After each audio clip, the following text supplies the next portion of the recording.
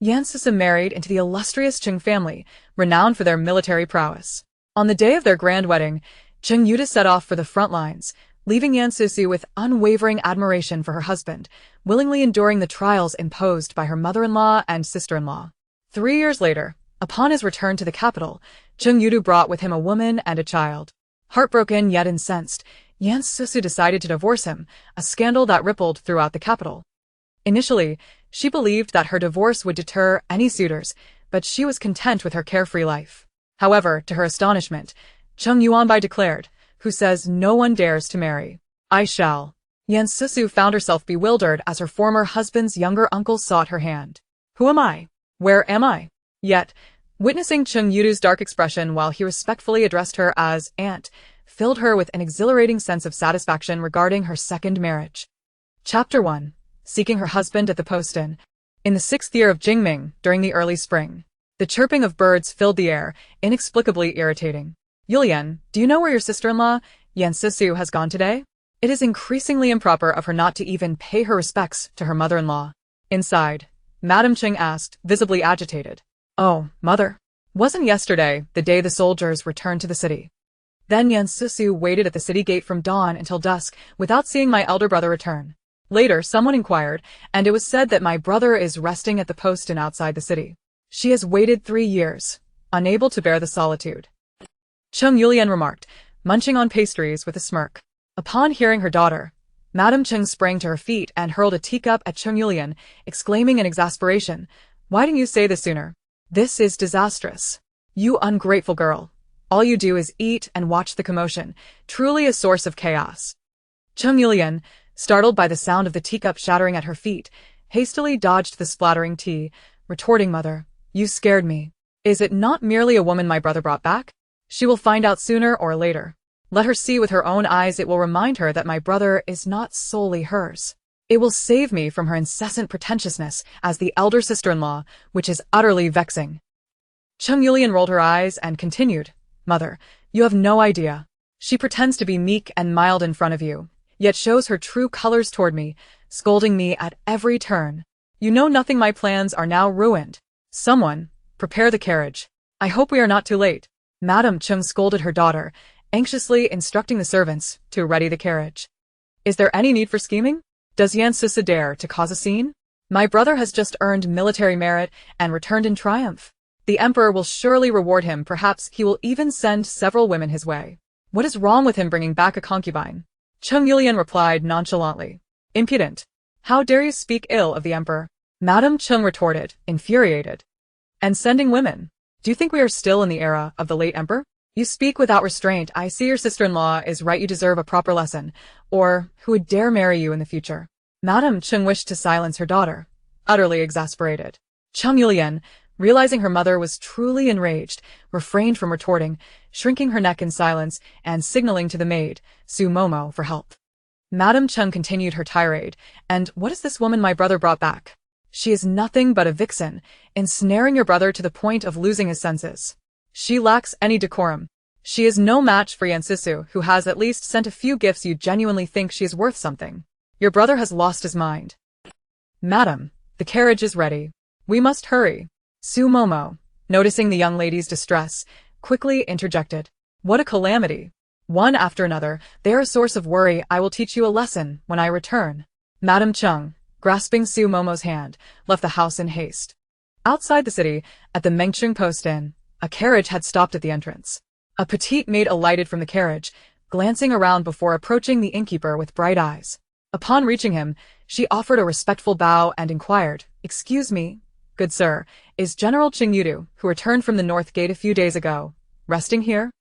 The innkeeper, taken aback by her politeness and the mention of Cheng Yudu's name, studied the young maid closely. Noticing a strikingly youthful figure partially concealed within the carriage, his expression shifted to one of intrigue, yet he replied, "Yes, General Cheng is temporarily residing here. Who might you be?" "One moment, madam. It's right here. Please step down." The maid hurried back to the carriage, joyfully announcing to the occupant. A beautiful lady adorned in a light red gown, with her hair elegantly styled, descended gracefully. Her striking beauty was not only captivating but also exuded a refreshing charm that endeared her to those around. This enchanting lady was Yan Susu, who had come early from the Cheng residence to seek her husband. Guided by the maid, she entered the inn and, upon noticing the innkeeper lost in thought while holding a broom, gently inclined her head and smiled. "I am General Cheng's wife. Could you kindly direct me to my husband's quarters? I wouldn't wish to interrupt your duties. We can find our way on our own." The innkeeper snapped back to reality and pointed towards the door to the rear courtyard, saying, "Oh, certainly. It is in the east wing of the courtyard. You will find it easily. Please, madam, go ahead." "Thank you." Yan Susu expressed her gratitude and signaled her maid, Xiaozhu, to reward the innkeeper for his assistance before proceeding toward the courtyard with Chunyu. "Now that is splendid. With the son-in-law back, who would dare to mock the lady again?"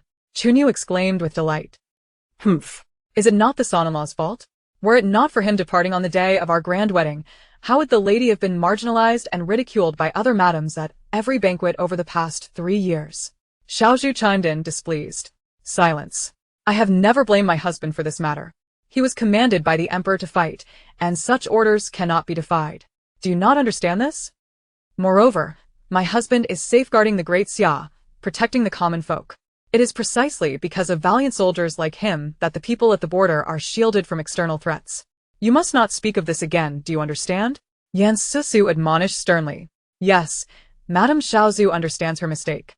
Xiaozhu, startled by Yan Susu's serious tone, quickly acknowledged her error and shifted the topic.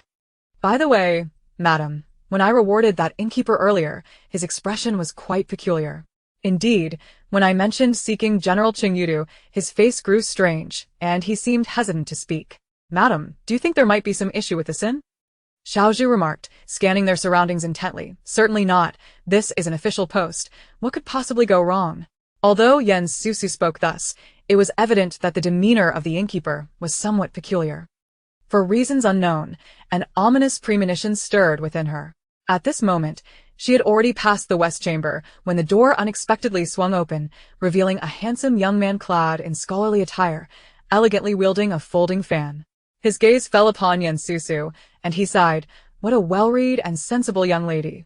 It is truly a pity that one who can articulate such words should encounter this circumstance." Chapter 2. The children have arrived. From within the east chamber, the sound of feminine laughter wafted out, causing Yan Susu's fingers to falter as she was about to knock. Her previously excited heart felt as though it had been doused with cold water. "My dear husband, you are quite naughty. It is broad daylight, and Li Ge is still here," came the voice of a woman from within. "Li Ge is asleep, and besides, he is only 2 years old. What does he understand? Fear not. My husband means no harm. He merely wishes to glimpse his wife once more. Most of the soldiers from Beiguan have returned to the capital, and I cannot delay any longer. I shall return to the manor today." The voice of the man, whom Yan Susu had long yearned for, resonated within the room, so familiar that it pierced her heart. "My dear husband, Roer cannot bear to part with you. You have a cherished wife at home. You won't forsake me and Li Ge upon your return to the capital, will you? After all, it is Roer's deep affection that has led to such a loss of composure." The woman inside gazed at her reflection on the door, her voice trembling with unshed tears. "Rest assured, my lady, your deep affection for me is not in vain. Li Ge is intelligent and perceptive. I shall never abandon you both." The man's tone was resolute. "You shall remain at the inn for a few days. Once I have arranged matters at the manor, I shall bring you and our son home." His words brooked no dissent. "Miss, are we not mistaken in our path?" The maid, Chunyu, remarked incredulously, having overheard the conversation within. With icy resolve, Yan Susu fixed her gaze upon the chamber. Drawing a deep breath, she kicked the door of the east chamber wide open. Inside, she beheld her husband, Cheng Yudu, in an intimate embrace with another woman, their closeness causing her eyes to sting with anguish. The door's sudden crash startled Hiro, who instinctively clung to Cheng Yudu, peering up at him with a fearful expression. "My husband, who is she? Why has she barged in?" Cheng Yudu, taken aback, hurriedly sought to comfort Hiro, failing to recognize his wife of 3 years standing at the threshold. Without a moment's thought, he barked, "Who are you? Are you unaware that someone resides here? Leave at once, or I shall summon the authorities to have you apprehended." "Oh, do summon the authorities. Let them witness the illustrious General Cheng, who has returned after 3 years of campaigning, with a mistress and a child in tow." Yan Susu had already been deeply disheartened, but the situation only plunged her further into despair. This wretched man did not even recognize her. Summon the authorities? For what? This is a domestic matter, a family disgrace that should not be aired in public. Madame Cheng hurriedly arrived, barely catching her breath, only to be met with such a statement that nearly sent her heart racing. Susu, my dear, you arrived in such haste without even greeting your mother. I had meant to inform you that my son has had no one to care for him at the border, so I arranged for a concubine to attend to him. Susu, you have always been gentle and gracious, surely you do not mind? Madame Cheng shot a reproachful glance at her son, deliberately avoiding looking at Hiro, and hastily provided an explanation, commanding Yen Susu, as was her habit. Only then did Cheng Yudu realize that the woman his mother referred to was indeed his wife, Yen Susu. Upon closer inspection, he noted her in a pale red gown, a vision of beauty that captivated the eye. Hiro, upon hearing Madame Cheng's words, swayed dangerously against Cheng Yudu, her eyes glistening with tears, casting a pitiful look at him. Cheng Yudu, regaining his composure, noticed her pale countenance and felt a pang of sympathy. What is my mother saying? This is Rower, who has adored me since 3 years past, traveling thousands of miles from the capital to the border, ultimately saving my life. Rower's affection for me is profound. She is the daughter of a high-ranking official. I have already agreed to make her my legitimate wife. How could I possibly take her as a concubine? Silence. Are you trying to drive me mad? You have a legally wedded wife. What is that woman to you? Who do you think managed the household and honored your parents while you were away these 3 years? Susu is virtuous and magnanimous, but I shall not stand for this. Madame Cheng exclaimed, her ire directed at her son. Yen Susu listened in silence to the back and forth between her mother-in-law and husband, her heart growing cold at the absurdity of it all. Having always regarded Madame Cheng as an elder, she had endured her condescension for 3 years, allowing her to believe she was so easily trifled with. As for Cheng Yudu, the heroic facade had crumbled, revealing that he was nothing before her. Oh, the child is already 2 years old, and yet my mother has not had the time to inform me? How very convenient. And who claims I am ungrateful? This woman is undeniably a mistress. She does not even qualify to be a concubine. Cheng Yudu, what do you take me, your proper wife, for? Yen Susu questioned with a scornful laugh. Sister, how can you speak of me thus? Hiro whimpered, feigning innocence. Do not call me sister. I am the only one in my family and cannot afford to be associated with a shameless woman who entices married men. Yen Susu's disappointment in Cheng Yudu had turned to disdain for Hiro, and she spoke without reservation. Cheng Yudu's embarrassment at Yen Susu's biting words quickly faded, replaced by displeasure. Yen Susu, how can you, a lady of a respectable family, speak so harshly? Our union was arranged by our parents, and I hold no affection for you. Though the Yen family had fallen on hard times, Yen Susu was not one to simply acquiesce, and she retorted with a cold smile. Harsh? I have yet to address you. What a fine sentiment of having no feelings. We met before our engagement. Why did you not mention your lack of feelings then? Did you truly believe I was so desperate to marry a hypocrite like you? A mistress is a mistress. Spare me your shameless excuses. Disgusting. Madame Cheng's countenance darkened as she listened to Yen Susu's words. How dare she speak of her husband in such a manner? Moreover, as her mother-in-law, she should have guided her to de-escalate the situation, yet she allowed it to spiral out of control. Enough. Let us not continue this here. We can discuss matters later. The inn was bustling with travelers, and the commotion from the East Chamber had attracted attention. Madame Cheng wished to avoid further embarrassment and sought to leave for the manor. Wah! The sound of a child crying emerged from within, likely awakened by the ruckus outside. Is my little grandson awake? Su Mama. Quickly bring the young master out. We are leaving. Madame Cheng's expression shifted at the sound of the child's cries, her excitement prompting her to urge Su Mama to fetch the child. Yen Susu watched coldly as her mother-in-law's fervor only deepened her own sense of betrayal. Her husband had departed on their wedding night, and for 3 years, he had been absent, only to return with a mistress. The child was already 2 years old. Madame Cheng was fully aware of it, yet felt no guilt, not even a twinge of conscience. As she dutifully managed the household, her mother-in-law remained blind to her efforts and dismissive of her reality. What a brazenly shameless family to engage in such despicable acts. Yen Susu's face darkened as she beheld the family that had excluded her. Finally, she could no longer contain her feelings, a pair of deceitful scoundrels, eagerly inviting their own downfall. The Cheng family has long been renowned for producing valiant warriors, and I believed I had wed a hero, only to discover that I had mistakenly chosen a cowardly and unfaithful man. Susu, in a fit of rage, struck Hiro with a resounding slap, then turned to Cheng Yudu and delivered 2 more blows, leaving both of them in stunned silence. I thought you were treasures worth cherishing, but your nauseating behavior has shown otherwise. I declare my intention to seek a divorce.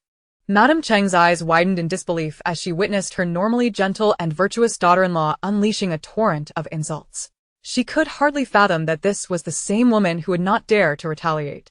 For a moment, she was so taken aback by her son's humiliation that she found herself rendered speechless. Cheng Yudu, caught completely off guard, could hardly believe what had just transpired. No one had ever dared to strike him before. Now, in front of a crowd, he was being assaulted by his own wife, and he felt the mocking gazes of onlookers piercing through him. Susu, you shameless harpy. How could you, after your mother praised your gentleness and virtue, resort to striking your own husband? Cheng Yudu's anger surged, yet he restrained himself from crossing the line and physically retaliating against a woman in public. So now you acknowledge me as your husband? It is far too late. Your supposed gentleness is contingent upon the character of those around you. How can the Cheng family still expect me to embody such qualities? Susu shot back without reservation. You may be a woman, and thus I shall not strike you. However, Susu, mark my words, there will be no divorce. I will make you witness the affection I share with Ro as you remain here, occupying the position of my legitimate wife, while living as a castaway. Cheng Yudu's gaze darkened ominously. Cheng Yudu, I have truly overestimated your integrity. Cheng Yu, let us return home. With that, Susu turned her back on everyone and strode to the carriage, departing without a glance back. Oh, dear. Even disregarding her mother-in-law, what a fierce temper she possesses. As the murmurs of the crowd swirled around her, Madame Cheng decided she could no longer linger and ordered Nurse Su to take her grandchild and board the carriage with her. Hiro, eager to join, found that Madame Cheng had already instructed the driver to head home without waiting for her. Though the grandchild was her own, Madame Cheng held nothing but disdain for the woman who had seduced her son and disregarded her marital vows. Hiro, feeling rejected, turned to Cheng Yudu with an expression of helplessness and grievance. Cheng Yudu, aware that his mother was in a furious state, felt it was unwise to speak. He simply took Hiro's hand, and together they mounted their horses and rode away. Watching her son engage in such foolishness, Madame Cheng was infuriated. Even the sight of her grandchild no longer brought her joy. Susu married into the illustrious Cheng family, renowned for their military achievements. On the day of their grand wedding, her husband Cheng Yudu departed for the front lines, leaving Susu in awe of him, willingly enduring the trials imposed by her mother-in-law and sister-in-law. 3 years later, upon Cheng Yudu's return to the capital, he brought with him a woman and a child. Heartbroken, Susu, in a fit of fury, decided to divorce him, a scandal that spread throughout the capital. Initially believing that her divorce would deter any suitors, and with her basic needs secured, Susu resolved to embrace a life of indifference. To her surprise, Cheng Yuanbai declared, who says no one dares to propose. I will marry her. Susu found herself astonished. My ex-husband's younger uncle is here to propose. Who am I? Where am I? Later, as she witnessed Cheng Yudu's sullen expression while he stood before her, respectfully addressing her as little aunt, she felt a surge of delight akin to savoring watermelon on a summer day, finding great satisfaction in her second marriage prospect. Chapter 1. Seeking her husband at the inn. In the 6th year of Jingming, during the early spring, the chirping of birds outside was annoyingly incessant. Yulian, do you know where your sister-in-law Susu has gone today? It's increasingly improper for her not to even pay her respects to her mother-in-law. In the room, Madame Cheng inquired, her face marred by irritation. Oh, mother, yesterday was the day the soldiers returned to the city. Yet Susu waited at the city gate from dawn until dusk, only to find my elder brother had not returned. Later, someone inquired and learned that he was resting at the inn outside the city. She must be desperate after 3 years of waiting. Cheng Yulian, while nibbling on pastries, remarked gleefully. Hearing this, Madame Cheng sprang to her feet, hurling her teacup at her daughter in exasperation. Why didn't you say this sooner? This is disastrous. You unfilial daughter, all you think about is eating and creating chaos. Cheng Yulian, startled by the clatter of the cup at her feet, hurriedly dodged the splashing tea, retorting angrily, Mother, you frighten me. So, what if my brother brought back a woman? She would eventually find out. Let her see for herself. It will remind her that my brother is not hers alone. It will save her from acting all superior as the elder sister-in-law. Cheng Yulian rolled her eyes and continued, Mother, you have no idea. She pretends to be meek before you but shows her true colors behind your back, chastising me at every turn. You don't understand now my plans are ruined. Someone, quickly prepare the carriage. I hope we are not too late. Madam Cheng scolded her daughter, urgently instructing the servants to ready the carriage. Is there even a need for scheming? Does Yan Susu dare to make a fuss? Cheng Yulian shrugged nonchalantly. My brother has just earned military merit and returned victorious. The emperor will surely reward him, perhaps even sending him several women. What's wrong with bringing back a concubine? Madam Cheng retorted angrily. Reward women? Do you think this is still the era of the former emperor? You speak without restraint. I agree with your sister-in-law. You need a good lesson, or no one will dare to marry you. Madam Cheng wished she could silence her daughter, who spoke without thinking, infuriating her further. Cheng Yulian, realizing she had genuinely angered her mother, refrained from arguing, shrinking her neck in silence and signaling to the maid Su to rescue her. Madam Cheng, still fuming, continued her tirade. Moreover, what has been brought back is not just a woman, she is a vixen who has bewitched your brother to the point of losing his senses. She is far worse than Yan Susu, who at least sent gifts occasionally. Do you really think she is worth anything? Your brother has lost his mind. Madam, the carriage is ready. Let us hurry. Su, noticing the distress in the young Miss eyes, hurriedly interrupted, wanting to protect her from further reprimand. Just then, a timid maid hesitated at the entrance, prompting Su to urge Madam Cheng to leave. What a wretched situation. None of them are reliable. I will teach you a lesson when I return. With that, Madam Cheng took Su's hand and hurried out the door. Outside the city, at Mengqing Inn, a carriage stopped at the entrance. A charming young woman, resembling a maid, alighted from the carriage and entered, glancing around. Spotting the innkeeper, her eyes brightened as she approached him. Upon reaching him, she performed a deep bow and inquired, Good sir, may I ask if General Cheng Yudu, who returned from the northern border a few days ago, is resting here? The innkeeper, taken aback by the maid's politeness and the mention of Cheng Yudu, scrutinized her closely. After observing the graceful silhouette of a young woman partially visible in the carriage, his expression shifted oddly, yet he replied, Yes, General Cheng is temporarily residing here. Who are you? Please hold on, madam. This is the place you may disembark. The maid, hearing the innkeeper's response, rushed back to the carriage, joyfully announcing to the occupant. Soon, a beautiful young lady dressed in a light red gown, her hair adorned with a jade phoenix hairpin, gracefully descended from the carriage. Her radiant beauty was striking, and her every movement exuded an effortless charm that endeared her to all. This enchanting woman was indeed Yan Susu, who had come early to the Cheng residence in search of her husband. Guided by her maid, she entered the inn and, noticing the innkeeper lost in thought while sweeping, nodded gently and smiled. I am the wife of General Cheng. Might you kindly direct me to my husband's quarters? We prefer not to interrupt your duties. Snapping back to reality, the innkeeper pointed towards the back courtyard, saying, Oh, certainly. It's in the east wing of the back courtyard. Quite easy to find. You may go there yourself. Thank you. Yan Susu expressed her gratitude and signaled her maid, Xiazhu, to reward the innkeeper before heading towards the courtyard with Chunyu. Now that he's back, who would dare to ridicule the lady behind her back? Chunyu remarked cheerfully. This is all the fault of my husband. Had he not vanished on our wedding day, how could I have endured being ostracized by other ladies at every banquet with the madam? Xiazhu retorted, displeased as she caught up. Silence. I have never blamed my husband for this. He was following the emperor's orders to go to war. Such orders cannot be disobeyed.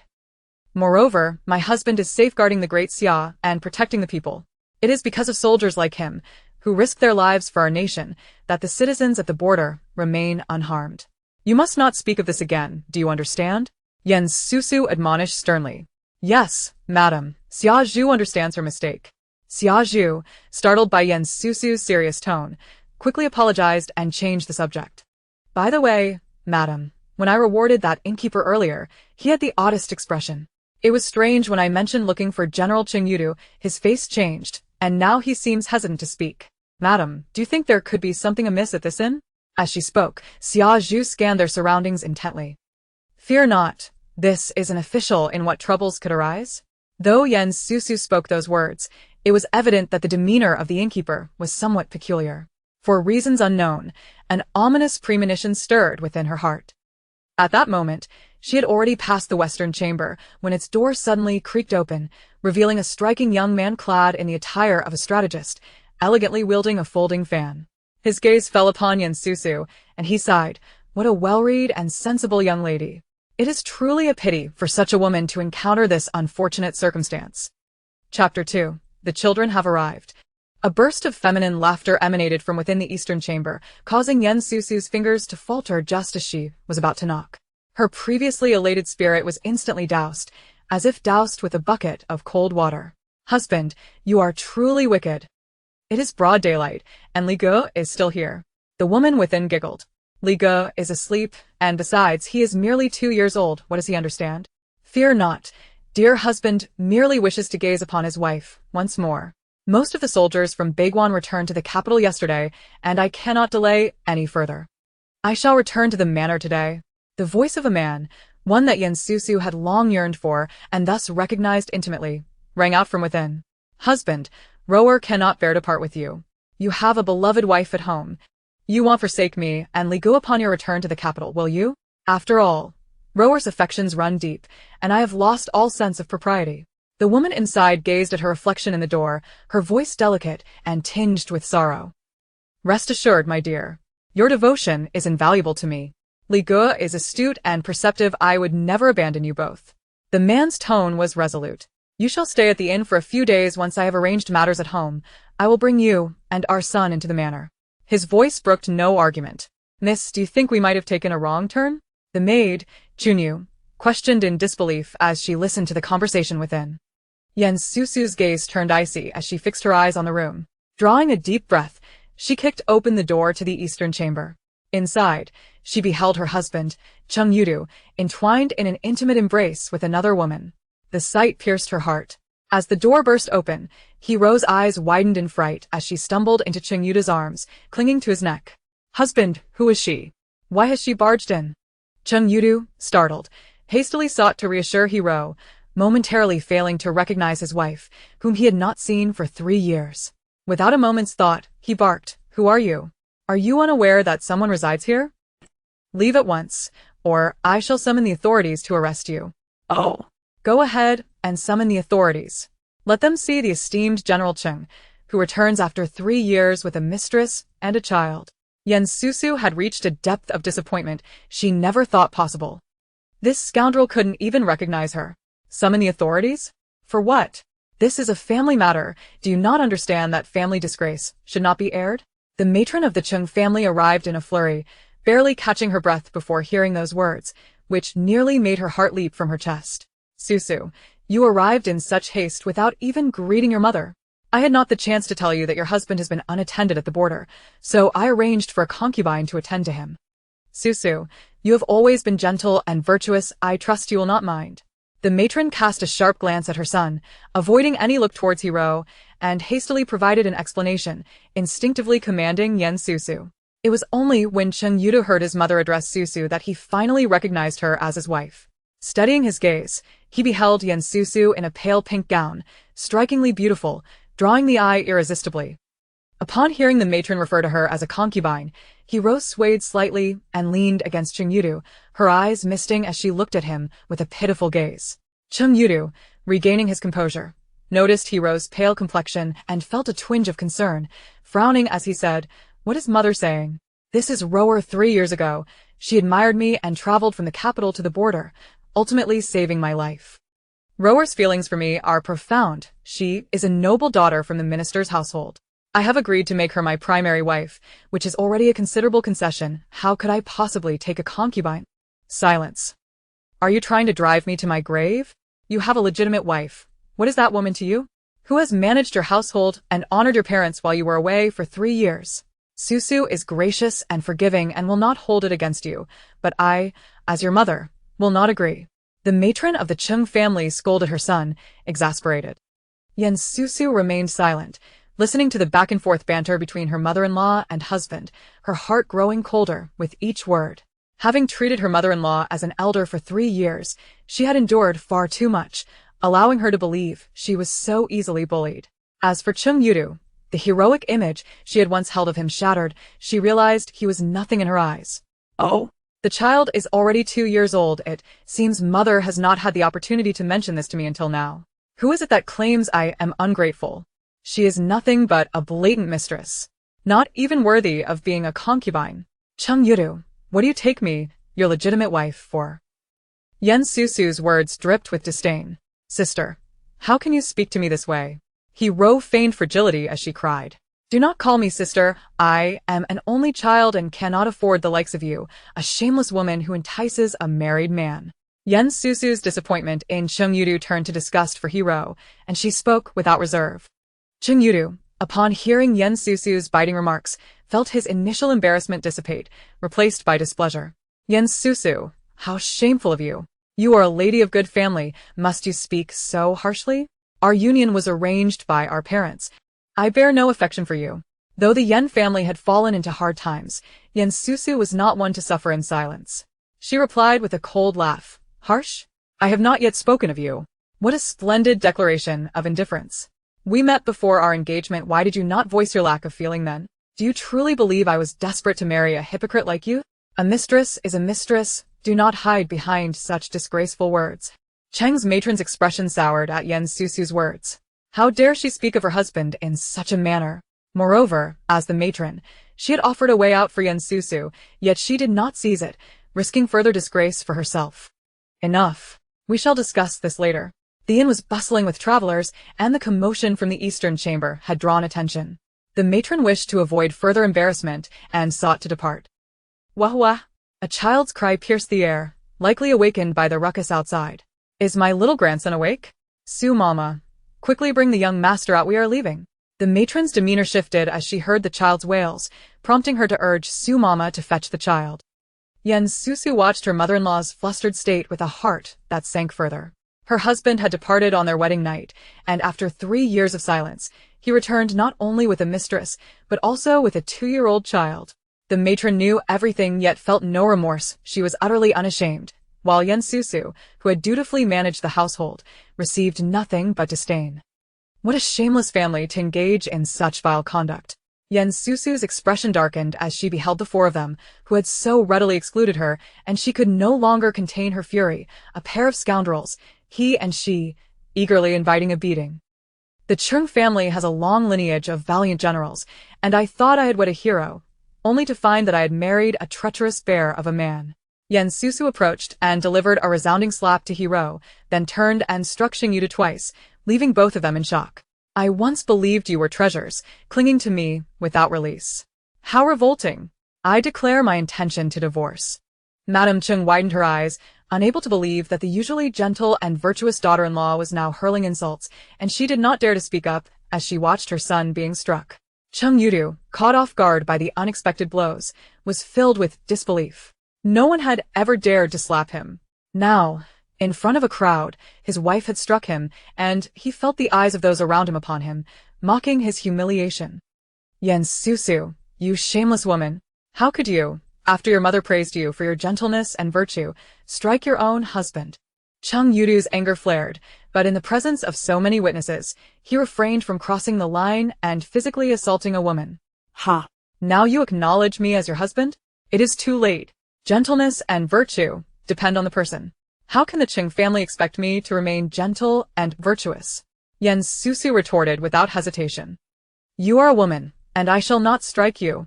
However, Yen Susu, let me make this clear. There will be no divorce. I will make sure you witness the affection between Ro and me. You may continue to occupy the position of my legal wife, but you shall be treated as a discarded woman. Cheng Yudu's gaze darkened. Ha! Cheng Yudu, I have truly overestimated your sense of conscience. Chunyu, we shall return home. With that, Yen Susu ignored everyone and turned to leave for the carriage. Oh, dear. She has even abandoned her mother-in-law. What a temper she has. Observing the murmurs of the crowd, Madame Cheng felt no desire to linger. She ordered Granny Su to take her grandson and board the carriage with her. Hiro attempted to join, but saw that Madame Cheng had instructed the driver to return home without waiting for her. Though the grandson was hers, Madame Cheng held no affection for the woman who had seduced her son and was unfaithful to her duties as a wife. Rebuffed, Hiro turned to Cheng Yudu, her face a picture of grievance and confusion.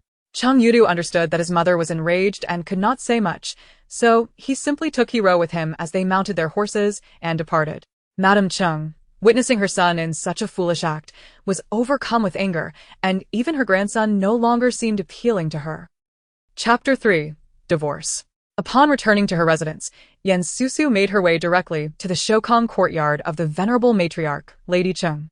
It had been quite some time since Lady Cheng had involved herself in the affairs of the household, and Susu was uncertain whether the matriarch could indeed advocate for her desire to divorce. Yet, she could no longer endure her stay in the Cheng family.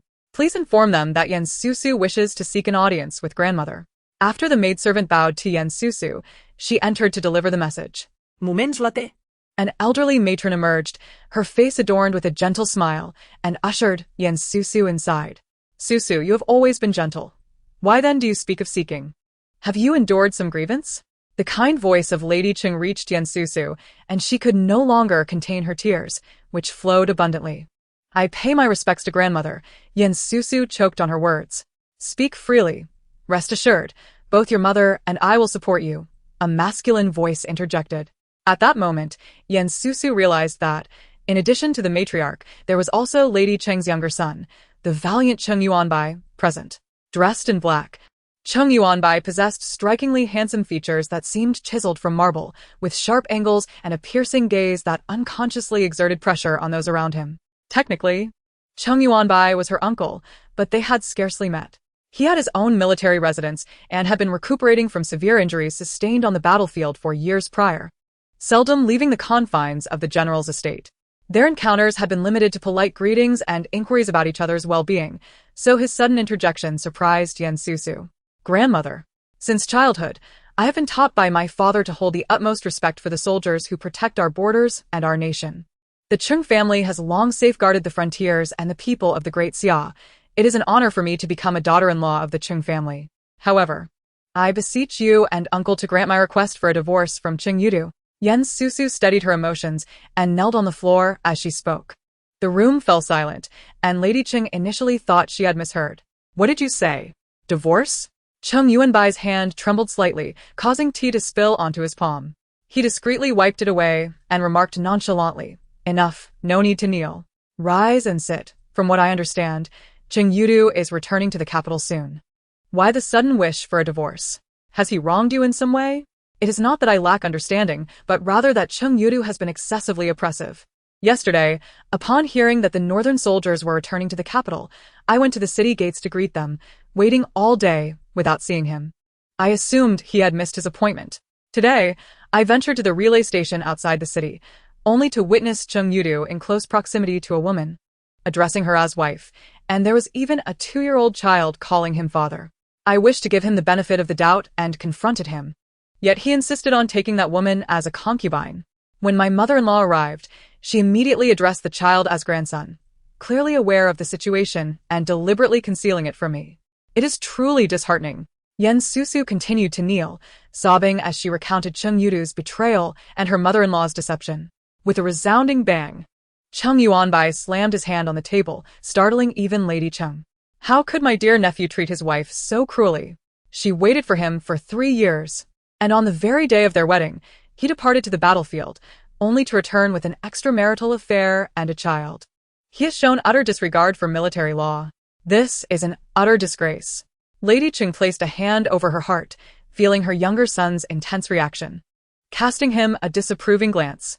However, this was not the time for such discussions, and she instructed, Yuanbai, go see if the first wife and Cheng Yudu have returned. Once they do, bring them to Shokong courtyard immediately. Matron Shen promptly complied and hurried away. All right, rise. If what you say is true, my mother will certainly advocate for you. The Cheng family cannot condone such moral decay. Cheng Yuanbai retracted his hand, casting an awkward glance at his mother before addressing Susu. She finally stood up, wiped her tears, and took a seat. Soon after, the first wife, Cheng Dafu, was escorted in by Matron Shen. Upon seeing Susu in the presence of the matriarch, she shot her a glare before bowing to Lady Cheng. Why are you here alone? Where is Cheng Yudu? Has my presence become too burdensome for him to bear? Lady Cheng's tone was sharp. Mother, my son has some matters yet unresolved, but you summoned us here. I presume Susu has spoken of something? Cheng Dafu replied, suggesting that the family matters were not worth the matriarch's concern. Then, she turned to scold Yan Susu. Susu, how can you trouble mother over trivial issues? Have you any regard for her well-being? Come, let's return home and cease to disturb her. Enough. Lady Cheng, the esteemed wife of the late General Cheng, was not to be trifled with, especially when angered. For years I have abstained from household affairs, yet it seems you no longer regard me as your mother. Cheng Yudu's heartless actions are worthy of outrage, and yet you seek to shield him. Lady Cheng felt a surge of anger as she considered how the Cheng family had produced such a disgrace, engaging in extramarital affairs and even fathering a child during wartime, all while disregarding military law. Not only had he betrayed his wife, but he had also betrayed the emperor's trust, tarnishing the century-long reputation of the Cheng family. Beside her, Cheng Yuanbai, seething with rage, spoke bluntly, causing Cheng Dafu to tremble and kneel in fear. The most formidable member of the Cheng family was undoubtedly this younger uncle, and Cheng Dafu had always wished to avoid him. Yet, having forgotten his formidable presence during his years of convalescence, she was now overwhelmed by his wrath. At that moment, Cheng Yudu entered, assisting his mother to her feet. Uncle, is it necessary to make such a fuss over trivial matters? It is only natural for a man to take a wife and concubine. I have deep feelings for Ro, and I cannot abandon her. In my 3 years of warfare, I have achieved considerable merit, not to be overshadowed by you. It won't be long before another valiant general emerges from the Cheng family, and I am entitled to take a secondary wife. Cheng Yudu displayed his arrogance, dismissing even his accomplished uncle. You believe in the flattery of opportunists in the military? How many times have you truly been injured on the battlefield? Those military honors were granted as a favor to the Cheng family. Cheng Yuanbai was incredulous, utterly disappointed in his wayward nephew. Lady Cheng also felt disheartened, having hoped that after reprimanding them, she could mediate and prevent a divorce. Though Yan Susu was an orphan, her family had a legacy of loyalty and honor, and her father's sacrifice was admirable. However, witnessing the behavior of Cheng Yudu and his mother left Lady Cheng with no desire to intervene. With a wave of her hand, she dismissed the conversation, telling Yan Susu, "Dear child, it is the Cheng family's fault. If you wish to divorce, then so be it." Upon hearing Lady Cheng's words, Cheng Yudu panicked. Divorce? Yan Susu. As an orphan, where will you go after a divorce? I do not wish for this matter to escalate, but I cannot abandon Ro. I merely wish to give her a rightful title. Your jealousy is unfounded. Is it not excessive for you to resort to threats of divorce? His voice grew colder as he concluded, You are my legitimate wife. Do not even think about a divorce. Cheng Yudu understood that if he allowed Yan Susu to divorce him, the entire capital would soon learn of his disgraceful actions, forcing his wife to leave for the sake of his mistress. Unwilling to part ways? Then let Yan Susu initiate the divorce. Cheng Yuanbai's expression darkened as he stepped forward and kicked Cheng Yudu, sending him sprawling. Mrs. Cheng gasped in shock and rushed to check on her son. Seeing that he was not seriously harmed, merely breathless, she sighed in relief. Cheng Yudu lay on the ground, struggling to rise, as he heard his uncle declare that Yan Susu would divorce him, causing a surge of panic within him. He sincerely doubted the sanity of this uncle. Uncle, have you lost your mind? I am a Cheng. Since time immemorial, no woman has divorced her husband. Do you wish to turn the Cheng family into a laughingstock throughout the capital? On his first day back in the capital, being assaulted verbally by his own wife and uncle, Cheng Yudu felt he might go mad. You do not represent the entire Cheng family. Your divorce is the fruit of your own misdeeds. Cheng Yuanbai retorted, then turned to the dazed Yan Susu and urged, What are you hesitating for? Hurry and write it. Yan Susu had initially intended to feign some sorrow. To her astonishment, without uttering a word, the separation had morphed into a divorce. Despite her grievances and anger, she nearly laughed, finding this soon-to-be former uncle rather pleasing to the eye. The old matriarch sensed something unusual about her younger son today and paid special attention to this matter. However, her son was known for his decisiveness. Although divorce seemed somewhat inappropriate, the behavior of the eldest branch's mother and son was utterly unacceptable. Thus, she chose to ignore Mrs. Cheng's beseeching gaze. The head maid, Chunyu, was quick to leave in search of writing materials upon hearing the term divorce. She soon arranged the ink and paper on the table, prompting Yan Susu to mentally commend her maid for her cleverness. With a deep breath, Yan Susu seized the brush and wrote the divorce decree in one fluid motion. feeling an exhilarating sense of liberation. The divorce document is complete. General, please have a look. Chapter 4. Interception. Cheng Yuanbai took the divorce decree, glanced at it, and his lips twitched slightly. He did not show it to Cheng Yudu but instead handed it directly to his attendant. Armed with the general's insignia, the attendant proceeded to the household registration office to process the divorce, stating it was a decree from Susu to Cheng Yudu, instructing him to wait there until completion. Cheng Yudu watched his uncle's attendant depart, his face ashen, sensing that he was about to lose face in the capital. He indignantly exclaimed, "Uncle, what benefits do you gain from humiliating and suppressing your nephew? Do you think I've overshadowed you in this campaign?" Without waiting for a response from Cheng Yuanbai, he turned and stormed away. Mrs. Cheng hesitated, wanting to speak, but ultimately stomped her foot in frustration and chased after him. "Thank you, matriarch. Thank you, General Cheng, for your great kindness. I shall never forget this." Susu bowed to the old matriarch and Cheng Yuanbai. "My child, it is our Cheng family that lacks the fortune to keep you. You have no one at home. I have a quiet residence that is perfect for you, and I shall gift it to you." The old matriarch sighed with regret as she handed over a land deed. "Matriarch, before my parents passed, they provided me with a generous dowry, including a farm and a house. I have no worries about accommodation. I absolutely cannot accept this land deed," Susu insisted, shaking her head repeatedly, but the old matriarch seized her hand and pressed it into her palm. "The actions of the eldest branch are utterly foolish. I, as an elder, cannot be muddled. This is your compensation. You have toiled in this household for 3 years and must not leave empty-handed." Cheng Yuanbai added sternly, "Take it. It is rightfully yours." Tears welled in Susu's eyes as she looked gratefully at the old matriarch. The moisture in her gaze stirred feelings of pity. Cheng Yuanbai's eyes flickered, and he turned his head away. Susu accepted the land deed and thanked the old matriarch once more. Noticing the matriarch's weary demeanor, she quickly bowed and said, "Thank you for your trouble today. I shall not disturb you further and will take my leave."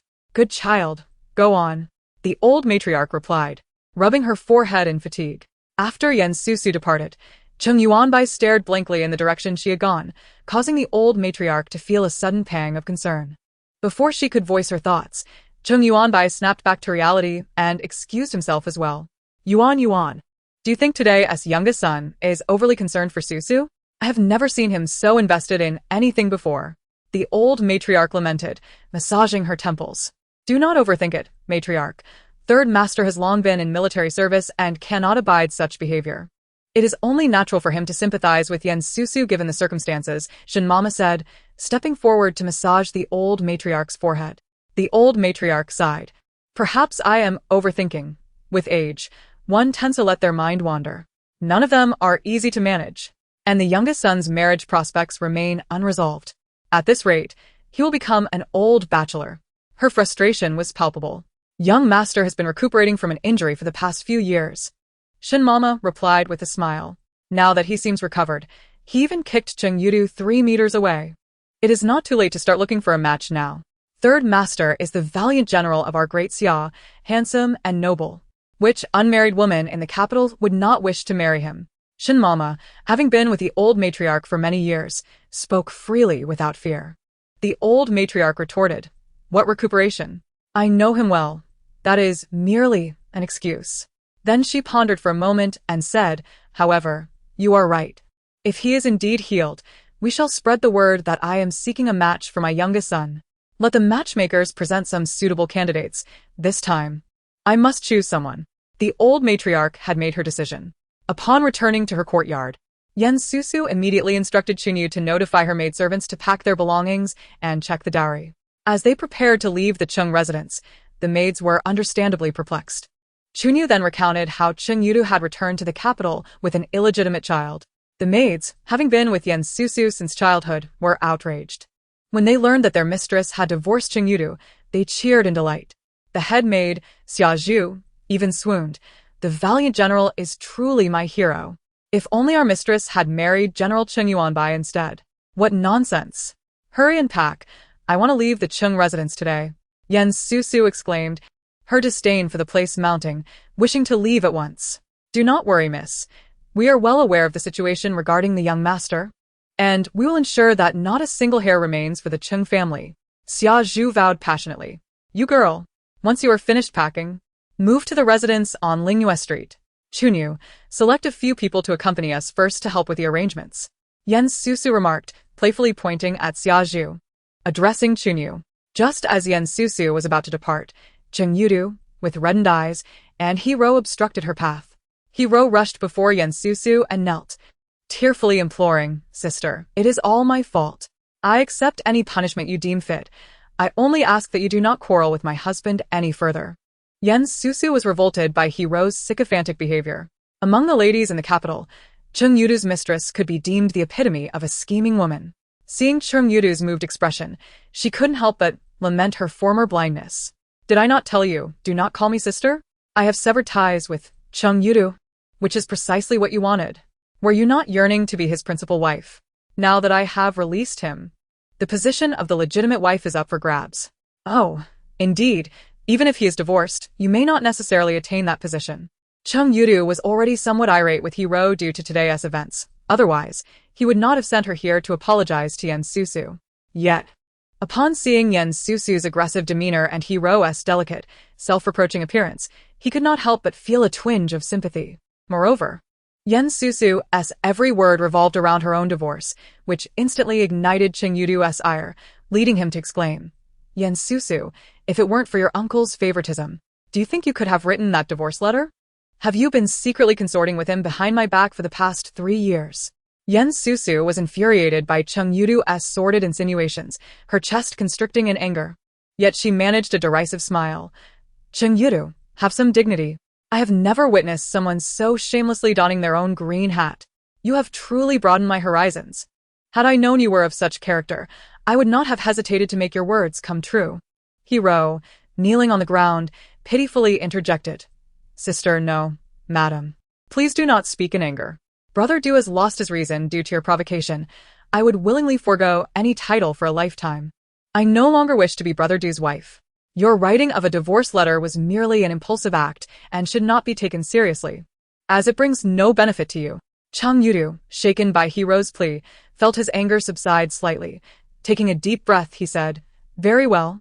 As long as you retrieve the divorce letter, you may propose any condition, and I shall agree to part ways with you." "Oh, any condition I propose, you will accept? Including ensuring that your beloved never sets foot in the Cheng family home for the rest of her life?" Susu inquired with a smile that was not quite a smile. "Fine. I agree. Hurry and retrieve the divorce letter."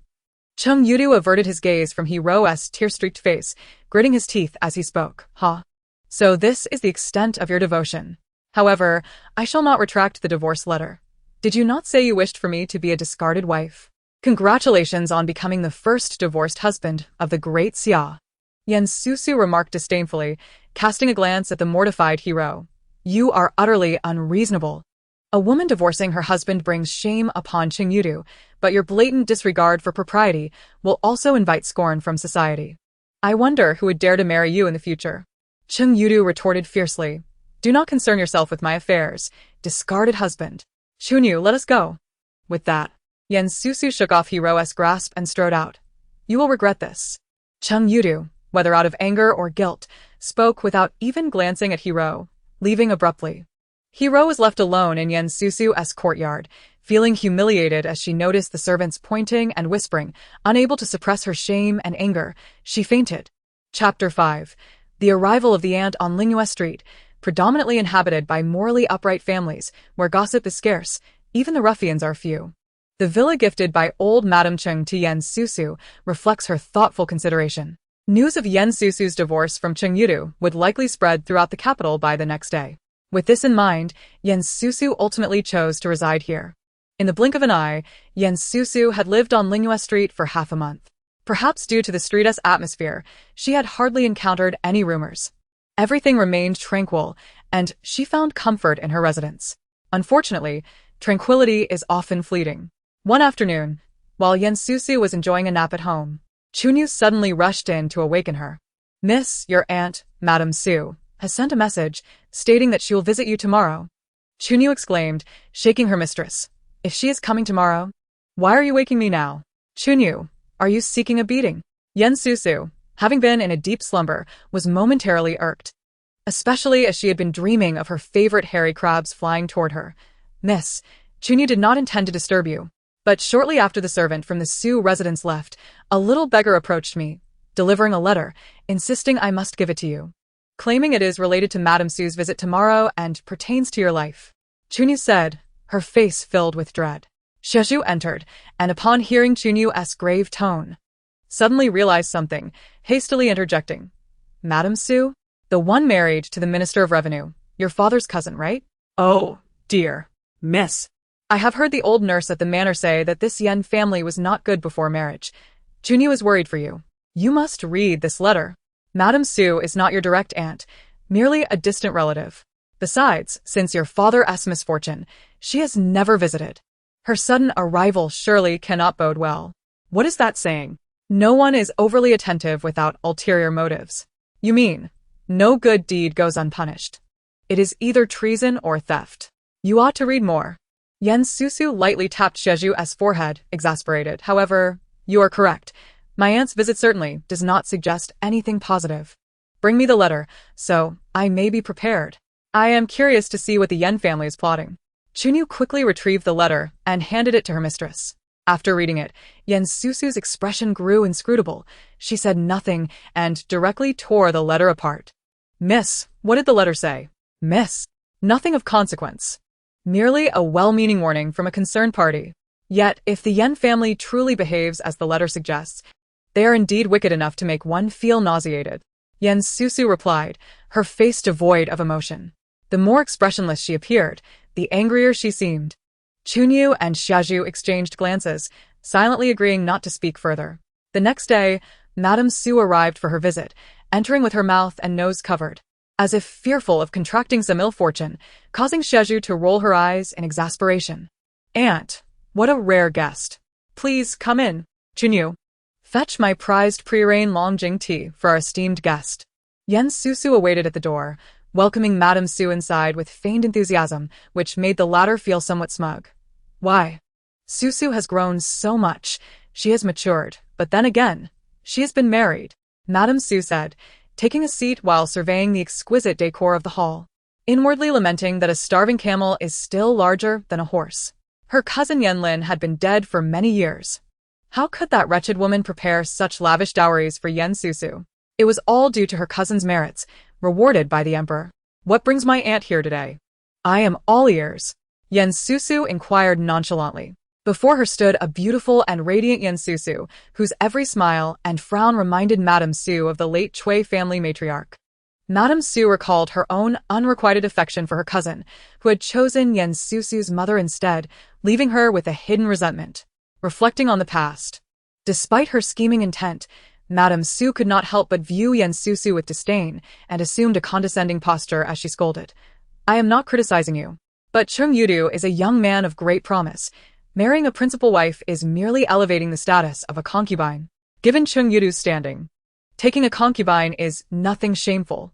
Yet, you have acted so impulsively, creating such a spectacle, which is unbecoming of a woman. If your purpose in visiting is to lecture me on these matters, then it is unnecessary. The matter has been resolved, so there is no need for your admonitions. Susu impatiently interrupted Madame Su.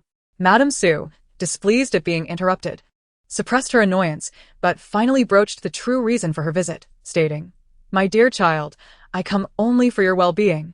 I shall refrain from speaking of matters you do not wish to hear. As your elder, I cannot bear the thought of you living a solitary life. I have taken the liberty to devise a plan for you. Aunt has a son, honest and sincere, possessing good character and diligent in his endeavors. Surely, Aunt would not let her niece suffer, would she? Lady Yen raised her hands, savoring the Longjing tea, and spoke with an air of composure. Oh, is it Aunt's intention for Susu to marry her son? I wonder which young master it may be. Has Aunt forgotten that Susu has just been divorced? A cold laugh flickered in Susu's heart. How astute, indeed. It appears the person who wrote the letter was correct, as this was a ploy to devour her whole, not fearing the consequences of such greed. Though you are now a woman who has remarried, Aunt will not think less of you. Old 3 has no objections, as long as you manage your household well and raise children. Once you are wed into the Su family, with Aunt present, no one will dare to bully you. Lady Yen held her head high. presenting herself as if someone was willing to marry Susu, urging her to agree forthwith. Yet, in her heart, she plotted to torment the woman who bore such resemblance to her mother, and even Xiaozhu, who was attentive to the situation, could see the malice in her eyes. After Lady Yan finished speaking, Susu remained seated, her expression unchanged, quietly sipping her tea in silence. A moment later, perceiving Susu's reluctance to speak, Lady Yan, somewhat impatiently, declared, "If my niece does not speak, Aunt will take it as your acquiescence. Tomorrow, I shall send for a matchmaker to propose. As for the betrothal gifts, Susu, since you are a woman who has remarried, Aunt will ensure they are handled appropriately." Susu set down her teacup, wishing to prevent this distant aunt from dictating matters regarding the betrothal gifts. With not a single pleasant word spoken, she looked at Lady Yan with a hint of sarcasm and said, "Susu dares not enter Aunt's door. I recall your eldest son married the daughter of a wealthy merchant from Jiangnan, lavished with love and adorned with a bridal procession of 10 miles. Alas, he was gone within a year. Had it not been for the fact that uncle was the left assistant minister of revenue, that merchant would not have let the matter rest so easily. I fear that entering the Su household might cost me my life, with my dowry swallowed whole." Upon hearing Susu mention this matter, Lady Yan's complexion changed, and she sternly exclaimed, What nonsense are you spouting? The entire capital is abuzz with the news that you, Yan Susu, divorced Cheng Yudu, offending the Cheng family. You will surely regret it sooner or later. How ungrateful to refuse Aunt's kind offer to shelter you. I doubt anyone besides my son would dare to marry you. Lady Yan's face flushed crimson. Aunt need not be so flustered. I have no intention of meddling in your family affairs, nor should you concern yourself with mine. Yan Susu. Remain unmarried for life. I shall still live without worry. Susu cast a disdainful glance at Lady Yan, gesturing to dismiss her. Who says no one dares to marry you? I do. At that moment, a commanding figure strode into the hall. Upon seeing the newcomer, Susu's eyes widened in astonishment. Who are you? Do you dare to marry my niece? Are you not afraid of offending the Cheng family's General Cheng Yudu and the Minister of Revenue? Lady Yan, having her schemes exposed by Susu's cutting words, felt her anger boil over. Susu shot a glare at Xiaozhu, who had led the stranger in, and Xiaozhu shrank back. The words of Lady Yan had been exceedingly infuriating, and upon realizing a nobleman had arrived, she had hastily admitted him without forethought, only to have him drop a bombshell upon entry. "Greetings, General. You are the war god of our great Xia. Do not jest with Susu, a mere woman." Susu stood to bow, casting an irritable glance at Cheng Yuanbai as she spoke. Lady Yan had not recognized him at all. After all, the war god, Cheng Yuanbai, had spent many years fighting on the borders and had remained reclusive after returning to the capital to recuperate. Only upon hearing Susu address him did Lady Yan realize he was the war god, and she nearly fainted, collapsing into her chair. "I apologize, General. I was unaware of your arrival, and my niece has been quite rude." Lady Yan composed herself. "If I have offended the General, I hope you will forgive me." "Susu, no, I shall call you Su Heir. I, Cheng Yuanbai, genuinely seek to marry you, and this is no jest," Cheng Yuanbai stated earnestly, his demeanor serious. Susu stood there, momentarily stunned. Meanwhile, Lady Yan gazed at Cheng Yuanbai in disbelief, exclaiming, "General, Yan Susu was once your nephew's wife. How could you seek to marry her? Surely, your mother, the Dowager Cheng, would not approve. Having not addressed you earlier does not mean I have ignored you. I have overheard your conversation with Su Heir. Plotting harm against her is a vile act, and the Minister of Revenue's protection of you will not be overlooked. Tomorrow, I shall bring this matter to the court. Prepare for the Dali Temple summons." Cheng Yuanbai cast a disinterested glance at Lady Yan, stating this with nonchalance. No, General. "That is merely what Susu has fabricated." Lady Yan rushed forward, attempting to grasp Cheng Yuanbai's hand. "I can," and whether it is fabrication or not will be revealed upon investigation. "Now leave." Cheng Yuanbai shook off her grasp, warning her impatiently. "Wait." "I will leave at once." Lady Yan stammered, hurriedly exiting, assisted by her servants. Susu was momentarily lost in thought when Cheng Yuanbai called her by the affectionate name her parents had given her. It had been ages since anyone had called her Su Heir. Only when she witnessed Lady Yan's hasty retreat did she regain her senses. This name was bestowed upon her by her parents, used only within the confines of their home. How did the General come to know my childhood name? However, I must ask the general not to use such an intimate name so casually. It is rather presumptuous. Susu frowned, her expression wary, leaving Cheng Yuanbai somewhat helpless. Are you not curious how I came to know your childhood name? Do you not remember the young general who escorted your father back to the capital a decade ago? Your father and I served together on the battlefield. At the time, he held a higher rank than I and led me in battle. I was young and brash, my senses dulled by the heat of combat, unaware the enemy had crept behind me. Your father took a blade for me, saving my life. Yet he succumbed after the war. His last thoughts were of his wife and child, repeatedly calling out for Su heir. Cheng Yuanbai reminisced, recalling Yan Ling and feeling a pang of guilt for Yan Susu. I remember now. You are that young general. I recall learning of my father's passing after he was gravely injured while saving someone. I cried and even slapped that person. So, it was you? Susu's eyes glistened with unshed tears as she recalled her father, but then she suddenly remembered slapping him. Surely not. The great war god endured my slap. And a decade later seeks to marry me? Surely. You must be unwell, as surely a slap could not have sparked such feelings. Indeed. The young general you struck is none other than me. Yet, I assure you, I felt not a thing. Cheng Yuanbai chuckled, feeling somewhat embarrassed. It had not seemed significant until her words made it feel like a piece of black history. So it is because of your father's life-saving grace that you seek to marry me.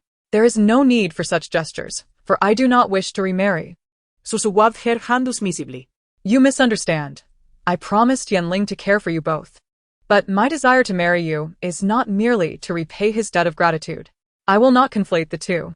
Cheng Yuanbai stated with gravity. I found myself drawn to you because I had always arranged for someone to look after you and your mother, who would express her gratitude in letters. Initially, I only mentioned you occasionally, but perhaps my lingering thoughts of the little girl who struck me led me to seek more information about you in my replies. Your mother and the person I sent would share snippets about you in their correspondence, and that is how I came to like you. Cheng Yuanbai chuckled at his own admission. I must confess that falling for Yan Susu might indeed owe something to that slap. General, regardless of the circumstances, I will not marry you. I am already wed to Cheng Yudu. Although I have been fortunate enough to have divorced him with your assistance, once married, I cannot return to the Cheng family. Though Yan Susu felt a flicker of emotion at Cheng Yuanbai's confession, having been hurt by Cheng Yudu once, how could she ever consider marrying into the Cheng family again? Susu, listen to me. I had intended to propose to you 3 years ago upon my return to the capital, but I was ambushed on the battlefield, grievously injured, and fell into a coma for months. When I awoke, I learned of your impending marriage to Cheng Yudu the very next day. But he wronged you. He abandoned his newlywed wife for his ambitions and returned with a concubine 3 years later. You have divorced Cheng Yudu. Your ties to him are severed. The fact that you were once married does not concern me. Cheng Yuanbai spoke with fervor. You, once bitten, twice shy. I do not know you well enough to consider marriage.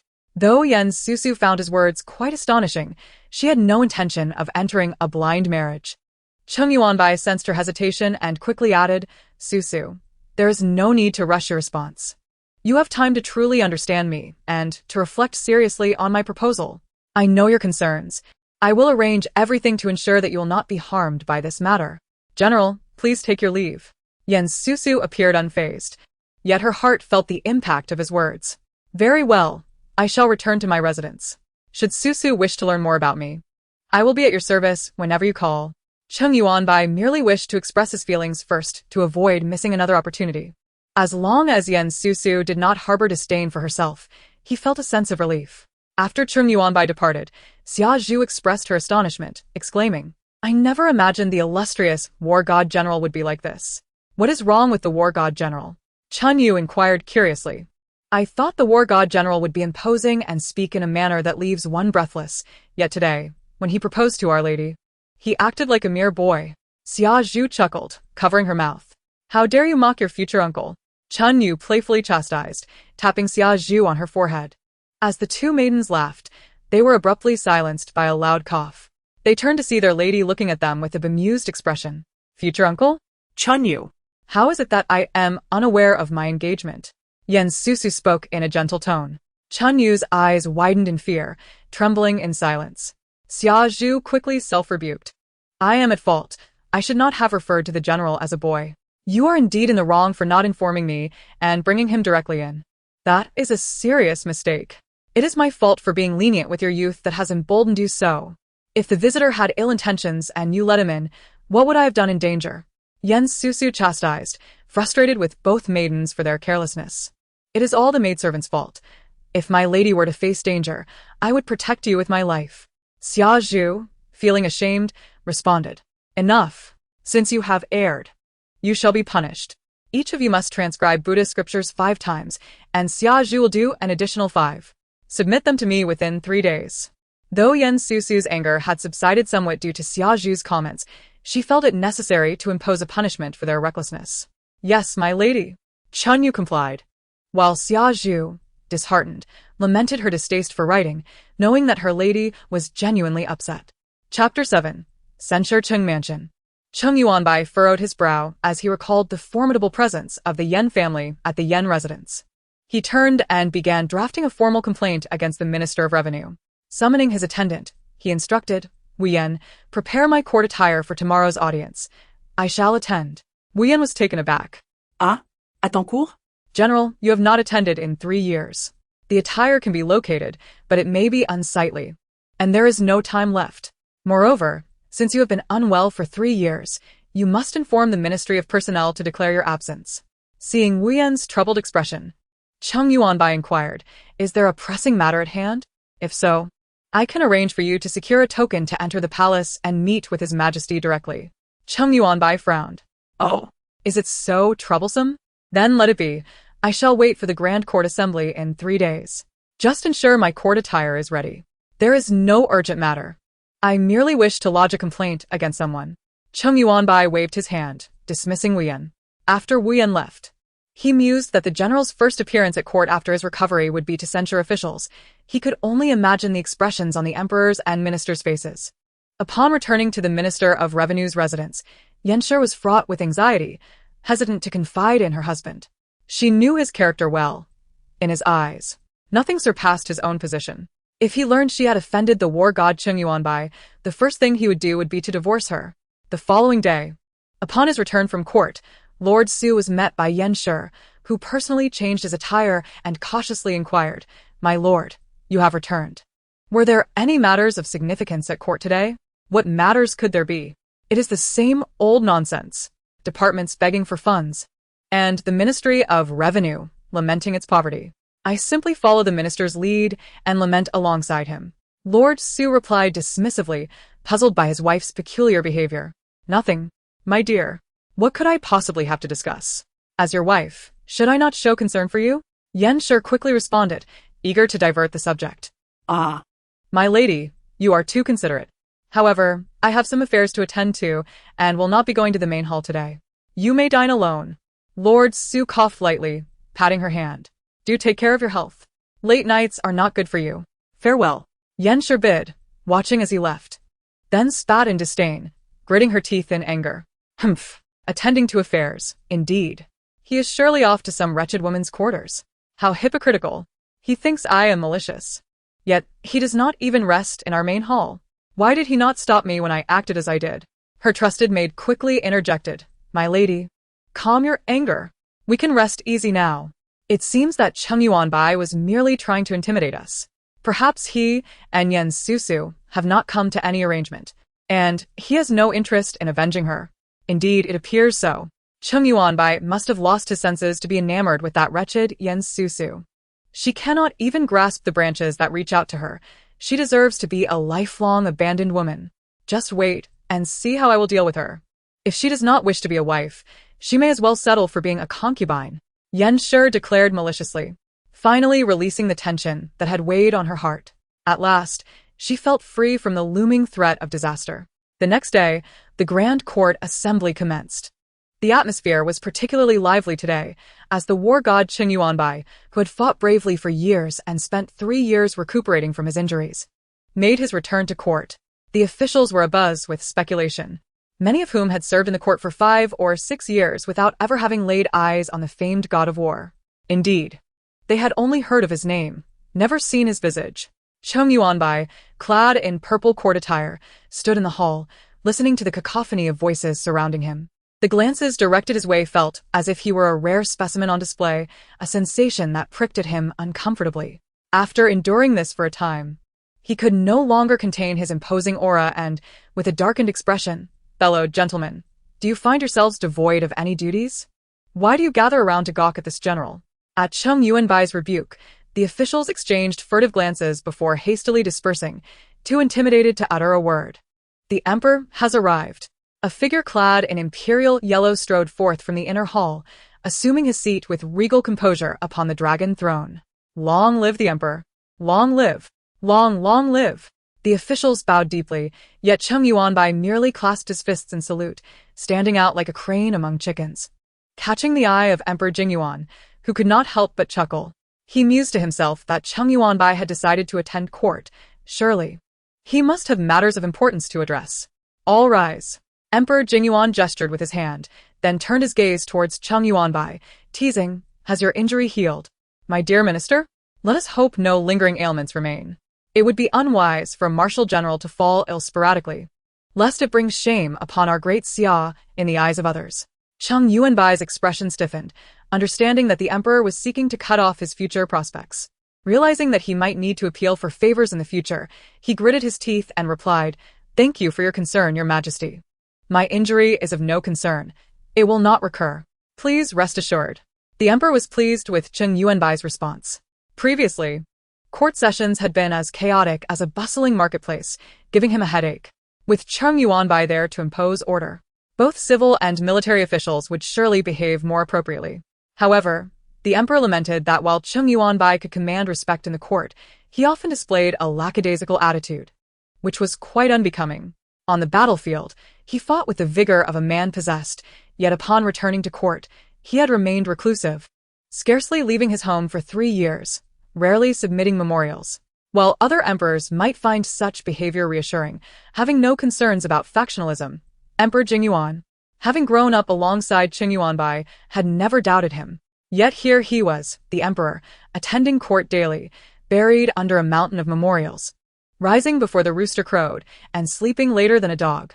Meanwhile, Cheng Yuanbai had stayed at home cultivating mushrooms for 3 years, which made the emperor's teeth grind in frustration. "My minister, do you have pressing matters to address today?" After taking his seat, the emperor could not help but reference Cheng Yuanbai repeatedly, causing the other officials to reflect on the esteem in which the god of war was held. Even after 3 years of absence, the emperor's favoritism towards Cheng Yuanbai drew the attention of all in attendance. "Your Majesty is wise. I have a memorial to present concerning the left assistant minister of the Ministry of Revenue, Su Lin, who has sheltered his wife in a scheme for wealth and murder, intending to marry off his eldest son to a wealthy merchant's daughter, only to later harm her and seize her dowry for himself. His actions are despicable and beyond measure," Cheng Yuanbai declared sternly. The court was thrown into an uproar. It seemed there had been whispers of Su Lin marrying a merchant's daughter, who was indeed his illegitimate son. For a court official to commit such an atrocity was utterly disgraceful. No self-respecting official would associate with such a scoundrel. A mere assistant minister of revenue killing his own daughter-in-law for money. Surely this could not be true? Yet it was quite plausible. For the minister of revenue was notoriously miserly. Su Lin, as his subordinate, had much to answer for. The minister of revenue, irked, coughed, his expression dark as a pot's bottom. "What of it? What is wrong with my subordinate? Have I forced him to partake in shady dealings?" It was clear that Su Lin's intentions were nefarious. Chapter 8. The noble consort. The officials had often faced setbacks when seeking funds from the Ministry of Revenue. Now, Witnessing the minister's dark demeanor, they relished the moment, but their eyes remained fixated on Su Lin. "Your Majesty, I, Su Lin, fall to my knees, cold sweat pouring down my brow, bewildered. I do not understand why General Cheng would suddenly target me on his first day back at court when I have done him no wrong." Reflecting on the inquiries made by the Yen clan just days prior, he realized they must have wronged Cheng Yuanbai in some way, prompting him to unearth the sordid affairs of the Su household. "Oh, "Su Lin, is there truth in this matter?" the emperor inquired casually, though internally, he was already inclined to believe Cheng Yuanbai. He was not one to stir trouble without cause. "Your Majesty, my eldest daughter-in-law has indeed passed away, but my wife informed me it was due to illness. As for what General Cheng has claimed, I am unaware," Su Lin responded, filled with resentment towards the Yen family. Yet he dared not show it, feigning a wounded demeanor, all the while gripped by terror. "How curious. If you are unaware, How is it that a wealthy merchant from Jiangnan came to the capital to seek your daughter, only to be detained by the capital's prefect after meeting with you? Cheng Yuanbai retorted, his eyes glinting with sarcasm. While he sought to avenge Susu, he was not without evidence. He had dispatched someone to investigate. I truly do not know. I acknowledge the general's high position, but I cannot fathom where I have offended him, leading to such baseless accusations in the grand court. I beseech the emperor to intervene on my behalf. Su Lin insisted, refusing to acknowledge his wrongdoing as he appealed to the emperor. Cheng Yuanbai regarded Su Lin with a penetrating gaze, impressed by his attempt to sow discord between the sovereign and his subjects. However, it was to be expected. One could hardly present themselves like lambs to slaughter. Even a beast would struggle to survive. Very well, since you assert that Cheng is maligning you, let this matter be thoroughly investigated by the Court of Judicial Review. My Minister of Judicial Review, expedite the findings and report back to me. Do not wrong a loyal subject.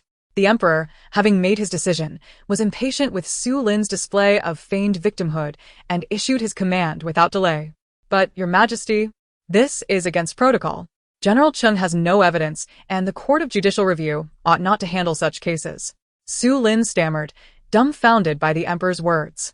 Since Cheng has presented this matter in the Grand Court, and I have commanded an inquiry, what doubts can you possibly have? If you assert it is a false accusation, then the truth will exonerate you. It seems you are somewhat muddled. Perhaps a brief respite is in order until the investigation is complete before you return to your duties in the Ministry of Revenue. The emperor, having lost interest in the antics of this petty character, dismissed him from his thoughts entirely. Do any other ministers have memorials to present? If not, let us conclude the court session. Cheng, remain. I take my leave. One by one, the officials exited the hall, casting disdainful glances at Su Lin, each one deliberately avoiding him. None were fools. They all understood the implications of Su Lin's reaction. Su Lin stumbled out of the hall, feeling as if the world were spinning beneath him, collapsing to the ground. It was over. All was lost. The thought that this calamity stemmed from that wretched Yan woman twisted his features into a grimace as he struggled to rise, charging homeward as if bent on murder. The Grand Eunuch Feng Quan, with utmost respect, escorted Cheng Yuanbai to the Hall of Diligent Governance. Cheng Yuanbai surveyed the hall with surprise. Beside the table for memorials, there was an additional small table laden with various pastries and snacks. Fresh flowers adorned the hall, but most notably, there lay a hairpin meant for a lady atop the main table. My minister, why do you not take a seat?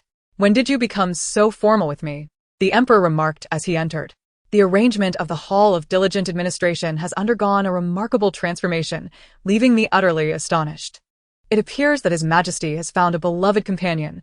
I wonder which lady has captured his heart? Cheng Yuanbai, with a glimmer of amusement in his eyes, solemnly inquired of the emperor. 1 year ago, I bestowed the title of concubine upon our esteemed merchant, Zhong Liqing. Surely, you are not unaware of this? The emperor replied with a smile that did not quite reach his eyes. Cheng Yuanbai, astonished that such significant news had escaped his notice, could scarcely find words to express his feelings. Ahem. Of course, I am aware, yet I did not anticipate that your majesty genuinely held affection for concubine Zhong. It is rumored among the populace that her elevation to concubine was due to her generous donation of 100,000 taels of silver for disaster relief.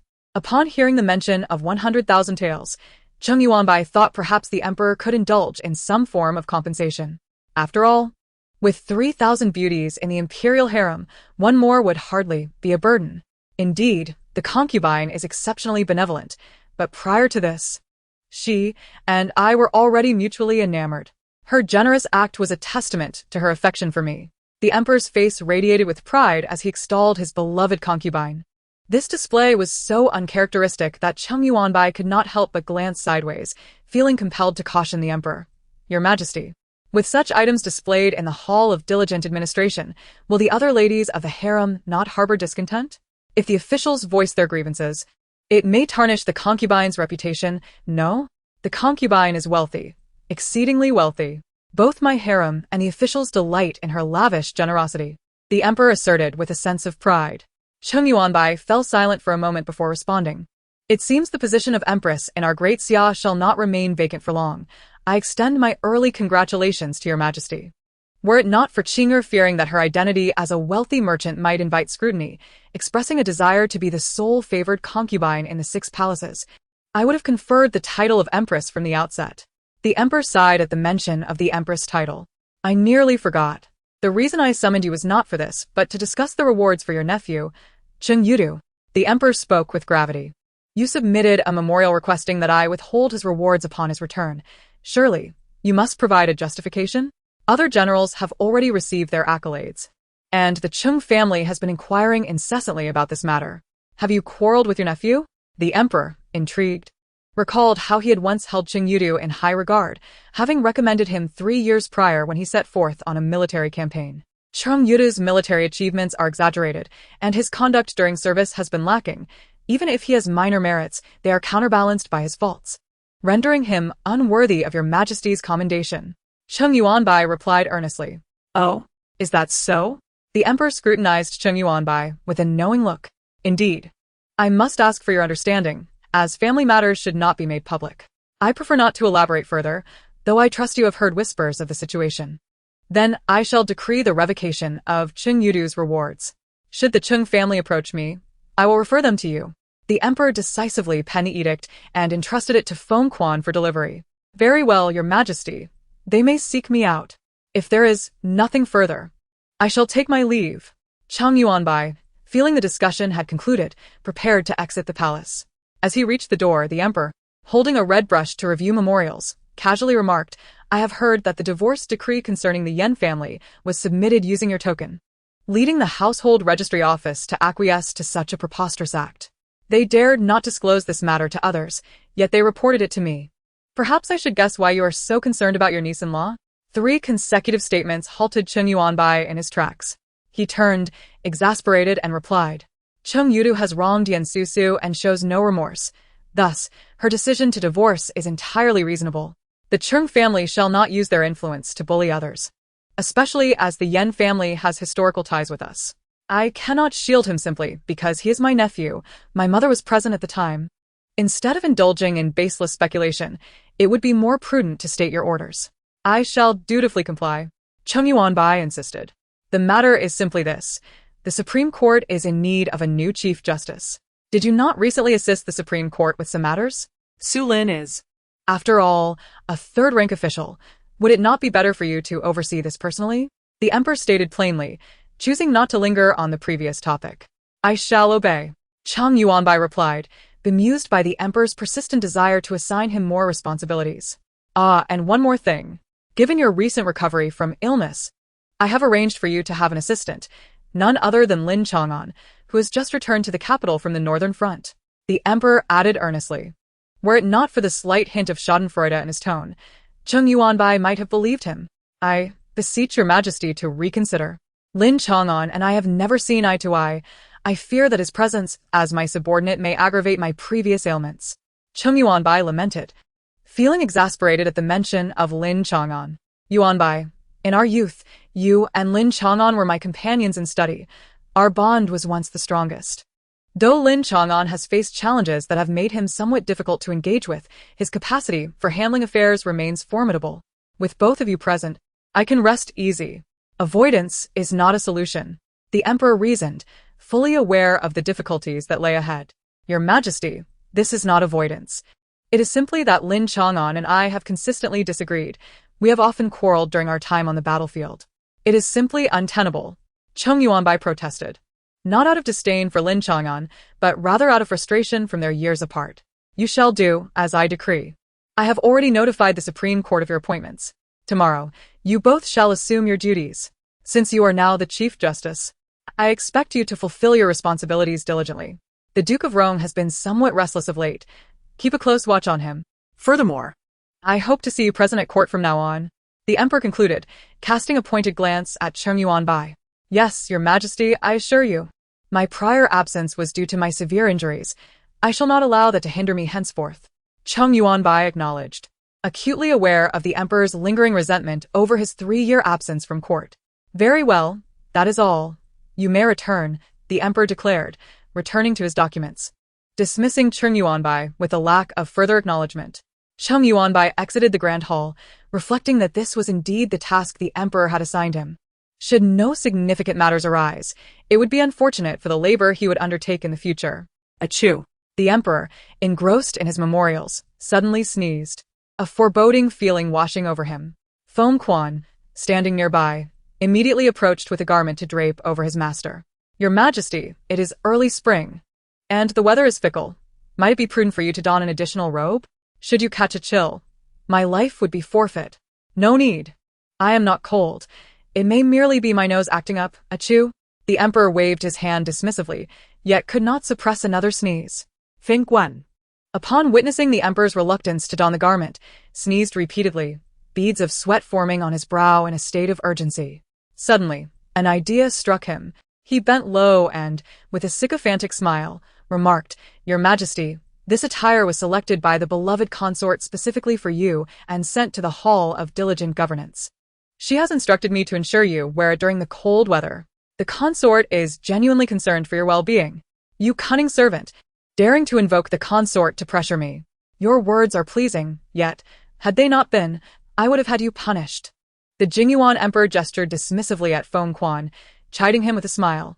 Very well, help me into it. Su Lin stormed home, his mind aflame, heading straight for Yan's quarters. My lord, you have returned. Just in time, I was about to discuss the marriage of our third son. Yan, noticing Su Lin's displeasure, assumed he faced difficulties in court due to rival factions. You wretched woman, you have brought calamity upon me. Su Lin struck Yan with a resounding slap, his voice trembling with rage.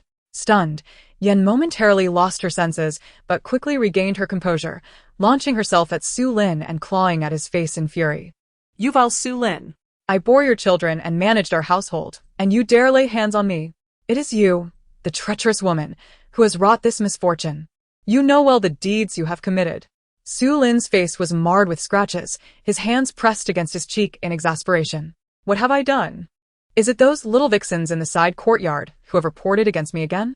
You ungrateful old fool, you favor your concubines over your wife. Yen wailed, her voice rising in a crescendo of despair. Enough. Do you wish for death? Shall I dash my head against the wall? Yen lamented, her voice laced with desperation. My lady, please do not. The maids implored, with young Mama clutching Yan's waist, pleading with Su Lin. Su Lin sneered, what a splendid performance. If you are truly capable, then throw yourself against the wall. I would find it a relief. Faced with Su Lin's dismissive tone, Yen faltered, clutching her chest. You Su Lin. Were it not for the efforts of my family, you would never have attained your position as an assistant minister. Now you wish to sever the ties that bind us? Dream on. Do not speak of plotting on my behalf. Is it my intention to sever ties? Because of your schemes, I now question whether I can even retain my current position. Su Lin's eyes blazed with fury. Tell me, have you offended Cheng Yuanbai? What Cheng Yuanbai? I have only offended Yan. Su Lin's rage peaked as he recalled recent events, his complexion paling. The god of war of our great Xia, Cheng Yuanbai. Do you recall? Today, at the Grand Court Assembly, he made his debut, and the very first thing he did was to denounce me, a mere assistant minister of revenue, accusing me of allowing my wife to commit heinous acts for wealth and conspiring against my daughter-in-law. Su Lin's anger crescendoed, and he lashed out at Yan again, kicking her fiercely. This time, Yan did not resist. Instead, fear gripped her as she clutched Su Lin's leg, stammering, My lord, what shall I do? Cheng Yuanbai has no evidence. The emperor will not believe him, right? Surely, they will not investigate. You vile woman. Now you tremble in fear? Had I known this would result, I would have acted differently. Su Lin glared at Yan, shutting his eyes in exasperation. My lord, you must save me. I acted for our family, and for you. You tacitly approved my actions at the time. You cannot abandon me. Yan pleaded desperately. Su Lin, upon hearing this, sprang up as if stung, shouting, Silence. You speak falsely. I only learned of your wicked deeds afterward. My lord, what good does it do to distance yourself now? 8 years ago, when I mentioned the poison against our eldest son's wife, it was because you sought to ascend to the position of assistant minister, requiring substantial bribes, all of which you financed. Yen gradually regained her composure, having seen her husband's true nature, her threats unyielding. You would do well to remember. You advocated for the marriage, you administered the poison, and you orchestrated the funeral. I had no hand in it. And even if the money were mine, it was only because I demanded it from you. Yet, for the sake of our marriage, I shall still endeavor to protect you. Su Lin's gaze darkened, a hint of malice surfacing. Yan, sensing the change in Su Lin, asked anxiously, what do you intend to do? Naturally, I will summon the servants to apprehend this malicious servant who has conspired against our family. Su Lin called for his subordinates, pointing at Yang Mama with venomous intent. Chapter 10. Su by Yang Mama, realizing she had become a scapegoat, struggled fiercely as she was taken away. My lord, what are you doing? Madam, I am your wet nurse. I have cared for you since childhood. Please save me. Yen, wide-eyed, grasped Su Lin's arm in panic. My lord, what are you doing? Why must you let them seize Yang Mama? Stop them. Fool. If she does not take the blame, do you wish for the officials to come for you tomorrow? Do you want to be taken by the authorities? Su Lin rebuked her. Yen fell silent, not wanting to face the scrutiny of the authorities. Averting her gaze from Yang Mama, tears streaming silently down her cheeks. Forgive me, Mama. I will ensure your family is cared for. My lady, your heart is cold. Yang Mama cried out as she was dragged away. My lord, will this suffice to resolve the matter? Yen asked, trembling. Su Lin regarded her with a cold, emotionless gaze. When the officials arrive tomorrow, I shall present Yang Mama as corpse. But you, having caused such a calamity, must reflect on your actions. He ordered his servants.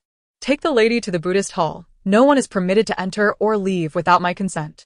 Yen, taken aback that she had sacrificed Yang Mama, found herself imprisoned by her husband. She wished to cry out for help, but her maids, frightened by the incident, dared not intervene. Thus, she was escorted to the secluded Buddhist hall, pushed inside. Let me out. Release me. I am the matriarch of the Su household, the biological mother of the second young master. How dare you imprison me? In the dim and foreboding Buddhist hall, which had previously been reserved for punishing disobedient concubines and illegitimate children, Yen had never set foot in before. Upon the door closing, she was seized by a wave of dread, banging on the door and shouting. The servants stationed at the entrance, loyal to Su Lin, remained indifferent to her cries. Madam, save your strength. We are merely following our master's orders. We dare not defy him. A figure in a white robe flitted past outside the courtyard, a slender silhouette, with clenched fists that creaked ominously. Young master, your health is fragile. We should return. One of the servants draped an outer robe over the young man. Turning, the man appeared to be in his late 20s, vibrant yet pallid, his lips nearly devoid of color. He coughed softly, his voice frail, clearly indicating his ill health. Yet, despite his pale complexion, his starry eyes sparkled with brilliance as he smiled. Return? How could I possibly leave at such a time? Ling Yuan, assist me to my father's study. At that moment, Su Lin was in a tumultuous state, rifling through books in his study when a servant entered to report. My lord, the eldest young master seeks an audience. Su Lin furrowed his brow, irritation evident. What brings him here? Let him in. Su Bai respectfully bowed upon entering the room, greeting Su Lin with a serene expression. Father, I come to pay my respects. Su Lin observed his illegitimate son, noting the pallor and sorrow etched on his face, which stirred an unwelcoming sentiment within him. Why have you come to see me instead of tending to your health? He inquired with displeasure. Concern etched on his features, Su Bai replied, I have heard that my mother has been confined to the Buddhist hall by you, which indicates a grave matter within the household. How can I rest easy and recuperate under such circumstances? I, too, have been well educated since childhood and have earned my degree. I may offer you some suggestions. Su Lin scrutinized his eldest son, and seeing the genuine concern reflected in Su Bai's expression, his own demeanor softened slightly. After a moment's contemplation, he responded, You are indeed thoughtful, but it is your legitimate mother who has caused this trouble. In truth, Su Bai had been astute and bright from a young age, achieving the status of a scholar at an early age. Regrettably, following the death of his elder brother's wife, he fell gravely ill, his future prospects seemingly dashed. Su Lin, burdened with grief over his daughter-in-law's death, had inadvertently overlooked Su Bai, fostering a sense of resentment towards him. Now, with Su Bai expressing concern for him, Su Lin finally regarded him with a measure of respect. Feeling restless, Su Lin found himself inclined to share his troubles. With a look of remorse, he confessed, Buyer, I have only just learned of the grave error your mother has committed. She has wronged you and your wife, Linger, by poisoning her, leading to her demise. That vile woman. What? Linger did not perish from an illness? She was poisoned by mother? This is akin to murder. How could she dare? Su Bai feigned shock, concern flickering in his eyes. Seeing that his son was utterly unaware of the previous events and genuinely concerned for him, Su Lin felt a sense of relief and divulged the truth.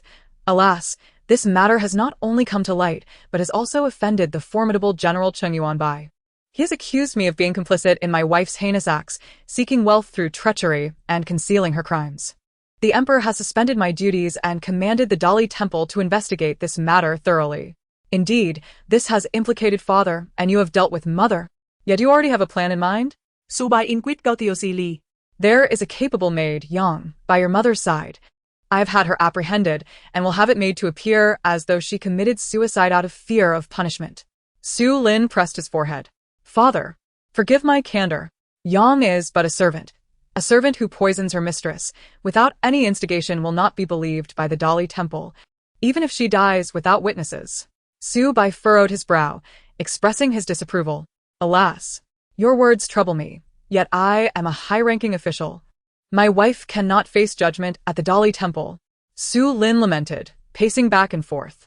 Cough, cough. Father, my following words may seem disrespectful towards mother, but for the sake of our Su family, I must speak frankly. I hope you will understand. Su Bai coughed lightly, his voice tinged with fatigue. That wicked woman has brought us to this point. What more is there to be said? Speak, what do you propose? Su Lin, sensing his son's inclination to act, poured a cup of tea for him with a look of disdain. Seated at the table, Su Bai took a sip of hot tea and replied with calm resolve. Then let me say this. Since General Cheng has accused Yan and the Dali Temple is investigating her, why not declare that she, knowing the scandal would be revealed, killed her wet nurse to take the blame? You happened to catch her in the act, leading to her dismissal from the minister's residence. After all, you were unaware of her deeds until now, were you not? This will not do. I have known Yan for many years, and I am well aware of her character. She is a mad dog. If I cast her aside, she will drag me down with her.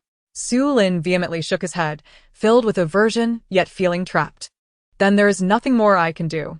I can only pray that when the Dali Temple receives the body of Yang tomorrow, they will cease their investigation. Otherwise, the consequences will be dire. Su Bai set down the teacup, his expression impassive. Su Lin fell into contemplation. The Dali Temple will surely come tomorrow. I shall excuse myself now to prepare. Su Bai resolved to press Su Lin further, rising to smooth his sleeves and bowing respectfully. Wait. Buyer is right. We must prepare. A glint of ruthlessness flickered across Su Lin's face, which quickly transformed into a look of affection as he addressed Su Bai. Buyer, I regret having heeded Yan's slanders in the past and neglecting you. Your concern for me now fills me with guilt. Rest assured, I will find you a virtuous wife anew. Su Bai lowered his head as he absorbed his father's words, his expression darkening momentarily before returning to a semblance of composure. He raised his gaze, smiling with feigned gratitude, and replied, Thank you, father. May I inquire what preparations you intend to make? I am willing to assist you. Hearing Su Bai's response, Su Lin smiled in satisfaction. Tomorrow, when the Dali Temple arrives, I will personally attend to them. If that old servantess body can provide satisfactory explanations, that would be ideal. Afterwards, we shall settle accounts with Yan. If the Dali Temple insists, then that madwoman cannot be allowed to live. I will do my best to stall them. Buyer, you must take care of Yan. Father, this. While Yan is guilty, my younger brother will resent me deeply if he learns of this. Su Bai expressed his unease. Such is the sentiment of a woman. When Yan sought your wife's life, she showed no mercy. What?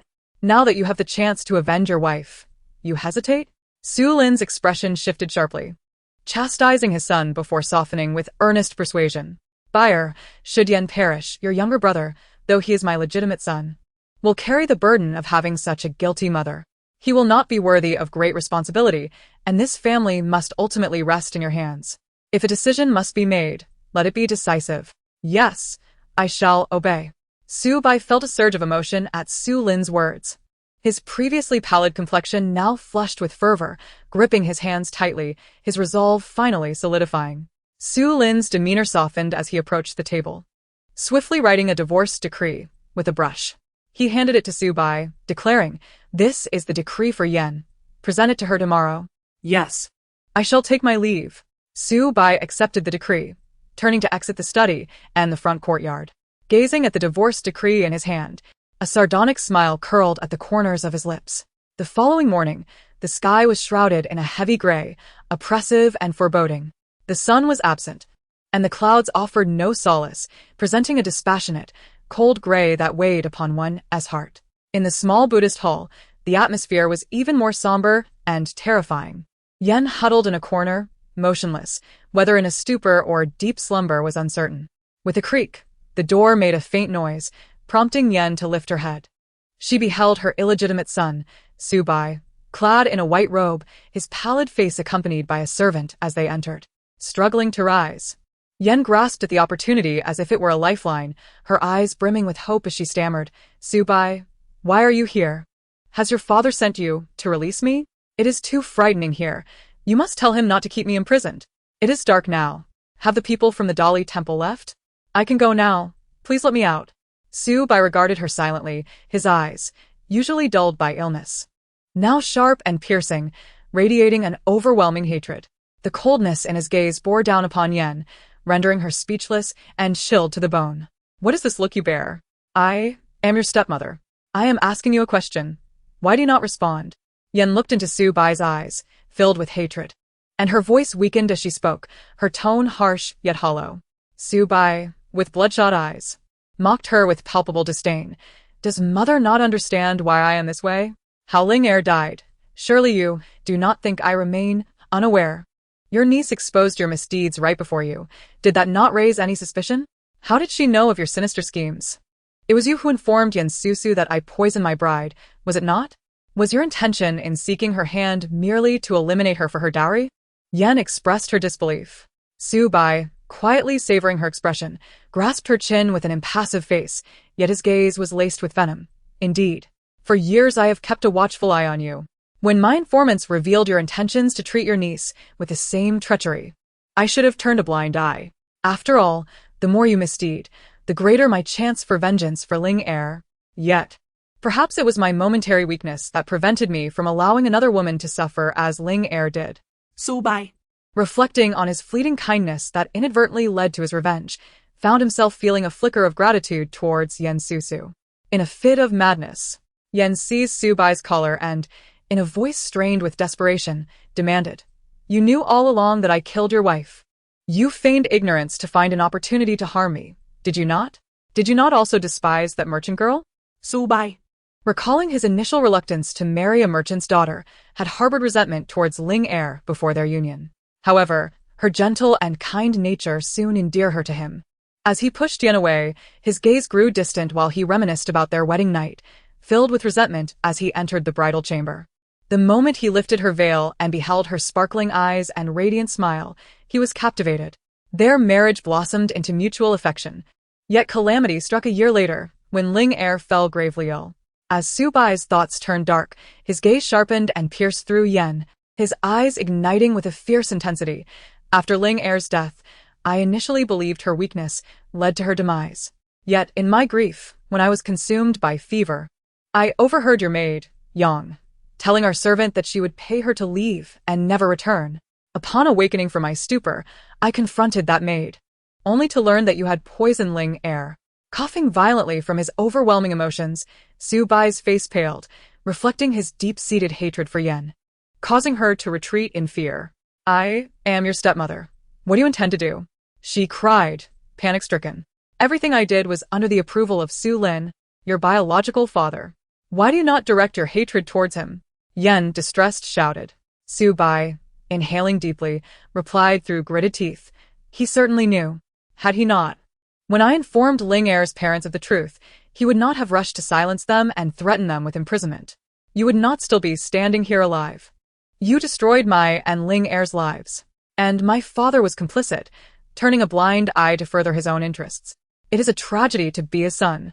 Subai's expression shifted from sorrow to chilling resolve as he produced a divorce letter, coldly gesturing for her to behold it. Trembling, Yen took the paper, her hands shaking as she read the bold characters declaring their divorce. Her heart sank, and she murmured, "How dare he?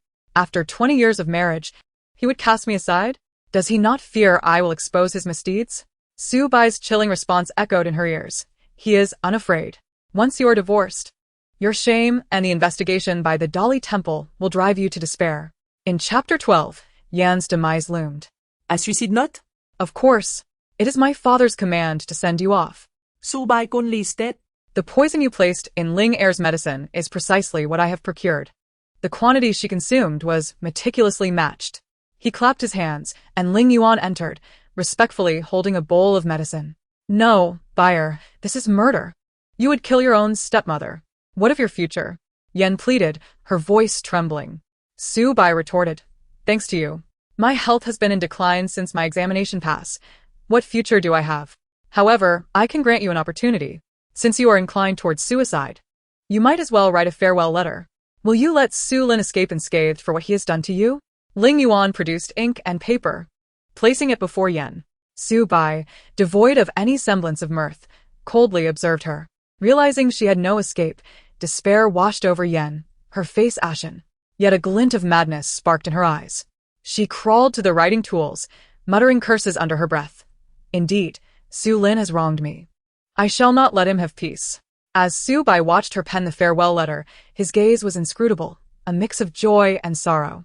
After a prolonged silence, he commanded, Ling Yuan, bring me the medicine. No, I do not want to die. Help me. Yan's cries echoed in the silent temple, but those outside remained unmoved, her voice fading into silence.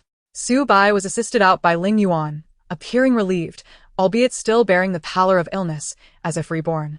In the outer courtyard, the newly appointed Dali Temple Minister Cheng Yuanbai and Deputy Minister Lin Chang'an arrived at Su's residence. Upon seeing them, Su Lin's face stiffened, realizing the impending doom. He anxiously awaited Su Bai to take action.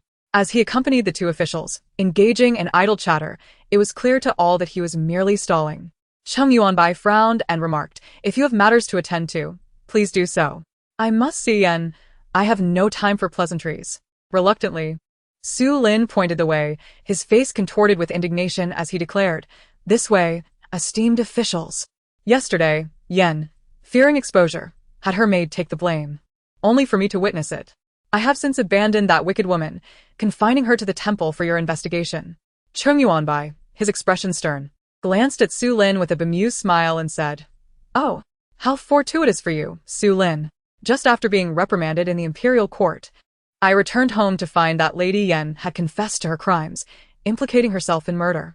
It seems that she had offended General Cheng a few days prior and has since been in a state of unrest, leading her to take desperate measures and make foolish mistakes. Su Lin wiped the sweat from his brow.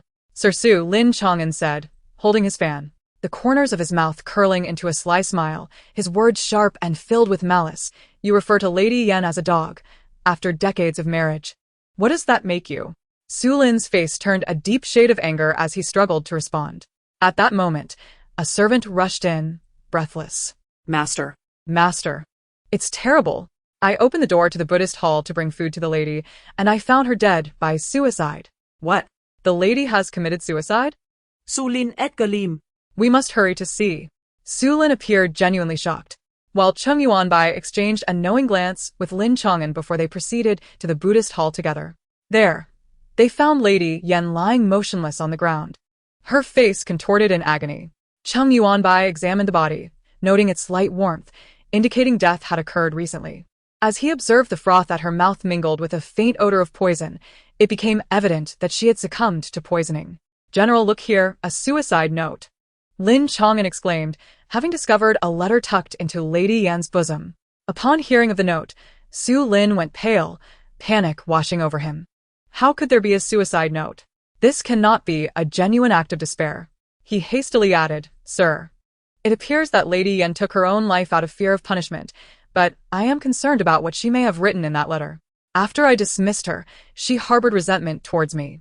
I fear she may have penned something detrimental to my reputation, which cannot be taken at face value. Cheng Yuanbai paid no heed to Su Lin's words. After reading the note, he turned to Su Lin with a cold expression. Sir Su, your foresight is commendable. Lady Yan indeed stated in her note that your position as the left assistant minister was acquired through bribery, and now you have resorted to murder to silence her. Su Lin shot a venomous glance at Lady Yan's lifeless form, his voice trembling with indignation. This is slander. Lady Yan is merely taking her own life out of guilt. She wished to implicate me in her demise. If I had forced her to her end, I would not have allowed her to leave behind a letter that accuses me. Cheng Yuanbai smirked, his eyes glinting with disdain. Slander? The letter states that in order to secure the position of left assistant minister, you personally presented a priceless night pearl to the then Minister of Revenue. I wonder, Sir Su, from where did you acquire such a treasure? Su Lin's complexion turned ashen as he suddenly remembered that the night pearl had been taken from his daughter-in-law's dowry, leaving him speechless. The evidence was irrefutable. No one would believe that he had not gifted it. His face drained of color. Have nothing to say? Then let us accompany you for a little journey. Do not worry. After decades of marriage, we shall ensure you are housed together again.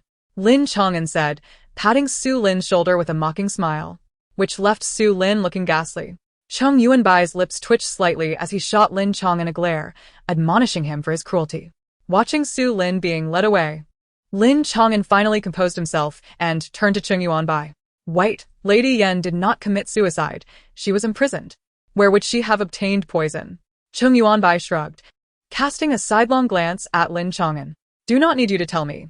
While Lady Yan's death was recent, Su Lin has been with us the entire time. His intent is clear, to delay and evade responsibility. Even if he did not kill her, he certainly orchestrated it. Lin Chang'an could not help but chuckle. He orchestrated it. Yet it is evident that he entrusted the task to the wrong person, leading to a scenario where Lady Yan and he turned against each other. Yes, I know who is behind this. Cheng Yuanbai's gaze deepened as he spoke of the puppet master. As they approached the door, they encountered a pale, gaunt man in white robes, accompanied by a servant in green, who wore a ghostly smile as they watched Su Lin being taken away by the authorities. At that moment, Su Bai noticed Cheng Yuanbai and Lin Chang'an, approaching them with a deep bow and expressing his gratitude. Thank you, my lord. Cheng Yuanbai helped Su Bai to his feet, his expression inscrutable as he gazed into Su Bai's eyes for a while before finally asking, what do you plan to do next? Su Bai smiled bitterly. Given my frail health, I have little choice but to head to Jiangnan. My in-laws are elderly, and with only Linger as their sole daughter, I shall serve them in their twilight years. Lin Chang'an glanced between Cheng Yuanbai and Su Bai, suddenly realizing, you are Su Lin's illegitimate son. And the victim was your wife. So, Lady Yan and Su Lin, a stepmother and her biological father. How ruthless. I admire your fortitude. Su Bai's expression darkened as he replied to Lin Chang'an with a subtle undertone. Indeed, Sir Lin, your reputation for being sharp-tongued is not unfounded. Without waiting for Lin Chang'an's reaction, he thanked Cheng Yuanbai once more and departed with an unwavering demeanor. Lin Chang'an was left bewildered. What does that mean? Cheng Yuanbai pondered for a moment before responding. He means you have a sharp tongue and a reputation for it. At that moment, a junior official approached to report back and inadvertently overheard the conversation, unable to suppress a chuckle. Lin Chang'an's expression darkened, his teeth clenched. Cheng Yuanbai, you did that on purpose. Cheng Yuanbai feigned ignorance, gazing in the direction Su Bai had departed. The literary world suffers from illness, burdened by this empire. What a pity. Chapter 13. The Day of Reckoning. Classmates? Yen Susu received a letter from Cheng Yuanbai's servant, learning of the events surrounding the Su family, and deduced who had sent her the message. She felt a tinge of pity for Su Bai's plight, especially upon hearing he was a scholar. Though she had never met Su Bai, she felt a connection to him. Despite his resentment and desire for revenge, he chose to inform Yen Susu, revealing his inherent integrity. Alas, he was undone by Su Lin and Lady Yan. Otherwise, the fate of the Su family would have been different, and Su Bai would have thrived. Miss, I heard that General Cheng has been appointed as the Minister of Justice by the Emperor, overseeing the investigation into the Su family. Chunyu eagerly recounted Cheng Yuanbai's merits.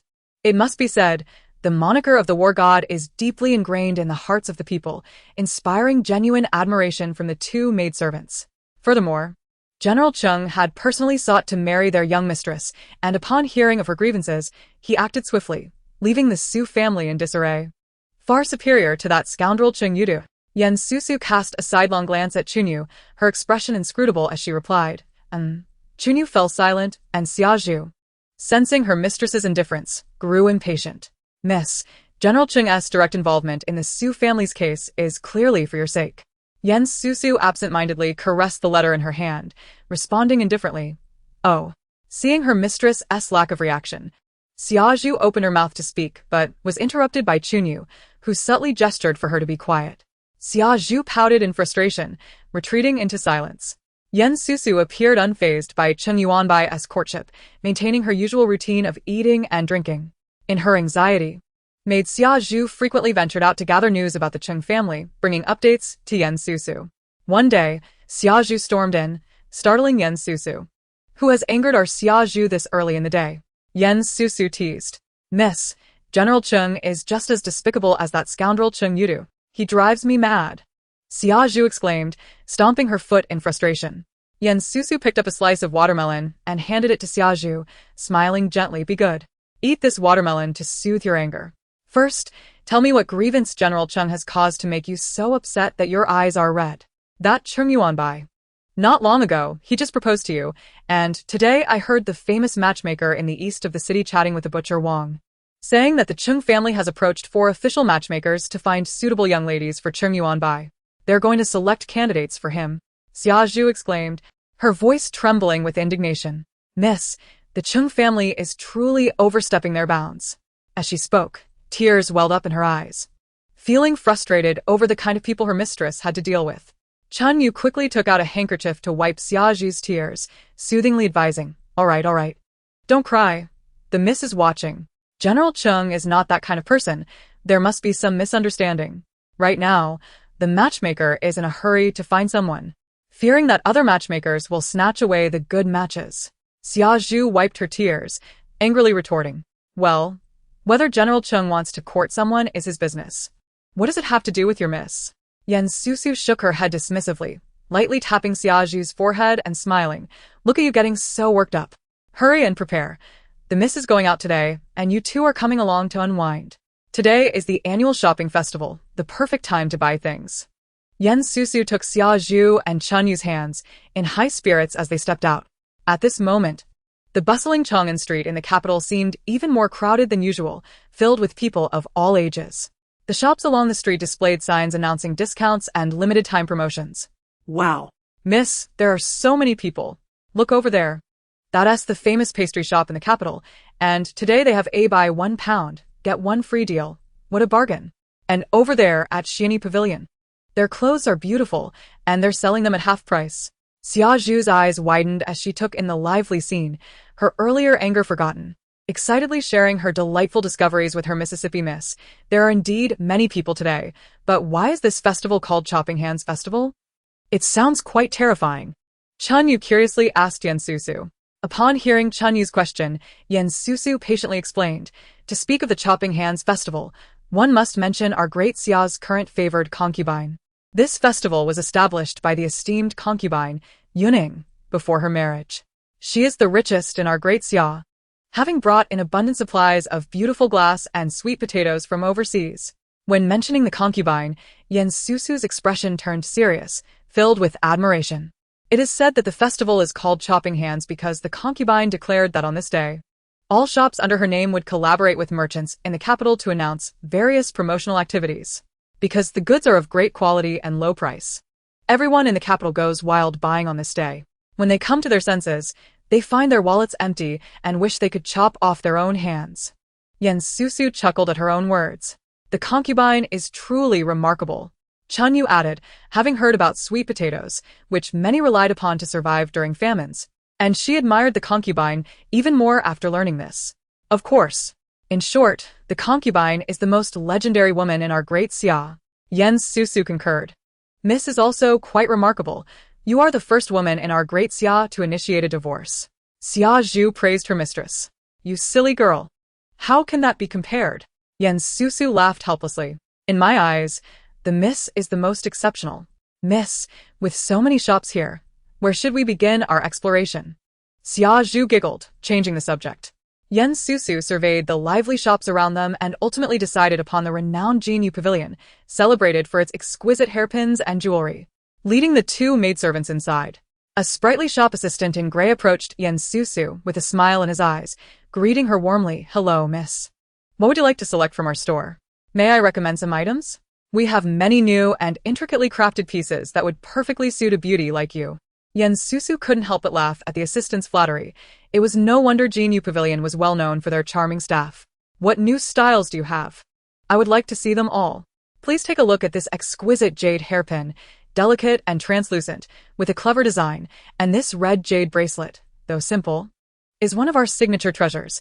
Red jade is rare, and the master has specially crafted it with subtle patterns to enhance its elegance. The assistant continued to extol the virtues of the jewelry, his chatter amusing Susu to the point where she interrupted with a smile. I think this red jade bracelet is wonderful, and that gold hairpin over there, with its golden tassels, is also quite beautiful. I like these. Please pack them up for me. Susu selected several items she fancied, and also chose a pair of silver bracelets for each of her maidservants. Seeing that Susu had chosen so many precious pieces, the assistant's eyes sparkled, and he cheerfully exclaimed, "Certainly. Rest assured, I will wrap them up for you. Miss, not only are you beautiful, but you also have exquisite taste. And you are kind to these two lovely ladies beside you. Truly enviable." The assistant nodded eagerly, preparing to hand the wrapped jewelry to the maidservant beside Susu. Wait. What kind of riffraff are you allowing into Jingyu Pavilion now? Do you even know who she is? Are you not ashamed to sell to her? A haughty voice interrupted, and a striking woman entered, clad in a low-cut, form-fitting pink gown, adorned with several gold hairpins. Susu found the woman somewhat familiar and, upon closer inspection, was astonished to realize it was her former classmate, Li Xuemei. Though Susu was the daughter of a military general, her mother placed great importance on a woman's education, believing that girls should be literate and knowledgeable. Thus, she arranged for Susu to study at the Luyuan Women's Academy. Susu had formed a few close friendships during her time at the academy, but Li Xuemei was not among them. Li Xuemei prided herself on her scholarly lineage and looked down upon someone like Susu, who came from a military background, leading to their lack of deep interaction. After marriage, they had lost all contact. Li Xuemei's sudden antagonism left Susu bewildered. "Is that you, Li Xuemei? We were classmates for 3 years. I don't recall offending you." Susu frowned. Li Xuemei disdainfully waved her hand, rolling her eyes, and said haughtily, "Let us not even mention our past. I feel ashamed to have been your classmate. The whole capital is buzzing about it now. Susu, you are a divorced woman, and you still have the audacity to go out and buy jewelry. If I were you, I would hide my face at home. If you let me see you, it would be an offense against me." So she is the Susu who has recently become the talk of the town for her divorce. Susu? Wasn't it said that Cheng Yudu brought back a savior from outside and intended to marry her, and that she had been cast aside by Cheng Yudu? In the shop, many ladies and gentlemen had gathered around, their innate curiosity piqued by the commotion. Hearing the various comments, Susu was not surprised. Her former mother-in-law was not one to shy away from spreading both truths and falsehoods, blending them to distort the narrative, all to protect her son's reputation. So, she decided not to hold back any longer. Speaking candidly to Li Xuemei, "Cheng Yudu wronged me first. I divorced him. The one who should feel ashamed is not me. Besides, who do you think you are to speak to me like that?" Chapter 14. The concubine of the king. Li Xuemei's expression changed. Her eyes filled with anger as she sharply retorted, "How dare you? Do you know who I am now? You, a rebellious and discarded woman, dare to speak to me in such a manner?" Susu retorted calmly, finding Li Xuemei's arrogance utterly exasperating. "Oh, I truly know who you are. You are none other than Li Xuemei. But the question remains, do you even know who you are?" Li Xuemei was momentarily speechless, gritting her teeth and huffing, "Humph. I am currently favored by the king of Li. Those who are wise should quickly kneel before me and apologize, otherwise, the king will not spare you. You are no longer the third young mistress of the Cheng family. An orphan with no parents, you have no one to support you. Dealing with you is as easy as pie for me." Li Xuemei remarked sarcastically, her heart swelling with pride. 3 years ago, when Susu married Cheng Yudu, jealousy had nearly driven her mad. Envious that Susu had wed the man she once adored, while she herself was forcibly given to the king of Li against her will by her stepmother. Yet in just 3 short years, Susu had been cast aside by Cheng Yudu while she basked in the king's affection. Dark thoughts filled Li Xuemei's mind. Today, she must teach Susu a severe lesson, ensuring that she could never hold her head high again. Upon hearing that Li Xuemei was associated with the king of Li, Susu's heart raced. However, Li Xuemei's insults towards her parents ignited a fury within her. Taking a deep breath, she managed to regain her composure. Suddenly, Susu feigned fear, clutching her chest, and exclaimed, "Oh my, to think you are associated with the king of Li." How terrifying. Li Shuomei. Pleased with Susu's reaction, believed she had instilled fear in her. Little did she know. Susu's next words caused Li Shuomei's expression to freeze. "Pray tell, which side consort might you be? I recall that the king has two side consorts. One is the legitimate daughter of the former Grand Tutor, and the other does not seem to be you." Even if Li Shuomei had managed to attach herself to the king, she was merely a concubine.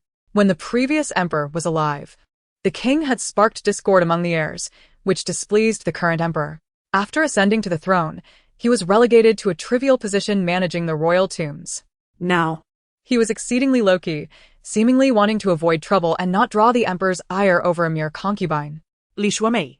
Seeing that Susu was not intimidated by the king's name and had instead turned the tables to mock her, was infuriated. Clenching the handkerchief tightly, she snapped, How dare you? "I am the king's most cherished woman. What is a mere concubine? Even if you were the primary wife, you are just a discarded woman without a man's affection. What does that amount to?" Susu remained unfazed by her words, replying without a change in expression. "Firstly, whether a primary wife or a side consort, you cannot compare to someone like me, who has never even graced the royal jade butterfly. Secondly, I am not a discarded woman.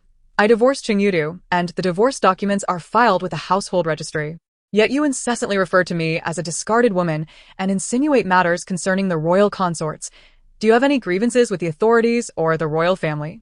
Or is it that the king has issues with this?" No matter how favored Li Shuomei may have been, in the king's eyes, she was merely a concubine. Yet, she strutted about with such arrogance, evidently failing to recognize her own status or perhaps being intoxicated by the king's fleeting affection. Li Shuomei was momentarily at a loss for words. No matter how brazen she was, she dared not speak of matters concerning the authorities or implicate the king. In a fit of rage, she advanced and forcibly snatched the jade bracelet that Susu had been eyeing from the shop assistant. "I want this. Hurry up and settle the bill for me." The shop assistant, fearing damage to the item, could only relent and allow her to take it, wearing a forced smile. "Madam, guests are welcomed here, but this item was just selected by that young lady. Please return it, and I can help you select another." Li Shuomei's face darkened. Having been humiliated by Susu, it was intolerable that even a mere shop assistant wouldn't heed her. Unable to contain her fury, she raised her chin, pointing a finger at the shop assistant's nose, and angrily declared, "Do you not understand human language? I want this. You, a mere shop assistant, do you believe I could have you dismissed with a single word?" The shopkeeper, noticing the commotion, hurried over. As he entered, he overheard someone threatening his staff and could not help but scoff. "Madam, such a grandiose claim. However, at Jingming Pavilion, we do not tolerate such behavior. If you wish to select jewelry, do so properly, but if you intend to cause a ruckus, please leave, for we do not welcome you here." Li Shuomei never expected a small shop like Jingming Pavilion to speak so defiantly. She could hardly believe it. "Do you know who I am?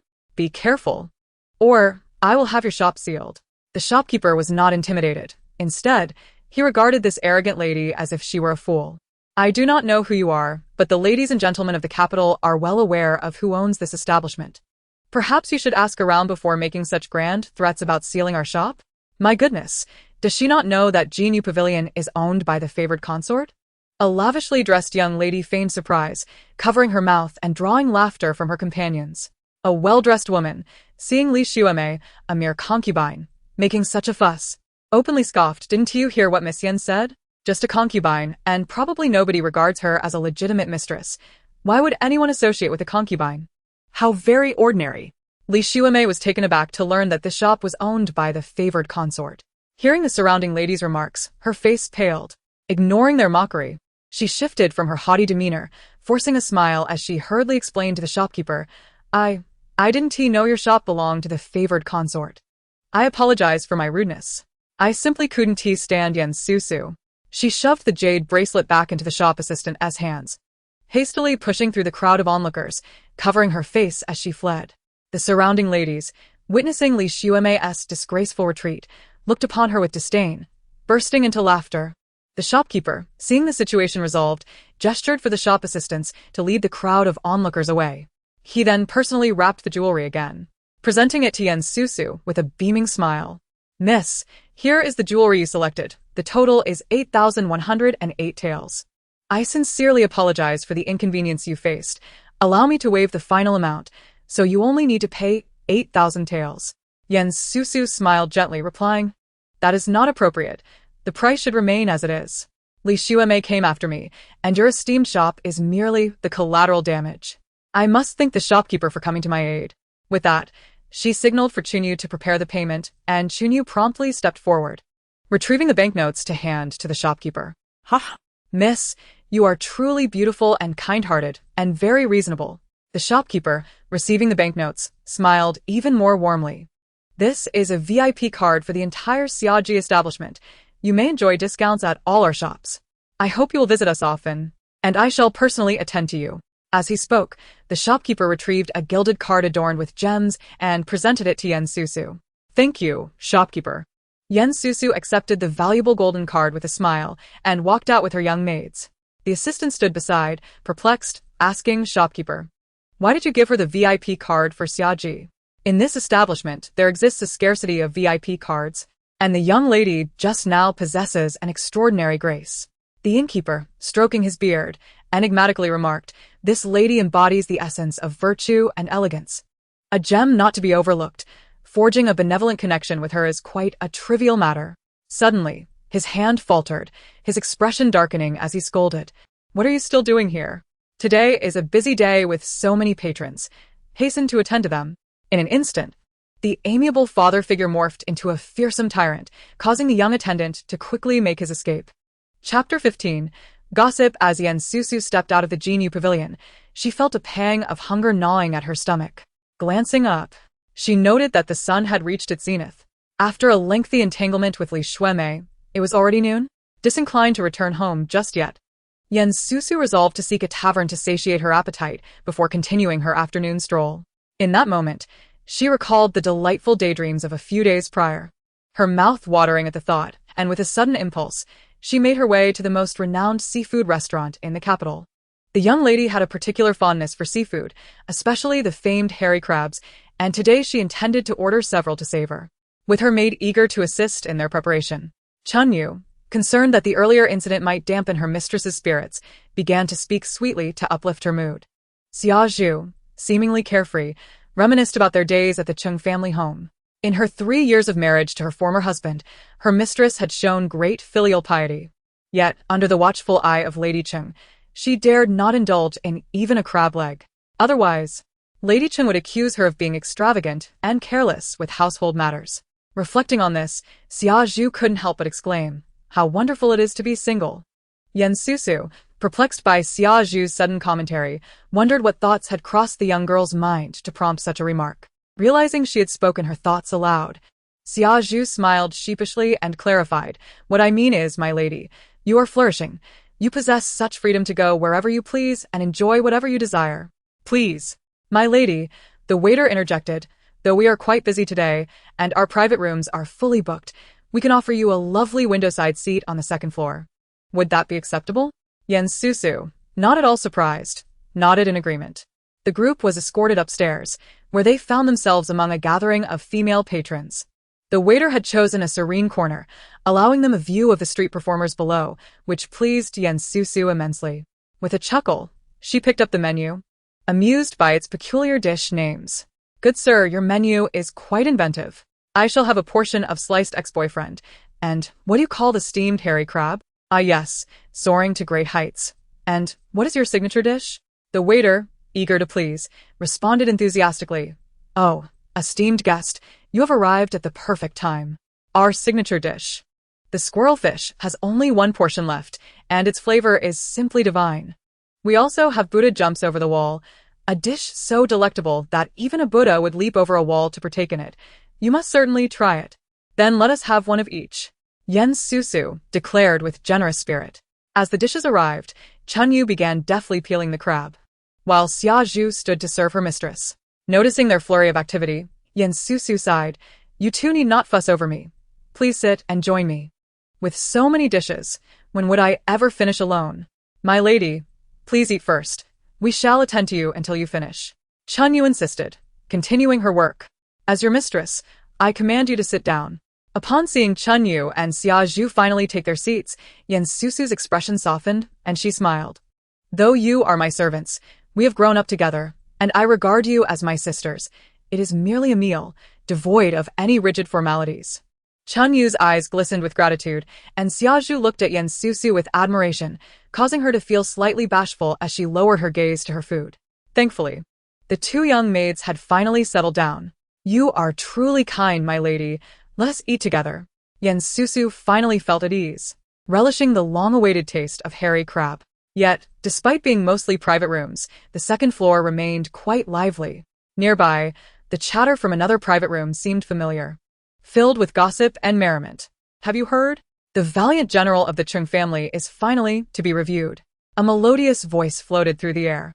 It is said that the matriarch is planning a flower-viewing banquet, inviting suitable young ladies from the capital to meet the general in person. Another girl chimed in, clearly enamored with the general. Is that so? I've been busy embroidering my dowry at home, and today is my first chance to venture out.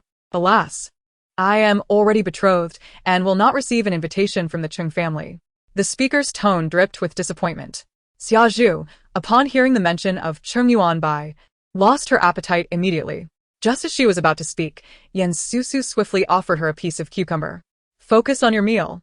The first girl, eager to flatter her companion, turned to her friend, Qian. You must have received an invitation. Your aunt is sure to send you one to attend. Qian, feigning modesty, replied softly, do not speak foolishly. If I were to attend, it would disrupt the family hierarchy. Yan Susu, recognizing the voice as belonging to her former mother-in-law's niece, quickened her eating pace and discreetly gestured for Cheng Yu and Xia Zhu to finish quickly, urging them to leave before any unfortunate encounters arose. Though she had nothing to fear, the thought of running into another Li Shuemei would surely ruin her day. She couldn't help but lament her ill fate today, encountering those with whom she had no affinity.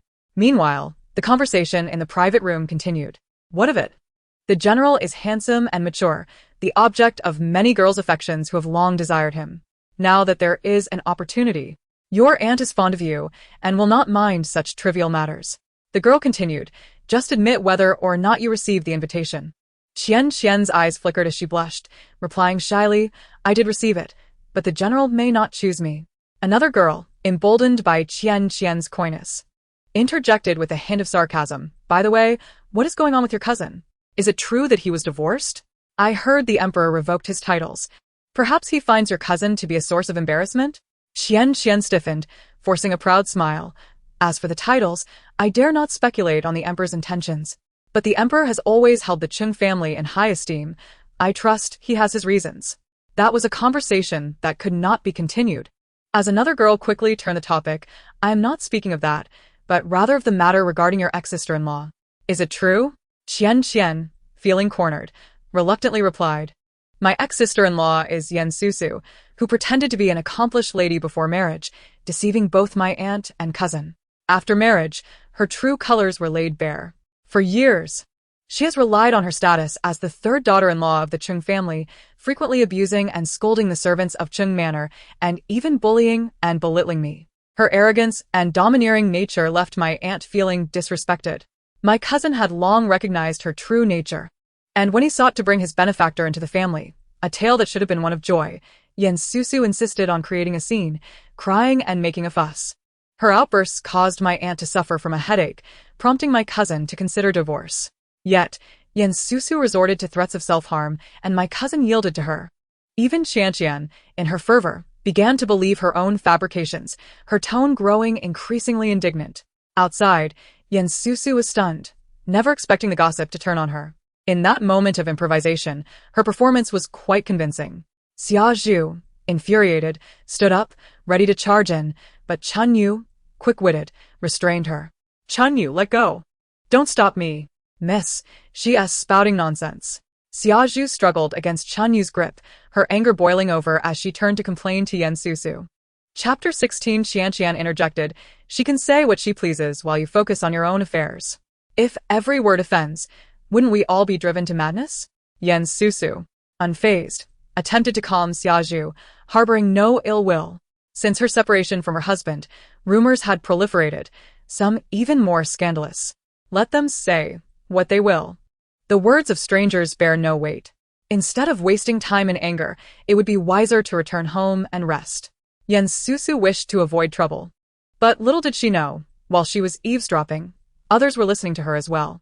Qian recognized the voices drifting in from outside. It was indeed her former sister-in-law, Susu. Pausing for a moment, she opened the door, only to meet Susu's gaze. Susu could only shake her head in disbelief, lamenting the misfortune of dining poorly today. Oh, Qian, why have you opened the door?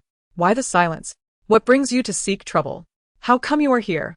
Were you following me? Qian's heart raced, with a mix of surprise and anger at her own words. Susu sighed, lifting her eyelids in exasperation. Indeed. What a coincidence I find myself here. I too am curious as to how I am pursuing my own demise.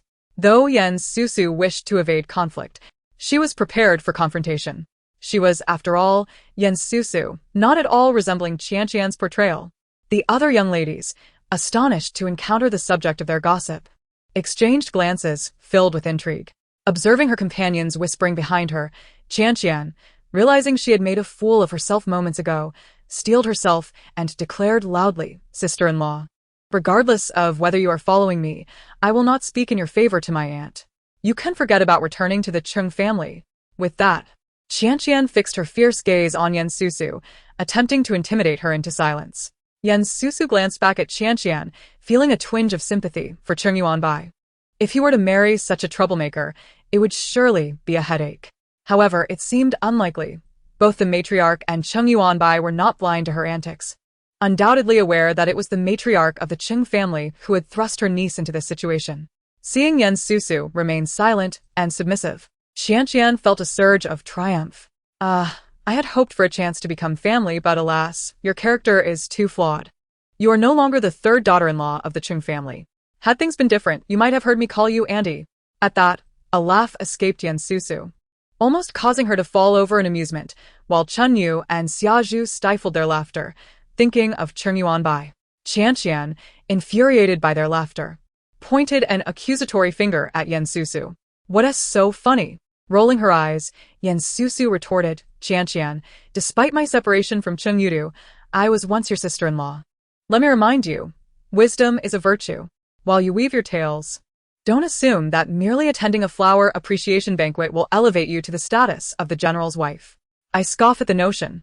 It's clear the matriarch has had no interest in you all these years. If she had, she would have acknowledged you long ago. There would be no need for a banquet. Qian, unable to tolerate Susu's words, charged forward, ready to retaliate. You're lying. The matriarch cherishes me. Whenever I visit the Cheng manor, she sends me pastries. Xiazhu stepped forward, firmly grabbing Qian's hand to prevent her from attacking her mistress and forcefully pushing her back. Qian stumbled to the ground, her clothing disheveled, losing all semblance of noble composure, and glancing around, her eyes welled with tears. Susu regarded the disheveled Qian with indifference, wiping her hands clean. Guests should be treated with respect. As the eldest matriarch of Cheng Manor, it is customary for her to send you pastries and ensure your comfort. If you fail to grasp even this fundamental courtesy, how do you expect to present yourself as a future general's wife? What sort of upbringing did the Qian family provide? Qian stood mortified, seeking support from her friends, but they exchanged glances, remaining silent. You all, I regarded you as dear sisters. Yet you forsake me in my time of need. The girl who had been criticizing earlier chimed in, Qian, we aren't abandoning you. We just believe what Susu says is true. Your earlier claims seemed insincere. You were merely bragging, not treating us as sisters. Indeed, Qian, lying is unbecoming. I have pressing matters at home. I must take my leave. I will be busy preparing my dowry, so do not involve me in such affairs. The young ladies, one by one, expressed their disdain for Qian before departing in frustration. Susu observed with amusement as the so-called friends parted ways, stifling a laugh. Are you satisfied now? This is all you're doing. I will not let this go. Qian cried, tears streaming down her face as she stomped out. Well, now that it's quiet, let us eat. Susu shrugged, smiling nonchalantly. Qian entered Cheng Manor in tears. The matriarch, concerned for her niece, inquired about the distress. Qian sobbed. recounting her encounter with Susu and how she had been ridiculed in front of so many people. "Aunt, you must teach Susu a lesson. She has gone too far." The matriarch sighed. "Have you forgotten? I am no longer her mother-in-law. I cannot control her."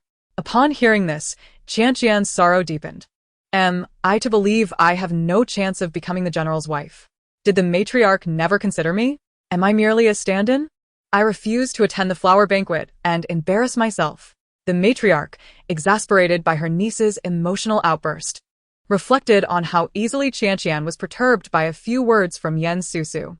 With a forced smile, she consoled her. "Do not fret. Do not take Susu's words to heart. Even if the matriarch has not favored you, it is Cheng Yuanbai's approval that truly matters." Tears welled in Qianqian's eyes as she looked up at her aunt. "But General Cheng has never seen me. What if he does not find me appealing?" "Fear not, my dear Qianqian, for you are exceedingly beautiful. How could any man overlook you? I shall devise a way for Cheng Yuanbai to marry you," her aunt, the Lady Cheng, assured her with a significant glance. At that moment, a young maid entered, announcing, "Madam, Lady He has come to pay her respects and wishes to see the young master." Lady Cheng frowned, her face displaying disdain. "What does she want? To see the child? Absolutely not. Send her away." Upon hearing this, Susu's eyes sparkled with mischief. "Aunt, is Lady He not the woman that cousin brought back from the frontier? I heard she not only saved him but also bore him a child. She must have some merit, if not in deeds, then in suffering. Furthermore, cousin seems quite fond of her. If you deny her the chance to see the child, she might cause trouble for you and Qianqian." Realizing the truth in her niece's words, Lady Cheng felt a surge of frustration but also understood that Qianqian had her own motives in speaking up. Reluctantly, she gestured for the maid to let Lady He enter. Qianqian's eyes widened as she watched He glide into the room, clad in a simple gown, her movements as delicate as a willow swaying in the breeze. Qianqian could hardly comprehend why her cousin was drawn to such an evidently calculating woman, who, in her opinion, was far less attractive than Susu. "Lady He pays her respects to you, madam," He said, feigning meekness as she bowed before Lady Cheng. Lady Cheng, still seething, chose to ignore her presence, sipping her tea until Hero's legs trembled from the strain of maintaining her posture. Finally, she spoke slowly. "Rise. Do not come to pay your respects so often. Simply take good care of my son. My grandson shall be well cared for under my watch." Lady Cheng was fully aware of Hero's intentions. She feared that the child might grow distant from her. Hero stood unsteadily, a flicker of resentment flashing in her eyes. Yet, she maintained her fragile facade, saying softly, "Madam, it was my elder brother who permitted me to come. He knows I long for our child, and he has allowed me to take Go back in the evenings, returning him to you the following day." Lady Cheng's heart sank at her words, and in a fit of rage, she smashed her teacup, glaring at Hero. "You audacious woman! You think you can take advantage of me. I assure you, you will never become my son's legitimate wife. Do not play your little games with me. You may act the part of the frail, sickly woman, but I see through your scheming ways. My son may be fooled, but I am not. Get out." Tears filled Hero's eyes as she feigned innocence. "Madam, please do not be angry. If you do not wish for me to be my elder brother's legitimate wife, I will accept that. But Li Ge is my flesh and blood. You cannot deny him the chance to see his own mother." Lady Cheng loathed Hero's affected demeanor, which made her seem like a victim. When Hero first entered the household, Lady Cheng had intended to establish her authority over this woman of dubious character. But Hero would often faint, drawing her son's sympathy. The situation had become infuriating for Lady Cheng. Turning her face away in disgust, Lady Cheng spat. "You shameless harlot have the audacity to claim the title of my grandson's mother? The mere thought of him looking at you sends shivers down my spine. You are undeserving. Regardless, I am still Li Ge's mother. Why must you speak so ill of me? If you wish for me to stay away from Li Ge, I shall do so. I take my leave." Hero wept, hurriedly bowing before fleeing the room. Aunt, Qianqian has matters to attend to and shall not disturb you further." Qianqian quickly excused herself, chasing after Hero. How foolish of me to think my niece had ulterior motives. She must be conspiring with that shameless woman. Lady Cheng fumed, clutching her chest as anger consumed her. She pointed at Qianqian's departing figure, her fingers trembling. "Madame Suhu den appliquet?" Offering a cup of tea to Lady Cheng, soothingly patting her chest. "Madam, Please calm yourself. Do not let your health suffer. Miss Lien must have her reasons for seeking out Hero. She likely intends to use her for some scheme. Madame Su understood Lien Qianqian well enough. Though she appeared docile, she was known for holding grudges. After the humiliation at the hands of Lien Susu, she might be plotting revenge by leveraging the relationship between Lien Susu and Hero. Madame Su hoped that her concerns would not lead to trouble for Lady Cheng. As Hero exited the main courtyard, her tears vanished in an instant. A glimmer of disdain crossed her features as she regarded the entrance. Footsteps approached from behind. Prompting her expression to shift quickly, she blinked back tears, dabbing her eyes with a handkerchief to feign sorrow. Hero, stop. Lien Qianqian gasped as she caught up. Miss Lien, what do you want with me? I must return to prepare a meal for my husband. Hero replied, forcing a smile as she dabbed her eyes. Observing Hero's act, Lien Qianqian internally rolled her eyes but maintained a facade of sympathy. You are cousin's woman, so let me address you as sister. Sister, How admirable you are, devoted to cousin. However, I truly believe you are unworthy of being his wife. What a pity. Hero's eyes flickered with intrigue as she hesitantly asked, Miss Lien, what do you mean by that? Seeing Hero's attention, Lien Qianqian's confidence soared. She lifted her chin. Speaking with an air of superiority, the greatest obstacle between you two is my aunt. She favors me above all. If I speak on your behalf, she may view you in a different light. But this all hinges on one condition. What condition? Hero, aware that there is no such thing as a free lunch, sensed that Lien Qianqian had ulterior motives. A glint of malice flashed in Lien Qianqian's eyes as she fixed her gaze on Hero. That condition is for Lien Susu to be publicly disgraced, to fall from grace. Once she is ruined, your concerns will pale in comparison. Hero gasped, covering her mouth with her handkerchief, panic creeping into her voice. But, Sister Yen has already left the Cheng family. How could I possibly harm her? She will not see me, and I have no opportunity. Lien Qianqian, growing impatient with Hero's reluctance, tossed her handkerchief aside. When you climbed into my cousin's bed and pushed Lien Susu aside, I did not believe you acted without cunning. Why pretend to be innocent now? I have my own ways to draw Lien Susu out. You simply need to decide if you are in or out. Hero's heart burned with indignation. You claim to do this for me, but you are clearly seeking to exploit me, much like your conniving aunt. Once you are done with me, you will disregard what you said. Despite her inner turmoil, Hero cautiously leaned closer to Lien Qianqian, whispering, I understand, Qianqian, that you mean well. I will not be ungrateful. So, what do you propose? Lien Qianqian laid out her plan, and Hero hesitated momentarily before finally nodding resolutely. Satisfied, Lien Qianqian took her leave. Hero watched Lien Qianqian walk away, her expression returning to one of calm as she addressed the corner of the wall. Come out. An elderly woman clad in brown emerged from the shadows, bowing her head respectfully. Madam, the esteemed Mrs. Cheng still refuses to allow you to see the young master? Humph. That old witch will get her comeuppance sooner or later. Just leave the gifts there. After all, Brother Du only has this one son. That old hag will undoubtedly dote on him as her own grandson. If someone is willing to raise a child for me without cost, why should I be in a hurry? Hero's demeanor shifted from fragile to one of fierce disdain, laced with sarcasm. Find out what happened to Lien Susu earlier. Her eyes were red, clearly having just cried. What genuine help she offers? Who would believe that? The mere mention of Yen Susu ignited flames of fury in her eyes. She wishes to use me as a pawn. How naive. Hero smirked, her gaze laced with contempt as she dismissed Lien Qianqian's words. Investigate thoroughly. I shall contemplate whether to pour oil on the fire or turn the tables. The elderly woman nodded respectfully. Yes, madam, I will look into it at once. The following morning, Yen Susu was in high spirits, meticulously applying her makeup before the mirror, while Cheng Yudu styled her hair from behind. Suddenly, Xia Zhu burst through the door, her face a mask of panic. Miss, something terrible has happened.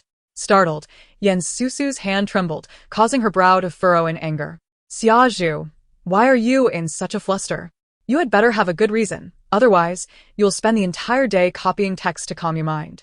No. Miss, something truly grave has occurred. That woman who stole from us, the one named Li, has died. Xia Zhu gasped, struggling to catch her breath. Li Shumei. How can that be? How did she die? Yen Susu stood abruptly, disbelief etched on her face. It's true. She was found drowned in the river this morning. And the Dali Temple has just come to inquire, Xia Zhu reported, her voice trembling with anxiety.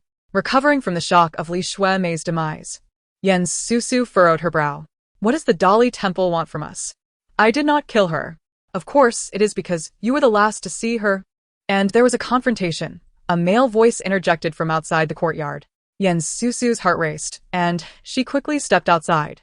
A gentleman in white, holding a folding fan and exuding an air of refinement, stood in the courtyard, flanked by several officials from the Dali Temple, each armed with a blade. Recognizing the beautiful woman before him, Lin Chang'an, the current vice minister of the Dali Temple, felt a surge of admiration. He quickly closed his fan, adopting a serious demeanor.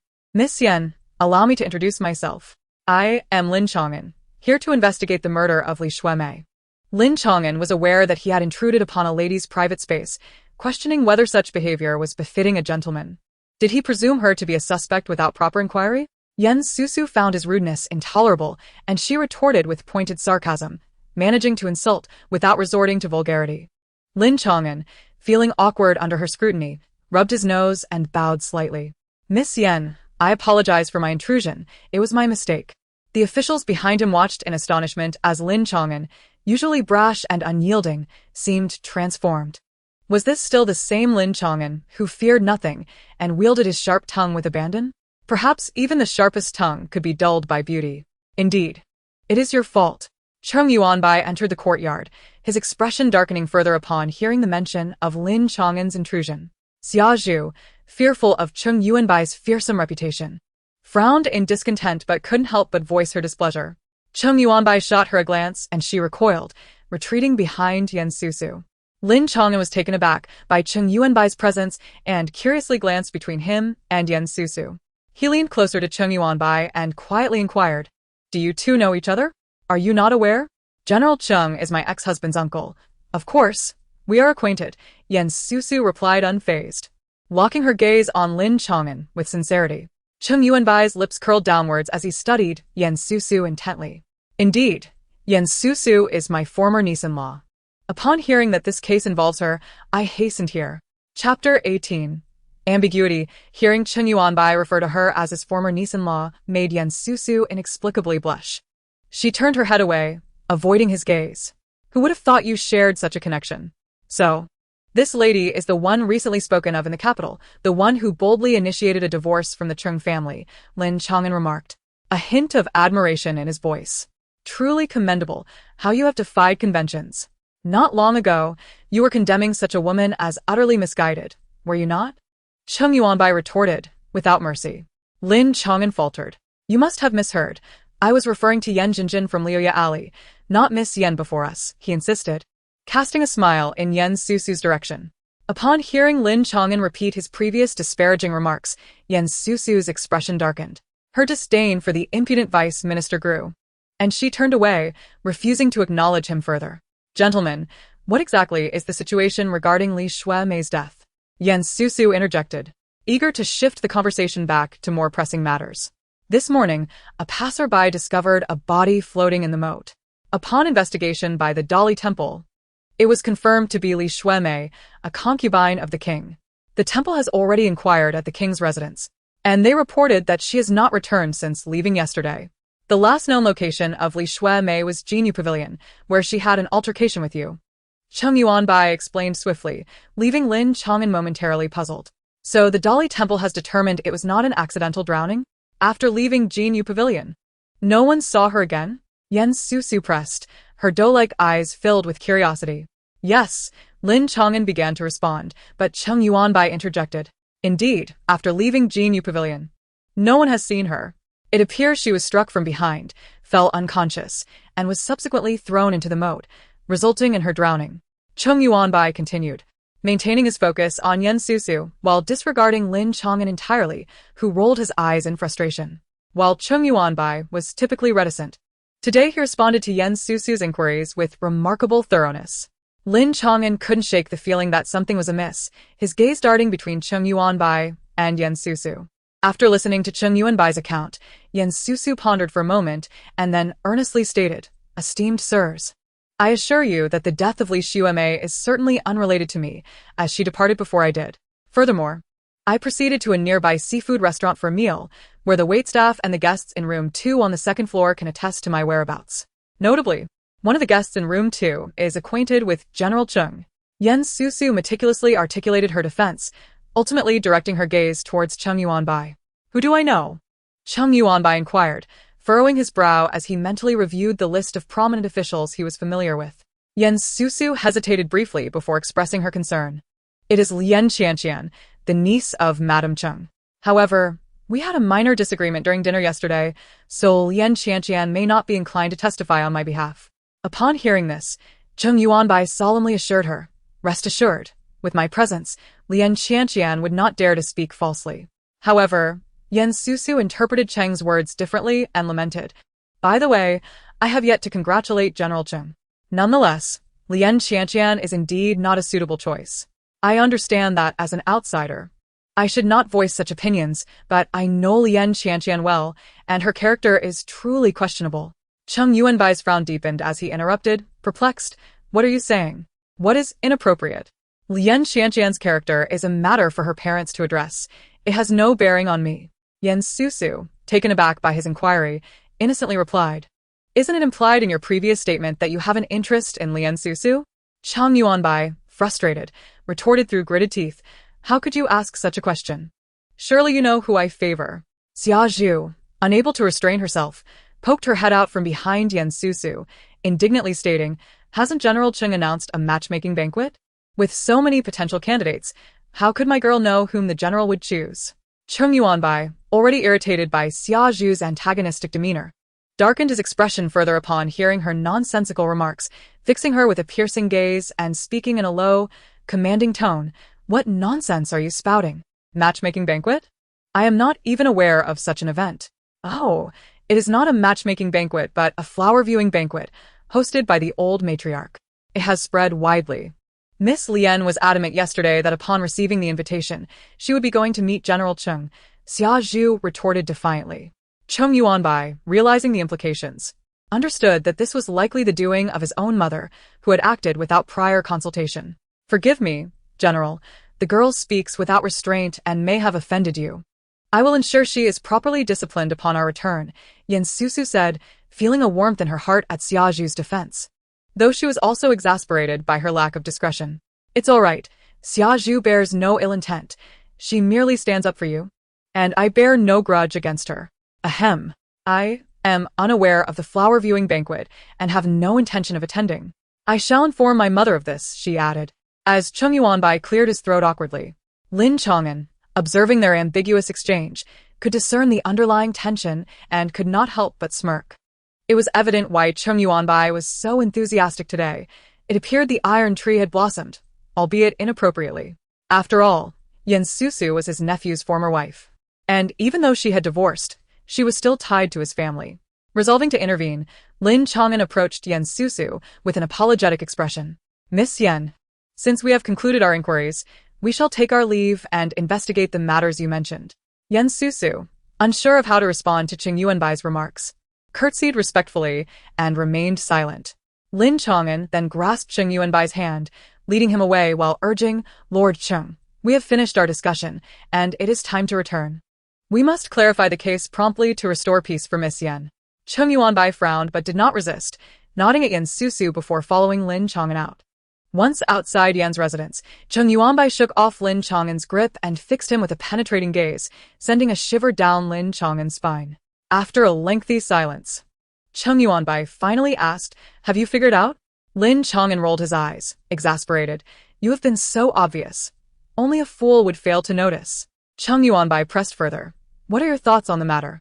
She is, after all, your nephew's wife." Cheng Yuanbai responded with a frown. Susu is no longer connected to Cheng Yudu.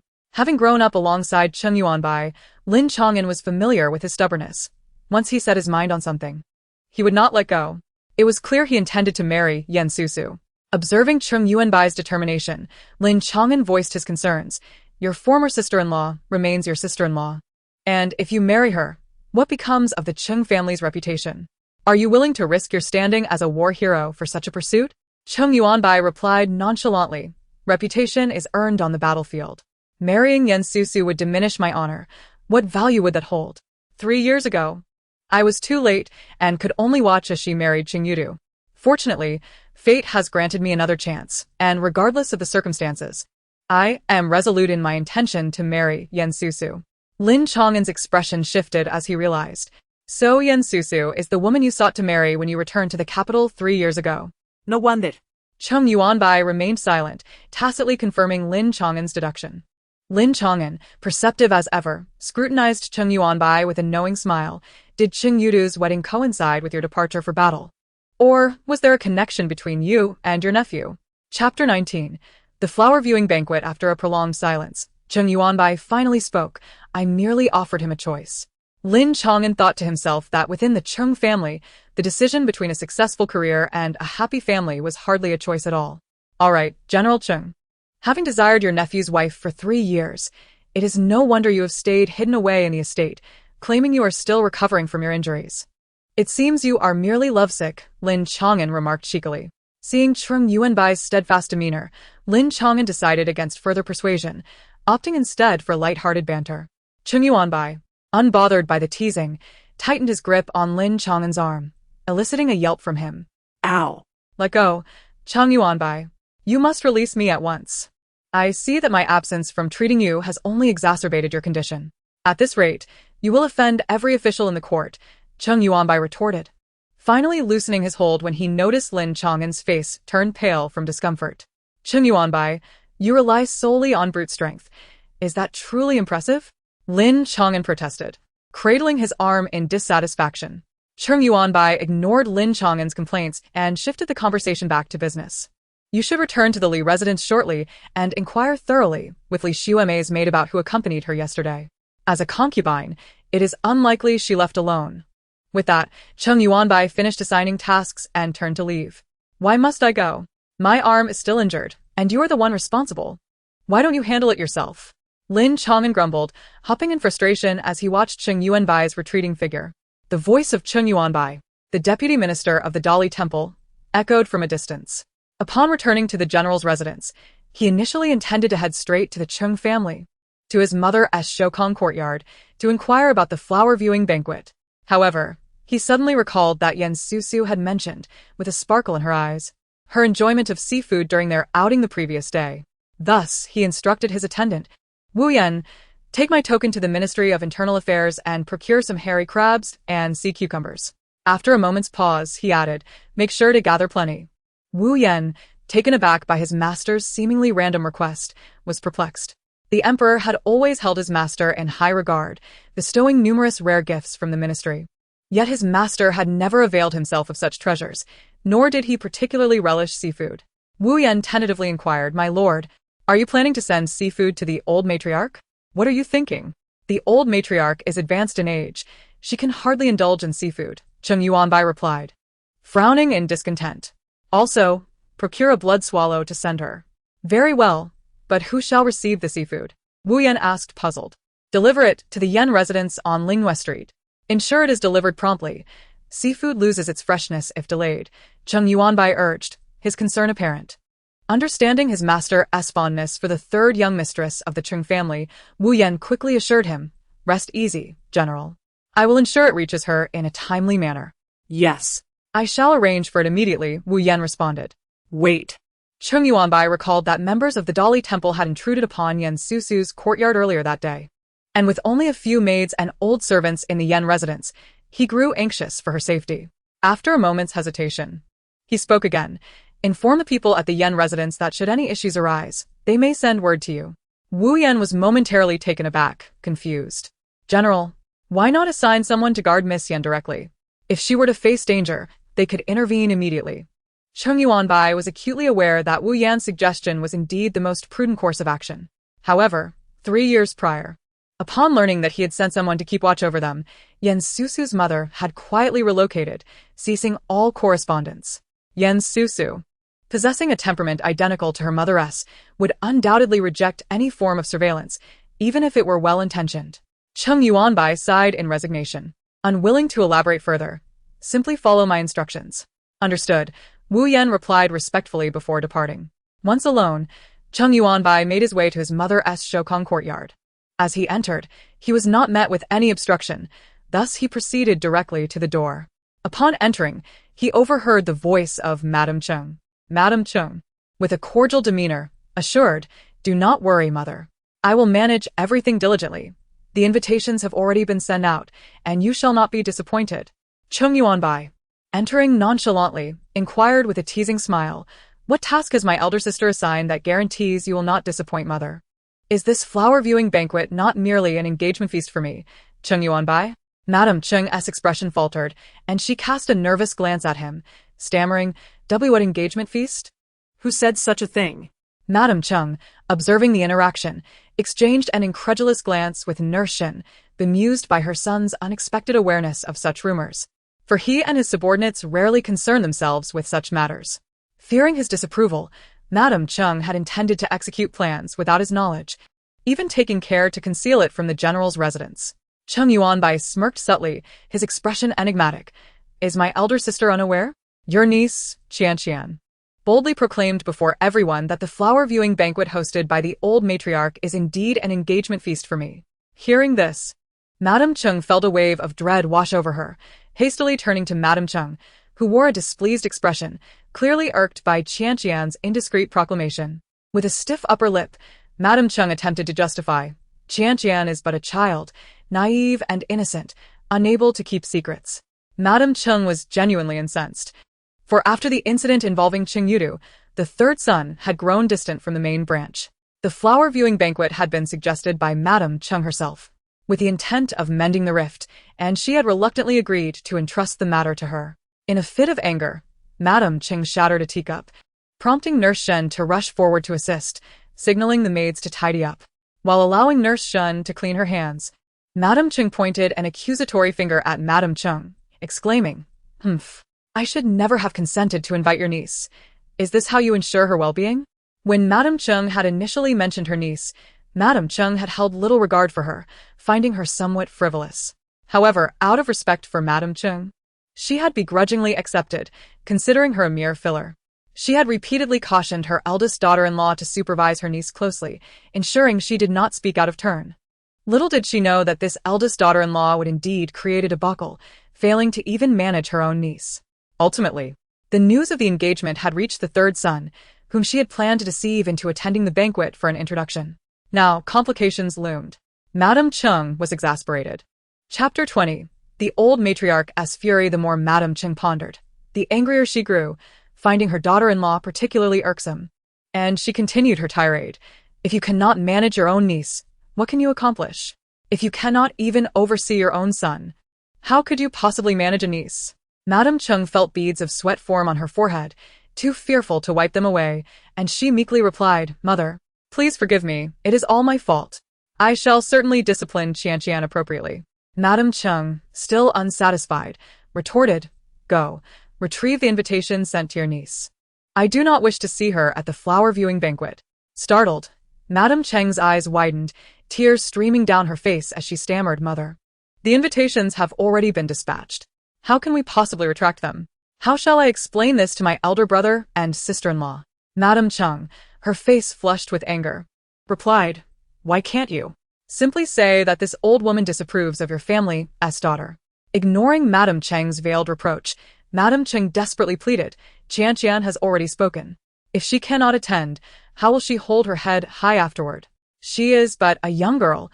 This would be unbearable for her."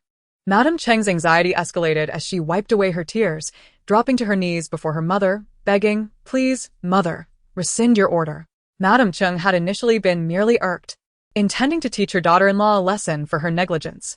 Yet, witnessing her daughter-in-law's tearful supplication, she sighed and waved her hand, conceding, "You are driven by personal desires yet act foolishly. I only hope you remember this lesson and do not repeat your mistakes. This time, I shall let it pass. But do not let it happen again. Just ensure that your niece visits the Cheng residence less frequently in the future." Madame Cheng, upon hearing that the matriarch would no longer pursue the matter, dabbed her tears with a handkerchief and nodded gratefully, saying, "Indeed, thank you, mother, for your magnanimity." Cheng Yuanbai, witnessing his mother's emotional outburst subside, spoke with a grave tone. "Now that mother has finished her tirade, might it be time for my elder sister-in-law to provide me with an explanation?" The matriarch, her gaze wavering, managed to respond. What is there to explain? You are no longer a child. Must I still concern myself with your marital affairs? Cheng Yuanbai, vexed yet amused, retorted. So you conspire behind my back to arrange a match for me, even hosting a flower-viewing banquet? Am I to discover my own courtship only upon arriving at the feast? At this, the matriarch slammed her hand on the table, irate. If it were not for your incessant hesitations, I would not have needed to keep this from you. How old are you now, still unmarried? Your nephew has already taken a wife. Madame Cheng, having previously incurred the matriarch's displeasure, sat quietly to the side, but upon hearing this, she felt a pang of annoyance. Thinking, why drag my son into this? The matriarch, undeterred, continued with resolve. In any case, you must marry this time. I have already informed the family of a suitable daughter through a matchmaker. At the banquet, you shall choose one and settle on her. Cheng Yuanbai, upon hearing that a matchmaker had been engaged, felt a wave of foreboding wash over him. Yet, clinging to a shred of hope, he inquired, Mother, did you not inform the guests that I am to be matched? The matriarch shot him a sharp look. How could the matchmaker bring forth the noble lady without informing them? Besides, I have only notified a few matchmakers.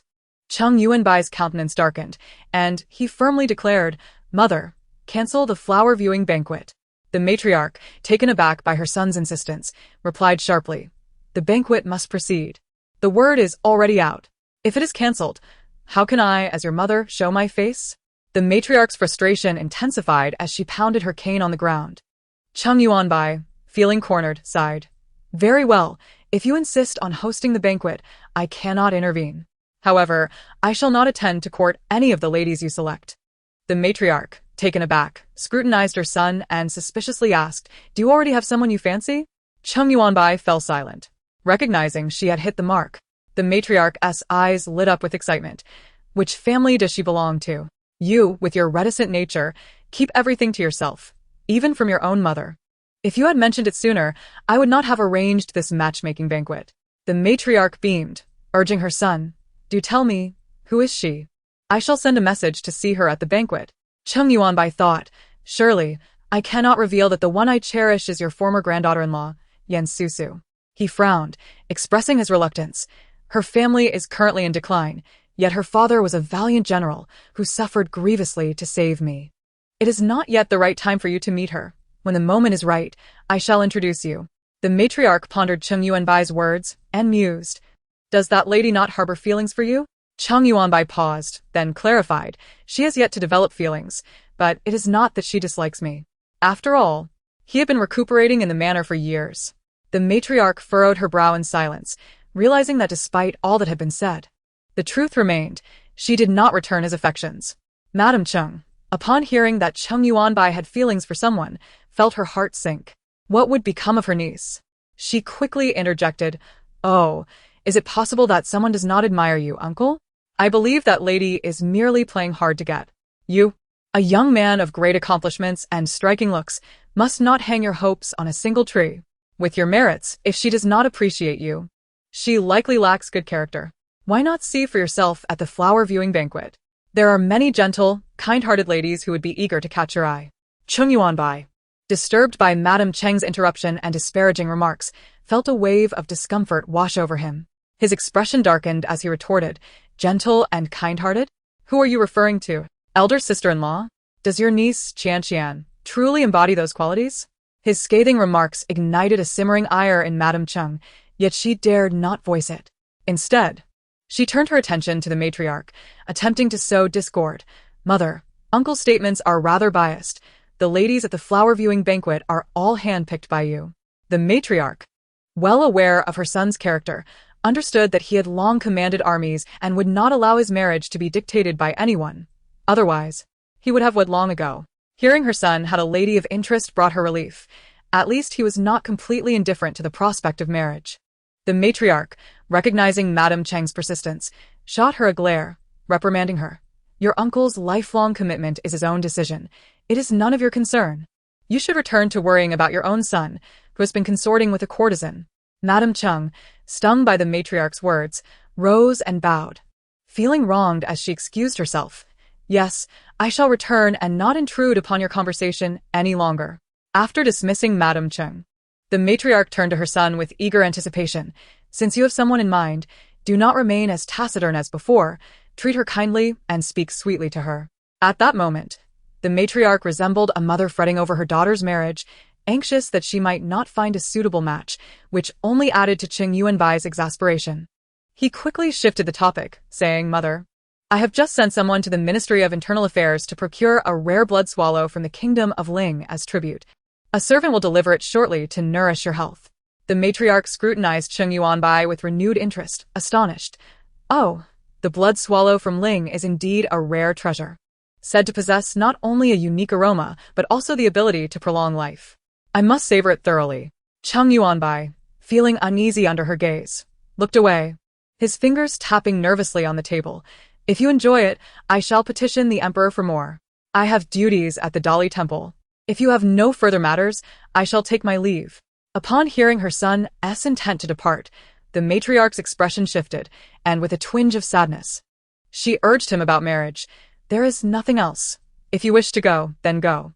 However, your marriage must reach a conclusion this year. Since you have a beloved, you must act swiftly. I am not getting any younger, and having weathered many storms in life, I wish to see you married and bearing children before I close my eyes." Cheng Yuanbai, overwhelmed by his mother's words, quickly reassured her, "Rest assured. I shall hasten the matter. There are affairs to attend to at the Dali temple. I must take my leave." With that, he hurriedly exited. The matriarch's expression transformed, her sadness replaced by a sardonic smile as she remarked to his retreating figure, "You impudent boy, just wait. I will have my way with you." Chapter 21. Zhuangzi Yan Manor. The following day, early morning, after Cheng Yuanbai and Lin Chang'an departed, Susu found herself in a state of unease. Early that morning, she dispatched Xiaozhu to inquire about the situation, particularly whether anyone had seen Li Xuemei since her departure. She specifically provided Xiaozhu with the addresses of Li Xuemei's former close classmates. Once Xiaozhu left, Susu sat restlessly in a chair within her room. Chunyu prepared a cup of hot tea for her and handed it over, asking, "Miss, are you troubled by General Cheng's matters?" Susu furrowed her brows and glared at Chunyu, denying, "Don't be ridiculous. I'm worried about the incident involving Li Xuemei's murder, which has implicated me." "How could I not be distressed?" Chunyu stifled a laugh, not contesting her words. Indeed. Chunyu spoke out of turn. "But you need not worry. Did not General Cheng say he would take care of everything?" Susu fell silent for a moment, and then, in a fit of indignation, exclaimed, "Chunyu, how dare you jest at your mistress's expense? Just wait until I have my way with you." With that, she reached to tickle Chunyu under her arms.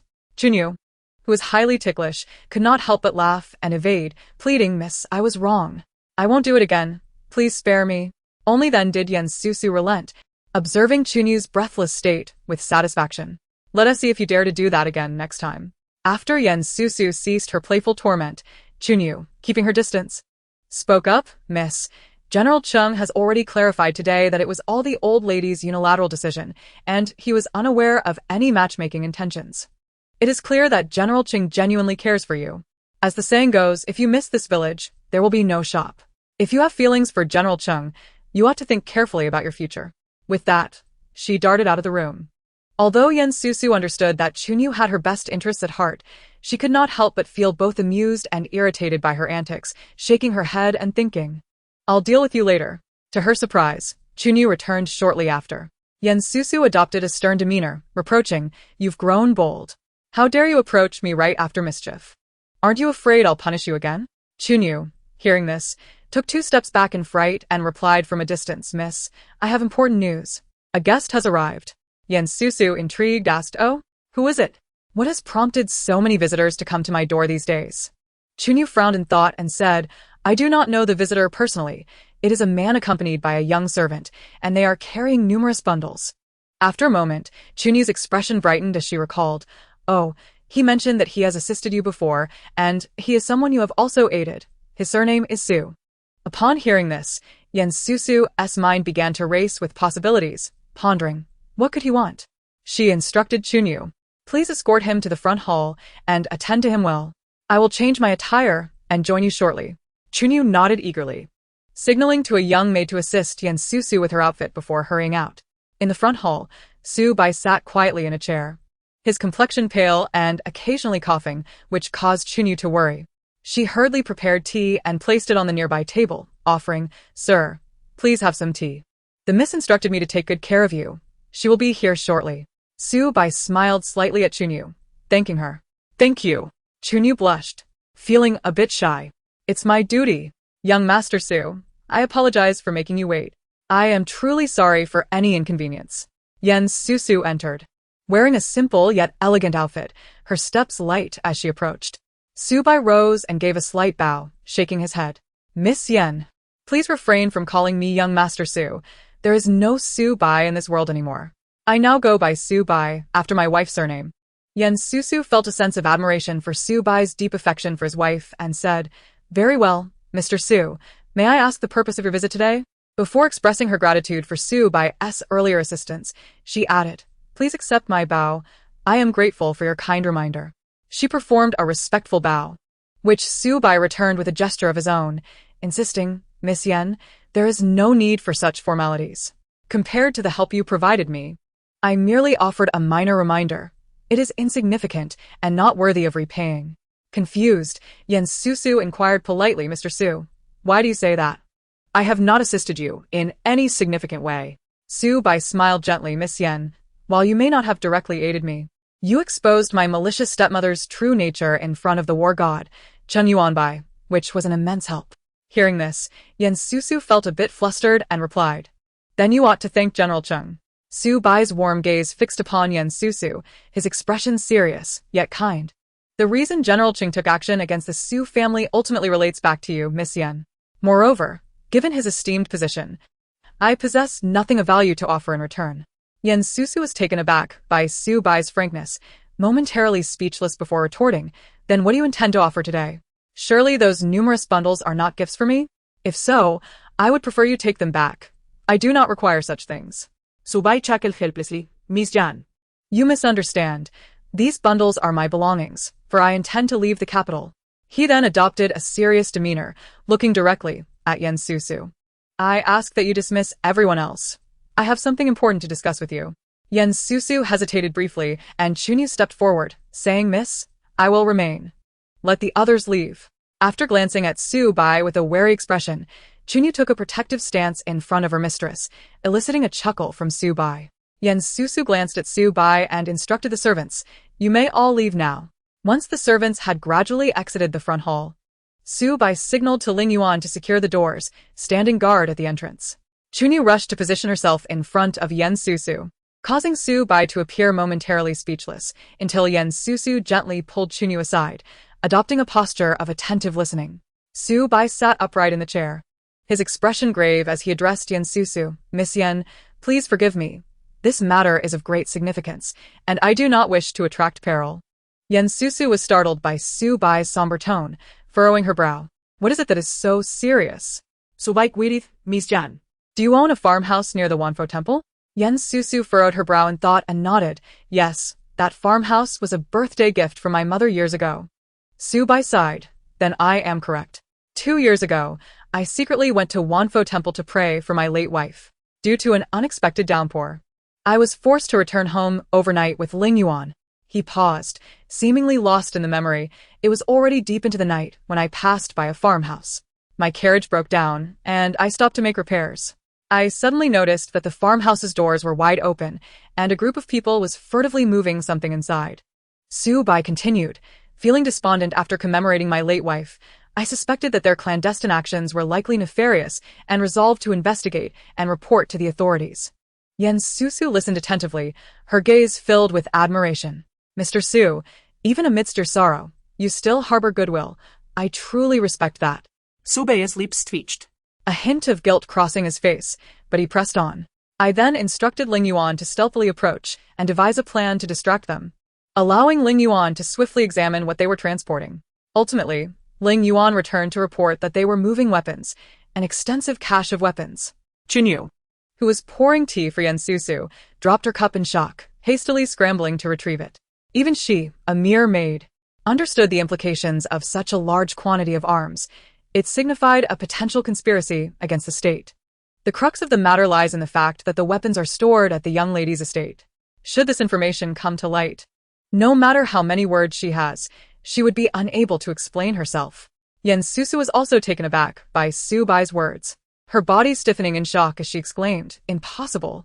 In Chapter 22, titled A Good Idea, Su Bai. already well aware of the anxiety and astonishment of the two women, decided to allow them to regain their composure before proceeding with the conversation. He leisurely lifted a teacup beside him, savoring its contents. Susu was so preoccupied with the shattered teacup that she failed to notice when Cheng Yudu injured her hand. After a while, she finally came to her senses, asking, "Are you certain it is Susu's estate? There are numerous estates at the foot of Wanfosi Mountain." Upon witnessing Susu's swift return to calmness, a glimmer of approval flashed in Su Bai's eyes. He set down the teacup and fixed his gaze on Susu, nodding as he replied, "At that time, I was unaware of whose estate it was.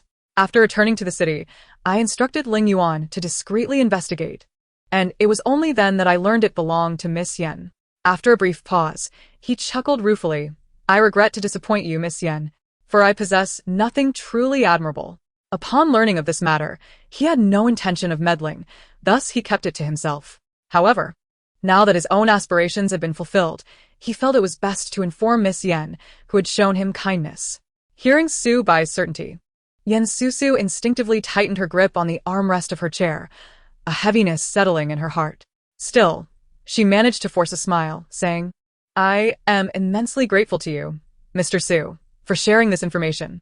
What you have revealed has truly saved the lives of dozens of people in my family. Please accept my deepest bow."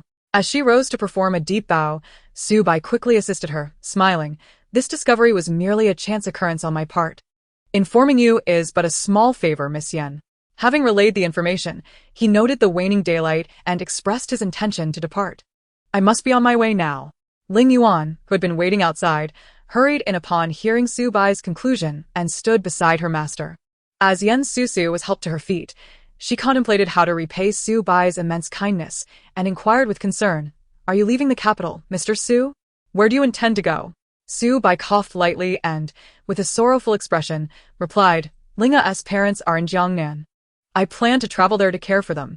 Noticing Su Bai's pale complexion and weak demeanor, Susu felt a twinge of worry and said, "Mr. Su, if I may speak frankly, while Jiangnan is not far from the capital, it is still quite a distance, and the waterways require a 3-month journey. Given your condition, you may not reach Jiangnan before succumbing to exhaustion. Moreover, having visited Jiangnan in my youth, I know the climate differs greatly from that of the capital. I fear you may not adapt." "Master, Miss Yen speaks wisely." Ling Yuan, who had been listening attentively, nodded in agreement. She had already advised her master against such a long journey due to his frail health. "It is said that your wife's parents spent their entire fortune to secure their release after being captured in the capital. They have only one daughter and no relatives in Jiangnan," Susu added, suddenly struck by an idea. Her eyes brightened. "Mr. Su, why not stay in the capital? I can send someone to bring them here. I have a residence on the outskirts of the city that can be prepared for them." Su Bai had initially intended to leave the capital simply to fulfill his filial duty and to escape the repugnant Su residence, without contemplating further. However, considering his health and the unfamiliarity of Jiangnan, he realized that not only would he be unable to care for his in-laws there, but he might even become a burden. With a heavy heart, he pondered Susu's suggestion but ultimately declined. "There is no need. I do not wish to receive unearned rewards. While you may assist me in bringing my in-laws here, I cannot accept the residence." Seeing Su Bai's refusal, Susu's eyes flickered, and she cleverly proposed, "Mr. Su, given the gravity of the situation at my estate and your esteemed background as a scholar, would you consider offering me counsel in exchange for the residence? Your kindness is greatly appreciated, Miss Yen." "I shall certainly do my utmost to resolve this matter," Su Bai replied thoughtfully, bowing slightly in acknowledgement. After a moment, he inquired, "May I ask, Miss Yen, is the deed to the estate still in your possession?" Hearing Su Bai's agreement to remain, Susu exchanged a joyful glance with Cheng Yudu. However, as Su Bai's inquiry about the estate arose, her expression turned serious, and she furrowed her brow in confusion. "The deed? Yes, I have it. The estate was arranged by my mother with nearby farmers. How could anyone dare to hoard weapons there?" Suddenly, Cheng Yudu recalled something, exclaiming, "Miss, I remember now. The deed is no longer in our possession." Leaning closer to Susu, she whispered, "Do you not recall? 3 years ago, shortly after your marriage, Madame Cheng demanded this and that from you. At that time, You had just joined the Cheng family and, feeling the pressure, you agreed to give everything. The deed to the estate was handed over to Madame Cheng when she sought a place to stay while visiting Wanfosi for prayers. Susu, reminded by Chunyu's words, began to recall the incident as well. However, the involvement of Madame Cheng from the main branch of the Cheng family caused her some distress. She looked at Su Bai with a sense of helplessness. You heard correctly, Mr. Su. I did give the deed away. It seems it has been exchanged, but the estate remains under my name. Although Madame Cheng is not of good character, she would never dare to involve herself in such a serious matter as hoarding weapons. Given my current relationship with her, I cannot directly confront her. If I were to raise the alarm, the culprits might easily frame both me and the Cheng family, leading to our ruin. Susu felt a chill run down her spine as she realized the malicious intent of the hidden adversary. Hoarding weapons with the intent to rebel is a grave offense. Even if the emperor were to trust the Cheng family, the officials would not. The consequences would be dire. Su Bai lamented. Indeed, Miss Yen, you were once the third young mistress of the Cheng family, favored by the emperor. The conspirators have taken this into account. They chose to conceal weapons under the guise of your estate, knowing that no one would suspect them. Should the situation become dire, they could easily lay the blame on the Cheng family. What a clever scheme. Chunyu listened in alarm as the discussion grew more serious. Realizing the Cheng family was now entangled in this web. Miss, what shall we do? This won't do. That won't do. We cannot wait for death. Susu cast a glance at Chunyu. Seeing her in a fluster, she attempted to soothe her. Do not worry. Let us hear what Mr. Su has to say. I trust he will have a plan. With this reassurance, Chunyu settled beside her, eagerly awaiting Su Bai's insights. After sipping his tea and contemplating for a moment, Su Bai suddenly smiled. There are indeed many ways to address this issue, though most entail some degree of risk. However, I have just thought of a method that bears no risk whatsoever. Would you care to hear it, Miss Yen? Upon hearing Su Bai mention a risk-free solution, Susu's eyes sparkled with anticipation. Please, Mr. Su, do not keep us in suspense. We are on the edge of our seats. What is your plan? At that moment, a young maid entered, respectfully bowing. Miss, there is a man named Wu Yen, claiming to be General Cheng's attendant, seeking an audience at the door. Su Bai glanced at Susu and, with a smile, asked the maid, is he perhaps the attendant of General Cheng Yuanbai? The maid looked to her mistress for confirmation, and upon receiving a nod, timidly replied, indeed. Su Bai clapped his hands in delight. What a fortunate coincidence. Miss Yen, it seems my solution has arrived at our doorstep. Susu's face darkened, and she realized there was nothing left to misunderstand. The risk-free method you mentioned refers to Cheng Yuanbai?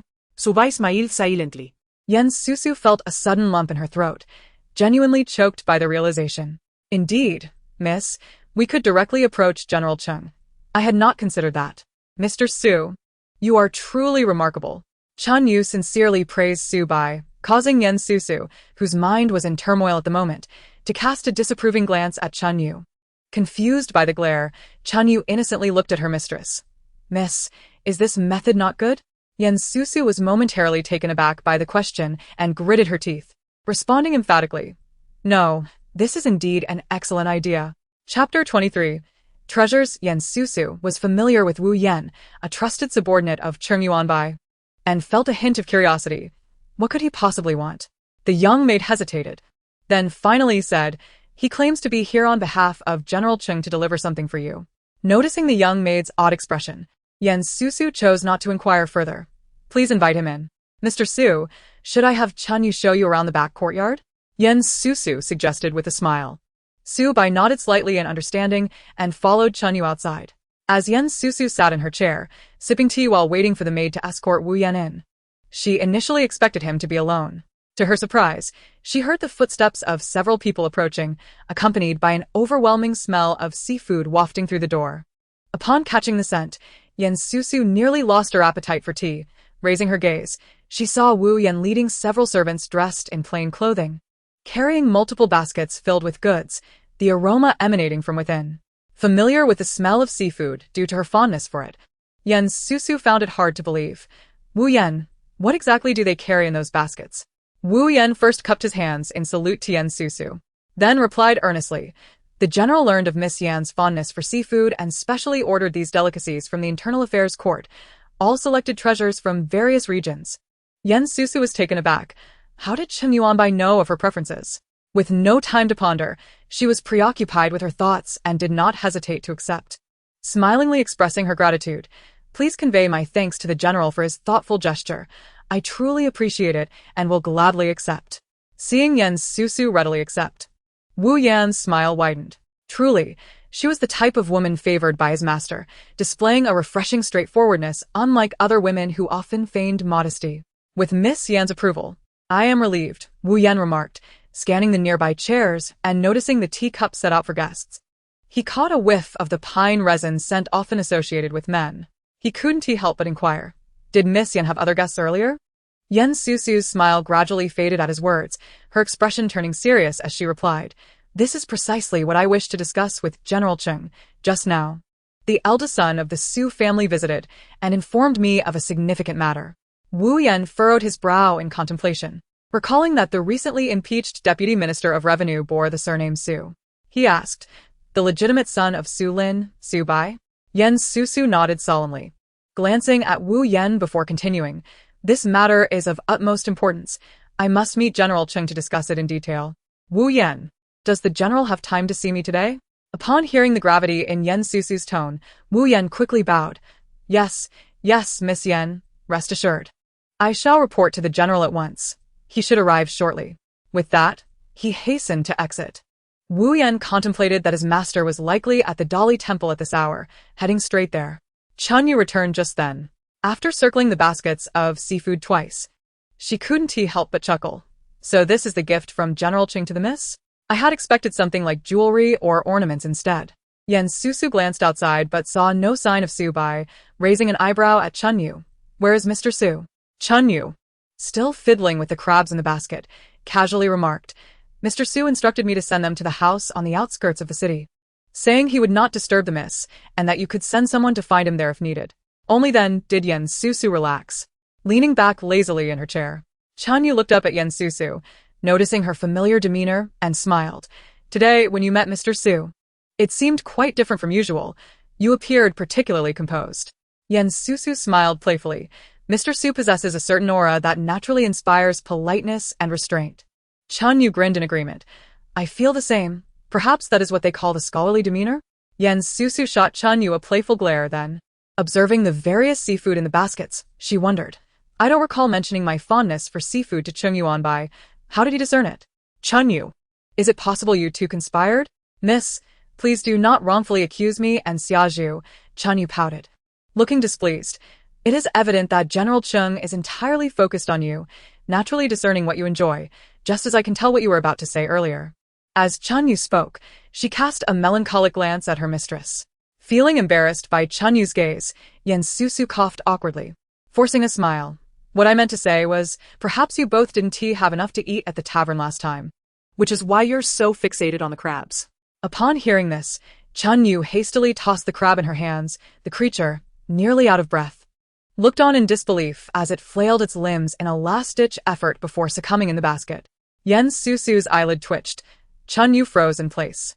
Just as the room fell into an awkward silence, Cheng Yu blushed in embarrassment, feeling an urge to disappear, when a young maid walked in like a savior, reporting, "Miss, General Cheng has arrived and is making his way over." Holding back her laughter, Yen Susu stood up, maintaining her composure as she went out to greet him. Cheng Yu finally exhaled heavily, relieved to escape the earlier awkward atmosphere. Fixing her gaze on the crab before her, she quickly called over a nearby maid. Gritting her teeth, "Hurry and find a few people to carry these baskets of seafood to the kitchen. Tell the cook to prepare the crabs for tonight." "Yes, Sister Cheng Yu," the maid responded cheerfully as she complied. Chapter 24. Heartfelt stirring. Cheng Yuanbai followed the servants of the Yen residence into the courtyard, taking in the surroundings with great interest. Upon passing through the corridor, he was greeted by an array of vibrant flowers blooming on either side. In the early spring of February, the garden was filled with life, a sight to behold. The arrangements within the courtyard were exquisite and tasteful, simple yet elegant, much like its owner, bright, self-assured, and straightforward. While Cheng Yuanbai admired the scenery, Yen Susu approached in a modestly colored gown, smiling as she came forward. She first performed a courteous bow, then rose with a smile. "I am ashamed to trouble General Cheng with another visit. You are too polite. I've said you may come to me any time. Cheng Yuanbai waved his hand dismissively, then paused, observing the muted tones of Yen Susu's gown, and inquired curiously, "This morning, when I arrived, were you wearing this outfit?" I distinctly recall it being red. In his memory, Yen Susu had always favored red, often donning a striking red dress that was quite captivating. As he recalled this, Cheng Yuanbai's gaze deepened. Yen Susu was taken aback that Cheng Yuanbai would pay attention to such trivial matters as her changing clothes, feeling a bit flustered. After the general and Lord Lin departed, Mr. Su, that is Su Lin's eldest son Su Bai, who has now changed his name to Su Bai, visited today. Therefore, Susu donned a simple attire. Cheng Yuanbai, upon hearing Wu Yan mention this, was not surprised, yet he raised an eyebrow in confusion. What does his visit have to do with your change of clothes? For some inexplicable reason, Cheng Yuanbai felt a subtle annoyance brewing within him.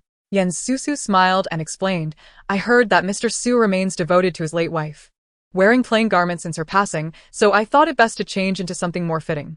Cheng Yuanbai paused. Finally realizing the source of his irritation, Yen Susu had changed her attire solely out of consideration for Su Bai's feelings. Cheng Yuanbai regarded Yen Susu with a peculiar gaze, making her feel uncomfortable as she glanced around, unable to discern anything amiss. "General Cheng, is there a problem?" He withdrew his gaze and replied nonchalantly, "It's nothing. Merely that you look much better in red." Yen Susu's expression grew complex, unsure of how to respond. How could Cheng Yuanbai so casually comment on what color suited her? Noticing the faint flush on his ears, she smiled gently. "Thank you, General Cheng." Cheng Yuanbai was momentarily taken aback by her smile. Quickly regaining his composure to change the subject, "I've heard Su Bai plans to leave the capital?" Regrettably, he realized he had brought him up again. Yen Susu nodded. "Indeed, Mr. Su intends to depart.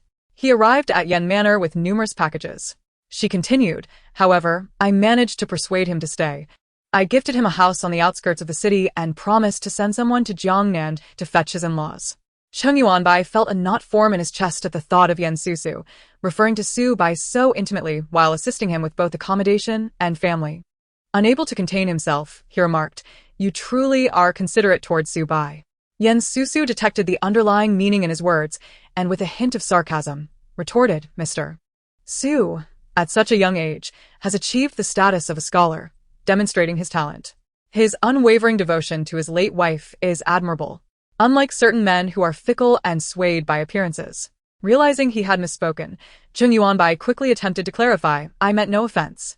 My intentions towards you are not driven by mere attraction or indecision.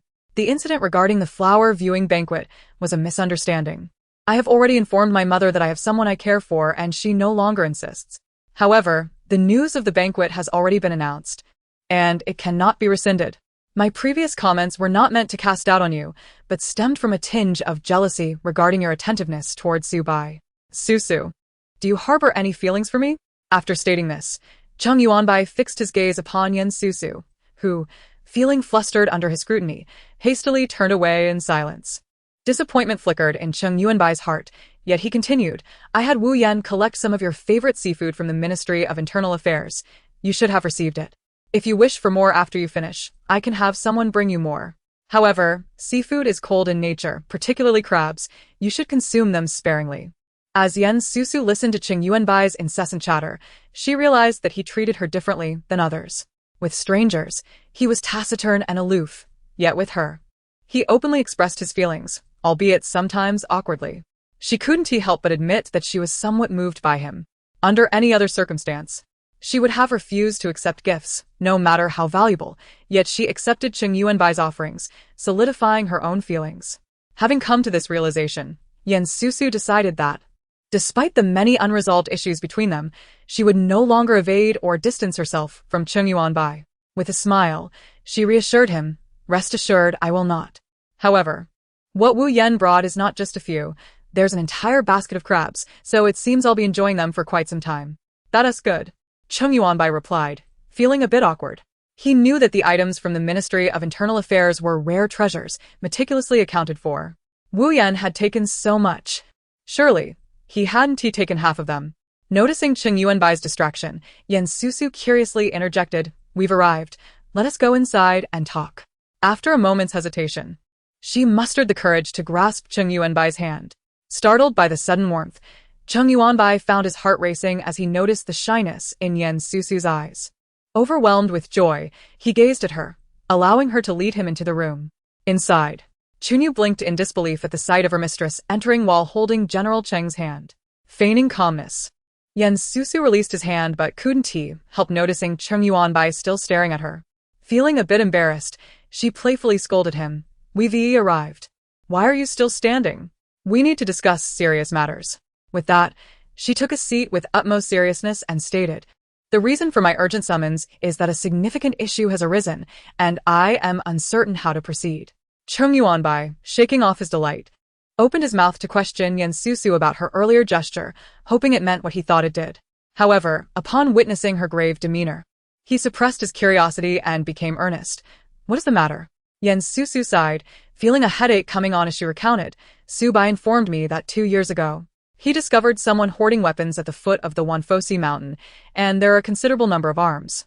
Cheng Yuanbai was taken aback, pondering deeply before asking, "Is that estate yours?" Yan Susu nodded but then shook her head, leaving Cheng Yuanbai baffled. She clarified, "It is still under my name, but the deed is no longer in my possession." Cheng Yuanbai furrowed his brow. "You lost the deed? Was it stolen?" He thought to himself that if it was lost, it would be challenging to investigate. Yan Susu shook her head, her voice low and vague. "It hasn't been lost. I gave it away." Puzzled, Cheng Yuanbai wondered why Yan Susu, typically so straightforward, was being so evasive about such a significant matter. He looked at her with seriousness, stating, "What exactly happened?" Opening her mouth but hesitating, Yan Susu was rescued by Chunyu, who quickly disclosed, "General Cheng, the deed was given to Lady Cheng. After your marriage, Lady Cheng and Cheng Yulian have been seeking excuses to ask the young mistress for this and that. Many of the dowry items have been taken without return. The estate at the foot of Wanfosi was requested by Lady Cheng under the pretense of visiting the temple to pray and stay for a while." With her head bowed, Yan Susu wished she could sink into the ground. "Previously, when I was married to Cheng Yudu, I was naive and foolish, defenseless against the bullying, relinquishing my belongings one after another." In the presence of Cheng Yuanbai, Yan Susu hesitated to mention this matter, finding it too difficult to articulate. Cheng Yuanbai's expression grew increasingly somber, and upon noticing this, Chunyu's voice dwindled in fear. Nonetheless, Cheng Yuanbai listened intently until the end. Turning to see Yan Susu's dejected demeanor, he suppressed his rising anger, casting a sympathetic glance her way, and comforted her. "This is not your fault. It was my oversight. I never anticipated that my sister-in-law would treat you in such a manner. Rest assured, I will retrieve your dowry from her." Upon hearing this, Yan Susu hastily waved her hand, shaking her head. "No need. There isn't much left, really. At the beginning of our marriage, I merely respected Madame Cheng as my mother-in-law. Hence, I kept yielding. However, once I discerned her true nature, I ceased to let her have her way. That estate now harbors a considerable cache of weapons. If we were to reclaim the dowry, it might arouse suspicion among our enemies, potentially exposing us. If the masterminds remain untouched while we face dire consequences, it could lead to the demise of hundreds of lives from both our families." Cheng Yuanbai calmed himself, pondering for a moment before stating gravely, "You are correct. However, I must first send someone to investigate whether the estate still conceals those weapons. After all, 2 years have passed and they may have been relocated. If they remain, we shall discreetly probe further to ascertain who holds the land deed." Yan Susu nodded in agreement, adding, "We can directly inquire with Madame Cheng. Although I do not particularly like her, I know her well enough. She is only capable of petty schemes within the household. She would never dare to involve herself in such matters. She is likely a pawn, deceived by others." Noticing her familiarity with Madame Cheng, Cheng Yuanbai felt a twinge of discomfort. On an impulse, he remarked, "In time, you shall have ample opportunity to understand my mother. She will surely come to cherish you." Upon uttering this, he regretted his words, wishing to retract them. Yan Susu was momentarily taken aback, her face gradually blooming with a faint blush, resembling a peach blossom. She turned away, attempting to mask her embarrassment. "Of course, the matriarch favors me. This residence was a gift from her." Cheng Yuanbai, captivated by Yan Susu's bashful expression, continued earnestly, "That is different. She will grow to favor you even more." Yan Susu glared at him, her cheeks puffed in indignation. Rendered speechless by his frivolity during such a serious discussion, Cheng Yuanbai, sensing her discomfort, averted his gaze and said with utmost seriousness, "Indeed, your points are valid. I will consult my elder brother and have him clarify matters with my sister-in-law." Pausing for a moment, he continued, "Given the meticulous planning of the unseen orchestrators, their intentions are likely grand and their concealment profound. Therefore, this matter must be investigated gradually. However, do not worry, I will make prior arrangements to ensure your safety." Hearing this, Susu felt a wave of relief wash over her and smiled. "Then I shall rest easy. Currently, I am unaware of the identity of the mastermind, and my situation is rather delicate, making it difficult to confront Madame Cheng directly at the Cheng residence. I must trouble General Cheng instead. As you said, this matter implicates both our families. It is my duty to investigate, so there is no cause for concern." Cheng Yuanbai shook his head, recalling Susu's earlier mention of her delicate situation. He remembered the discussions he overheard at the Dali Temple regarding Li Xuemei and offered comfort. "You are the victim in this situation. Those with ulterior motives may speak harshly, but their malice will meet its own reckoning. Do not take it to heart." Susu, fully aware that Cheng Yuanbai likely knew of her conflict with Li Xuemei, replied nonchalantly, "Do not worry, General, I have not suffered. In fact, it is Li Xuemei who has brought shame upon herself, ultimately losing her life. By the way, has there been any development in Li Xuemei's case?" Cheng Yuanbai nodded. "We have uncovered some clues, but the trail has gone cold. Today, I sent Lin Chong'an and the others back to the Liwang residence to inquire about Li Xuemei's maid, only to learn that the maid had committed suicide in loyalty to her mistress. Upon further investigation, it was discovered that she had fled with stolen funds and was executed upon discovery." Susu questioned in confusion. Could it be that Li Xuemei was truly favored by the Liwang?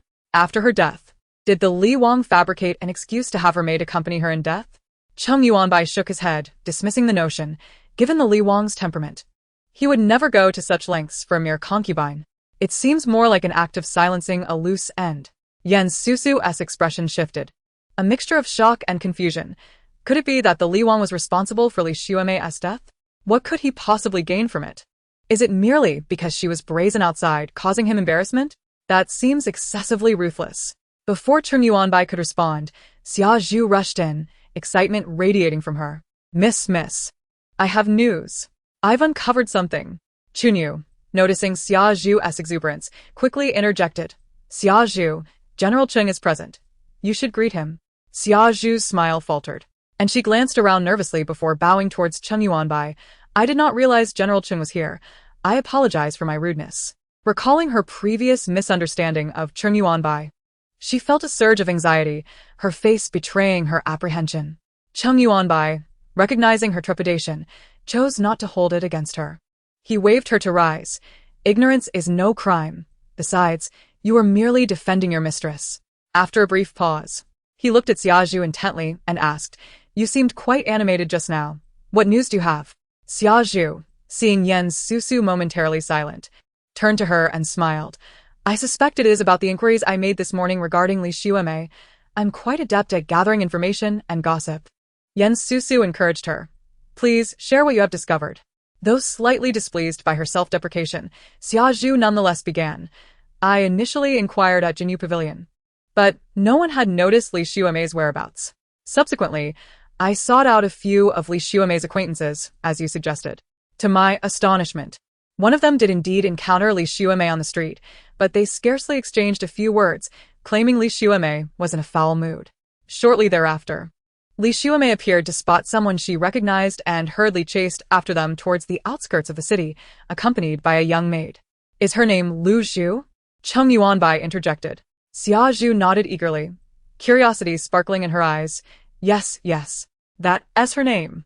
"How did you know, General?" Cheng Yuanbai replied solemnly, "Because today, that maid, Lu Zhu, also met her end, reported as a loyal servant in death." Xia Zhu gasped in shock. How could this be? If Lu Zhu was alive when Li Xuemei died and returned to the Liwang residence, how could she have committed suicide afterward? Susu agreed. That is indeed the crux of the matter. It seems Li Xuemei's death is intricately tied to the Liwang residence. I suspect that she may have uncovered something she should not have, prompting the Liwang to eliminate even this concubine he once favored. Cheng Yuanbai pondered for a moment before nodding in agreement. There is a possibility that Lu Zhu was not seen by the Liwang or his associates. managed to escape back to the Li Wang residence, only to be silenced later. Yan Susu's eyes brightened with clarity. Indeed. How could I have overlooked that? Even if the Li Wang wished to kill Li Xuemei, he would not sully his hands with her blood. After all, she was still his favored concubine. He must have sent someone else to carry out the assassination, and Li Xuemei's maid, Lu Zhu, witnessed the murder but was unaware that the assailant was affiliated with the King of Li. Thus, she fled back to the king's residence, only to unwittingly seal her own fate and ultimately meet a tragic end. This elucidates the situation. Oh, Xia Zhu elongated her tone, her expression one of realization as she looked at Cheng Yuanbai with a sycophantic gaze, flattering him excessively. General Cheng, truly the god of war. How astute you are to discern the truth so swiftly. I am in awe, Cheng Yuanbai remarked. The young girl adapts quite rapidly. Yan Susu gave her maid a speechless glance, perplexed by her antics. She shot Lu Zhu a glare, then bit her lip, expressing her distress to Cheng Yuanbai.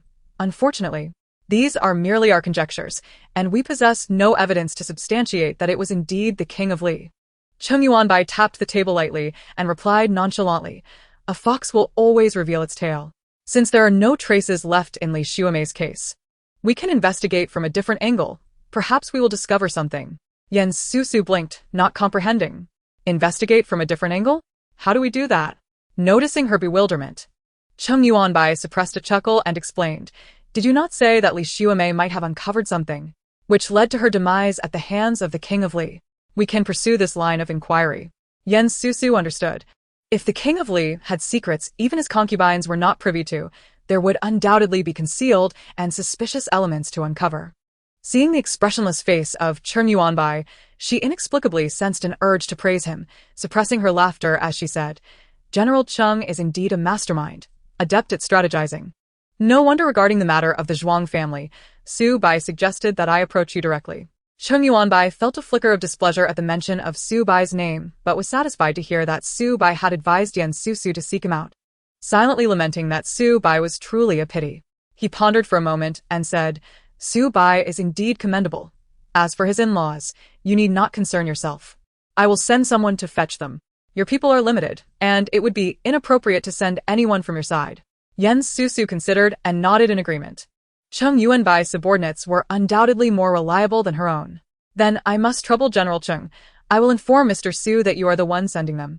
Cheng Yuanbai frowned slightly, and after a moment said, Susu, could you refrain from addressing me as General Cheng all the time? It feels rather distant between us. You call Su by Mr. Su after all. Cheng Yuanbai looked at Yan Susu with dissatisfaction, feeling irked by her constant use of General Cheng. Yan Susu smirked, gazing steadily at Cheng Yuanbai, her wide innocent eyes asking, what should I call you then? I can't very well call you Mr. Cheng. Or perhaps I should call you Little Uncle? At the utterance of Little Uncle, Cheng Yuanbai's expression darkened, observing her smiling face. He realized she was teasing him and shot her a glare, falling silent.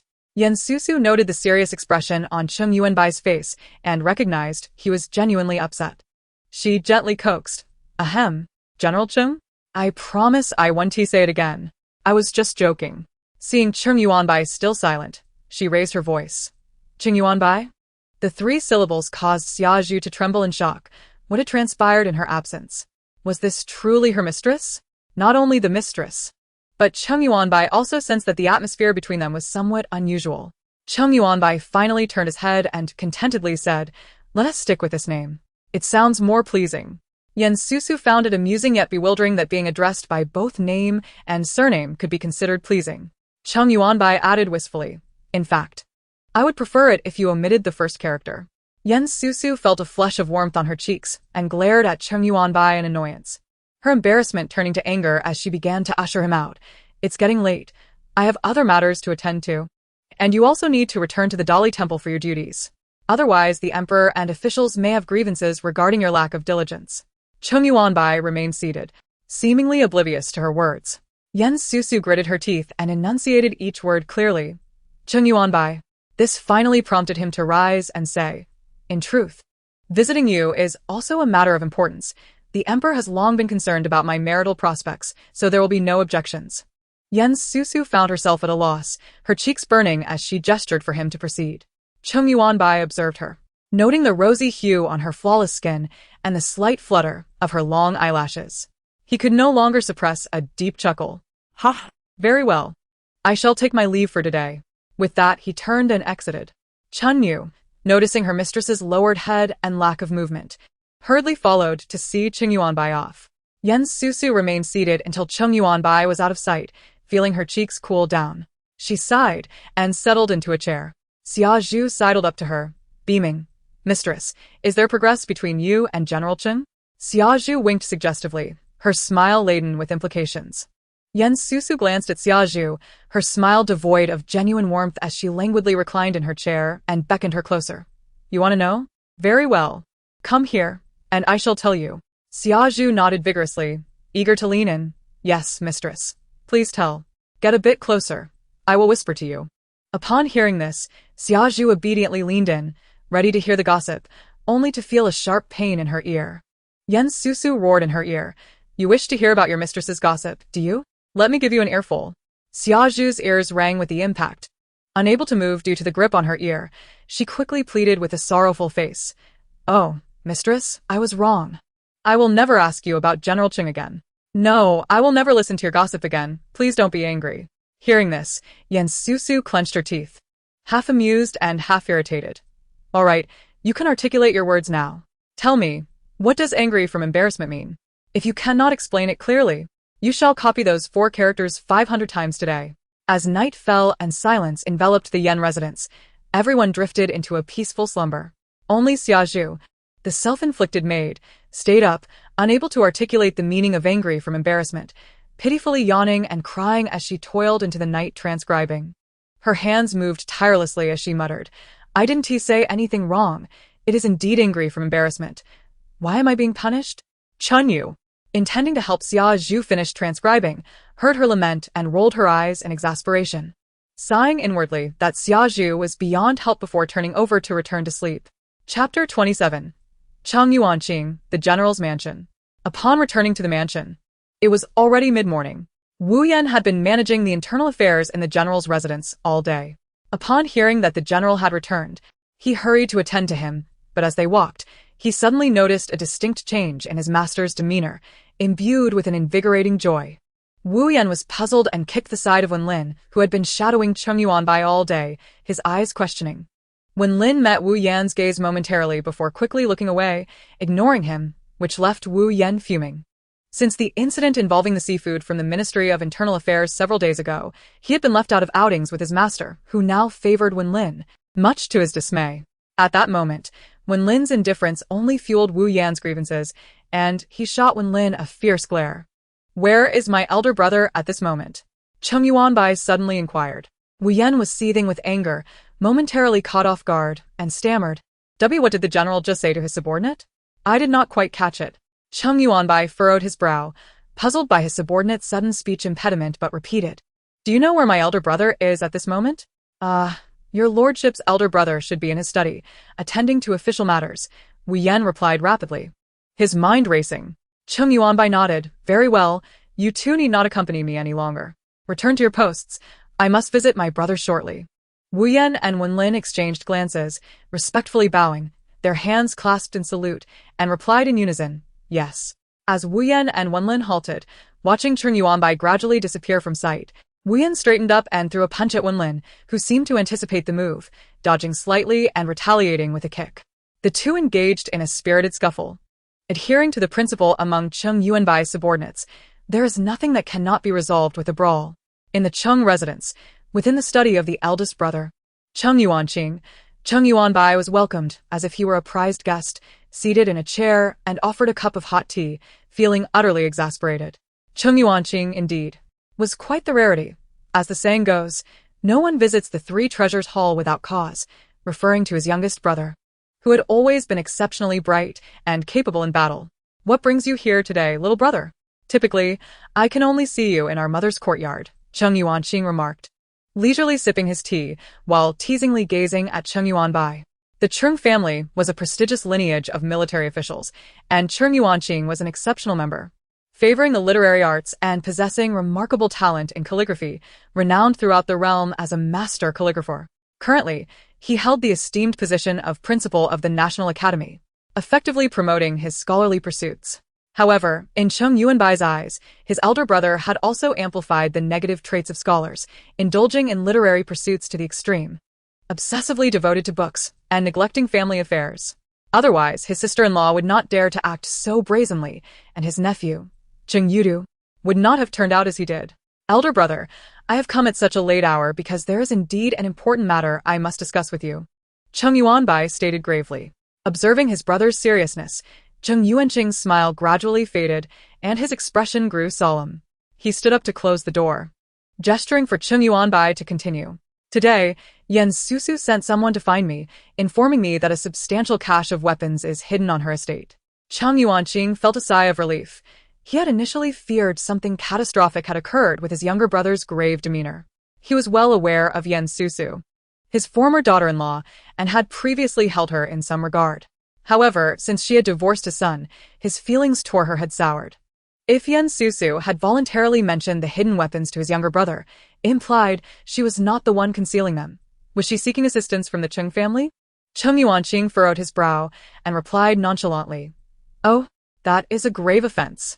The Cheng family has no ties with her any longer. You assisted her once, and now she seeks your aid again?" Cheng Yuanbai understood that his elder brother harbored disdain for Susu, yet he felt a twinge of discomfort at such remarks. Thus, Cheng Yuanbai bluntly stated the implications.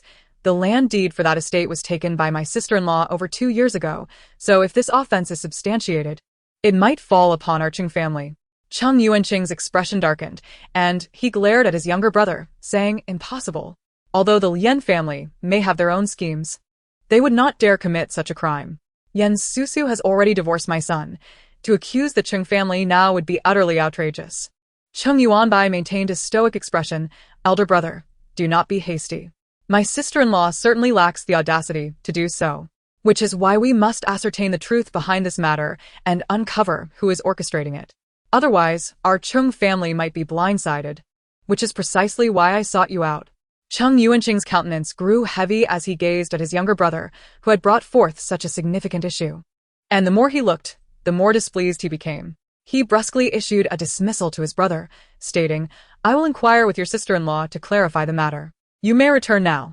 Cheng Yuanbai remained seated, seemingly oblivious to the dismissal, motionless. Cheng Yuanqing, noticing his brother's grim demeanor, realized that his younger brother's purpose was evident. He wanted him to summon the Lien family to clarify things, or he would not leave. "Do you not trust your elder brother, little brother?" Cheng Yuanqing questioned with a stern tone. Cheng Yuanbai slammed his teacup down onto the table, producing a sharp sound that startled Cheng Yuanqing. Once his elder brother regained his composure, Cheng Yuanbai spoke slowly. "Elder brother, please do not misunderstand. This matter is of great importance and requires prompt clarification. You are aware that I command military power, and the Cheng family is a lineage of military officials. The most taboo is the private hoarding of weapons." He emphasized the last 4 words with deliberate weight. Cheng Yuanqing regarded Cheng Yuanbai for a long moment before withdrawing his gaze and calling for a servant. "Go summon my wife to the study and inform her that I have urgent business with her." The servant hastily departed for the residence of Madame Cheng. Madame Cheng questioned the servant, "Why does my husband summon me to the study at this hour?" The servant bowed slightly and replied, "Madam, I am merely following the orders of the eldest master. However, the 3rd master has been speaking with the eldest master for quite some time now." The implication was that it might relate to Cheng Yuanbai. Upon hearing that her brother-in-law was with her husband, Madame Cheng felt a tightening in her chest and an ominous chill creeping down her spine, sensing something was amiss. Yet, she could not refuse to go. She steeled herself and followed the servant slowly to the study door. Chapter 28. Clarification. Madame Cheng stood outside the study, feeling anxious and hesitant.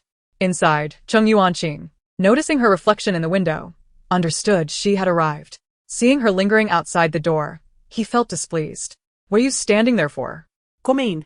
Cheng Yuanqing's deep voice echoed from within the study, startling Madame Cheng, who quickly pushed the door open and entered, forcing a smile onto her face. "Husband, my brother-in-law is here as well. What urgent matters do you require of me at this late hour?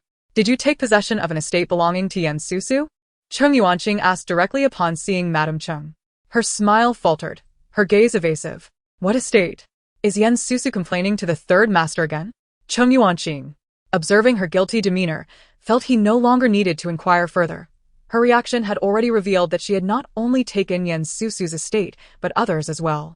Fuming, Cheng Yuanbai slammed his hand on the table and pointed at Madame Cheng, his voice sharp. How can you covet your own daughter-in-law's dowry? Have you forgotten that you are the legitimate daughter of the Lian family and the matriarch of the Cheng family? Madame Cheng's face turned pale under her husband's reprimand, and shaking the handkerchief she held, she retorted, How can you say that I covet Susu's dowry? She has been in the Cheng family for 3 years, and I have not lifted a finger against her. I have raised her for 3 years, and even if I took some of her things, they were gifts she intended for me as her mother-in-law. I did not compel her in any way. Cheng Yuanbai's deep-set eyes turned cold as he regarded Madame Cheng, a semblance of a smile playing on his lips. I must commend my sister-in-law for her remarkable ability to twist the truth.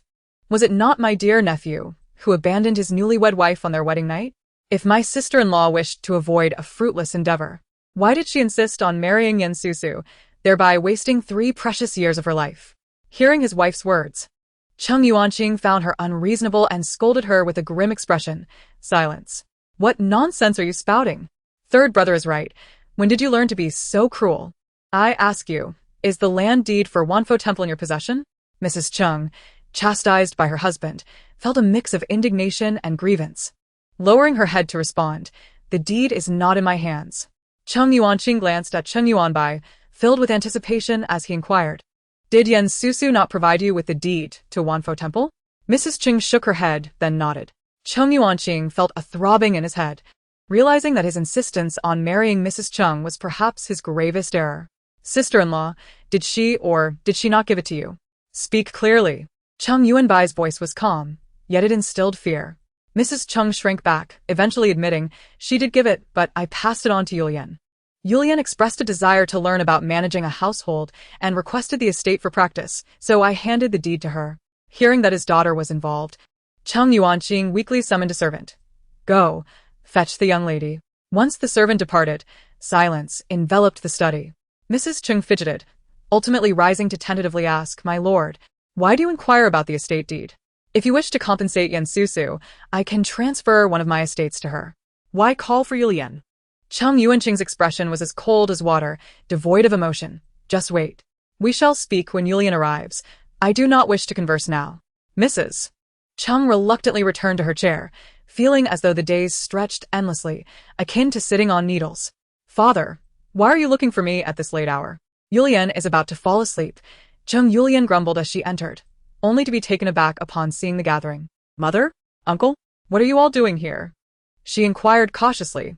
Mrs. Cheng quickly interjected, Yulian, bring forth the deed to the Wanfo Temple estate that I previously gifted you. Yulian's eyes flickered, her grip tightening on the handkerchief in her hand as she turned away, displeased. Mother, you gave it to me. Why are you asking for it back? I won't give it. Yulian. Mrs. Cheng's intention to speak was interrupted by Cheng Yuanqing's impatient interjection.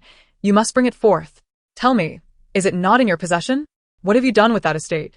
Yulian's eyes showed a hint of panic, yet she stubbornly retorted, Of course, I've been learning to manage it. What else would I do? Besides, once it is given to me, it is mine to handle as I please.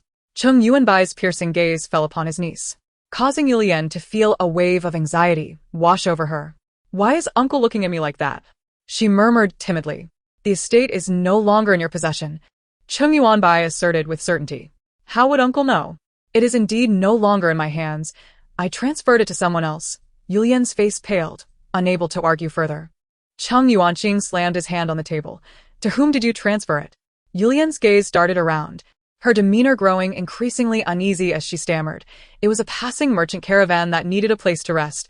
They offered a substantial price and bought the deed. Not only Cheng Yuanbai and Cheng Yuanbai, but even Mrs. Cheng could see Yulian was lying. Realizing something was amiss, Mrs. Cheng's heart raced at the thought that Cheng Yuanbai had not come to discuss Susu's dowry but rather some grave issue concerning the estate. Furious upon witnessing her daughter's deceit, she struck Yulian lightly and exclaimed, You wretched child! Do you dare deceive your father, mother, and uncle? Which merchant caravan is foolish enough to pay a high price for a mere deed without transferring ownership? Mrs. Cheng paused, sensing something was off. Did I not give you the deed? Did you not go to alter the records? Cheng Yuanbai interjected, nodding. Indeed, I have checked. And the estate remains under Yan Susu's name. At this revelation, Mrs. Cheng was truly bewildered, unable to comprehend why her daughter had not acted to transfer ownership immediately after receiving the deed. A sense of dread enveloped Mrs. Cheng as she glared at Yulian, gripping her shoulders tightly. Speak. What on earth is happening? If you do not tell the truth, I shall confine you for a year. Hearing her mother threaten such a long confinement finally frightened Yulian into revealing, Mother, please do not be angry. I will tell you, but please loosen your grip. Yet Mrs. Cheng remained unyielding, demanding, Speak. Yulian winced under her mother's grip, hastily confessing, I received the deed from you and gave it to Hiro. She gifted me a red coral ornament and asked for the estate you gave me for Yan Susu. Upon hearing Hiro's name, Mrs. Cheng's anger surged, feeling as though her daughter was driving her to madness. You foolish girl. I warned you that woman was not to be trusted. How could you entangle yourself with her so soon? I simply liked that red coral, and it is worth far more than the estate. I am not at a loss. Yulian muttered, her head lowered. Cheng Yuanqing felt a headache coming on. This convoluted situation had led back to his son's mistress. What a predicament. Cheng Yuanbai tapped the table, his expression cool as he regarded Yulian. Aside from giving the deed to Hiro, did she ask you to do anything else? Yulian's eyes flickered with guilt as she mumbled. Nothing else, just that on the day after my brother returned to the capital, I should lead Yan Susu to the inn. Mrs. Cheng's chest tightened in pain as she pointed at Yulian, her finger trembling with rage. Cheng Yuanqing pressed his forehead, feeling utterly drained of words. Looking at Cheng Yuanbai, he weakly stated, Third brother, you heard it all? This is the situation. Hiro is my son's mistress, and I understand that. I will summon her to inquire further. He began to call for a servant again. Cheng Yuanbai raised his hand to stop him. No need. This matter ends here. But do not disclose our conversation today to anyone. The consequences would be dire. He fixed a stern gaze upon Mrs. Cheng and Yulian, enunciating each word. Cheng Yudu is not exempt. His imposing stare bore down on them until they nodded vigorously, as if swearing an oath, before he finally diverted his gaze. Rising to smooth the creases of his garment, he turned to Cheng Yuanqing, saying coolly, I shall take my leave now. Brother, do rest early. Cheng Yuanqing stood to see him off. Once Cheng Yuanbai had departed, Mrs. Cheng and Yulian exhaled a sigh of relief. My lord, what is truly happening? Yulian approached her father, her eyes wide with concern. Cheng Yuanqing, on the brink of reproach, was hesitant to speak, but feared that his wife and daughter might investigate privately. With irritation, he remarked, You both need only understand that if this distressing matter you have created leaks out, our family will face dire consequences. Mrs. Cheng gasped, What? Is it that serious? Nearly fainting from the gravity of the situation, she regretted asking for the estate from Yan Susu, wishing she could slap herself. Cheng Yulian felt her legs weaken, harboring intense resentment towards Hiro. All she had intended was to exchange an item. How could this escalate to such dire consequences? Surely, Hiro must have committed some heinous act. Cheng Yuanqing gazed sternly at his wife and child, his voice grave. This is indeed a serious matter. Keep your lips tightly sealed. Wait until the third brother investigates thoroughly. Do not inform Du Ge nor seek trouble with Hiro. What has been done in the past shall continue as before. Do you understand? Cheng Duforen and Cheng Yulian exchanged a glance. Their spirits dampened as they silently nodded in agreement. Cheng Yuanqing, exhausted, sank heavily into a chair, waving his hand dismissively. Enough. If there is nothing more, you may return. I wish to be alone in the study tonight. Cheng Duforen and Cheng Yulian, filled with trepidation, said nothing and supported each other as they exited the study. Chapter 29. The invitation at this moment. In the Wudong courtyard where Hiro resided, an elderly maid, clad in humble attire, approached with a respectful bow. Madam, I have uncovered the details. Lian Xianqian encountered Yan Susu at a restaurant, and it appears a considerable conflict arose. Ultimately, Lian Xianqian left in tears. A sight witnessed by many. The maid, her face lined with wrinkles, reported with deference. As I anticipated, Lian Xianqian is quite petty. She must be seething with hatred toward Yan Susu. Hiro regarded the danko in her hand, her lips curling into a sardonic smile. The maid continued. I also discovered that Lian Xianqian has been in contact with individuals from the residence of old Madame Cheng, particularly visiting Granny Lu frequently. Hiro retracted her delicate hand, letting out a disdainful scoff.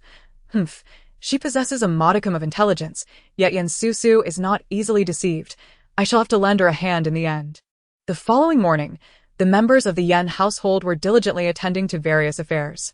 An elderly maid dressed in grey-blue, resembling a common servant, entered the Yan residence with a smile. "Miss, someone from the Cheng family has come to deliver an invitation for you."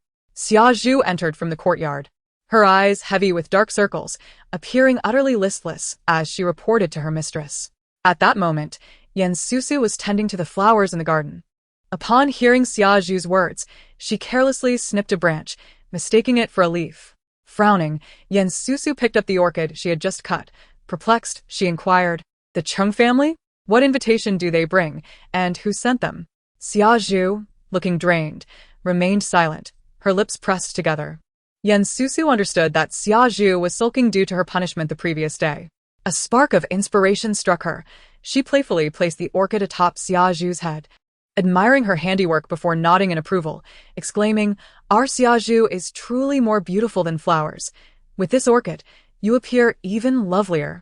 Xia Zhu, naturally lively but easily flattered, blushed deeply at her mistress's words, bashfully lowering her head and grinning. "Miss, you always jest with me." Yan Susu leaned closer, whispering with a playful laugh, "I speak naught but the truth." Xia Zhu turned as crimson as a cooked shrimp, hastily adding, "I recognize the old maid who brought the invitation. She was a servant at the Shoukong courtyard. She claims to have been sent by old Madame Cheng, but I suspect otherwise. As for the contents of the invitation, I did not inquire, but she is already waiting in the hall. Would you like to meet her?"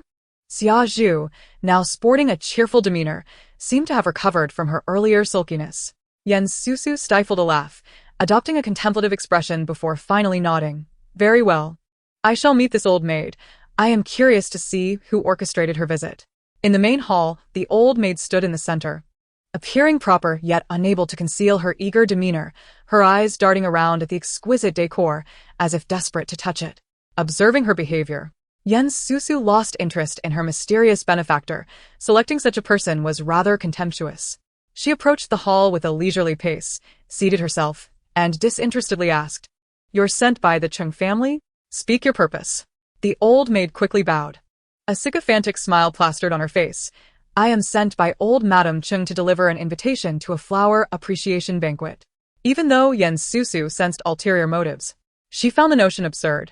Sitting upright, she scrutinized an invitation to a flower appreciation banquet from the old madam, addressed to me? "Are you certain?" The old maid nodded vigorously in affirmation. Yan Susu pondered, how could old Madame Cheng issue an invitation for a banquet intended for her son's matchmaking? Did Cheng Yuanbai inform old Madame Cheng of his affections for her? This maid truly claimed to be sent by the old madam? It seemed implausible. Cheng Yuanbai was not one to act so hastily. Yan Susu probed further. "Might I know which of the old madam's maids you are? You seem unfamiliar." "My surname is Zheng. I was previously a servant in the outer courtyard. Recently, my husband passed away, leaving us mother and child alone. The old madam, feeling pity for my plight, transferred me to her service." As Zheng spoke, she dabbed at her eyes with a handkerchief, adopting a sorrowful expression. Yan Susu regarded her with skepticism, her gaze scrutinizing Zheng, who appeared calm on the surface, yet was sweating profusely beneath. After a moment, Yan Susu withdrew her gaze, offering consolation. "Zheng, you have my condolences. The deceased are gone, and we must look to the future." Zheng hastily agreed. "What you say is true, Miss Yan. The old madam often praises your beauty and kindness. Seeing you today, it is indeed as she described. Where is the invitation? Please present it." Yan Susu smiled, extending her delicate hand. Zheng promptly retrieved the invitation from her bosom, eager to present it. "No need for you to trouble yourself, Zheng. Allow my maid to handle it." Xia Zhu, grinning, intercepted Zheng and took the invitation, examining it briefly before handing it to her mistress. Yan Susu opened the invitation, noticing the Cheng family seal. It was authentic. Maintaining her composure, she closed the invitation and stated coolly, "I accept this invitation. I shall attend the flower appreciation banquet." Upon hearing this, Zheng sighed in relief, her face breaking into a smile as she repeatedly assured, "Ah, splendid. I shall return with this news and trouble you no further, Miss Yan." Yan Susu signaled to Xia Zhu, raising her voice, "Xia Zhu, please escort Zheng out." Xia Zhu nodded, yes, Mississippi. She approached Zheng with a beaming smile, saying, Zheng, allow me to see you out. Zheng, with a sycophantic bow towards Yan Susu, followed Xia Zhu out. Chapter 30. The Messenger? Wenlin. Miss. General Cheng has sent another letter. Xia Zhu entered, her face alight with joy as she bounced in with a letter. Yan Susu cast a resigned glance at the exuberant Xia Zhu, choosing not to comment as she accepted the letter and began to read. As she finished, her cheeks flushed with color. Since the last visit from Cheng Yuanbai, during which he sensed a shift in his own demeanor, he frequently took advantage of the case to send letters and small gifts to the Yan residents through his attendants. The letters concerning the Li Xuemei case were filled with trivialities, ultimately summarizing to a single phrase. No significant clues had been uncovered. Yet at the end of each letter, Cheng Yuanbai penned a lengthy, awkward, yet caring expression of affection. When Yan Susu received the letter for the first time, she was caught off guard, her cheeks flushed crimson, and her heart raced. However, as time passed and she read the letters repeatedly, her initial shyness began to dissipate, though she still blushed at the overly sentimental content. It was no longer to the extent of her earlier embarrassment. After finishing the letter, Yan Susu returned it to its envelope and placed it in her nearby rosewood box, which now held several neatly arranged letters. Miss, General Cheng writes to you daily, yet you have yet to respond. Perhaps you should write him a letter? Xia Zhu observed her mistress's mood and, noting her good spirits, cautiously suggested. Yan Susu was inclined to do so and nodded in approval, thinking to herself that she could not always be the one blushing at his letters. After all, she could compose love letters too. Imagining Cheng Yuanbai's reaction to her response brought a subtle smile to her lips. Just as she lifted her pen to write, she paused, recalling a matter. She looked up and inquired of Xia Zhu, by the way, have you noticed anything suspicious regarding the old woman who delivered the invitation? Xia Zhu frowned and shook her head. Miss, that old woman returned to the Cheng residence immediately after leaving. I found nothing unusual. Could I have been mistaken? Was she truly sent by old Madame Cheng? Yan Susu shook her head with conviction. No, in all of Cheng Yuanbai's letters, he has never mentioned this matter. Old Madame Cheng would not send me an invitation without reason, so it must have been delivered by someone else. Xia Zhu pondered for a moment, then her eyes brightened. Could it be the first Madame Cheng? Yan Susu hesitated but ultimately shook her head. The first Madame would rather avoid me entirely. Why would she send me an invitation to a flower-viewing banquet? My presence there would only embarrass her son. Even if she harbored some ulterior motive, she would never act to undermine her own child. Rubbing her forehead, Yan Susu waved her hand dismissively. Never mind, if we cannot guess, then let it be. We will discuss it later. Xia Zhu nodded and asked, should we inform General Cheng about this? Yan Susu smiled and shook her head, saying nothing as she lowered her gaze to begin writing her letter. Very well. Is that messenger still waiting outside? Please take this letter to him. Yan Susu set down her pen, carefully sealed the letter in its envelope, and handed it to Xia Zhu. Xia Zhu smiled, a playful glint in her eye, as she took the letter and, filled with excitement, exited the residence. Outside the Yan residence, Xia Zhu emerged and glanced around. Upon spotting Wenlin, she waved enthusiastically. Wenlin was another attendant of Cheng Yuanbai. Compared to Wu Yan's honest yet dull demeanor, Wenlin was much more articulate and possessed an endearing youthful visage. He had been the one delivering letters these past few times, thus forming a camaraderie with the lively Xia Zhu. Each time he delivered a letter, he refrained from entering the residence but waited patiently outside. Whenever Xia Zhu returned from delivering a letter and reported no reply, Wenlin's expression would fall, gazing at her with a pitiable look. Xia Zhu felt a pang of sympathy each time, which is why she had ventured to remind her mistress about responding today, not expecting Yan Susu to actually write back. Now, seeing Wenlin, she beamed, holding up the letter and teasingly exclaimed, Wenlin, look what I have here. Understanding the excitement in her voice, Wenlin's heart warmed, even as he pretended to be surprised, squinting his eyes in feigned realization. Miss Yan has replied? That's wonderful. Thank you, Miss Xia. Xia Zhu, feeling pleased, waved her fingers animatedly, proclaiming, no need for thanks. It was the Miss's own idea to write back. I merely nudged her a little. Wenlin, observing Xia Zhu's lively and proud demeanor, couldn't help but smile, his gaze lingering on her. As Xia Zhu noticed his unwavering stare, warmth crept to her cheeks, and she playfully scolded him. What are you staring at? Hurry, and deliver the letter to your master. Wenlin, snapping back to reality, felt a bit bashful, his youthful face appearing somewhat foolish. He quickly took the letter from Xiaoju's hands, nodding earnestly. "Oh yes. I shall go at once." He turned to leave, glancing back multiple times. As the blush faded from Xiaoju's face, she watched Wen Lin's retreating figure and couldn't help but chuckle softly.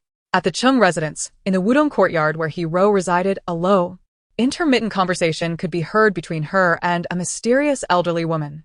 "What has the old woman with the surname Liu been up to?" He Ro asked coldly. The old woman bowed respectfully, her head lowered.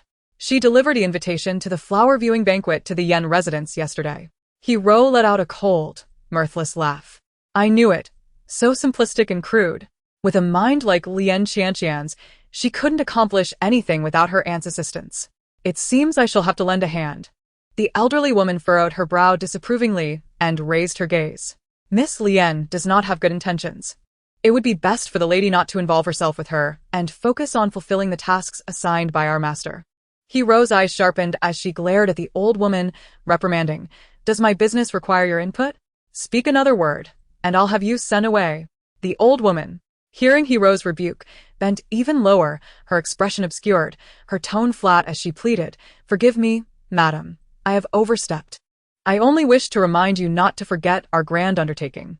Once it is accomplished, you will enjoy unbounded wealth and prestige." He Ro's lips twisted into a cold smile. How sweetly you put it. The old woman, sensing He Ro's skepticism, spoke slowly. "Madam, do not forget you still have the young master." Upon hearing the mention of Li Go, He Ro inhaled deeply, her expression softening slightly. Yet she replied, "This is all for the grand plan. I know my limits and do not require your guidance." The old woman ceased her objections, bowing deferentially. "As long as the madam is aware." He Ro, observing the old woman as servile demeanor, grew increasingly irritable and waved her hand dismissively. "You may leave." After the old woman exited, He Ro's agitation mounted, and she seized a teacup, hurling it to the ground in frustration. Chapter 31. Conflict reflecting on her schemes. He Ro clenched her fingers tightly, a fierce glint in her eyes. "Yan Susu, do not blame me for my actions. If blame is to be assigned, let it fall upon your association with the Cheng family." Ro, what troubles you so? Why are you so angry?" Cheng Yudu entered the room, puzzled by the absence of anyone else. Upon noticing the shards of porcelain on the floor, he was taken aback, looking at He Ro with confusion. He had always known He Ro to be gentle and delicate, much like her name, so her sudden outburst felt strangely unfamiliar to him. He Ro quickly turned her back, her shoulders heaving as if she were on the verge of tears. Cheng Yudu, upon witnessing He Ro's distress, could no longer suppress the doubts that surged within him. He hastily approached and wrapped his arms around her delicate shoulders, offering words of comfort. "Tell me, my dear, what grievance has befallen you? Allow me to avenge your sorrows." Tears cascaded down He Ro's cheeks like a string of pearls, accompanied by a soft, nasal whimper. "Who else could it be? I know my mother has always looked down upon me, deeming me inferior to Sister Yan. She believes I lack grace. And yet, Brother Du, I simply adore you. I merely wish to see Li Go." With a heart-wrenching sob, He Ro buried her face in Cheng Yudu's embrace. Upon hearing that it was his mother who caused her distress, Cheng Yudu's grip on her shoulder slackened. In recent days, his mother had frequently clashed with He Ro, causing her to faint on several occasions. Cheng Yudu felt a profound headache at the thought, wishing he had not ventured into the Wudong courtyard. He gazed down at He Ro, her tear-filled eyes resembling rain-soaked pear blossoms, and his heart softened despite the impatience that simmered within him. He continued to console her. "Do not weep any longer, my dear. Your face is becoming a canvas of tears, and it pains me greatly. How could you ever be compared to that shameless Yan Susu?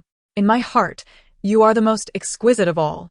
As he spoke tenderly, he lifted her chin, gently wiping away the tears that clung to her cheeks, and pressed a loving kiss at the corner of her lips. He Ro, finding solace in his affection, ceased her weeping and feigned joy, nestling back into his arms with a bashful demeanor. "Brother Du, in my heart, you shall forever be the most remarkable." Cheng Yudu, upon hearing her words, felt his heart flutter, his gaze trailing down the delicate contours of her smiling face, his hand unconsciously wandering along her waist.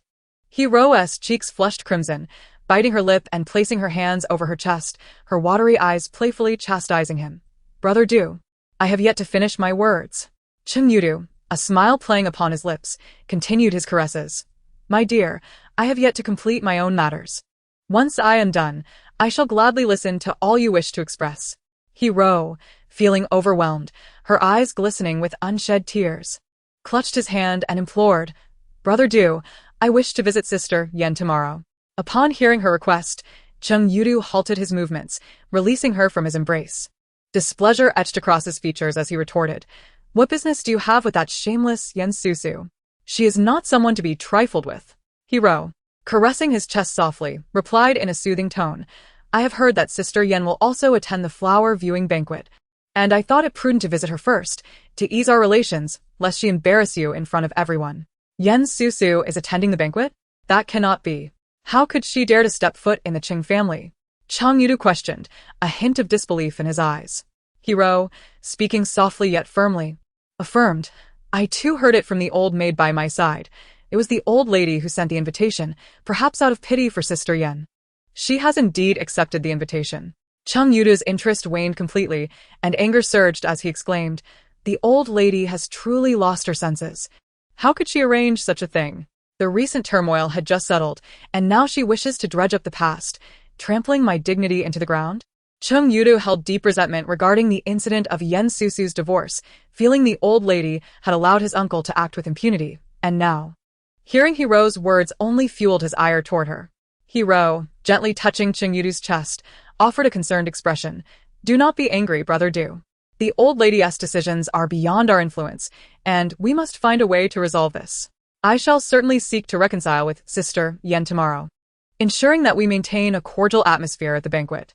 Cheng Yudu nodded in agreement. You are right. Go ahead tomorrow. I will speak to my mother about permitting you to leave. When he mentioned his mother, Hero's expression dimmed visibly. Cheng Yudu, sensing her discomfort, sought to offer solace. Your situation with my mother is unfortunate. She is, after all, my mother, and I cannot overly criticize her. You are kind-hearted, and with time, she will surely come to accept you. When that day comes, I shall carry you into the home with great honor. Though Hero maintained a composed facade, inwardly, she could not help but scoff at the implication that as long as his mother rejected her, Cheng Yudu would want her to remain a mere concubine. Thankfully, all she sought was his affection. Otherwise, her heart would surely ache with despair. She feigned absolute trust in Cheng Yudu, pledging, Rest assured, for your sake, I shall strive to be dutiful to your mother and earn her acceptance. With that, she gazed at him with tender affection, igniting a warmth within Cheng Yudu, who lifted her up and carried her towards the bed. The following day, at the Yen residence, Hero appeared at the entrance adorned in sumptuous attire. Her appearance meticulously crafted. She gazed up at the plaque of the Yen residence, lifted her chin, and signaled to her maid Chiao to knock on the door. Obediently, Chiao approached and knocked. Who is it at this early hour? Grumbled the doorman, rubbing his eyes in annoyance. Upon opening the door and seeing a small maid, he scrutinized her with confusion. Hello, what brings you here? My lady wishes to see Miss Yen. Please inform the master, Chiao replied. Your lady is. The doorman glanced around and, upon recognizing Hero, his expression soured. He had long been acquainted with her and knew her status was ambiguous, being the former wife of the third young master. With a scowl, the doorman questioned, Is she your lady? Chiao, aware of the delicate nature of her mistress's status, replied timidly, Yes, this is my lady. The doorman rolled his eyes and attempted to close the door. Hero, pushing aside the uncooperative Chiao, spoke sweetly yet assertively. It is I. What of it? Is Sister Yen afraid to see me? How dare you, a mere servant, refuse entry to a guest? Hurry and announce my arrival. What ruckus is happening at the door? Xia Zhu, having heard the commotion, approached. The doorman quickly explained the situation. Upon hearing Hero's name, Xia Zhu frowned and instructed the doorman, Let her wait. I will inform the young lady. Without sparing a glance at the pair, she turned and walked away. The doorman cast a sideways glance at Hero, his tone dripping with sarcasm. You heard her. Wait here. Chapter 32. Reconciliation? A provocation. At that moment, Yen Susu sat by the window, her brow furrowed in concentration as she delicately embroidered a pouch, the intricate pattern still incomplete. Yet the outline of a twin lotus flower began to emerge. Xia Zhu entered with a pout, her face twisted in disdain. Miss, that concubine of Cheng Yudu, Hero, has just arrived at our doorstep, demanding to see you. Hearing this, Susu paused, setting her embroidery aside, and sat up straight. Annoyance lacing her voice. What does she want? Xiaoju's expression darkened.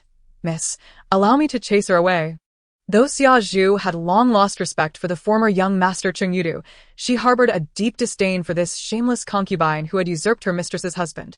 Wishing she could splash water on her face in contempt, Susu shook her head, contemplating for a moment before declaring, "Let her in.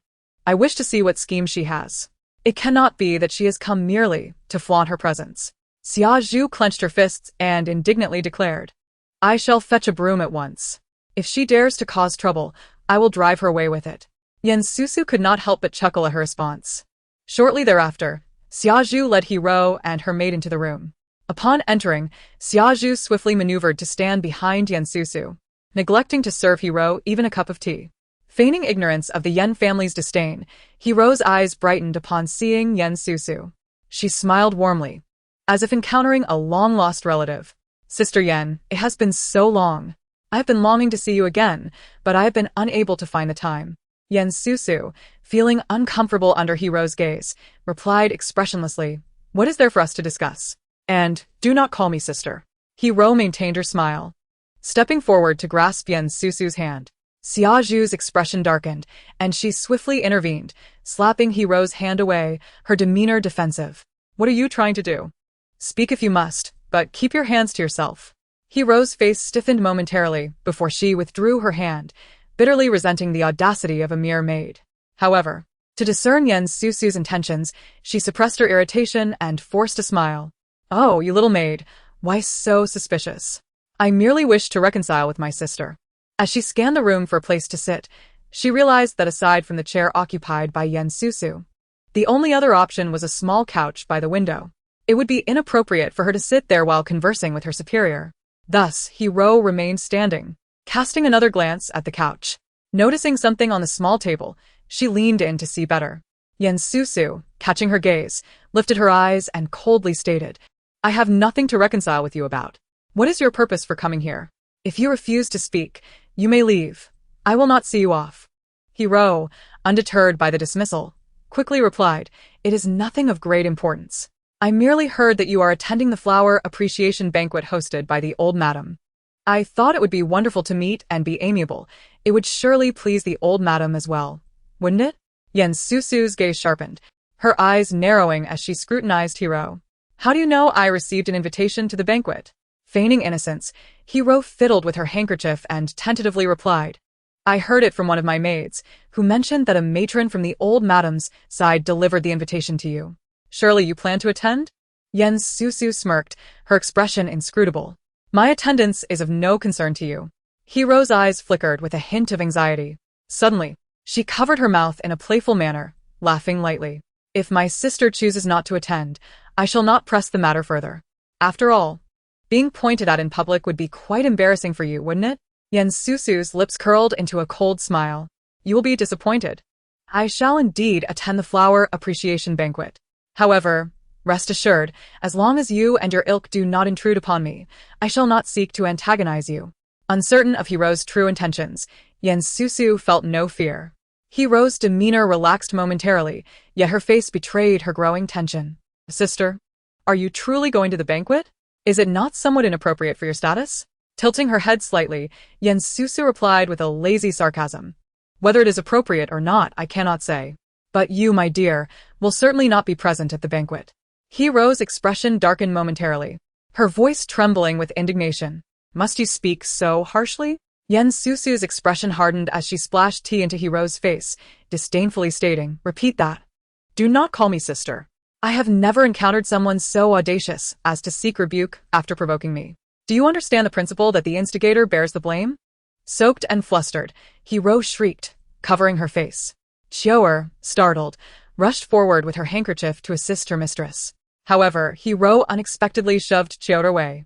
The latter stumbled and struck her leg against the couch's corner, collapsing in pain and momentarily immobilized. Hiro approached. Concern etched on her face as she reached out to help Chioer up.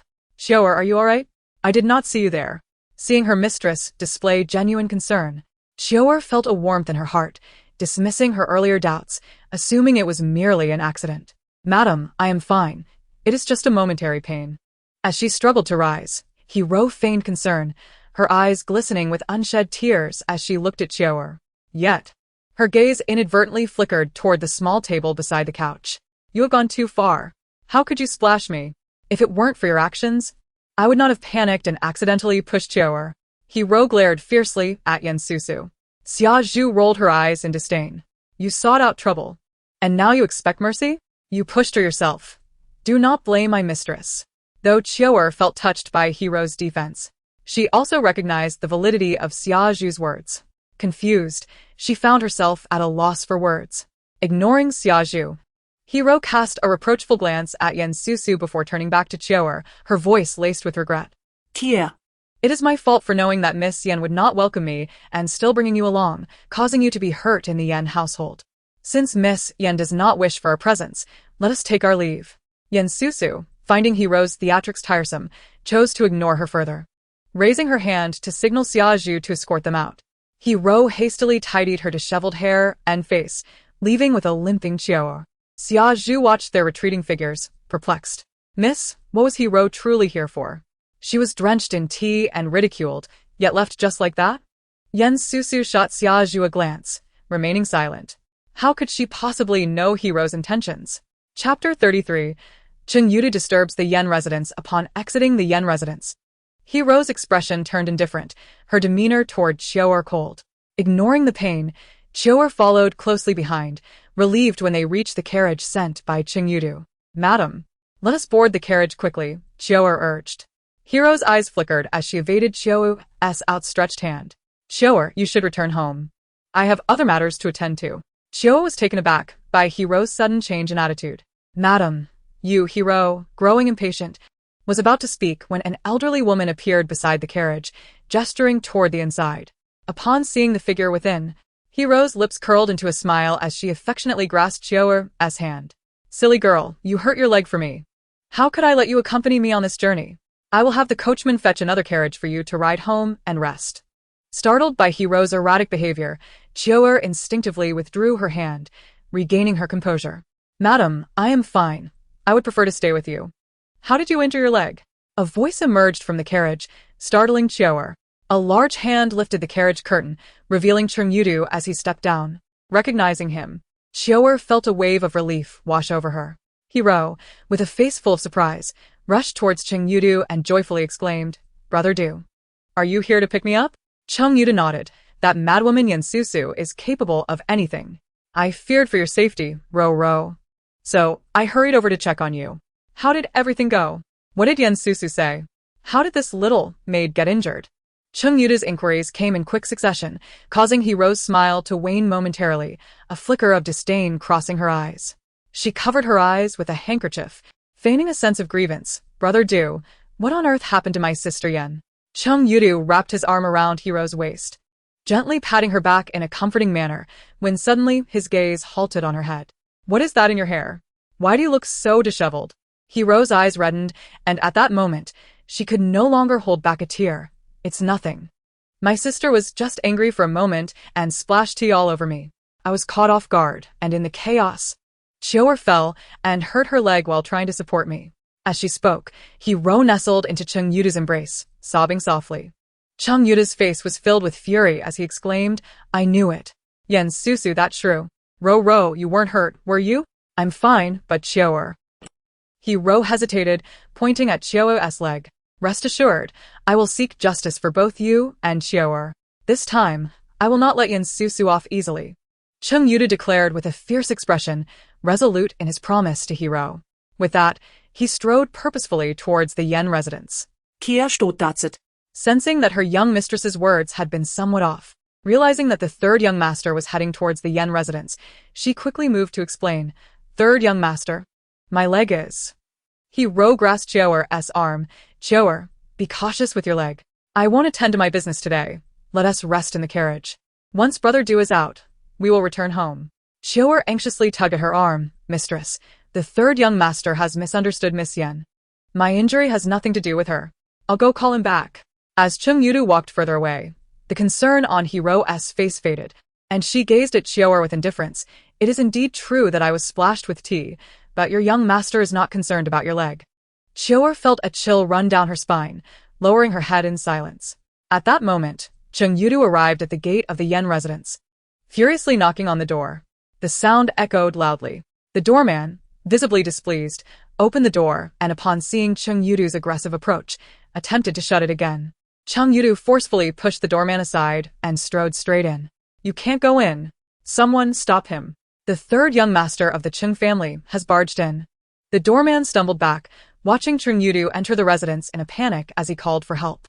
Chaos ensued within the Yen residence, with servants scrambling to block his entrance, alert others, and manage the situation.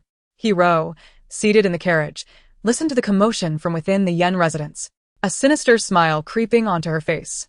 Yen Susu and Xiaozhu also heard the uproar and, learning from a maid that Cheng Yudu had stormed in, rushed to the courtyard.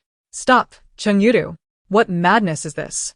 You are a general of Xia, yet you dare to invade a private residence. Yen Susu rebuked him coldly. Cheng Yudu halted, a scornful sneer on his lips.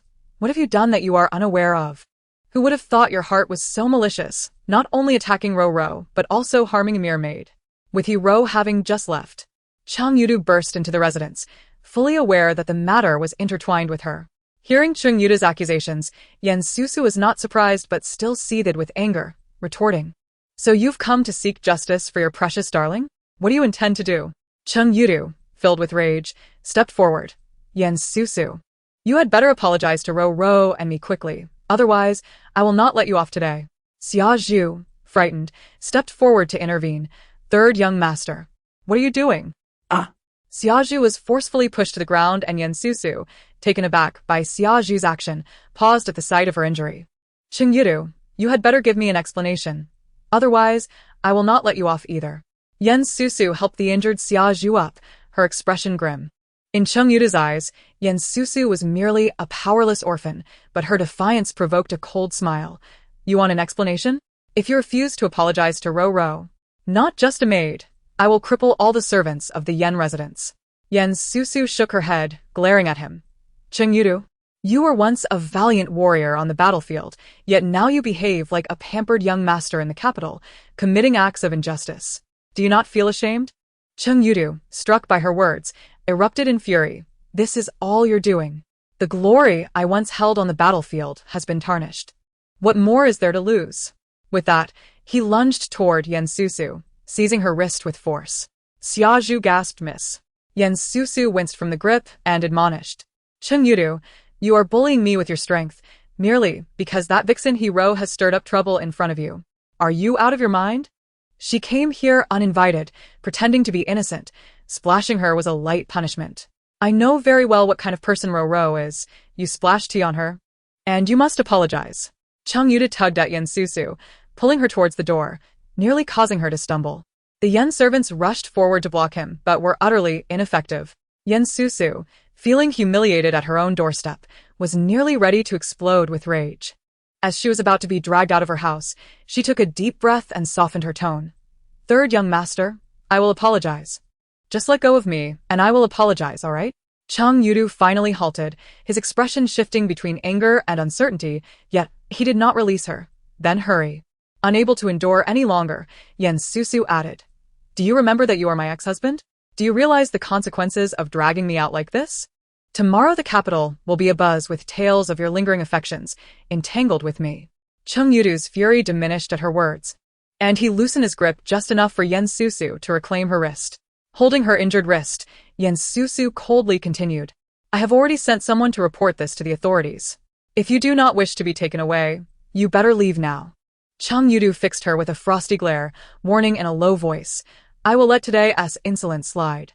But should you pull any tricks at the flower viewing banquet in a few days, do not blame me for being impolite. With that, he swung his sleeve and exited the Yen residence. Chapter 34. Reporting the incident, miss. Are you alright? Cheng Yudu is simply a scoundrel, far too overbearing. Miss, didn't we report this to the authorities? We cannot let him off so easily. Xiaozhu exclaimed indignantly. Yen Susu shook her head, resigned. That was merely a ruse. A wise woman does not suffer losses in front of her enemies. Should we truly allow him to injure the entire household? Xia Zhu, cradling her mistress's bruised wrist, felt tears welling up at the sight of the swelling. So, he wreaked havoc in our residence, and we just let it go. You were injured, miss. Xia Zhu gritted her teeth in frustration. Susu patted Xia Zhu's hand, a knowing smile gracing her lips. Of course not. Do you think your mistress is someone who accepts losses? Rest assured, I will make him pay. Miss, allow me to assist you back to rest, Xia Zhu said, wiping her tears and sniffling. Susu chuckled, glancing at Xia Zhu with a playful smile. What do you need to assist me with? My wrist is injured. Not my leg. But you, having been pushed down by Cheng Yudu, are limping. Is your leg injured? Here. Your presence is unnecessary. Please return and take a proper rest. With that, she beckoned the young maid to assist Xia Zhu in returning to her chamber. Xia Zhu, feeling uneasy, turned back repeatedly as she walked, saying, Miss, do remember to tend to your wounds properly.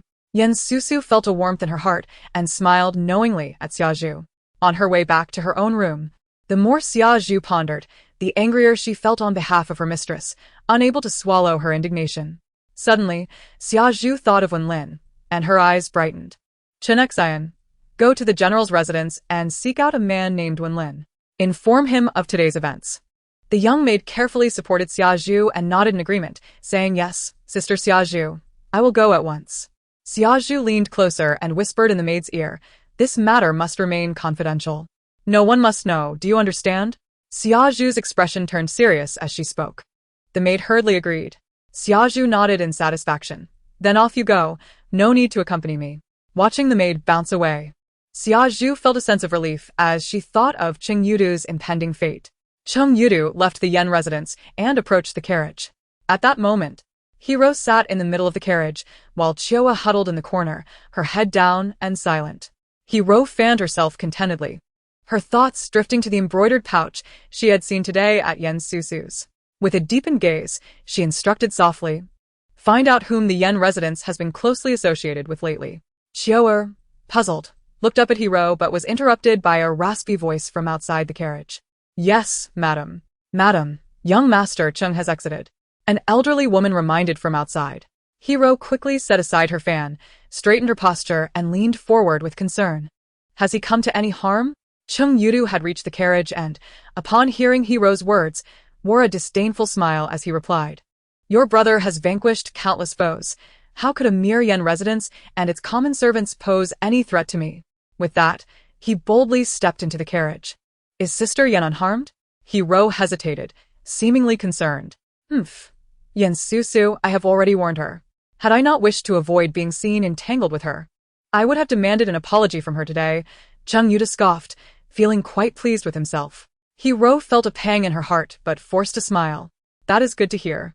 Although Sister Yen acted impulsively and tarnished your 3 years of achievements, she is, after all, your former wife. It would be wise for you to show some leniency. When Cheng Yudu heard the mention of achievements, he smiled smugly. Rest assured, row, the spring hunt is approaching. When I excel at the hunt and claim the top spot, the Emperor will have no choice but to reward me. Hero, uncertain of her feelings, feigned delight. Really? That is splendid. Your archery skills are unparalleled. You have always been the champion of the hunt. Cheng Yudu reveled in Hero's praise, nodding with satisfaction. In a moment of impulse, he leaned in to kiss her. Brother, what are you doing? Chioa is still in the carriage. Hero exclaimed, covering her lips with her hands and casting him a playful glare. Cheng Yudu glanced at Chioa, whose anxious demeanor made her shrink further into the corner. Thus, the two exchanged glances as they leisurely made their way back to the Cheng residence. Upon arriving at the Cheng residence, Cheng Yudu and Hero intended to head straight to the Wudong courtyard, but they were unexpectedly halted midway. Third young master, please wait. Wenlin quickened his pace, catching up from behind and slightly bending forward. Third young master, the master requests your presence. Cheng Yudu frowned slightly, feeling that his uncle's summons was not a harbinger of good news. What business does my uncle have with me? Wenlin replied, feigning respect. The general's matters are not for me to question. You will understand when you arrive. Cheng Yudu harbored resentment towards his uncle Cheng Yuanbai since his return to the capital.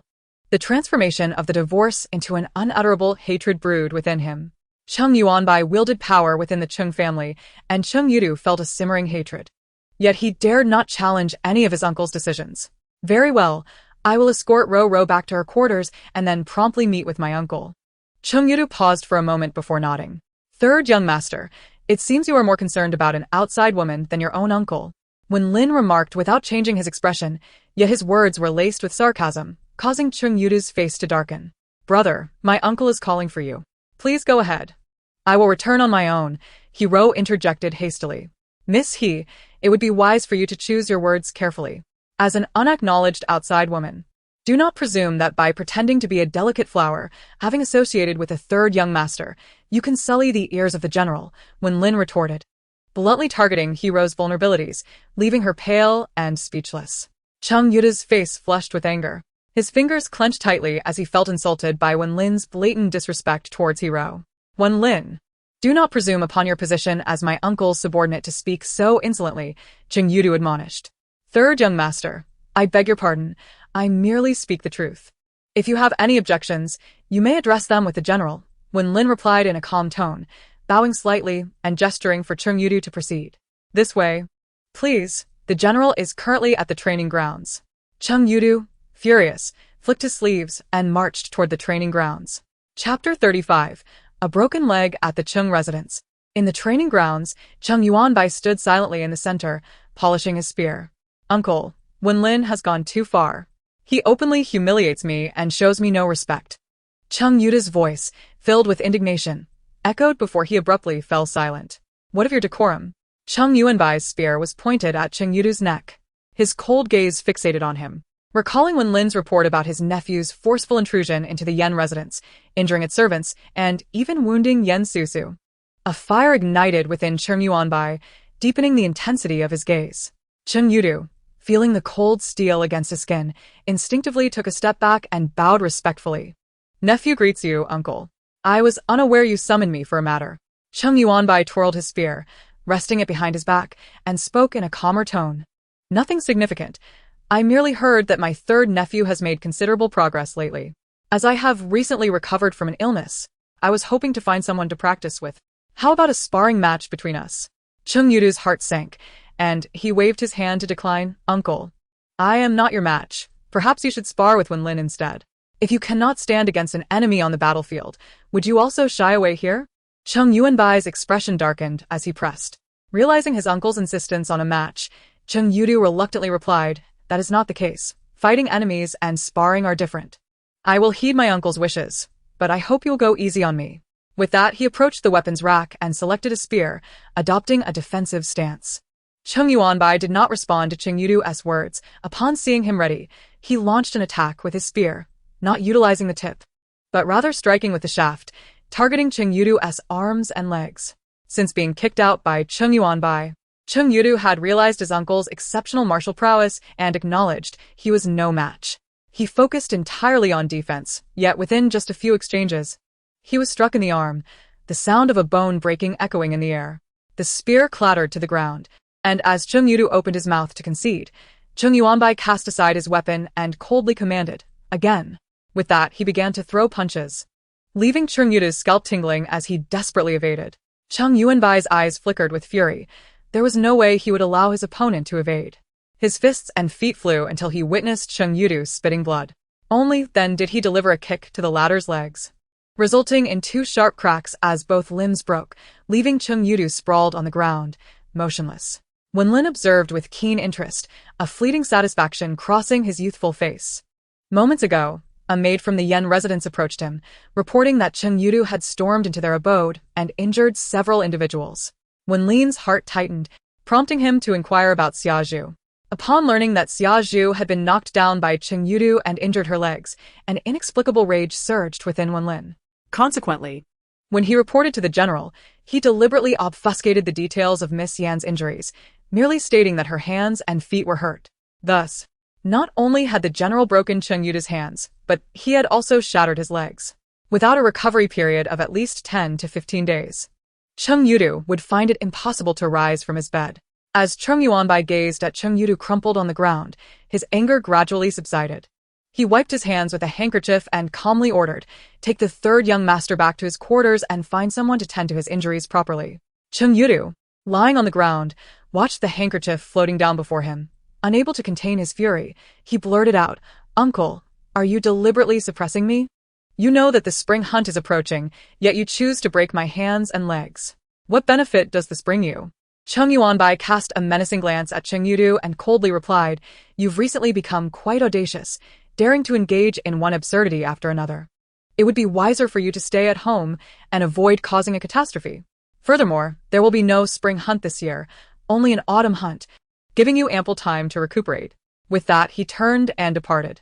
Cheng Yudu clenched the only hand he could still move, his gaze seething with resentment as he followed Cheng Yuanbai's retreating figure. Wen Lin observed the entire scene with an impassive demeanor, summoning a servant. Take the third young master back to Wudong Courtyard and find a skilled physician to attend to him. It was merely a spar.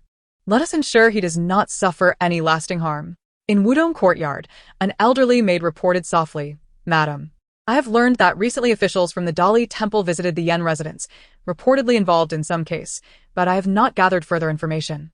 The elderly woman stood alone in the hall, her voice barely above a whisper. Hirua, her brow furrowed in confusion, asked, From the Dali Temple? Who exactly? First, there was Lin Chang'an, the junior official from the Dali Temple, followed shortly by Cheng Yuanbai from the Cheng family, the maid replied. Cheng Yuanbai?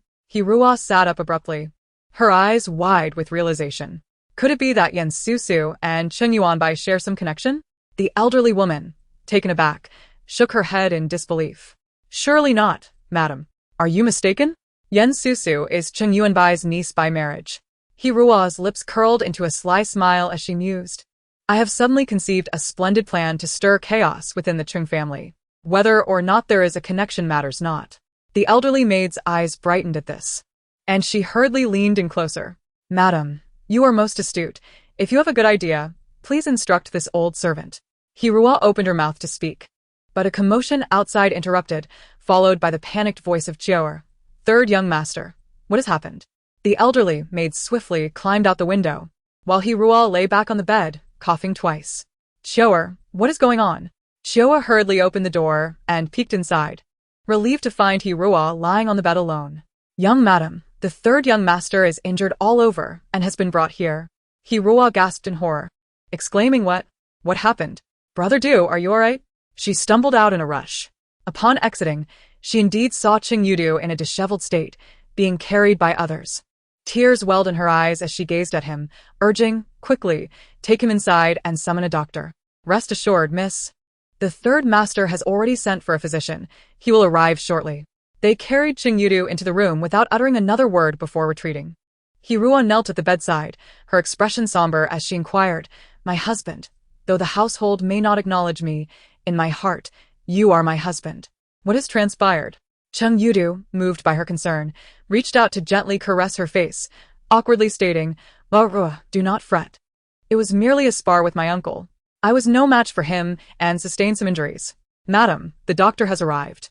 Hirua wished to say more, but Chior ushered the physician into the room, prompting her to step aside for the doctor to examine Cheng Yudu. As she watched the doctor tend to him, tears streamed down her face, and when the doctor paused, she anxiously asked, Doctor, how is my husband? The physician stroked his beard, saying, His injuries are not severe, and there are no internal damages. He will recover in a few days. However, the third young master has suffered fractures in his left arm and both legs, requiring significant rest. I have already set his bones. As long as he avoids strenuous activity, I will prescribe some medicine. As a martial artist, he will heal quickly. In 2 months, he should be fine. Hirua was initially taken aback, but nodded in gratitude at the doctor's words, signaling Chior to provide the physician with his fee before accompanying him to procure medicine. After the doctor left, disbelief washed over Hirua as she indignantly remarked, General Cheng is Brother Du's uncle. How could he be so ruthless? Cheng Yudu's eyes flashed with bitterness, yet he remained silent. Hirua noticed this and, with a slight smirk, fell quiet, dabbing her eyes with a handkerchief, sitting silently as tears flowed down her cheeks. Cheng Yudu felt a pang of heartache and offered her comfort. Chapter 36. Lin Ruoyun. The atmosphere in Wudong Courtyard was chaotic. Meanwhile, in the Yen residence, Yen Susu received the ointment sent by Cheng Yuanbai. Upon seeing the bomb, she realized that Xia Zhu had once again taken matters into her own hands and informed Cheng Yuanbai, her expression darkening. When Lin, concerned for Xia Zhu, volunteered to deliver the medicine, carefully observing Yan Susu's reaction. Noticing her troubled countenance, he quickly said, Miss Yan, given the gravity of the situation, how can you remain silent?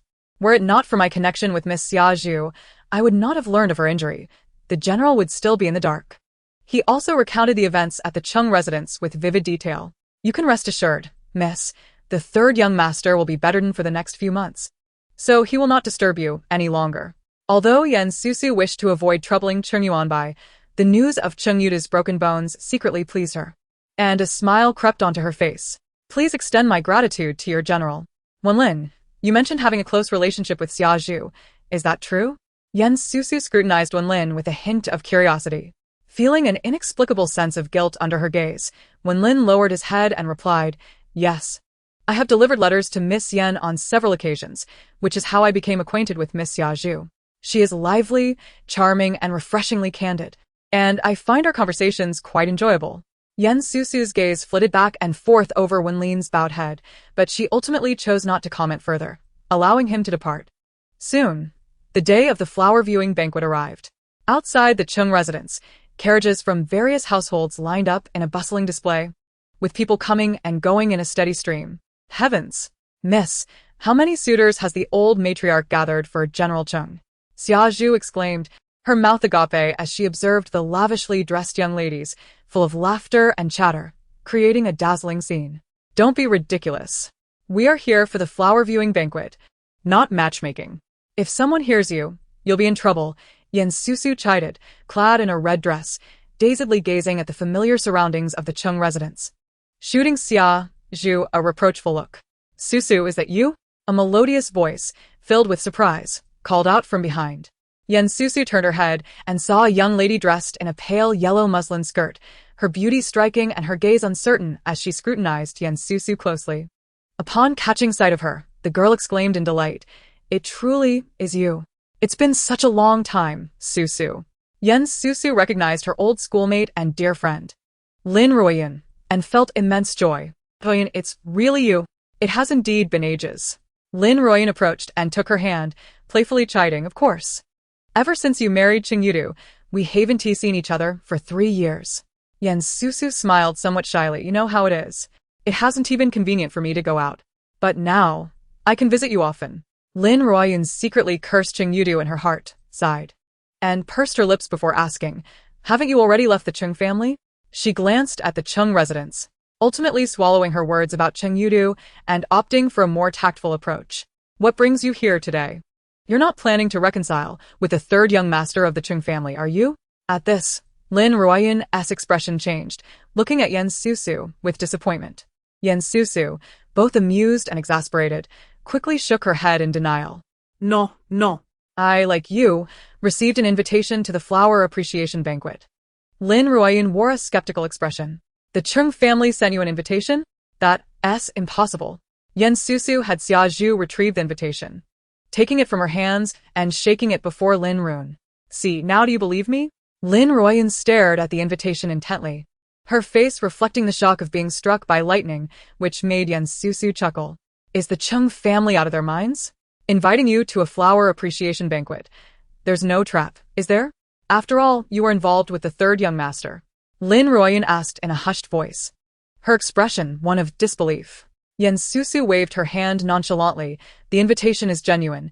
Beyond that, I know nothing. Lin Ruoyan expressed her concern. Perhaps you shouldn't attend. It might be best to return home. Yan Susu comforted her, patting Lin Ruoyan's hand. The old lady has always treated me well. I must honor her invitation. But rest assured, I will be cautious. Let us go inside. The flower appreciation banquet was aptly named, taking place in the garden of the Cheng residence.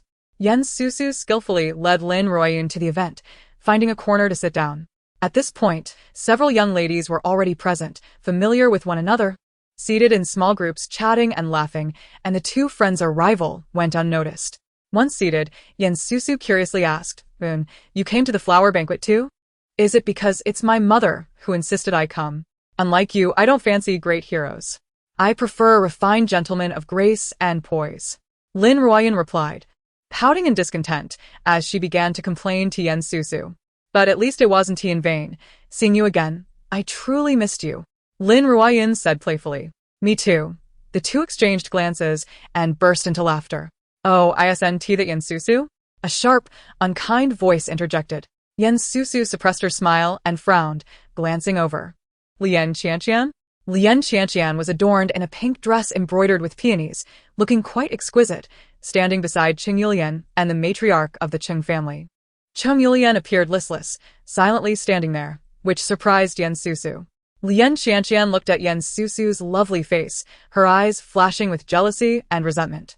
Upon seeing Yen Susu, the matriarch's expression shifted, questioning, Yen Susu, what brings you here? Is this flower appreciation banquet really a place for you? This was indeed peculiar. You sent me an invitation, claiming it was from the old lady. Why then question my presence? Yen Susu retorted, producing the invitation and tossing it upon the table. The Cheng family seal prominently displayed. Is this invitation counterfeit? The matriarch's face turned ashen upon seeing the invitation, her lips twitching as she forced a smile. Perhaps the old lady simply missed you. I've been so busy lately that I didn't hear about this. The other young ladies at the table exchanged glances, whispering among themselves, aware of Yen Susu's former status. The matriarch, feeling the heat of their stares, spotted the old lady approaching with a group of women and quickly raised her voice. Now that everyone is here, let us commence. With that, she arranged for the ladies and assisted the old lady to her seat of honor, taking her place beside her. A group of maidservants entered from the garden, carrying an array of exquisite delicacies and finally presenting a pot of wine to each table. Yen Susu's table received the same, and she detected the scent of plum wine. As the young ladies relished the dishes, praising them enthusiastically, the matriarch's demeanor improved as she smiled at the old lady. Mother, do take a look. Today is indeed a gathering of beauty, each more radiant than the last. Such a splendid sight deserves the attention of the gentleman as well. The old lady admired the flowers in the garden, nodding gently with a loving smile.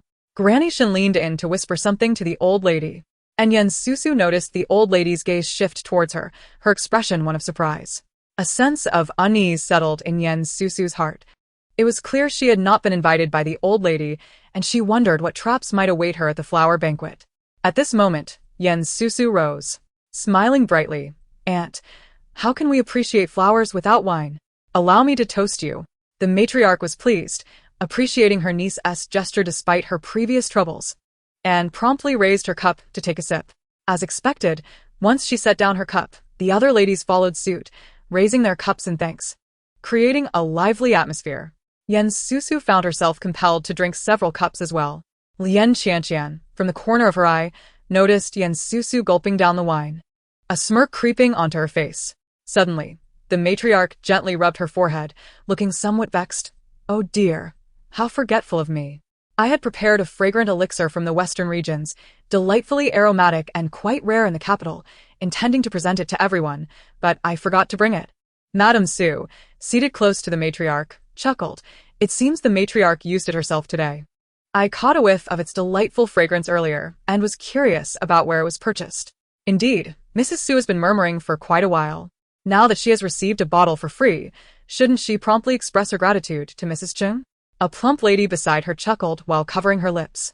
Meanwhile, old Madame Cheng glanced at her eldest daughter-in-law, feeling quite pleased with her handling of affairs today, and nodded in approval. Mrs. Su shot a glance at the lady, then turned to Mrs. Cheng with a light laugh, raising her wine glass in thanks. Mrs. Cheng took a sip from her glass and smiled happily, saying, as long as the ladies are pleased, we cannot let them come here for nothing. She then turned to the seated Lian Qianqian and said with a smile, Qianqian, you know where to place this. It is for all the ladies. You should return once, so your aunt can rest easy. Mrs. Cheng spoke gently to Lian Qianqian. Just as Lian Qianqian was eager to witness Yen Susu's downfall, she felt reluctant to go fetch something at Mrs. Cheng's request.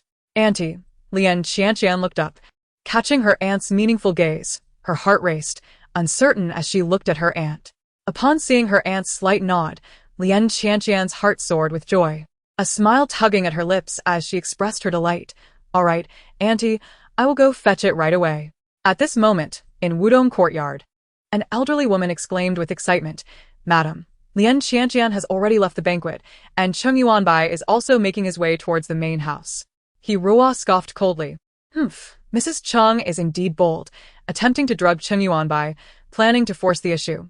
making her niece the general's wife. Not fearing that her ambitions might lead to her downfall, the elderly woman flattered her. Madam is indeed astute, knowing something unusual would occur today. She had the foresight to have me keep an eye on the madam. We need not lift a finger. The relationship between the Cheng family and Cheng Yuanbai will fracture, and the division of the Cheng family will be imminent. Leaning against the intricately carved bed, Hirua spoke with disdain. I am merely taking a gamble. Even if I am mistaken, I suffer no loss. However, I do not intend to stand idly by. Do you not think this is the perfect opportunity for me to rise? And with Lian Qianqian, since Mrs. Cheng deems me improper, let her see how her beloved niece ends up in her son's bed. A glint of ruthlessness flashed in Hirua's eyes. The elderly woman, however, felt uneasy and hesitated to proceed, instead continuing to advise, Madam, if you design to send Lian Qianqian to Cheng Yudu's bed, what will happen to Cheng Yuanbai? This opportunity is rare. Such a chance to catch the great summer's war god in the act may not arise again. Hirua's eyes flickered with impatience, but she maintained her composure. Humph, Lian Qianqian is merely the eldest lady's niece. Even if caught, it would only be a fleeting romance. What do you think the people will say if they see Cheng Yuanbai entangled with his niece-in-law? The elderly woman's eyes brightened, revealing a sinister smile. Madam is brilliant.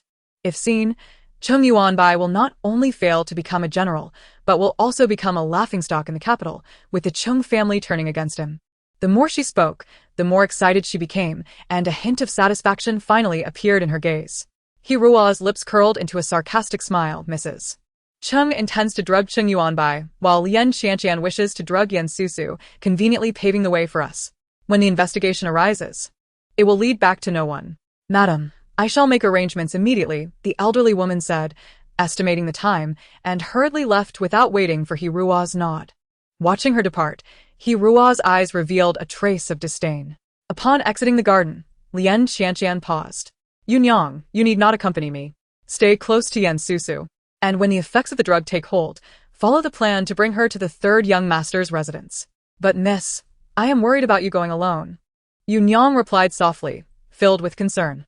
Lian Qianqian reprimanded impatiently. This is my aunt's family. What could possibly happen to me? Do as I say. I am the mistress. And you are merely a servant. There is no need for so much chatter. Yunyang, chastised, did not dare to meet her gaze, lowering her head and responding softly, hurriedly bowing before scurrying back to the garden. Lian Qianqian dismissed her maid and walked towards the main courtyard, her face unable to hide her delight. Upon entering the courtyard, a maid blocked Lian Qianqian's path, respectfully bowing. Cousin, the madam instructed me to take you to Lingyuan courtyard. Please follow me. Lian Qianqian halted, eyeing the young maid with suspicion. Lingyuan courtyard belongs to my cousin. Why would my aunt send me there? Who are you? The maid replied calmly. Do not worry, cousin. I am Chuier from the Madam's courtyard. The third young master was splashed with tea, and since he is of similar stature to the third young master, he is currently changing clothes in Lingyuan courtyard. Lian Qianqian's doubts dissipated upon hearing that Cheng Yuanbai was changing clothes there, and she followed Chuier towards Lingyuan courtyard. As they walked, she eagerly inquired, has everything been arranged in Lingyuan courtyard? There won't be any issues, will there? Chuier, leading the way, kept her expression hidden but spoke in a soothing tone. Do not worry, Madam has made the arrangements. Once you enter, everything will go as you wish. Lian Qianqian breathed a sigh of relief, her heart racing as she quickened her pace. Reaching the entrance of Lingyuan courtyard, she noticed there was no guard outside and pushed the door open. Chuier swiftly blocked her, taking out a pill from her pouch, and said respectfully, Cousin, this is for you, as instructed by the madam, to enhance your desires. You must take it before entering. Lian Qianqian irritably took the pill and swallowed it. All right, can I go in now? Chuier smirked slightly, stepping aside and gesturing for her to enter. Eagerly, Lian Qianqian pushed open the door and walked inside. The effects of the drug quickly took hold. Her face flushed, her eyes blurred, and she could vaguely see a man lying on the bed, stumbling towards him. Cousin, what are you doing in my room? Get out. Cheng Yudu, awakened from his slumber, was startled to see Lian Qianqian in disheveled clothes in his room. General, Qianqian likes you so much. You like me too, right? Lian Qianqian, her eyes glazed, spoke incoherently. Lian Qianqian, look closely. I am not Cheng Yuanbai. I am your cousin Cheng Yudu, he exclaimed, a mix of shock and anger in his voice as he saw her climb onto his bed. General, Cheng Yudu had just sustained severe injuries, rendering him unable to move, and he could only endure Lien Qianqian's advances, his eyes filled with hatred.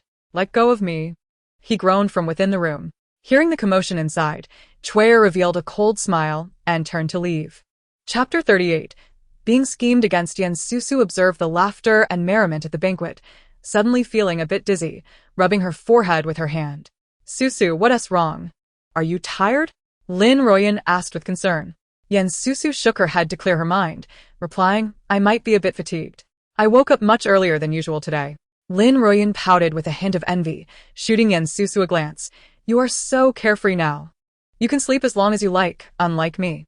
Yen Susu smiled shyly, remaining silent, and pinched her brow again. Seeing her so weary, Lin Royan glanced around and suggested, "Why don't you stand up and take a stroll outside?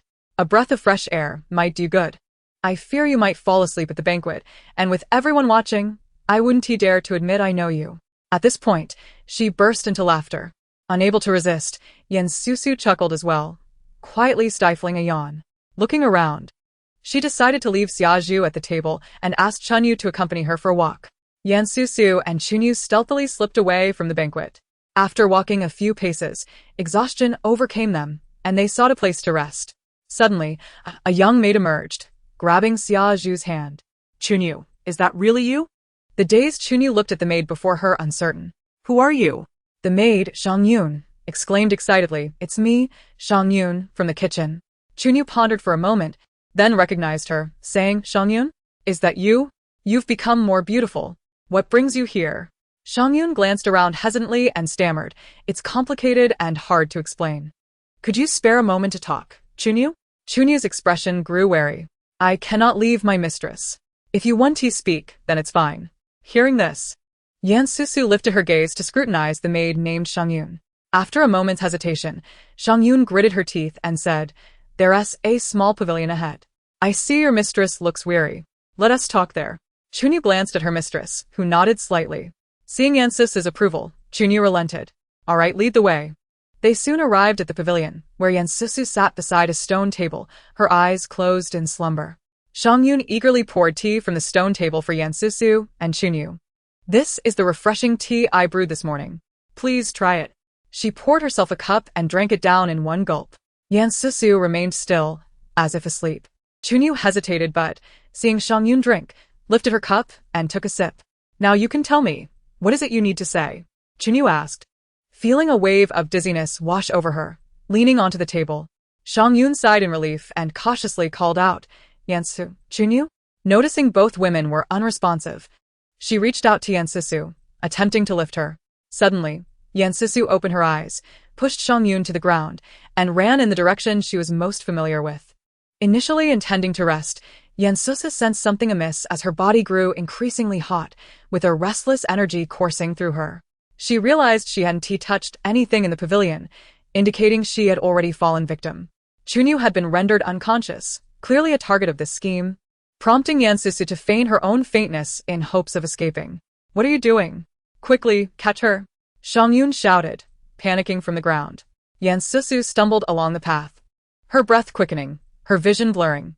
She could only rely on the sound of footsteps behind her, using her fading rationality to run in the opposite direction of the noise. Suddenly, she tripped, and as she fell, she heard the footsteps closing in. In despair, she shut her eyes, expecting pain, but instead felt herself falling into a fragrant embrace. "Yen Susu? How did you end up here?" Yen Susu recognized the familiar voice and forced her eyes open to see Cheng Yuanbai holding her, preventing her fall. Behind him stood Wenlin, astonished at Yen Susu's state. "Quickly, take me away. Someone is chasing me," Yen Susu urged, her voice tense. Cheng Yuanbai's expression darkened as he glanced at Wenlin, who nodded in understanding and moved toward the direction Yen Susu had come from. "Don't worry, I've instructed Wenlin to handle this." "Were you drugged?" Cheng Yuanbai reassured her, gently patting her back as he noted the unusual flush on her face and her rapid breathing, his brow furrowing in concern. Yen Susu felt her mind clouding. When Cheng Yuanbai spoke, she steadied herself and managed a nod. Remaining fragments of her consciousness told her to push him away, yet her body involuntarily leaned closer. Her eyes reddened in embarrassment. At this moment, disheveled and with slightly parted crimson lips, Susu emitted faint sounds of distress, her flushed cheeks rendering her even more alluring, causing Cheng Yuanbai to catch his breath, his gaze deepening. Who could remain unmoved when holding the beloved? Yet, Cheng Yuanbai inhaled deeply, his expression darkening as he lifted the squirming Susu and headed towards the physician's quarters. Meanwhile, the lady of the house, absent-mindedly sipping her drink at the banquet, kept an eye on Su Momo, who was anxiously awaiting news. "Why hasn't the third young master arrived yet?" she remarked, noticing her eldest son and several other young masters had already arrived, while Cheng Yuanbai was nowhere to be seen. The matriarch's voice held a hint of displeasure. Having issued strict orders, this troublesome lad wouldn't dare to defy them, would he? "Madam, the third master agreed yesterday, so he should be here today." "Perhaps something has delayed him?" Su Momo suggested, puzzled. The matriarch huffed, her gaze fixed on the entrance in silence. The lady of the house, growing restless, set down her cup with a hint of embarrassment and said, "Why is Qian taking so long to fetch the fragrance? The garden is filled with floral scents, making it difficult to choose. Why don't we ladies return to the courtyard together to select?" The other ladies exchanged glances, and seeing that the main guest had yet to arrive, they nodded in agreement. The lady of the house smiled respectfully. "Mother, you enjoy the flowers here. I will take the ladies to select the fragrances." "Very well, go ahead and return soon." The matriarch nodded slightly, smiling at the ladies present. The lady of the house signaled Su Momo to follow and cheerfully led the others out. Chapter 39. Caught in the act in the main courtyard, the lady of the house was informed, "Madam, it's terrible. The cousin has rushed out in a panic." It was Xiaotsue, who, upon seeing the lady, began to shout but struggled to articulate her thoughts. The lady's heart leaped with joy. It seemed the plan had succeeded, yet she feigned an anxious expression. "What happened to Qian? Take me to see her at once." Without waiting for the other ladies to follow, she hurried out. The ladies exchanged uncertain glances, wondering if something had indeed happened to the Cheng family's cousin. Should they follow to see what was amiss? After a silent agreement, they all followed the lady of the house. While the lady remained oblivious to any discrepancies, Su Momo, the organizer of events, began to sense something was off. This was clearly not the path to the designated courtyard, but rather drew closer to the third young master's quarters. And the maid in front was not one she had arranged. Attempting to inform her mistress, Su Momo moved forward, only to find Wenlin, one of the third young master's subordinates, glaring at her from the path. Suddenly, she felt paralyzed, unable to move, her mouth opening in silent horror as she watched her mistress walk further away. Once the group had distanced themselves, Wenlin emerged from his hiding place, a mocking smile on his lips. "Su Momo, have you seen my master?" Su Momo, drenched in cold sweat, finally found her voice, forcing a smile. "I haven't seen him, but didn't the third master say he was attending the flower banquet? Perhaps he has already arrived." Oh. "Isn't he being led to the main house by you and your mistress?" Su Momo's heart sank upon hearing Wenlin's words. "Take her away," Wenlin commanded, waving his hand. As Su Momo was taken away, she trembled, desperation etched across her face. "Wenlin, what happened to the cousin?" Wenlin, indifferent to her pleas, sneered, just like Qian. "Your mistress is foolish and venomous. Whatever the lady of the house intends for the third young master, she is now experiencing firsthand." Madame Su widened her eyes, her voice piercing. "All of this is the old servant scheme. It is my doing, and has nothing to do with Miss Biao. How could third master act in such a manner?" Wenlin scoffed. "It is no wonder your cousin is both foolish and venomous. My third master has done nothing wrong. It is she who has conspired with danger and has been ensnared, yet she continues to indulge in sweet dreams. Truly, they are akin to close kin. And this predicament is entirely of their own making." Thinking of the children still at the Lian household, Madame Su rolled her eyes and fainted. At this moment, Madame Cheng had arrived at the door of Cheng Yudu's chamber. Troubled, she felt that Madame Su's reliability was waning. How could she have arranged for someone to be in Du Ji's courtyard? How would Du Ge live thereafter? Inside the room, the dulcet sounds of a woman were unmistakably those of Lian Qian. Finally, a weight lifted from Madame Cheng's heart. She sighed in relief, although her expression was a mixture of shock and anger. "Qian, what has happened?" She anxiously pushed open the door and rushed in. The other ladies exchanged glances, and at this point, who could be unaware of the situation? Madame Cheng had brought people to catch her own niece in an affair with General Cheng. Which other general was there in the Cheng family? The Lien family had truly devised a clever plot. Madame Su, infuriated, waved her hand and turned to leave. However, she heard a sharp cry from Madame Cheng followed by a loud bang. Immediately after, Madame Cheng rushed out, her expression flustered. Ladies, there are still matters to attend to. I shall have Madame Su escort you all home. Madame Cheng glanced around but did not see Madame Su, nearly fainting from rage. Some ladies had closely followed Madame Cheng into the room, and she was unable to restrain one after another. Soon, a lady called out mockingly, "Oh dear. This man is not General Cheng. This is none other than Cheng Yudu, the one who recently caused such a stir in the city." Lien Qianqian lay beside Cheng Yudu, his clothes in disarray, with numerous bruises all over him, a vivid testament to the altercation. A lady peered in, covering her mouth with a laugh. "The young lady from the Lien family is truly formidable. Look at how she has put young Master Cheng in such a state. He seems to have lost consciousness." The other ladies erupted in laughter, their voices laced with disdain and mockery. Hearing their words, Madame Cheng, whose face had already turned pale from the blow, felt her face flush with anger, unable to articulate her response. You. Madame Su rolled her eyes. Exasperated. What is there to gawk at? Such scandalous behavior is an affront to propriety. Some people use these events as stepping stones to elevate themselves. While I fear it may tarnish my daughter's eyes. She cast a sidelong glance at Madame Cheng, laden with insinuation. Indeed, we should leave at once. I must quickly take my daughter home. As Madame Su spoke, discomfort washed over her. Yes, let us depart. With that, the ladies retreated as if avoiding a plague, not sparing Madame Cheng a glance, and left in a flurry.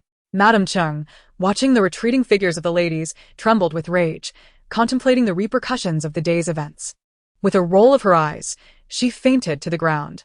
Madame Cheng sat at the banquet, waiting for her youngest son.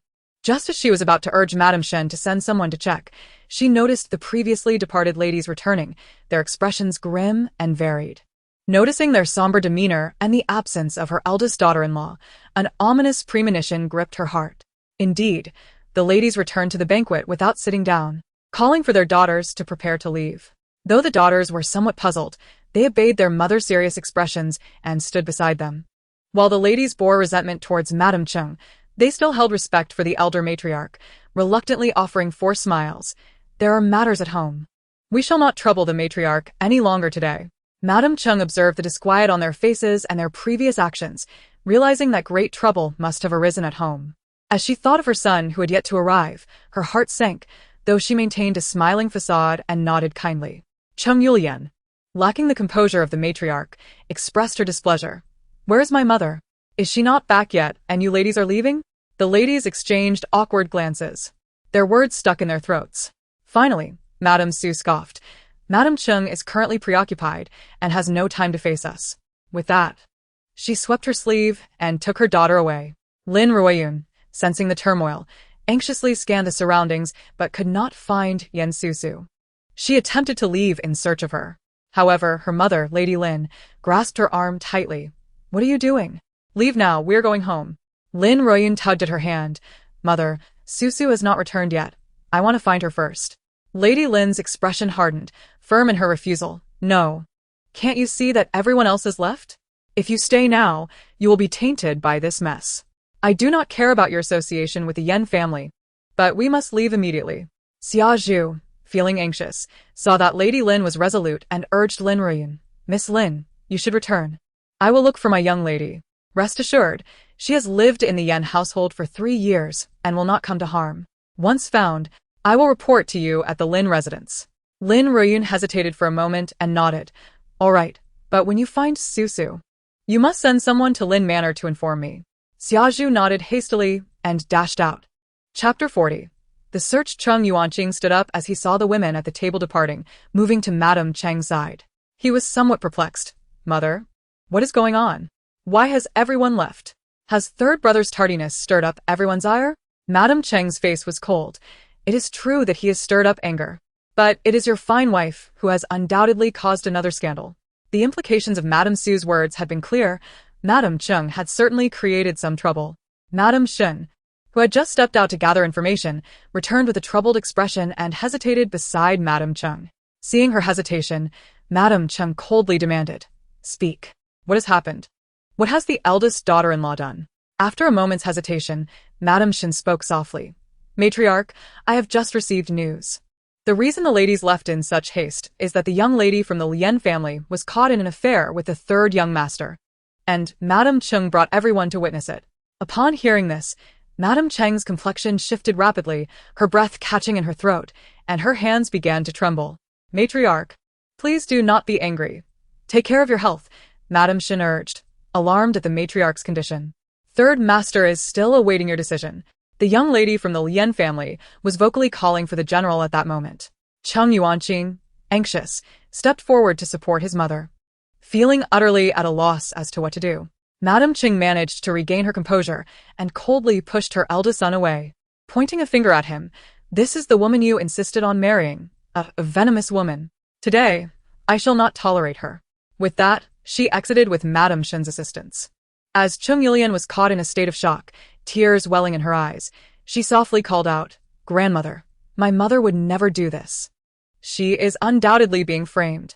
At that moment, the elder Mrs. Cheng was overwhelmed with anger, her mind clouded, and she stormed past Cheng Yulian, heading straight for the main house.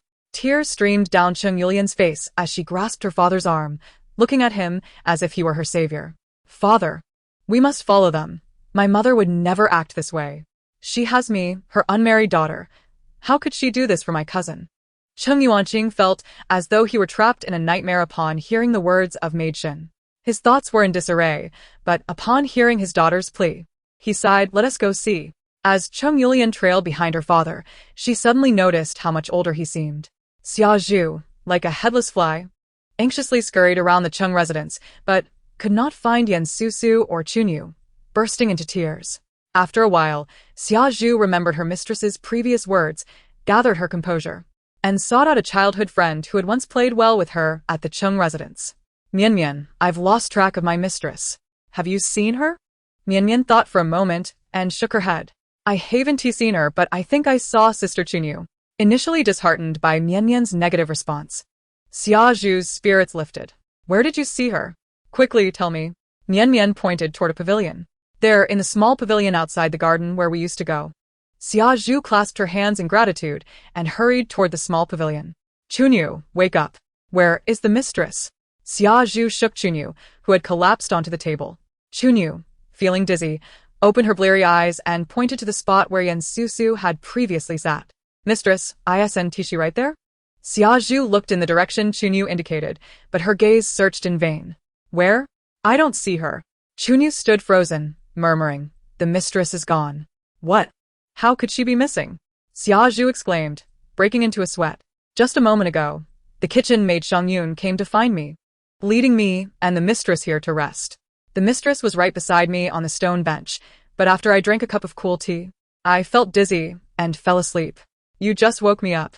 As Chunyu recounted the events, she realized she had been deceived, and tears streamed down her face. Upon hearing the unfolding situation, Xia Zhu became even more anxious. "Chunyu, stop crying. We must find the mistress." Chunyu wiped her tears, unsteadily rose, and rushed outside. A male voice called from a distance, "Miss Xia Zhu? Is that you?" Wenlin's eyes brightened upon seeing Xia Zhu, and he quickly approached her. "Wenlin, what are you doing here?" Xia Zhu asked, her eyes clouded with confusion, before suddenly recalling, "Oh, you came with General Cheng, didn't you? I had completely forgotten. By the way, Wenlin, please take me to General Cheng. I have urgent matters to discuss with him." Xia Zhu, with a sense of urgency, grasped Wenlin's sleeve, her eyes red from recent tears. Wenlin could not help but feel a pang of sympathy and quickly replied, "You are searching for Miss Yan, aren't you? No need to look further. I know where she is. Follow me." Chunyu, unfamiliar with Wenlin and still shaken from the previous deception, hesitated. Xia Zhu quickly reassured her. "This is Wenlin, a trusted aide of General Cheng. He has often delivered messages between him and our mistress. I know him. You can trust him." With a shy smile directed at Wenlin, Xia Zhu took Chunyu's hand and followed him. Wenlin chuckled softly as he led Xia Zhu and Chunyu toward the physician's quarters. "Wenlin, how is my mistress? Is she all right? How did you find her?" Xia Zhu questioned anxiously, chattering incessantly along the way. Wenlin, with great patience, first assured Xia Zhu that Yan Susu was fine, and then shared everything he knew, the schemes of Lian Qianqian and the plans of Lady Cheng, culminating in the eventual fate of Lian Qianqian and how Yan Susu encountered her master. He made sure to highlight his own contributions throughout the ordeal. Xia Zhu was infuriated upon learning that Lian Qianqian had drugged her mistress, her cheeks puffing in indignation. Chunyu's eyes reddened again, filled with guilt. By the time they reached the end of the tale, both young maidservants silently agreed that Lian Qianqian deserved her fate. When Xia Zhu heard that Wenlin had apprehended everyone involved, she looked up at him with admiration. Wenlin, you are truly remarkable. Wenlin's youthful face broke into a proud smile, though he feigned nonchalance. It was nothing of great consequence. You are far too modest, Xia Zhu thought to herself, even as she noticed the gleam of triumph in his demeanor. Yet, relieved that her mistress was safe, she finally exhaled and fell silent. Chapter 41. Administering the medicine in a state of unconsciousness, Yan Susu found herself engulfed in a dream filled with raging flames. She felt the urge to flee but could not escape, suffering from the oppressive heat and discomfort, ultimately bursting into tears. Cheng Yuanbai cradled Yan Susu beside the bed, witnessing her discomfort as she twisted and turned, tears pooling in her eyes, exuding a delicate allure that tormented him deeply. Frustrated, he turned away, casting his gaze upon the bustling physician who moved about with unyielding diligence. Are you even competent? Why hasn't she improved yet? He chided. The elderly physician, having seen many years, rolled his eyes and stroked his white beard in rebuttal. If you think you can do better, then by all means, step in. Can't you see I'm busy preparing medicine? I told you repeatedly to soak her in cold water. You were the one who refused. Cheng Yuanbai, unable to argue with the physician who had been in residence during his father's lifetime, suppressed his ire and quietly retorted, if she soaks in cold water, one tea she catch a chill? The physician turned to Cheng Yuanbai, who was questioning his own sanity, and sighed deeply. With a sardonic smile, he replied, then endure it. It's merely discomfort. The antidote will be ready soon. Please do not disturb me further. With that, he resumed his frenzied preparations. Cheng Yuanbai could only remain rigidly seated at the bedside, pressing down on Yan Susu's hands to prevent her from thrashing about, silently reciting a calming mantra, eyes closed, deliberately avoiding the sight of her delicate features. Time passed, and Cheng Yuanbai felt as if his clothes were drenched in sweat before he heard the physician call out, "It's done. Quickly, let her drink." Cheng Yuanbai's heart raced. One hand grasped the medicine bowl, while the other encircled Yan Susu's form, bringing the bowl to her lips. The old physician quickly intervened, casting a sidelong glance at him. Is this how you administer medicine? The young lady is currently disoriented. How can she drink in this manner? Don't waste the antidote I painstakingly prepared. Cheng Yuanbai halted, frowning. If that method won't work, then how should I administer it? The physician stroked his beard, a sly grin spreading across his face. Of course, it should be administered mouth to mouth. Haven't you ever read a storybook? I often do, and they contain quite a few practical methods. Cheng Yuanbai's expression darkened as he observed the physician, who clearly had no intention of assisting and seemed eager to watch the spectacle unfold. Get out, he commanded. The physician, though he pouted, nodded cheerfully and left, closing the door behind him. Cheng Yuanbai gritted his teeth, gazing at the suffering Yan Susu. He took a deep breath, drank from the bowl, and gently pressed his lips to Yan Susu's, slowly transferring the medicine. At the moment Cheng Yuanbai's lips met Yan Susu's, his mind went blank, and a shiver of uncontrollable emotion coursed through him, overwhelming his heart with affection. After a prolonged pause, he regained his composure, suppressing his rapid breaths, and turned to glance at Yan Susu. Indeed, her complexion had significantly improved, the flush had faded, and her breathing was steady. In her dream, Yan Susu felt as though a pure spring had flowed through her, dispelling the heat from her body, and her mind gradually cleared. Reminded of the sensation on her lips, her eyelashes fluttered involuntarily. Susu, have you awakened? Cheng Yuanbai noticed the slight tremor of her eyelids and spoke with concern, his voice tinged with a husky quality. Yan Susu was indeed awake, and as her awareness returned, she recalled everything, including how she had clung to Cheng Yuanbai after being drugged, her hands flailing about in confusion. Hearing the suppressed tone in his voice, her cheeks flushed anew, yet she had no choice but to open her eyes and softly reply, Cheng Yuanbai observed the renewed blush on her face, which only deepened, and frowned. Has the effect of the drug returned? I shall summon the physician. As he spoke, he rose to leave. Susu hurriedly grasped his arm, shyly pleading, no, please don't go. The effects of the drug have already worn off. Seeing Cheng Yuanbai silent, she assumed he doubted her words and bravely attempted to downplay the situation. I assure you, I am fine. It was merely the drug causing my erratic behavior. And I simply needed time to come to terms with it. If not for her crimson ears, Cheng Yuanbai might have believed her. A glimmer of amusement flickered in his eyes as he feigned seriousness. Nonsense. You just consumed the medicine. It is best to have the physician check on you. Susu felt embarrassed at the thought of calling for the physician while conscious, fearing she would lose face. She shook her head fervently, but inadvertently caught sight of the mirth in Cheng Yuanbai's gaze, which sparked a mix of shyness and irritation within her. You are saying that on purpose, she accused. Cheng Yuanbai, sensing her discomfort, responded earnestly. How could I? I am merely concerned for your well-being. If you are truly fine, then I shall refrain from calling. As she recalled the sensation on her lips, Susu glanced at Cheng Yuanbai's own, noticing remnants of the medicine still lingering there, causing her to feel a rush of warmth. Cheng Yuanbai, noticing her gaze, raised an eyebrow and teasingly rubbed his finger across his lips, a cryptic smile playing on his face, quite sweet. Susu's face turned a deep crimson, feeling increasingly flustered as she shot him a glare. Cheng Yuanbai chuckled lightly. What is it? I was referring to the medicine. Would you like to have another taste? He leaned in closer, narrowing the distance between them. Susu, feeling a surge of anxiety, closed her eyes, her lashes quivering, yet she did not refuse. Miss, how do you fare? Came the worried voice of Xiaozhu from outside. With a loud bang, the door swung open as Cheng Yu and Xiaozhu rushed in. Upon hearing the commotion, Susu abruptly pushed Cheng Yuanbai away, instinctively retreating and closing her eyes. Cheng Yuanbai's expression darkened as he shot a glance at Wenlin, who wore an awkward smile. Sensing the closed door, he feared the worst, but was too late to intervene. Wenlin rubbed his nose, his face a mask of distress, acutely aware that he would incur Cheng Yuanbai's wrath, hoping it would not be too severe. Cheng Yuanbai stifled his irritation and addressed Xiaozhu and Cheng Yu. Do not worry. Your young lady is now fine, and will awaken shortly. Susu feigned a groan, pretending to just awaken. Xiaozhu, Cheng Yu, you are here. How did I end up here? Cheng Yuanbai had just been about to speak when Xiaozhu blurted out everything in a rush. Miss, you are awake. That vile woman Lian Qianqian drugged you, but thankfully, General Cheng saved you. Moreover, Lian Qianqian received her comeuppance, caught in bed with Cheng Yudu by Madame Cheng and others. It is so satisfying. A pair of scoundrels, they deserve it. Xiaozhu's chatter filled the room, and Cheng Yuanbai, deprived of an opportunity to speak, shot another glare at Wenlin.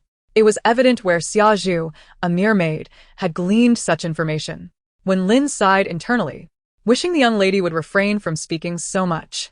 Suddenly, he caught sight of one of his subordinates and hurriedly slipped out. Moments later, he approached Cheng Yuanbai, murmuring, General, the old lady is in quite a fury and is looking for you. Someone has already headed towards the physician. Cheng Yuanbai cleared his throat. Noticing Susu's gaze upon him, he spoke gently. My mother is seeking me. I must attend to her. I will have Wenlin arrange for your return to Yen Manor. Please rest well upon your arrival. Susu's cheeks flushed slightly as she nodded. Yes. Given what has transpired, please take care to not upset the old lady's health. Cheng Yuanbai felt warmth in his heart at her concern for his mother, and his gaze softened, causing the physician observing them to shudder with discomfort. Chapter 42. The storybook. After Susu was assisted by Xiaozhu and Cheng Yu out of the room, the physician approached Cheng Yuanbai with a series of clucks, feigning an imitation. Quite sweet, isn't it?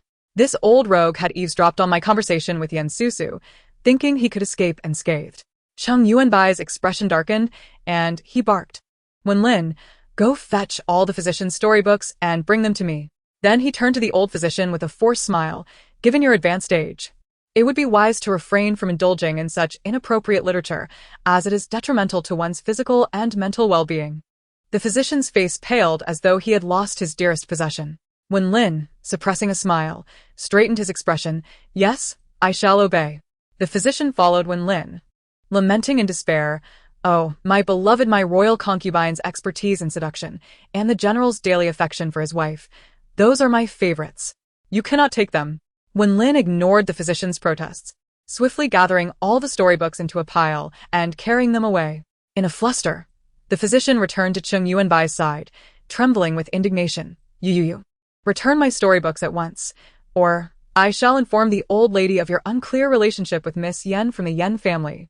Cheng Yuanbai cast a languid glance at the physician, leisurely pulling out another book on herbal medicine, feigning an intent to tear it apart. The physician's eyes widened in alarm, arms outstretched to stop him, his expression one of utter despair, but he quickly softened. Oh, please, Third Master, General, let us discuss this. That edition is a rare treasure. There are hardly any left in the entire capital. You can take everything else. I promise not to breathe a word. Cheng Yuanbai observed the physician's lack of resolve, amusement bubbling within him. Yet, he maintained a cool demeanor, gently tapping the herbal book in his hands, eyes glinting with warning. The physician forced a smile, nodding vigorously, his hands hovering in a servile manner, exuding obsequiousness. At last, Cheng Yuanbai tossed the book onto the table behind him, satisfied. Oh dear, my beloved concubine. You possess such skills. Are you unwell? If you were to fall ill again, it would break this old man's heart. The physician rushed forward to catch the book, flipping through it with exaggerated concern. Cheng Yuanbai chuckled coldly. Dare to imply my relationship with Susu is ambiguous? You shall not live to tell the tale. With a lightness in his step, he strode out, the physician's intermittent exclamations of distress trailing behind him. Alas, it has become all creased within. Wenlin, standing outside the door, could not help but chuckle as he followed Cheng Yuanbai. This court physician, despite his advanced age, still has a penchant for reading novels. His temperament resembles that of a child, becoming more childlike with age. It is fortunate that you, General, can manage him. Oh, I nearly forgot about you. Cheng Yuanbai halted his steps, a smile playing on his lips as he looked at Wenlin. You seem to enjoy the spectacle quite a bit just now. Wenlin's smile faltered. General? You even brought those 2 young maidservants to the physician's quarters and allowed them to barge in. When did you start handling matters like Wu Yan? Or is it that the young girl named Xia Zhu has bewitched you to the extent that you've lost your way? Wenlin stood frozen, the words piercing him sharply. He could find no excuse. With a mournful expression, he said, General, I acknowledge my mistake. Cheng Yuanbai snorted coldly and turned to continue walking. Humph. It's good that you recognize your error. Let this be a lesson. You need not follow me any longer. Attend to your duties. And meet me at the training grounds tomorrow morning. Just then, a servant sent by the old matriarch arrived to find him, and Cheng Yuanbai followed the servant toward the main hall of the Cheng family. In the main hall, the old matriarch sat in the high-backed chair, her expression grim and icy. Cheng Yuanqing occupied a lower seat, with Cheng Yulian standing silently behind him, both observing the person kneeling in the center of the hall. Enveloped in a heavy silence, Madame Cheng knelt at the forefront, her face ashen, silently shedding tears. Meanwhile, Qian and Cheng Yudu appeared pale, disheveled, and dazed. Seated on the floor, one had to be carried in, covered with a blanket, still in a state of unconsciousness. The old matriarch, already simmering with anger, could no longer contain herself upon hearing Madame Cheng's soft sobs. Do you still have the audacity to weep? I have long thought you merely a bit muddled. Yet you are indeed so malevolent. Speak, in front of your husband and daughter. What good deed have you done? Madame Cheng's sobs faltered, unsure of how to respond. She glanced at her husband's indifferent face, hesitating to speak the truth. When she met her daughter's incredulous gaze, she suddenly found herself unable to face them. Lowering her head in shame, in a pale tone, she explained, Mother, I did not intend for this to happen. It was merely an accident. Then, with heightened emotion, she added, Qian was schemed against. Mother, you must stand up for her. The old matriarch, already deeply disappointed, found her disappointment further compounded as Madame Cheng continued to argue, treating everyone as fools. The fire within her surged, and just as she was about to speak, a commotion erupted at the door. Brother Du, let me in. I must enter. Hero, her face etched with urgency, disregarded the maids and matrons blocking her path, attempting to rush inside. The old matriarch, with an impassive expression, tugged at her lips. Ah, what a lively day. This must be Brother Du's mistress. Well informed indeed. Very well, let her in. I am curious to see what she intends to do. The servant complied, and allowed Hero to enter. She approached Cheng Yudu, her face awash with sorrow and distress. Brother Du, what has happened to you? Please wake up. If not for the knowledge of her status as a mistress, one might think she was a devoted wife. The old matriarch ignored Hero, turning to Madame Cheng with a cold voice. Not intentional, you say? Go ask the ladies present at the time who would believe such a claim. It was you who sent Qianqian to fetch the fragrance, and you who led a group of people to catch them in the act. Do you still wish to deny it? In her anger, she slammed her palm onto the table. Madame Cheng shook her head repeatedly. No, Qianqian is my niece. How could I possibly harm her? I was deceived. Madame Cheng, bewildered by the unfolding events, turned to Hero beside her, grasping her shoulders in urgency. How could my son be there? Isn't he recuperating under your care? You wretched woman? Speak. Did you deliberately scheme against him? Cheng Yudu, upon awakening to his mother's fierce words directed at Hero, felt conflicting emotions rising within him.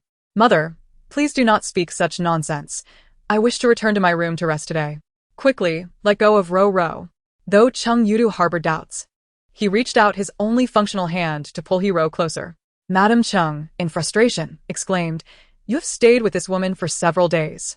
How is it that you suddenly wish to return to your room today? You still defend her, while your mother is on the brink of being wronged. And what of Qianqian? Thinking of Qianqian, Cheng Yudu recalled how, moments ago, he had been bedridden and powerless, subjected to Qianqian's whims, and even caught by his own mother in the act. At this moment, he felt a profound sense of humiliation. His eyes turned cold, sharply interrupting his mother. Is it truly a wrongful accusation, mother? The fact that Qianqian could move freely in the Cheng household is a result of your indulgence. Furthermore, today's incident seems rather coincidental, does it not? With these words, a flicker of resentment emerged in Cheng Yudu's heart towards Madame Cheng, his own mother. Madame Cheng, incredulous, replied, What nonsense are you spouting? She is your cousin. How could I have known you would return today? Is that so? Could it be that you, my sister-in-law, harbored intentions towards your niece because Cheng Yudu could not secure a suitable bride? Cheng Yuanbai entered the room, his countenance as cold as ice. Chapter 43. The Disposition of Madame Cheng. Hero, upon seeing Cheng Yuanbai, instinctively lowered her head. Qianqian's eyes brightened at the sight of him entering, but feeling the weight of her current predicament, she shrank back in self-doubt. Cheng Yuanbai's words became the final straw for Qianqian, who, overwhelmed, lunged at Madame Cheng, crying out, It is you who has harmed me, aunt. How cruel-hearted you are. You explicitly told me that you would bring General Cheng to me, urging me to win his favor, so he would have no choice but to marry me. But why am I with Cheng Yudu? Did you deliberately scheme to push me towards your son, whom no reputable family would accept? Qianqian's face twisted in rage as she screamed. Cheng Yudu, hearing her accusations, recalled how she had called out to him as general in fervor, his expression darkening as he glanced at Cheng Yuanbai. While Qianqian's gaze seemed to burn with murderous intent, Hero observed Cheng Yudu's demeanor, a flicker of triumph glimmering in her eyes. Qianqian's frantic accusations caused Madame Cheng to clutch her chest, trembling fingers pointing at her niece. After a long moment, she finally managed to catch her breath, her expression sorrowful. Anne has not done this. Qianqian, how could you think such a thing? Qianqian collapsed onto the floor, sobbing uncontrollably. The old matriarch chuckled coldly. What a fine aunt you are. What have you done to your own husband and daughter? What further arguments do you have? Do you still wish to scheme against the third? How come I never realized your boldness before? Madame Cheng, unable to refute Qianqian's words, averted her gaze, too fearful to meet Cheng Yuanbai's eyes. She wept before the old matriarch. Mother, I was left with no choice. Your younger brother looks down on Qianqian, leaving me no options. I was bewitched, momentarily confused, resulting in this desperate measure. Mother, please forgive me this once. I will not dare to do so again. Madame Cheng quivered as she knelt on the ground, fully aware of her transgressions. I had been far too lenient with you, allowing you to grow increasingly audacious. The old matriarch could hardly bear to look at Madame Cheng any longer, turning her face away and waving her hand dismissively. Do not call me mother. Hearing you address me as such now pains my heart. Eldest, now that matters have reached this stage, you must decide how to handle this daughter-in-law of yours. Cheng Yuanqing had remained silent since entering the room, coldly gazing at Lady Cheng. Upon hearing his mother request him to handle the situation, he felt compelled to step forward, looking at Lady Cheng, momentarily at a loss for words. Father, may I have a moment to speak with Mother? Cheng Yulian pleaded, her eyes full of sorrow as she approached Lady Cheng, her eyes red and vacant. Mother, did you not consider that you have an unmarried daughter when you undertook this action? Lady Cheng, able to argue with others, was rendered voiceless before her daughter, merely bowing her head and shaking it vigorously. With such a disgrace befalling the Cheng family, orchestrated by you, what family will ever accept me now? And what of my brother? What shall we do? Cheng Yulian pressed, her voice rising in anguish. Lady Cheng collapsed into tears, lamenting. I never anticipated it would come to this. Forgive me, Yulian, forgive me. Cheng Yulian hoped her mother had genuinely recognized her error, only to hear her next words. How can I face your brothers and sisters in the future? Realizing her mother still considered the relatives of the Lian family, Cheng Yulian's complexion drained of color, and she nearly collapsed. She returned to Cheng Yuanqing's side, pleading, Father, I know Mother has erred gravely, but could you not cast her aside? Lady Cheng, now fearful, wept, Husband, I acted in a moment of folly. I have been your wife for many years and have borne you a son and a daughter. While I may not have contributed much, I have endured hardship. You cannot abandon me, or how shall I survive? Cheng Yuanqing comfortingly patted his daughter's shoulder, pulling her behind him as he rose. Lian, your actions have increasingly strayed from propriety over the years, leading to this dire consequence. Closing his eyes, he continued, the Cheng family can no longer accommodate you. For Yulian's sake, I shall not dismiss you, but you must retreat to the ancestral temple for contemplation and never return. Lady Cheng had not expected Cheng Yuanqing would send her away to her hometown. Though preferable to dismissal, it was hardly an appealing fate. She had once looked down upon her cousins there, speaking to them harshly and offending them grievously. If she returned, especially to the temple, they would surely know she had been punished for her misdeeds, and she feared their treatment of her. A flicker of panic crossed Lady Cheng's face as she glanced at her children, seeing Cheng Yulian silent and Cheng Yudu cold and filled with disdain. Overwhelmed, she slumped to the ground, her face ashen. Wait, I have apprehended a few individuals. Perhaps we should hear what they have to say? Cheng Yuanbai's voice was calm, yet his words commanded silence among the onlookers. Lian Qianqian's eyes widened in panic, her fingers nervously clutching her skirt, while he Ro's gaze flickered. Lady Cheng recalled the ever-absent Granny Su and turned her head.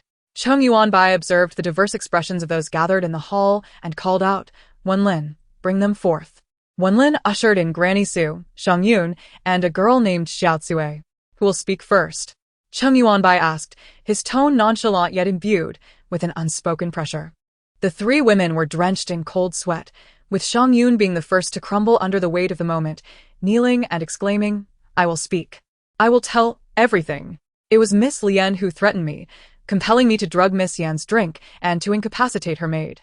She recounted how Miss Lian had instructed her to deliver Miss Yan to the bed of the third young master, ensuring that someone would discover them together. Cheng Yudu turned sharply to Hero, his eyes ablaze with anger. Hero, are you truly involved in this? Hero, taken aback, faltered, Brother, a few days ago, when I went to greet Mother, Miss Lian threatened me, insisting I cooperate with her. If I refused, she would have the lady cast me out. I had no choice but to comply, but my heart was filled with dread, and I intended to warn Sister Yan. Alas, she expelled me instead. Hero's tears flowed as she recounted her ordeal. Cheng Yudu's earlier doubts vanished, replaced by fury as he pointed an accusing finger at Lian Qianqian. You vile woman. You are truly wicked. Get out. Lian Qianqian's fearful gaze met Cheng Yudu's, prompting her to lash out at Shang Yun in a frenzied outburst. You wretched maid. You lie. I did nothing wrong. And you, Hero, you treacherous wretch, you wish to ruin me. The commotion escalated, and the matriarch banged her dragon-headed cane on the ground, admonishing, Enough. Separate them. Servants rushed in to pull Lian Qianqian away, while Shang Yun lay disheveled and bruised. Exhausted from the tumult, Lian Qianqian collapsed on the ground, weeping weakly. No one in attendance felt pity for her, and silence reigned. Cheng Yuanbai regarded the pair with indifference, recognizing their scheming had led to this reckoning. He rapped his knuckles on the table, stating coolly next who will speak. Chapter 44. Sister Suddenly, Xiao Cui erupted into an eerie laughter. I shall speak. What does the general wish to hear? Cheng Yuanbai responded evenly. Of course, I wish to know who your puppet master is. Hero's fingers dug into her palm. Her head bowed, her heart racing. Xiao Cui composed herself and began her tale. I have a younger sister, clever and charming. Our mother passed away early, and I raised her from childhood. Yet, my father, a gambler, first sold me and then sold my sister. Fortunately, he had a sliver of conscience and did not sell us into disgrace, only to a brothel. After learning of my sister's fate, I discovered she had been sold to the Lian family, becoming a maid to Miss Lian Xianqian. Xiao Cui chuckled bitterly. When I first heard, I was relieved.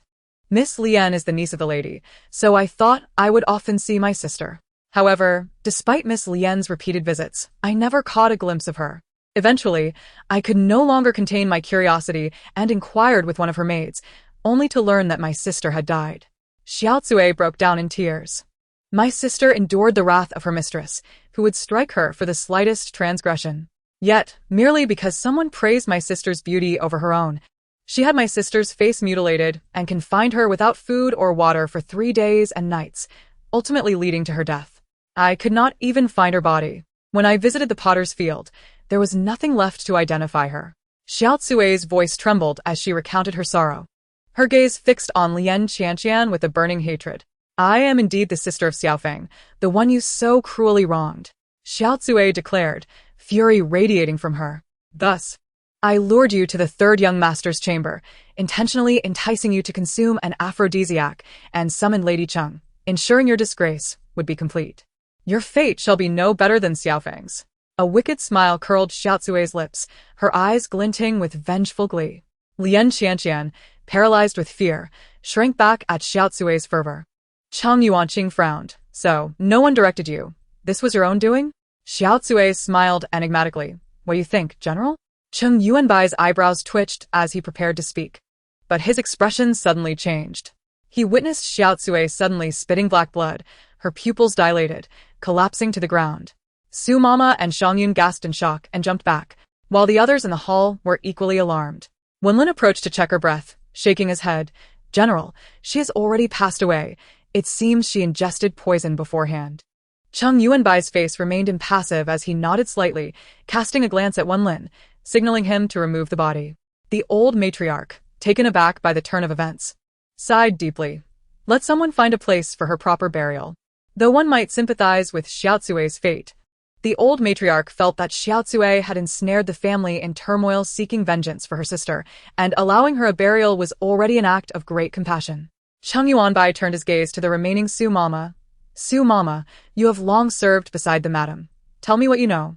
The general urged her to speak the truth, warning her that the Lian family would not spare her for the harm done to Qianqian. Su Mama trembled. Glancing at Madame Cheng, her lips quivering as she confessed, I confess that it was I who incited the madam's plan. The madam, believing my words, intended to plot against the third master and force the cousin to marry you. I was left with no choice. My children work in the Lian household, and the matron urged my son to find me, insisting I facilitate the cousin's marriage to the third master. What could I do but sing her praises daily to persuade the madam?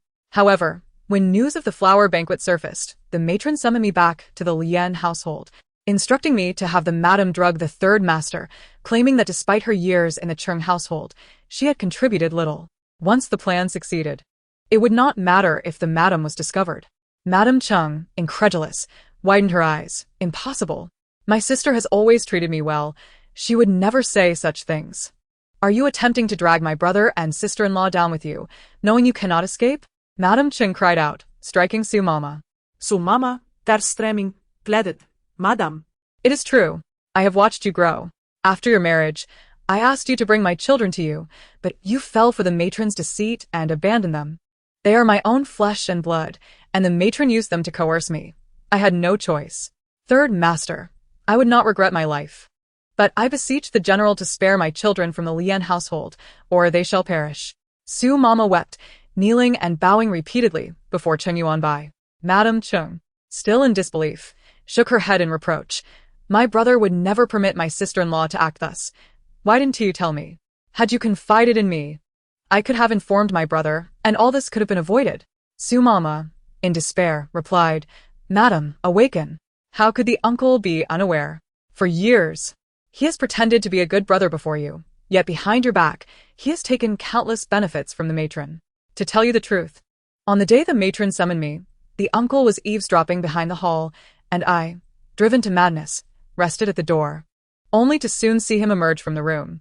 Madame Cheng gazed vacantly at Su Mama, murmuring, "How could this be? How could my brother treat me so?"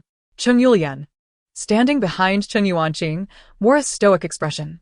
She had long harbored disdain for her aunt and uncle, perceiving their feigned warmth as insincere, and had often confided in her mother, only to be reprimanded for disrespecting her elders, leading her to keep her distance.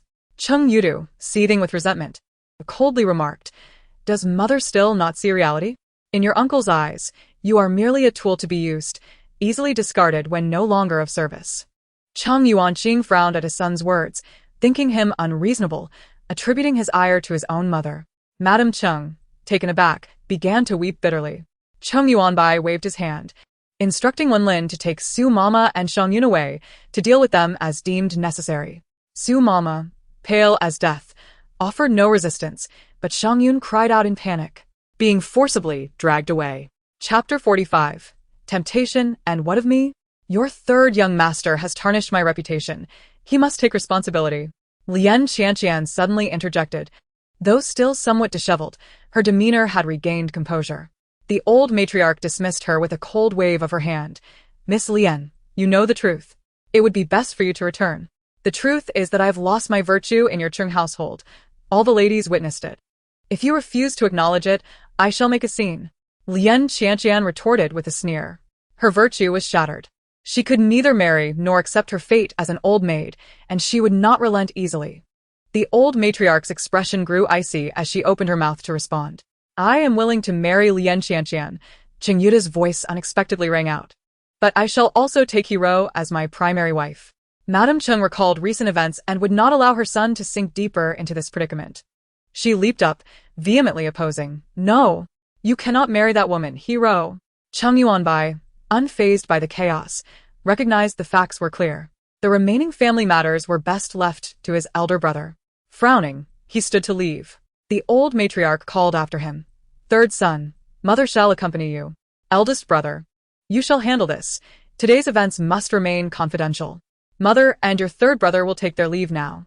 With that, she wearily allowed herself to be supported by Mama Shin as they exited. Cheng Yuanbai cast a piercing glance at Hero before nodding to his elder brother and following suit. Hero, feeling the weight of Cheng Yuanbai's gaze, turned pale, sensing he was aware of something amiss, and lowered her head in panic. After the old matriarch departed, she anxiously remarked, "Today, Susu was schemed against in the Cheng household. Third son, please check if she is unharmed." Cheng Yuanbai calmly shook his head. "No need. I have already seen her. When I found her, someone was pursuing her, but I arranged for her rescue, and she has been returned safely." The old matriarch sighed in relief. "That is a comfort. Otherwise, my heart would bear this weight." But how did Susu come to the flower banquet? Cheng Yuanbai, having previously spoken with Yen Susu, understood. That would be a question for Mammy Lu in your courtyard. She took the invitation to the Yen residence, claiming you wished for Yen Susu to attend the banquet. Mammy Lu? The old matriarch couldn't immediately recall. It was Mama Shun who reminded her. Old matriarch, she was the servant who used to clean in the outer courtyard. You encountered her recently, weeping after her husband's death, and out of pity, you allowed her to serve in our courtyard. The old matriarch vaguely remembered the incident, snorting. It seems this Mammy Lu has ulterior motives. She has been bribed. Dismiss her upon our return. Cheng Yuanbai remarked nonchalantly. Mother, it would be wise to host fewer such gatherings. With so many eyes, it is easy for those with ill intentions to create trouble. Just look at how much has transpired today.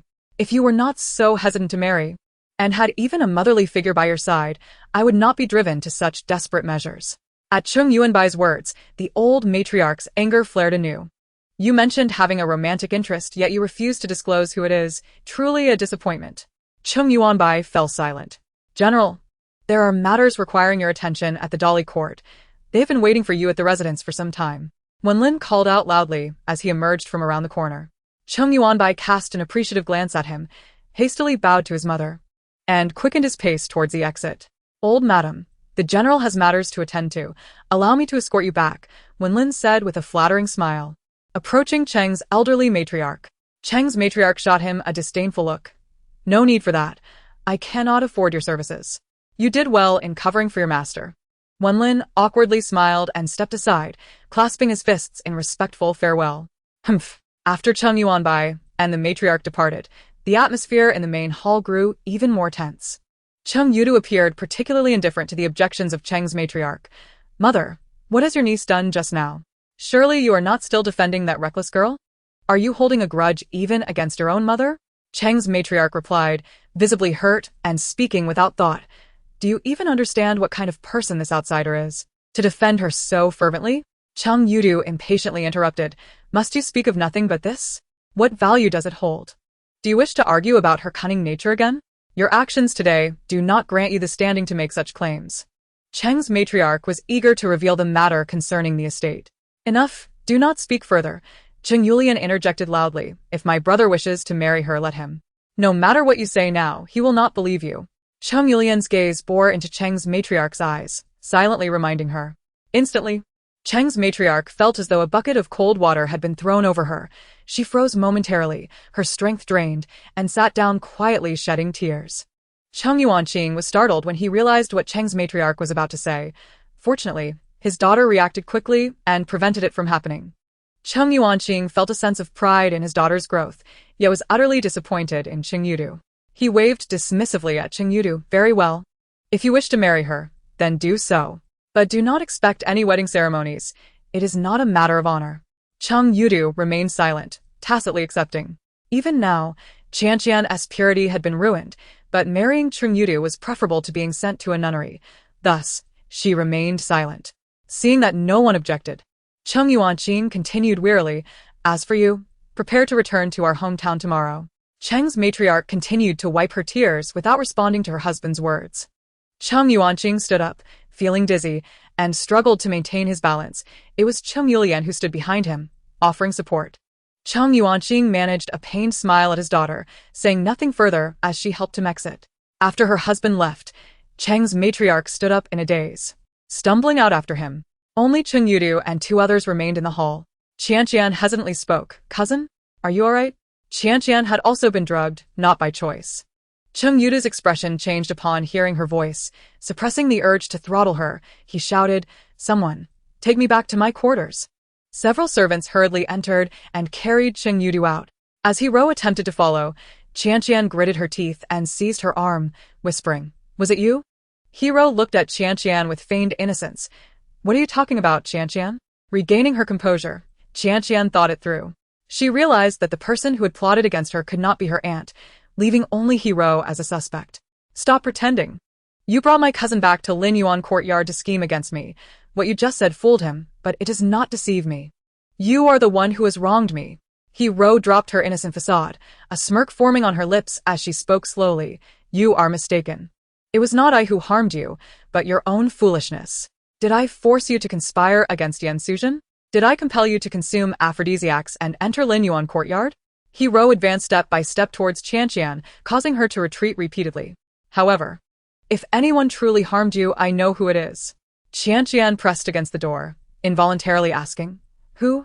Hiro straightened her posture, casually stating, A few days ago, I visited the Yan residence and inadvertently discovered something. Yan Suzhen has been quite close to General Cheng. Qianqian's face turned pale. Are you saying it is? Hiro quickly interjected. Indeed, it is Yan Suzhen. Qianqian shot her a dubious glance, realization dawning as she murmured, You are right. It is Yan Suzhen. She is the one who has wronged me. It can only be her. The resentment in Qianqian's eyes intensified, while Hiro smiled with satisfaction. Chapter 46. The Thousand Faces in Wudong Courtyard. Hiro returned to her chamber, pacing restlessly. Are you certain you did not reveal anything? Hiro asked anxiously. The same elderly woman responded respectfully. Rest assured, my lady, our people have all retreated safely, except for that little Cui. Isn't she the one who did not expose us? The elderly woman continued. Today's events were thwarted by that little maid.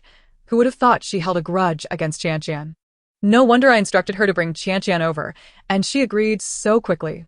The elderly woman's raspy voice carried a light-hearted tone, prompting Hiro to glance at her quizzically. Furthermore, she intervened before our people could act, intercepting Cheng's matriarch and taking her to catch Yan Suzhen in the act. It is truly infuriating. Otherwise, had she merely stumbled into General Cheng's embrace while in a dazed state, he would have had no way to explain himself. The elderly woman furrowed her brows in anger, wishing she could unearth little Cui from the grave to punish her. Hero remained uneasy. But today, General Cheng looked at me in a way that seemed to suggest he knew something. I feel restless, as if I have exposed myself somehow. The elderly woman dismissed her concerns. General Cheng likely thinks that you, as an outsider, possess such influence over his nephew that he cannot help but marry you. He must see you as cunning and deep-minded, hence his scrutiny. Hero considered this reasoning, yet the image of Cheng Yuanbai's gaze haunted her, leaving her unsettled. Contact him. I must return. Have him come to escort us back. The elderly woman's expression darkened as she warned, My lady, do not be foolish. Your master has gone to great lengths to place you within the Cheng family. Do not forget how you once pledged your loyalty, without achieving your objectives. Returning now will leave you with no explanation, and the consequences will be dire for both you and the young master. Hero gripped her handkerchief tightly, fully aware that the elderly woman spoke the truth. She understood the ruthlessness of that individual all too well. The ordeal she had endured felt like a nightmare. Had she not quickly thought of other uses for herself and later borne a child as leverage, her fate would have been dire. Hero exhaled heavily, forcing herself to regain her composure. You dare to mention it. Had you not handled things poorly, my affairs would have progressed significantly, and I would not worry about exposure. I will send word to him now, and have him deal with you. The elderly woman's face changed drastically as she knelt. My lady, it is indeed my failure. But please forgive me. I assure you it will not happen again. Hero scoffed. You are merely a pawn beside him, and here, you are nothing but a watcher. How could I have the authority to forgive you? The elderly woman remained silent for a moment, her expression inscrutable, before finally bowing her head. As I stand by your side now, I am yours. Whatever you command, I shall follow. Hero was quite pleased with the old woman's perceptiveness. Nonchalantly, she remarked, Oh? Since you wish to acknowledge me as your master, you ought to tell me your name now and reveal your true self. The old woman momentarily paused, then looked at Hero with admiration. Madam, you truly possess a keen mind. I am no longer merely a servant. I am Qian Mian, and this is my true visage. As she spoke, her hoarse voice transformed into a melodious, youthful tone, and Qian Mian peeled away her disguise, unveiling her delicate features. Suddenly, a loud thud echoed from outside, the sound of something heavy falling. Qian Mian's expression shifted dramatically as she hurried to the door, pulling in the panic-stricken Qiu heir. Madam, I assure you, I will not disclose anything. I have previously kept watch for you. Please trust me. At that moment, even Qiu heir, who was usually oblivious, realized she had uncovered a perilous secret and trembled in fear for her life. Can you disguise yourself as her? Hero inquired, her eyes not even glancing at Qiu heir, her voice laced with curiosity. Qian Mian chuckled lightly, caressing Qiu heir's face. Creating human masks is my specialty. Once I peel off this face, I will become Qiu heir, unrecognizable to anyone. Qiu heir's eyes widened in terror as she abruptly shoved Qian Mian away and bolted for the door. With a swift movement, Qian Mian dashed forward and knocked her unconscious before she could escape. Lacking any martial prowess, Qian Mian barely managed to stop Qiu heir from fleeing, awkwardly explaining, Ahem. I am adept at disguising, but beyond that, I am not particularly skilled. However, I do have others who are proficient in martial arts. Hero nodded in satisfaction. Take Qiu heir away and deal with her thoroughly.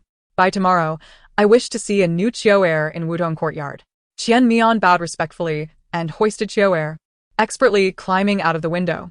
In a good mood, Hero opened the door, picked up the food container that had fallen to the ground, checked to ensure nothing had spilled, and headed towards Cheng Yudu's chamber. It was time to deepen the resentment in her brother's heart. In an unnoticed corner, a shadow flitted past.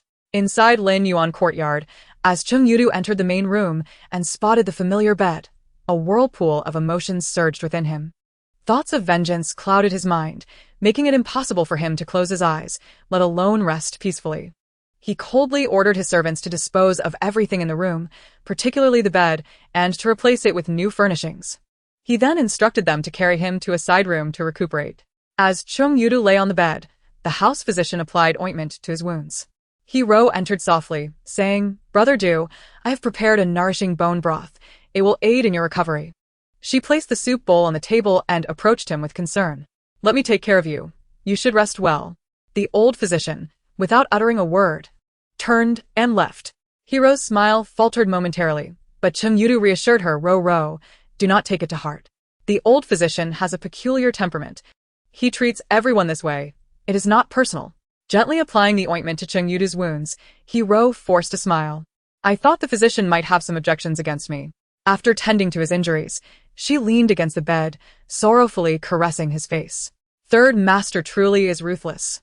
Not only has he beaten you so badly, but he also lashes out at you because of the First Madam's actions. Cheng Yudu paused, confused. What do you mean by that? Ro shot him a reproachful glance, indignantly responding, isn't it obvious? Third Master must have learned about the First Madam's intentions to drug him, and in retaliation, he forced Lien Qian upon you. Cheng Yudu's breathing grew labored as he managed a weak smile. Wasn't it Xiao Cui who brought Lien Qian here? Ro bit her lip, quietly questioning. But Xiao Cui never revealed who was behind it, right? I believe Xiao Cui acted out of revenge. But I find it hard to believe that a mere maid could orchestrate such a scheme without guidance. Cheng Yudu recalled Lien Susu's dazed entrance. Clearly under the influence of drugs, and his expression darkened. Gritting his teeth, he spoke each word with conviction. You are right. Xiao Cui must have someone backing her. Uncle is truly merciless.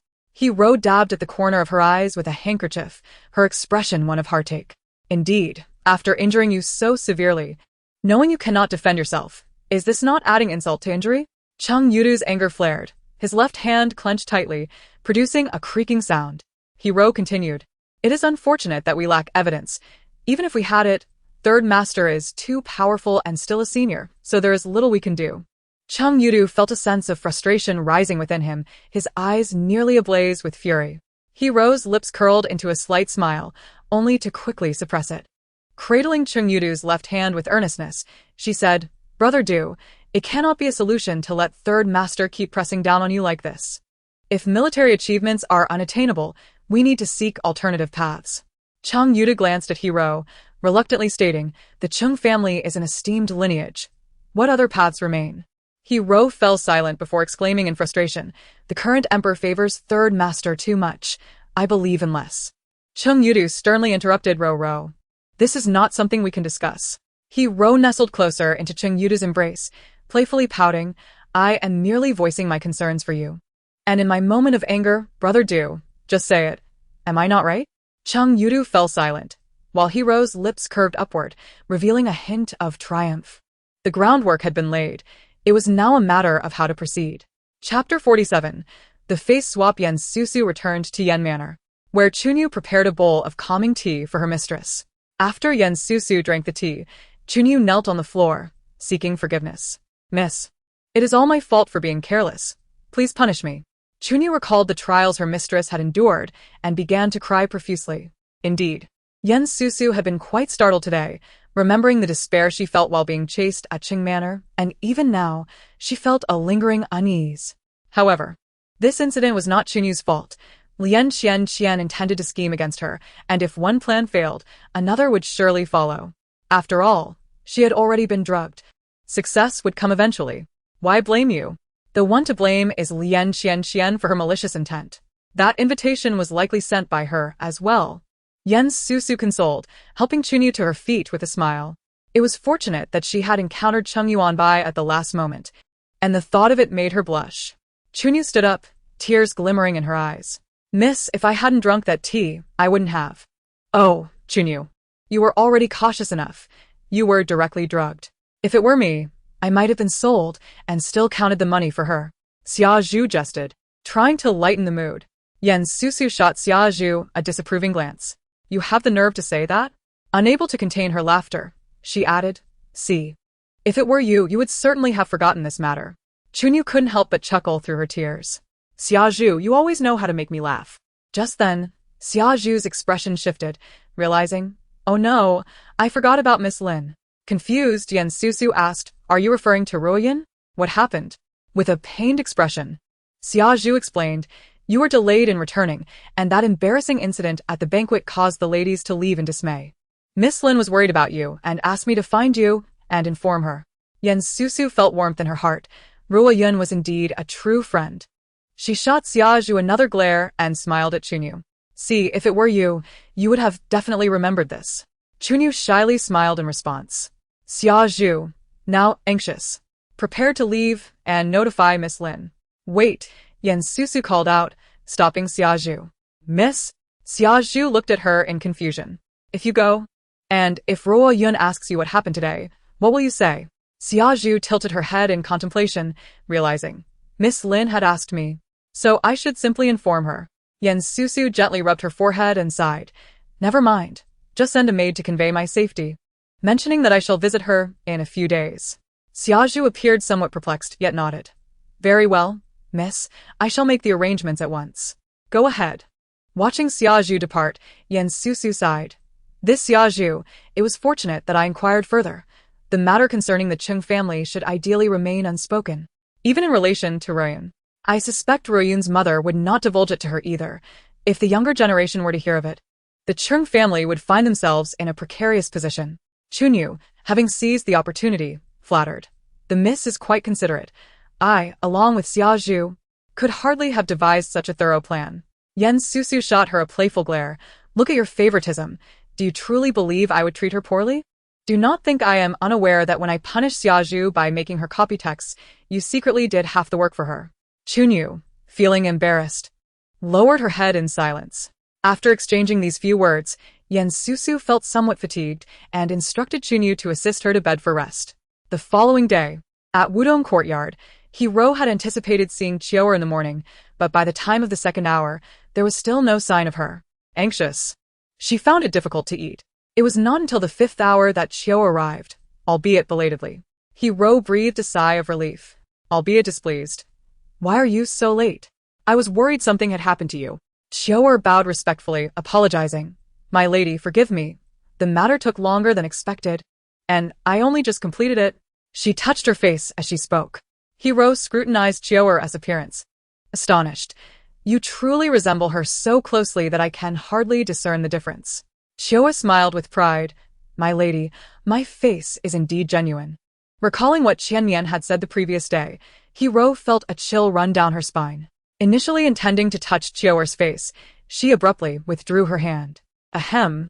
From this day forth, you shall be known as Chiaoer. Chiaoer, who is neither father nor mother and is timid by nature, is not well known within the household. If you manage to mimic her well, no one will suspect you, thus avoiding the need for you to sneak around and risk being discovered. Chiaoer performed a deep bow, feigning timidity. Yes, my lady. Do you think this is acceptable? Hiro momentarily perceived Chiaoer as the genuine Chiaoer. Satisfied, Hiro nodded. Very well. You shall carry on in this manner. Chiaoer smiled with her lips pressed together. Suddenly, Hiro's expression turned serious as she declared, Since you have pledged your loyalty to me, I have a task for you to undertake.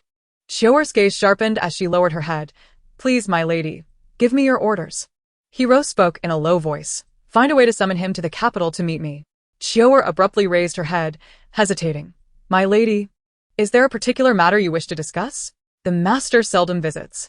Hiro's eyes darkened, her expression turning icy. Then you must find a way to bring him here. Otherwise, I shall consider your words from yesterday to be false. And you should be well aware of the consequences. Chiaoer's complexion paled at the threat, and she murmured, Yes, my lady. In Chapter 48, the lovesick second young Master Lin. At Yan's residence, for 3 consecutive days, each night Chunyu prepared a bowl of calming tea.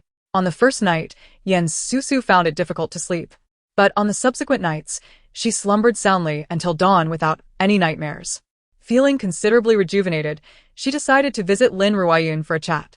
After sending an invitation in advance, Susu rose early that day, stretching joyfully. Dressed in her favorite red wide-sleeved gown, she had Chunyu apply a simple makeup look and set off to the Lin residence accompanied by Chunyu and Xiaozhu. Inside the carriage, Xiaozhu meticulously arranged her mistress's attire, excitedly exclaiming, Miss, after I sent Qinshin to convey our safety, Miss Lin was quite concerned.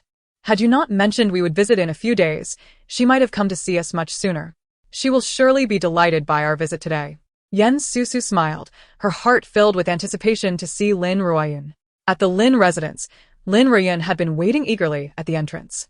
Upon spotting Susu's carriage, her eyes sparkled with excitement. As Susu dismounted, she waved enthusiastically. Susu, over here. Let us hurry inside. Lin Ruoyun warmly approached and took Susu's hand, leading her into the Lin residence. Mother, Susu has come to see me. I brought her to meet you. Lin Ruoyan called out exuberantly as they entered Lin Madam's chamber, where she was seated, reviewing accounts. Lifting her gaze, Lin Madam regarded Yen Susu with a scrutinizing look. Sensing Lin Madam's assessment, Yen Susu maintained her smile, politely bowing. Good day, Aunt. Lin Madam's smile widened, a hint of warmth in her eyes as she kindly remarked, You must be Susu. Ruoyan often speaks of you, praising your beauty and intelligence, and how well you two get along.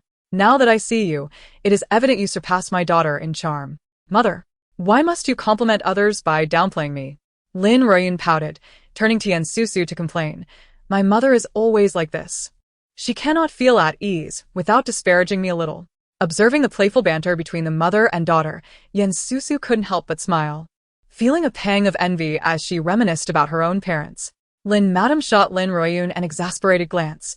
Enough, mother shall not intrude on your camaraderie any longer. Take Susu and show her around our Lin residence. Lin Ruoyan nodded. Do not worry, mother. We shall be off. Yen Susu smiled, bowing again as she followed Lin Ruoyan. After Yen Susu had departed, Lin Madam sighed. A fine child. What a pity. She is wed to that scoundrel Cheng Yudu. Although many respect her for her decision to divorce, it has tarnished her reputation, making her an undesirable match for suitors. Lin Madam's lamentations went unnoticed by Yen Susu, who was now strolling through the Lin residence's garden with Lin Ruoyan. Lin Ruoyan pointed to a particularly striking cluster of flowers. Susu, look here. These are the fuhua flowers my second brother planted, having brought back the seeds from beyond the borders. He has personally tended to them, and look how beautifully they bloom. I recall you have a fondness for flowers. When you return, I shall dig up a few for you. Lin Ruoyan grinned mischievously. Yen Susu was indeed captivated by the fuhua flowers as soon as she entered the garden, unable to tear her gaze away from their splendid beauty. However, upon hearing Lin Ruoyan's suggestion, she felt a bit embarrassed, shaking her head. That would not be appropriate. As you mentioned, these fuhua flowers are your second brother's treasure. A gentleman does not covet what others hold dear, so let us refrain from that. Allow me to visit more often to admire them instead. The second young master of the Lin family is famously infatuated with flowers, and in comparison, Yen Susu felt her own affection for them was insignificant. Given that the fuhua flowers were personally cared for by him, their exquisite beauty was a testament to his meticulous care. Should she take even a few, she feared the second young master would come to the Yen residence to reclaim them, resulting in an awkward situation. Lin Ruoyan teased, You have the heart of a thief, but lack the courage. Yen Susu rolled her eyes in response, choosing to ignore her as she continued to admire the dazzling fuhua flowers before her. Suddenly, a male voice interjected, I believe you are speaking of yourself. You have had your eyes on my fuhua flowers for quite some time, haven't you? It seems my second brother must provide you with another lesson. Lin Ruoyan, startled, trembled slightly before quickly donning a sycophantic smile as she scampered over. Second brother, what brings you here? Watering the flowers? Allow me to assist you. Lin Gongzi deftly evaded her outstretched hand with a look of disdain, saying, Go away. If I let you water them, I fear for the safety of my precious plants. With an awkward expression, Lin Ruoyan retracted her hand and coughed lightly. Ahem, second brother. This is my former classmate and now intimate friend, Yen Susu. Allow me to introduce you. Upon hearing Yen Susu's name, Lin Gongzi paused his watering, a peculiar expression crossing his face. Just days prior, during a drinking session with friends, he had overheard unflattering remarks regarding Yen Susu, suggesting she had been living in solitude for 3 years, luring her husband's uncle, General Cheng. Whispers claimed she was a lonely orphan whose divorce was a result of the pressure exerted by the general on his nephew. Furthermore, it was said that upon her divorce, the Yen family had provided a substantial dowry, which Yen Susu took without any acknowledgement to her kin, thus being labeled as ungrateful. He scrutinized Yen Susu with an increasingly strange gaze. Lin Ruoyan, displeased, obstructed her brother's view and retorted, What kind of look is that, second brother? Lin Gongzi nonchalantly withdrew his gaze and continued watering, casually inquiring, Nothing. Yen Susu? The one from the Cheng family? Lin Ruoyan defended, What do you mean, the Cheng family? Susu is no longer associated with them. Yen Susu, who had been enjoying the sibling banter, found Lin Gongzi's strange expression puzzling. Could he be a staunch traditionalist who deemed her divorce as scandalous? Suppressing her emotions, she replied coolly, I have no ties to Cheng Yudu anymore. Everyone in the capital is aware of it. Does Lin Gongzi not know? Noticing Yan Susu's firm demeanor and recalling her genuine delight upon seeing the flowers, Lin Ergongzi's perception of her softened slightly. Thus, he kindly cautioned, there have been quite a few malicious rumors circulating about Miss Yan lately, particularly regarding a substantial dowry attributed to you. It would be prudent for you to exercise caution. Before Yan Susu could respond, Lin Ruoyun's expression shifted dramatically. Are you suggesting that someone might attempt to rob her in the capital? How dare they? Lin Ergongzi languidly set down the watering can and retrieved a pair of scissors, methodically trimming the excess leaves of the flowers. There are myriad ways to covet wealth. Resorting to such blatant theft is rather simplistic, wouldn't you agree? Miss Yan, I recommend you investigate the gossip, as it poses a significant threat to your reputation. Yan Susu graciously acknowledged his advice. Thank you, Lin Ergongzi. After Lin Ergongzi departed, the two young women found themselves devoid of the desire to continue exploring the garden. Lin Ruoyun remained anxious, whereas Yan Susu seemed unfazed on the surface. Feigning nonchalance, Yan Susu quipped, it's merely a bit of gossip. Ever since I divorced Cheng Yudu, the rumors have persisted, albeit with a new narrative. What is there to fear? As your brother said, even if someone were to be tempted, they wouldn't dare to steal openly. I'm clever enough to see through any schemes who could possibly deceive me. Lin Ruoyun chuckled at Yan Susu's self-assuredness and pulled her to her chamber for some refreshments. As Yan Susu prepared to leave, Lin Ruoyun, filled with concern, grasped her hand and implored her to inform her of any issues that might arise. Yan Susu nodded in resignation.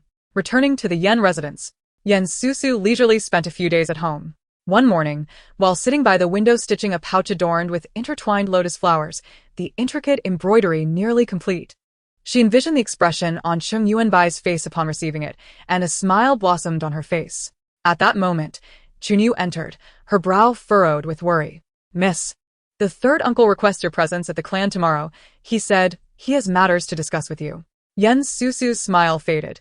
The anticipated confrontation had finally arrived, though she had not expected it to be initiated by her own clan. Shiju, puzzled, remarked, your third uncle? Why would he summon a younger generation like you? You're still a married woman. Chunyu nodded in agreement. Indeed, Miss, Xiaju is correct. The third uncle is one of the oldest elders in the Yan clan. Aside from the clan leader, he wouldn't call for you without cause. Yan Susu rubbed her forehead and scoffed. What else could it be? Wealth has always stirred greed in people's hearts. She could easily predict the discussions that would ensue upon her arrival at the clan. Her divorce meant she retained her surname.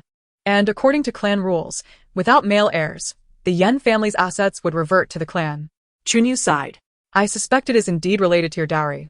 When news of its substantiality spread through the capital, it surely attracted attention. Who could be so unscrupulous? Xiaju, incensed, exclaimed, what shall we do? Her face flushed with anger. The thought of their third uncle scheming to seize a younger generation's dowry was utterly shameless. Yan Susu felt powerless. The elders held the clan's authority, and as a woman, her voice carried little weight. Unless she found someone to marry soon, she could only hope for the elders to retain some sense of dignity. Shaking her head, she resolved, for now, we shall meet force with force and adapt to whatever comes our way. Xiaju, with a glum expression, cursed the source of the malicious rumors. Who could be so vile as to spread such slander? The dowry provided by Madame was not as extravagant as they claim. Besides, you barely met General Cheng before the divorce. It's infuriating. After returning from the Lin residence, Yan Susu had instructed Xiaju to gather information about the slanderous gossip. The three of them were already aware of the culprits. It was evident who was behind it, especially with Lady Cheng sent back to her family and Cheng Yudu bedridden. Given the scandal of infidelity, he was unlikely to be involved. The remaining suspects were Hero, who was cunning, and Lian Qianqian, who was both foolish and malicious, likely responsible for the slander. After all, having just suffered a loss of reputation, Lian Qianqian should have remained subdued. Yet her swift return to action suggested provocation from someone, most likely the scheming Hero. Yan Susu questioned Lian Qianqian's intelligence, pondering if she had been born with a door slammed on her head, as she seemed eager to serve as a pawn for others after suffering a setback. Miss, perhaps we should seek out General Cheng? Xiaju suggested.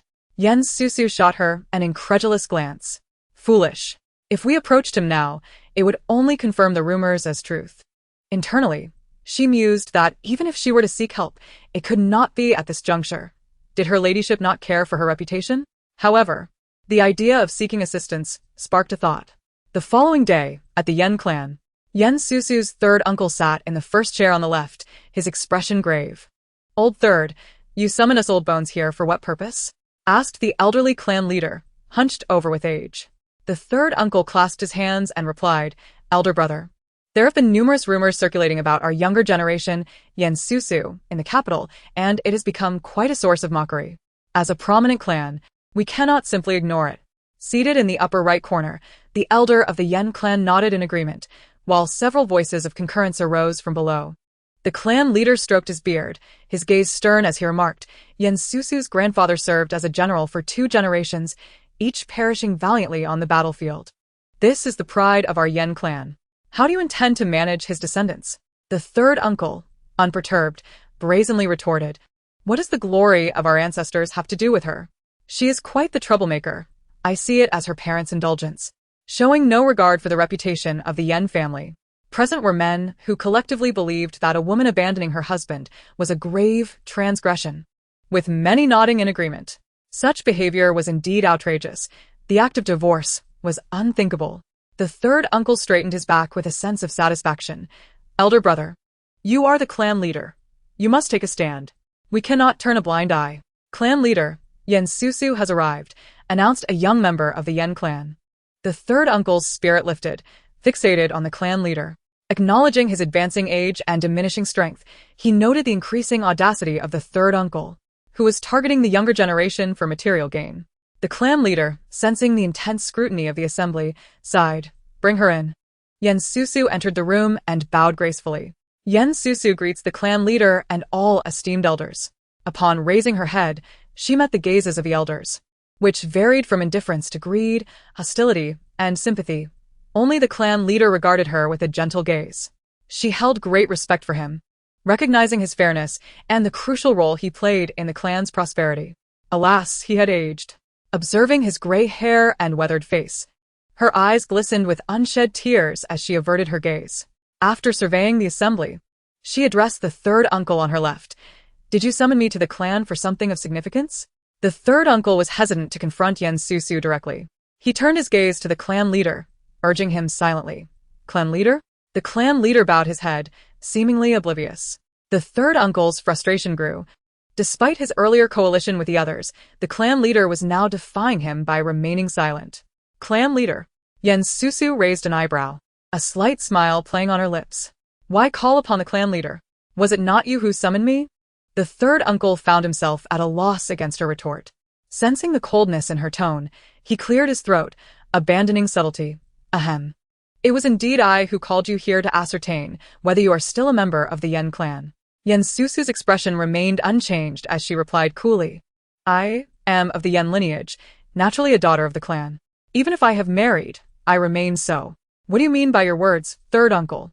Do you imply that a married woman ceases to be a daughter of the Yen clan? Recognizing the hostility in their exchange, she decided to cut off his line of argument. The third uncle's face darkened with anger. How dare you speak to your elder in such a manner? Since you acknowledge your connection to the Yen clan, your recent actions have sparked rumors, leading to doubts about our family. I must inform you. Either you enter the clan temple for atonement, or you will be cast out. Gasps of shock rippled through the assembly. Was this not excessively harsh? Was the third uncle, as an elder, free to act with such impunity? What clan rule had Yen Susu violated to warrant expulsion? A cold smile crept across Yen Susu's face as she realized the third uncle's intentions. He was intent on shamelessly attacking her. The third uncle pressed on. As a daughter of the Yen clan, you have brought shame upon us, and that is a grave sin. If you wish to avoid expulsion, you must enter the temple for penance. Once within, your dowry will naturally belong to the clan. The third uncle could not hide a flicker of satisfaction in his eyes. Yen Susu remained unflustered, piercing through his words with clarity.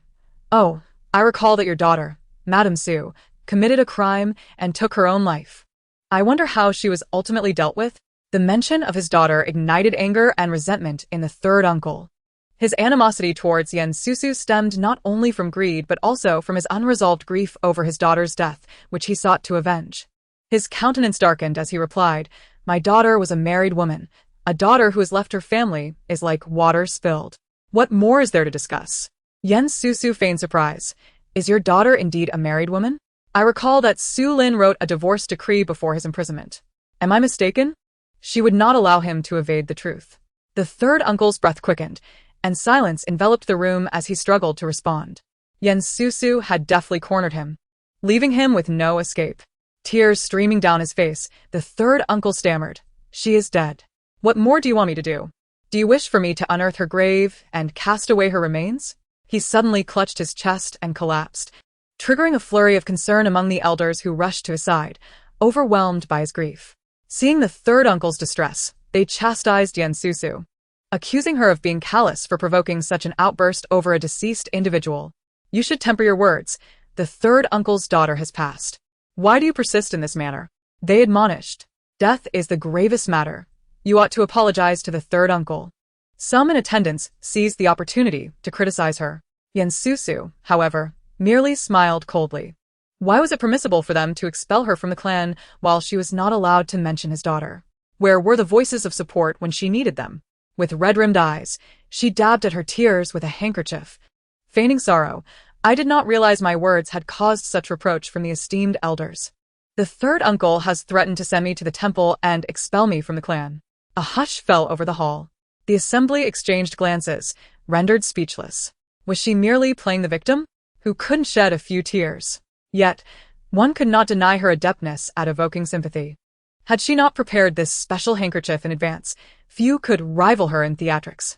Did summer bamboo bring forth the chilly water? It truly burns, Susu thought, her tears flowing even more profusely. The third uncle coughed weakly. "Cough, my child. My reprimands are for your own good. I would never truly cast you out." Susu tucked away her handkerchief, her tear-filled eyes glistening as she replied, "Really? That is wonderful. I knew you were the fairest and most just of uncles." Her words bore double meanings. It was evident that Susu was not easily intimidated, and the third uncle's plan to send her to the temple was clearly faltering. Though the third uncle felt a surge of resentment, he was powerless to retaliate. With a weary tone, he said, "Since you acknowledge your connection to the Yen clan, according to clan rules, as there are no male heirs in the family, the assets will revert to clan property. In a few days, someone will come to collect them. You may leave now." Susu firmly rejected this notion, countering, "Third uncle. You, the third uncle," exasperated, interrupted, "do not bring my daughter into this. She is deceased and was divorced, but my grandson is still alive." He referred to the third young master of the Su family, whom he had taken in to care for after his daughter's death and Su Lin's subsequent banishment. Susu retorted with sarcasm. "The clan rules do not stipulate that a married woman's dowry must be surrendered to the clan. I cannot agree with your assertion, third uncle. If I were to find someone to marry, would the clan truly return my dowry?" The third uncle found himself momentarily at a loss against her argument. However, he remained steadfast, convinced he would ultimately prevail regarding the dowry. He slammed the table forcefully and declared, "Do not refer to yourself as a married woman. You are no longer connected to the Cheng family. Now that you bear the Yen family name, you must adhere to their rules." Susu fell silent for a moment, seemingly having made a resolute decision. She raised her gaze and said, "Rest assured, I shall marry myself off and relinquish the Yen family name." The third uncle was taken aback. "Susu, you are indeed formidable." At this point, the third uncle fell silent, but others interjected. "Susu, do not overstep your bounds. You have caused such turmoil, and now the Yen family is under scrutiny, its reputation tarnished. It is a light punishment for you to return your dowry.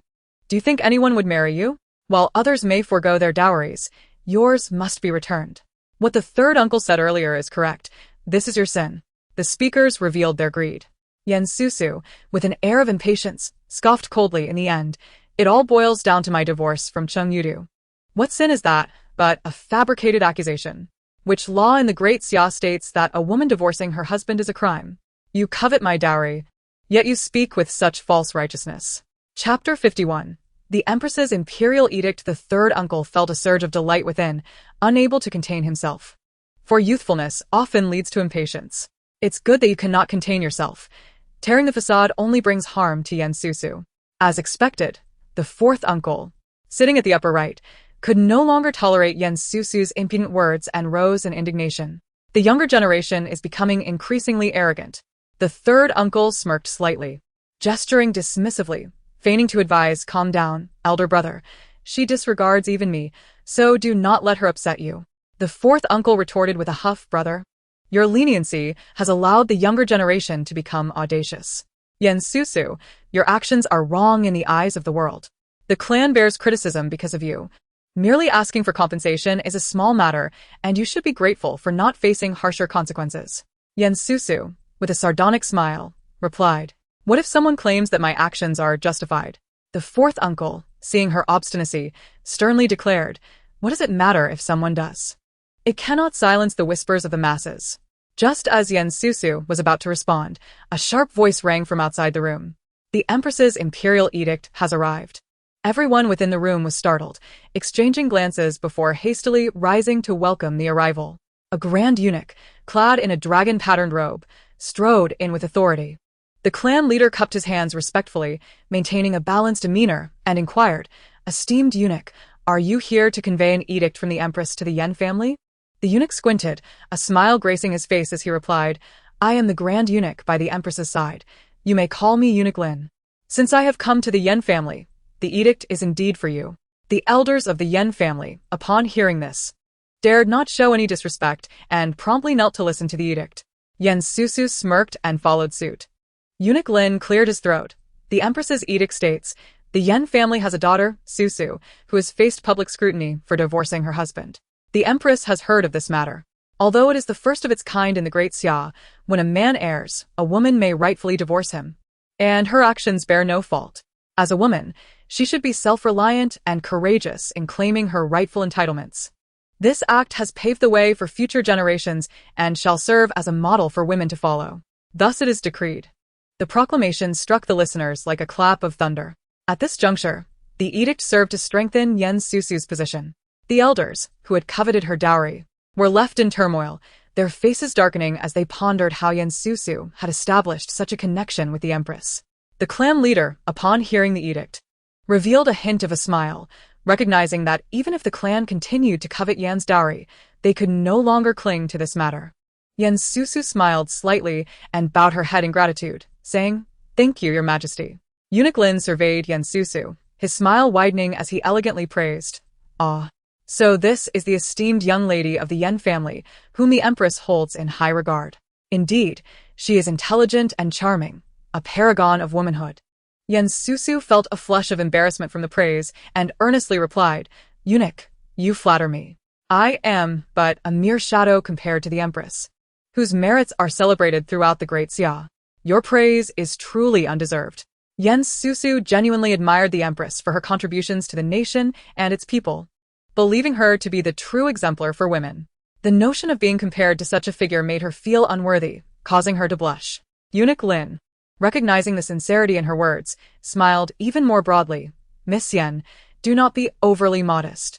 It is your own exceptional qualities that have garnered the Empress's favor. By the way, the Empress has also asked me to convey that in a few months there will be an autumn hunt, and she hopes you will attend. An invitation will be sent to your residence shortly. Susu was momentarily taken aback. This was beyond her expectations. Eunuch Lin, what is this? She asked, confusion evident in her gaze. Eunuch Lin's smile deepened, his words laden with meaning. Miss Yen, this is the Empress's wish. I trust you understand. Susu widened her eyes slightly, slowly nodding in acknowledgement. Eunuch Lin then flicked his whisk and turned to the members of the Yen family, declaring, Since I have fulfilled the Empress's instructions, I shall take my leave. The Yen family members hastily bowed and clasped their hands, saying, We bid you farewell, Eunuch Lin.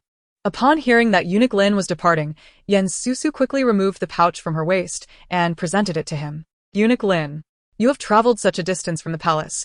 This is a small token of appreciation. Eunuch Lin accepted it without hesitation, weighing the pouch in his hand with a satisfied smile. Miss Yen, you are too courteous. I shall accept it. Should you ever require my assistance in the future, do not hesitate to seek me out. Susu smiled, taking a few steps back and bowing. Thank you, Eunuch. Please travel safely. Eunuch Lin cast no further glance at anyone else, draping his whisk over his arm as he turned to leave. After Eunuch Lin departed, the room fell into a heavy silence, only broken by the labored breaths of the third uncle. The third uncle was visibly incensed. As he had anticipated, Susu would soon be destitute, yet the Empress intervened. He pointed an unsteady finger at Susu, his face turning pale. You did this on purpose. You had already arranged for the Empress to support you, yet you feigned ignorance and stirred up trouble. Susu blinked innocently. What are you talking about, third uncle? Even if I said it, you wouldn't believe me. Her expression was perplexed. Yet her eyes conveyed a different message to the third uncle. I did this intentionally. The third uncle, engulfed by fury, stammered, You. With a loud thud. He collapsed to the ground, his face drained of color. Third uncle? The crowd rushed to surround him in alarm. The third uncle had indeed collapsed before. This time, however, it was a sudden turn of events, leaving everyone unprepared as he fell. Susu observed him, noticing his crooked mouth and drooping eyes. Had he suffered a stroke? The clan leader recognized the situation and sighed, quickly instructing someone to fetch a doctor, assisting the third uncle to lie down in the back. After ensuring the third uncle was taken care of, the clan leader, feeling somewhat disheartened, dismissed the others, leaving only Susu. Curious, the clan leader asked Susu, How did you manage this? Susu smiled subtly. The Empress is a shrewd individual. I figured that since she is a merchant, there must be someone outside the palace who could connect me to her, so I approached the manager of Jinyu Pavilion to propose a transaction with the Empress. The clan leader gazed in astonishment at Susu. You dared to make a deal with the imperial concubine? How bold of you! What did you offer in exchange? Susu nodded. Money, of course. The clan leader, momentarily speechless, replied, Does the imperial concubine even need money? Susu shook her head. She may not require it. But I believe she is a person of sentiment, so I wanted to take a chance.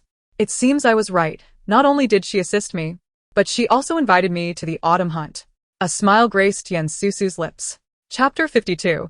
Consent to marriage proposal. Having concluded her conversation with the clan leader, Susu stepped out from the clan's gathering. Xia Zhu and Cheng Yudu had been waiting outside, their anxiety palpable. Upon seeing their young mistress, they hurried towards her. Miss, are you all right? Did the elders give you a hard time? Cheng Yudu asked with concern. Everything is fine. You both know what happened yesterday, right? Susu replied. Her expression relaxed as she gently reassured Cheng Yudu. Both Xia Zhu and Cheng Yudu were aware of her seeking the imperial concubine's assistance. They were merely worried. Feeling warmth in her heart, Susu took the hands of Cheng Yudu and Xia Zhu and said with a smile, Let us return home. At the Yen residence. What? The imperial concubine has invited the young lady to the autumn hunt? Xia Zhu exclaimed in surprise. Susu shot her a disapproving glance. Is it really that astonishing that the imperial concubine has invited me? Xia Zhu offered a sheepish smile. I merely thought it odd that you would barter with the imperial concubine for support against the elders. A normal person would have turned their back on you. Yet she extends an invitation. Susu replied, That is precisely why she is not an ordinary person. Do you believe she helped me merely for my trifling amount of money? A woman who has achieved the status of the wealthiest in the Great Xia, and who has become the favorite of the 6 palaces upon entering, signifies something profound. Xia Zhu, perplexed, could not comprehend. What does that signify? Susu chuckled. It indicates that the imperial concubine possesses not only capability, but also disdains the affections of men. Moreover, considering Cheng Yudu's illicit affairs, should she hear of it, she would undoubtedly support my decision to divorce him, perhaps even applaud it. Cheng Yudu suddenly understood. So that is why you boldly proposed a deal to the imperial concubine's subordinate. You believed she would assist you upon hearing of it. Miss, you are quite astute, she added. Susu beamed with pride. Indeed, but I could not directly seek help. If I did, the manager of Jinyu Pavilion would surely refuse. Only upon hearing the term deal would a merchant's manager relay the message to the imperial concubine. As she spoke, Susu drifted into thought. I must hasten to marry, she declared suddenly, eliciting a puzzled exchange of glances between Cheng Yudu and Xia Zhu. Xia Zhu, curious, asked, Miss, why the sudden mention of marriage? Leaning back against the couch, Susu remained silent. Of course, she needed to marry quickly. Within the Yen clan, tensions had nearly escalated over her modest dowry, let alone the interest from outsiders. Rumor had it that suitors, attracted by her substantial dowry, would swarm like flies. While some might approach her with honorable intentions, she feared the underhanded schemes of others. Seeing her mistress's silence, Xia Zhu's eyes darted with curiosity. Miss, who do you intend to marry? General Cheng? Susu shot her a sidelong glance. What do you think? Go find Wen Lin and tell him I wish to meet Cheng Yuanbai. Schedule it for tomorrow at noon at the 100 Flavors Tea House. Xia Zhu's spirits lifted, her voice bright with excitement. Understood. I shall go at once. After Xia Zhu departed, Susu retrieved a beautifully embroidered double lotus pouch, her expression tinged with shyness. Uncertain of how to express herself the next day. Her cheeks flushed with anticipation. The following day, Susu rose early, having Cheng Yu assist her with attire, changing outfits multiple times. While Cheng Yu found each ensemble beautiful, Susu felt dissatisfied. Ultimately, she settled on a newly crafted red silk butterfly dress, pleased after trying it on. Cheng Yu styled her hair in a cascading bun and applied delicate makeup. Standing before the bronze mirror, Susu smiled faintly at her reflection. Miss, you are truly stunning, Xia Zhu remarked, her gaze captivated by her mistress's ethereal beauty. Susu could not help but smile, her heart fluttering at the thought of meeting Cheng Yuanbai. Miss, it is time for us to depart, Cheng Yu announced as she entered the room. Susu nodded and stepped outside. At the 100 Flavors Tea House. On the second floor, in a private room, Cheng Yuanbai sat at the table, quietly sipping tea. His gaze wandered, revealing that he was not as calm as he appeared. Yesterday, Susu's maid, Xia Zhu, had delivered a message about their meeting at the tea house, indicating it was for an important matter. Cheng Yuanbai was uncertain of the nature of the issue, but Xia Zhu's expression suggested it was favorable. Sir, Miss Yen has arrived, when Lin's voice called from outside. Cheng Yuanbai rose to greet her, his eyes fixed on the entrance. Moments later, the door swung open, and Susu entered, clad in a striking red butterfly dress. He felt she looked exceptionally beautiful today. Susu, he exclaimed, unable to contain himself. Susu's heart raced as she glanced at Cheng Yuanbai, recalling her purpose for today. Quickly averting her gaze, she inhaled deeply, summoning her courage to speak softly. General Cheng, I invited you here because I wish to marry. Cheng Yuanbai's expression shifted dramatically as he interrupted. What? You wish to marry? To whom? His heart stumbled at the thought that she might be distancing herself from him. Realizing his misunderstanding, Susu ground her teeth and continued, I am not proposing to anyone in particular. Recently, rumors in the capital have circulated about my substantial dowry, attracting too many suitors. A few days ago, the elders of my clan summoned me under the pretext of having no heirs, intending to reclaim my dowry as clan property, which I refused. This is within my clan. Outside, there will be even more people eyeing my wealth. With a sigh, Susu concluded her explanation. Cheng Yuanbai furrowed his brow. Why did you not discuss this with me? Susu shook her head, her discomfort evident. It's not merely my dowry that is being discussed. It is also suggested that I was involved with you before my divorce. Cheng Yuanbai, now fully aware, felt a surge of anger. This was clearly a deliberate rumor. He would send Wen Lin to investigate, ensuring he remained discreet. With a serious demeanor, Cheng Yuanbai advised, so you believe marrying is the solution? Susu, you cannot act out of desperation. His misunderstanding only fueled Susu's frustration. How could he not grasp the implication of a woman asking a man for marriage? Crossing her arms, she scoffed, if my desire to marry you is merely a desperate measure, then perhaps I should seek out someone else instead. You truly are thick-headed. Cheng Yuanbai was momentarily taken aback, his expression one of bewilderment. Marry me? Susu turned away. No, you said I was acting out of desperation, didn't you? Then I shall reconsider. Chapter 53. Seeking imperial approval. Cheng Yuanbai's face brightened, and upon hearing her words, he adamantly denied, No, Susu, this is not desperation. It is clearly mutual affection. I will arrange a formal proposal to your family at once. His boldness was unwavering. Upon witnessing this, Susu could not help but let out a soft chuckle. Cheng Yuanbai also found himself unable to suppress a smile as the corners of his lips lifted slightly. Susu, stifling her amusement, reminded him, Have you spoken to the old madam? Cheng Yuanbai was momentarily at a loss, recalling his own mother. If he were to speak directly, she might find it hard to accept, especially since Susu had once been married to Cheng Yudu, making her the granddaughter-in-law of the old madam. Susu shared her concerns, but felt a secret thrill at the thought of Cheng Yudu calling her little aunt in the future. A smile crept onto her face as she sipped her tea to hide her delight. After a moment's thought, Cheng Yuanbai declared, Rest assured, I will enter the palace to seek the emperor's decree for our union. Susu nearly choked, exclaiming, What did you say? A marriage decree? Given our situation, do you think the emperor would grant us such a favor? She was well aware that their marriage would be subject to gossip, and she had prepared herself for it. Would the emperor risk his reputation for them? Cheng Yuanbai gently ruffled Yan Susu's hair and reassured her, "Do not worry. The emperor will indeed grant our marriage. He has expressed concern for my future for quite some time. Once I present a request, he will not refuse." Yan Susu, unaccustomed to such affection, felt her heart race as she gazed at Cheng Yuanbai, her cheeks flushing a deep crimson. With a gentle smile, he embraced her shoulders and pressed his lips against hers. A long-awaited kiss. After releasing her, he held her waist contentedly. Flustered, Yan Susu attempted to push away, her voice low and filled with indignation as she commanded, "Let go." Enchanted by Cheng Yuanbai, she had not shied away from his kiss. Now, however, she felt a rush of embarrassment, her face as red as blood.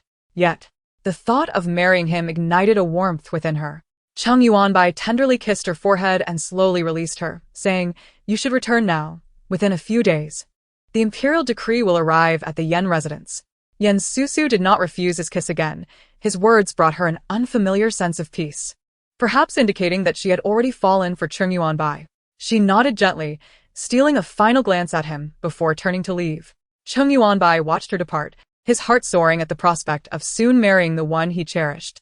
His emotions swirled within him, unable to settle. When Lin approached with a playful grin, teasing, "General, are you particularly happy? You seem quite foolish." Cheng Yuanbai shot him a glance, a smirk forming on his lips. "Indeed, I am very happy." Feeling a surge of uncontainable energy. "Come, join me at the training grounds to practice." Clenching his fists, which cracked audibly, he stepped out with a smile. Wen Lin, regretting his earlier words, followed with a long face. After Cheng Yuanbai had expended his exuberance at the training grounds, the giddiness that had clouded his mind began to dissipate. As dusk fell, he found himself impatient for the morrow. After sitting in his study for a while, he could no longer contain himself and called out, "Wuyen, fetch my court attire." Wuyen, stationed outside, was puzzled by the request. "General, why do you need court attire at this hour?" He was unaware of the day's events. Having accompanied Wen Lin, Cheng Yuanbai, disinterested in explaining, shot Wuyen an impatient glare. "Just go and bring it. No need for so many questions." Wuyen, chastised, fell silent, unwilling to suffer the same fate as Wen Lin, who had endured a bruising at the general's hands. Cheng Yuanbai donned his court attire and made his way to the palace. "Your Majesty, General Cheng requests an audience," announced the chief eunuch, Feng Quan, bowing as he entered. "Oh, so late? What brings him here?" The emperor mused, glancing at a woman draped in a resplendent phoenix-patterned gown. Reclining against the dragon throne, none other than the beloved concubine of the Six Palaces, a legendary figure of the Great Xia. The concubine, initially languid, straightened up and smiled. "I shall retire to the rear palace for a while, not to intrude on your conversation with General Cheng." The emperor grasped her hand, forlorn. "Shasha, you need not leave. It is quite pleasant with you here." She playfully pushed his hand away, shaking her finger. "It would not look well. Others might think you a feckless ruler. Besides, discussing serious matters with you here is rather uncomfortable." Reluctantly watching her retreat, the emperor turned to Feng Quan and waved him in. "Let him enter." "Yes, your servant obeys." As the chief eunuch, it was imperative to possess keen insight. Thus, he had exited with a concubine and entered to announce General Cheng without lifting his gaze. Upon hearing the emperor's command, he bowed deeply and retreated. Once outside the grand hall, Feng Quan straightened up and whispered to a nearby young eunuch, "You fetch a pot of tea from the rear palace. The concubine is resting there. Be observant and quick about it." The young eunuch eagerly complied. Hurrying off to the side hall, Feng Quan then made his way to where Cheng Yuanbai awaited. Minister Cheng Yuanbai pays his respects to the emperor. Cheng Yuanbai entered and bowed. "What brings you into the palace at this late hour, minister?" The emperor set aside his documents with a smile. "Your servant wishes to request a marriage decree from the emperor," Cheng Yuanbai proclaimed respectfully. The emperor paused, then burst into laughter. "A splendid matter. You finally wish to marry? Pray tell, whose daughter has captured your heart? I shall grant your union without delay." No wonder Cheng Yuanbai had entered the hall with such a smile. It seemed a long-awaited bloom had finally emerged. With a beaming expression, Cheng Yuanbai replied, "I thank the emperor for this favor. The lady I wish to wed is Yan Susu of the Yan family." "Yan Susu?" the emperor repeated, his expression shifting as he raised his voice in disbelief. Susu? A crash echoed from the rear palace, the sound of a teacup shattering on the floor, startling the concubine, Zhong Lixia, who had been holding it. Cheng Yuanbai nodded affirmatively. Indeed, it is the Susu that the emperor is aware of. The emperor waved his hands dismissively. No, I cannot grant you this marriage. Anyone else would be acceptable, but not her. Cheng Yuanbai had not anticipated an immediate acquiescence from the emperor, yet he maintained his composure. Your Majesty, you have just promised to grant me a marriage decree. Your word is your bond, is it not? He glanced toward the rear palace. The emperor shot Cheng Yuanbai a stern look. You did not specify it was Susu. She is your former nephew's wife. The mighty war god of the great Xia seeks to have me, the emperor, grant him a marriage to his former nephew's wife? This is utterly absurd. The emperor could hardly believe his ears. Cheng Yuanbai remained unfazed. Your Majesty, have you not previously acknowledged my feelings for Susu? Upon my appointment as the Minister of Justice, I believe the emperor is already aware of it. Implicitly, it suggests that you, Your Majesty, coerce me into this position through the means of Susu. No further explanation is necessary. The emperor, upon hearing this, coughed awkwardly. My dear minister, if you have affection for Susu, you may engage with her privately. There is no need for marriage. You are the god of war, of our great Xia, and the recent rumors surrounding you both are quite abundant. Would not your union merely solidify those rumors? If I were to bestow a marriage, I too would face scrutiny. Cheng Yuanbai regarded the emperor with a puzzled glance and with a significant tone remarked, Your Majesty, are you suggesting that two lovers cannot be openly wed due to the potential for gossip? The emperor was about to nod in agreement when he suddenly sensed a chill emanating from behind him. That is not my intention. Do not misconstrue my words. Susu is your niece by marriage. Should you choose to wed her, the Cheng family will undoubtedly be unsettled. Are you certain your mother is aware? What of your elder brother?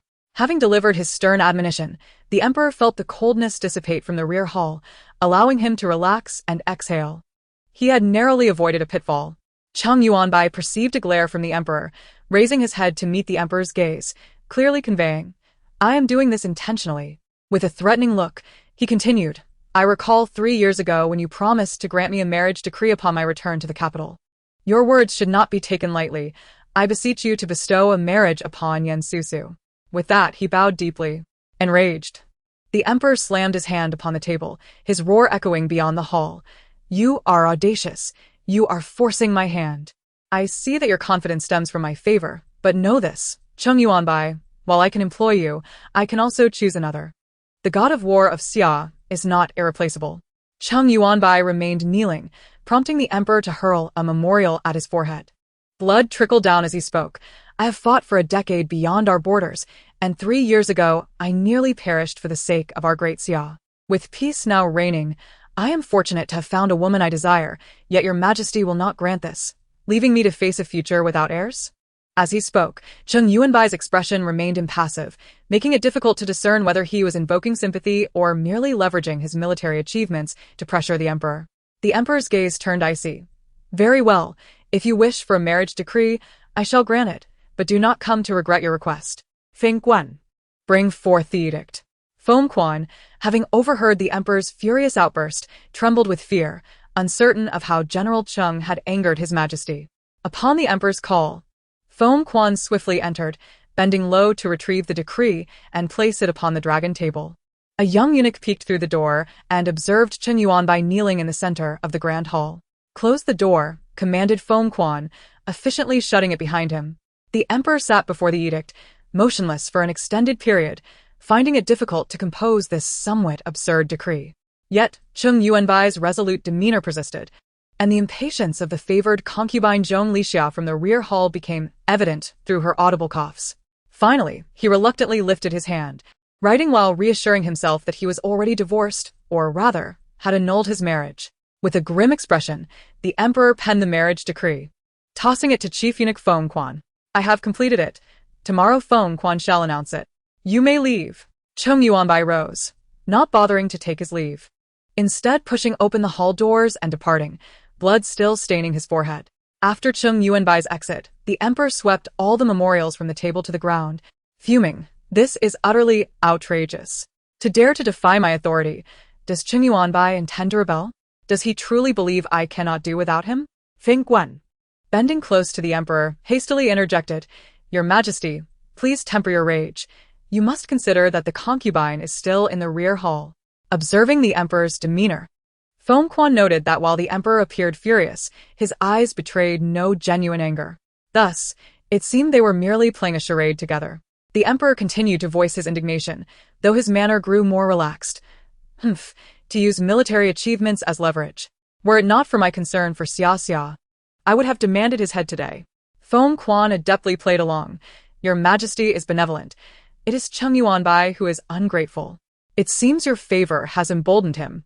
The emperor cast a satisfied glance at Feng Quan, recognizing he could not deceive this cunning old fox. You may leave now. Allow me some solitude. Feng Quan respectfully exited the grand hall and closed the doors behind him. What is the purpose of this performance with General Cheng? Concubine Zhong Lixia gracefully emerged from the rear hall. The emperor chuckled coldly. It is merely that some individuals are restless again. After today's act, I wonder how many will reveal themselves? Leaning against the emperor, Zhong Lixia lightly traced her fingers across his cheek, laughing softly. You two are quite in sync. I genuinely thought you were furious at first. The emperor sighed. I have known Cheng Yicheng since childhood. I understand his character well. Despite his seemingly cold exterior, he is deeply sentimental, which is why I trust him. He is perhaps the only one in the court who dares to speak to me in such a manner. With another sigh, he covered his face in exasperation. I was prepared for his marriage to Susu, yet I never anticipated he would demand an edict. Composing this decree truly required some effort. I am quite curious about this Susu. At this juncture, the emperor genuinely wished to meet Susu, to ascertain what manner of woman could inspire such devotion in Cheng Yuanbai. Zhong Lixia smiled slightly. I am somewhat acquainted with Susu. She recounted how, a few days prior, Susu had boldly approached her for assistance, and how she had exerted pressure on the Yen family. The emperor was taken aback. So, she is indeed rather exceptional. Zhong Lixia rolled her eyes in mild annoyance. I had intended to send Susu an invitation for the autumn hunt. But with this marriage decree, if she is to wed, she will likely be preoccupied and unable to attend. Expressing her regret, Zhong Lixia had been eager to meet Susu, finding such a clever and audacious woman rare in this era, certain they would get along splendidly. The emperor, sensing Zhong Lixia's thoughts, wrapped his arms around her waist and leaned close to her ear, whispering with a chuckle, then extend the invitation. Even if she is to marry, she can still participate in the autumn hunt. It is but 3 days, and this will provide them an opportunity to deepen their affection. The low laughter in her ear sent a shiver through Zhong Lixia, causing her to soften, a faint blush rising to her cheeks. The emperor, with a slight smile, reveled in the beauty of his beloved, dismissing thoughts of others. Chapter 55. A Proposal? Susu sat by the window, resting her chin on her hand, lost in contemplation. Ever since returning from the tea-house, she had maintained this posture. Miss, what did you discuss with General Cheng at the tea-house? Xia Zhu inquired tentatively. Susu's gaze drifted, responding absently. Oh, Cheng Yuanbai mentioned he would seek the emperor's permission for marriage. He wishes to wed me. Suddenly, Susu straightened with excitement. Xia Zhu, what time is it now? Has anyone from the palace arrived at our residence? Xia Zhu steadied Susu's hand, glancing outside at the darkening sky. Feeling a bit bewildered. Miss, how could anyone from the palace come to our home? You must not be overly agitated. It is already dark. You should rest. Susu mused to herself. If I were to say I am merely waiting for the emperor's marriage decree, would you think your mistress has lost her mind? Forget it. No need for explanations. It's time to sleep. Susu regained her senses and indeed felt a wave of drowsiness wash over her. After yawning, she followed Xia Zhu to the edge of the bed. Dressed in her undergarments, Susu lay down, closing her eyes, while Xia Zhu gently lowered the bed curtains and tiptoed out. Once Xia Zhu left, Susu opened her eyes again, staring intently at the beams of the ceiling. Although she felt somewhat tired, slumber eluded her.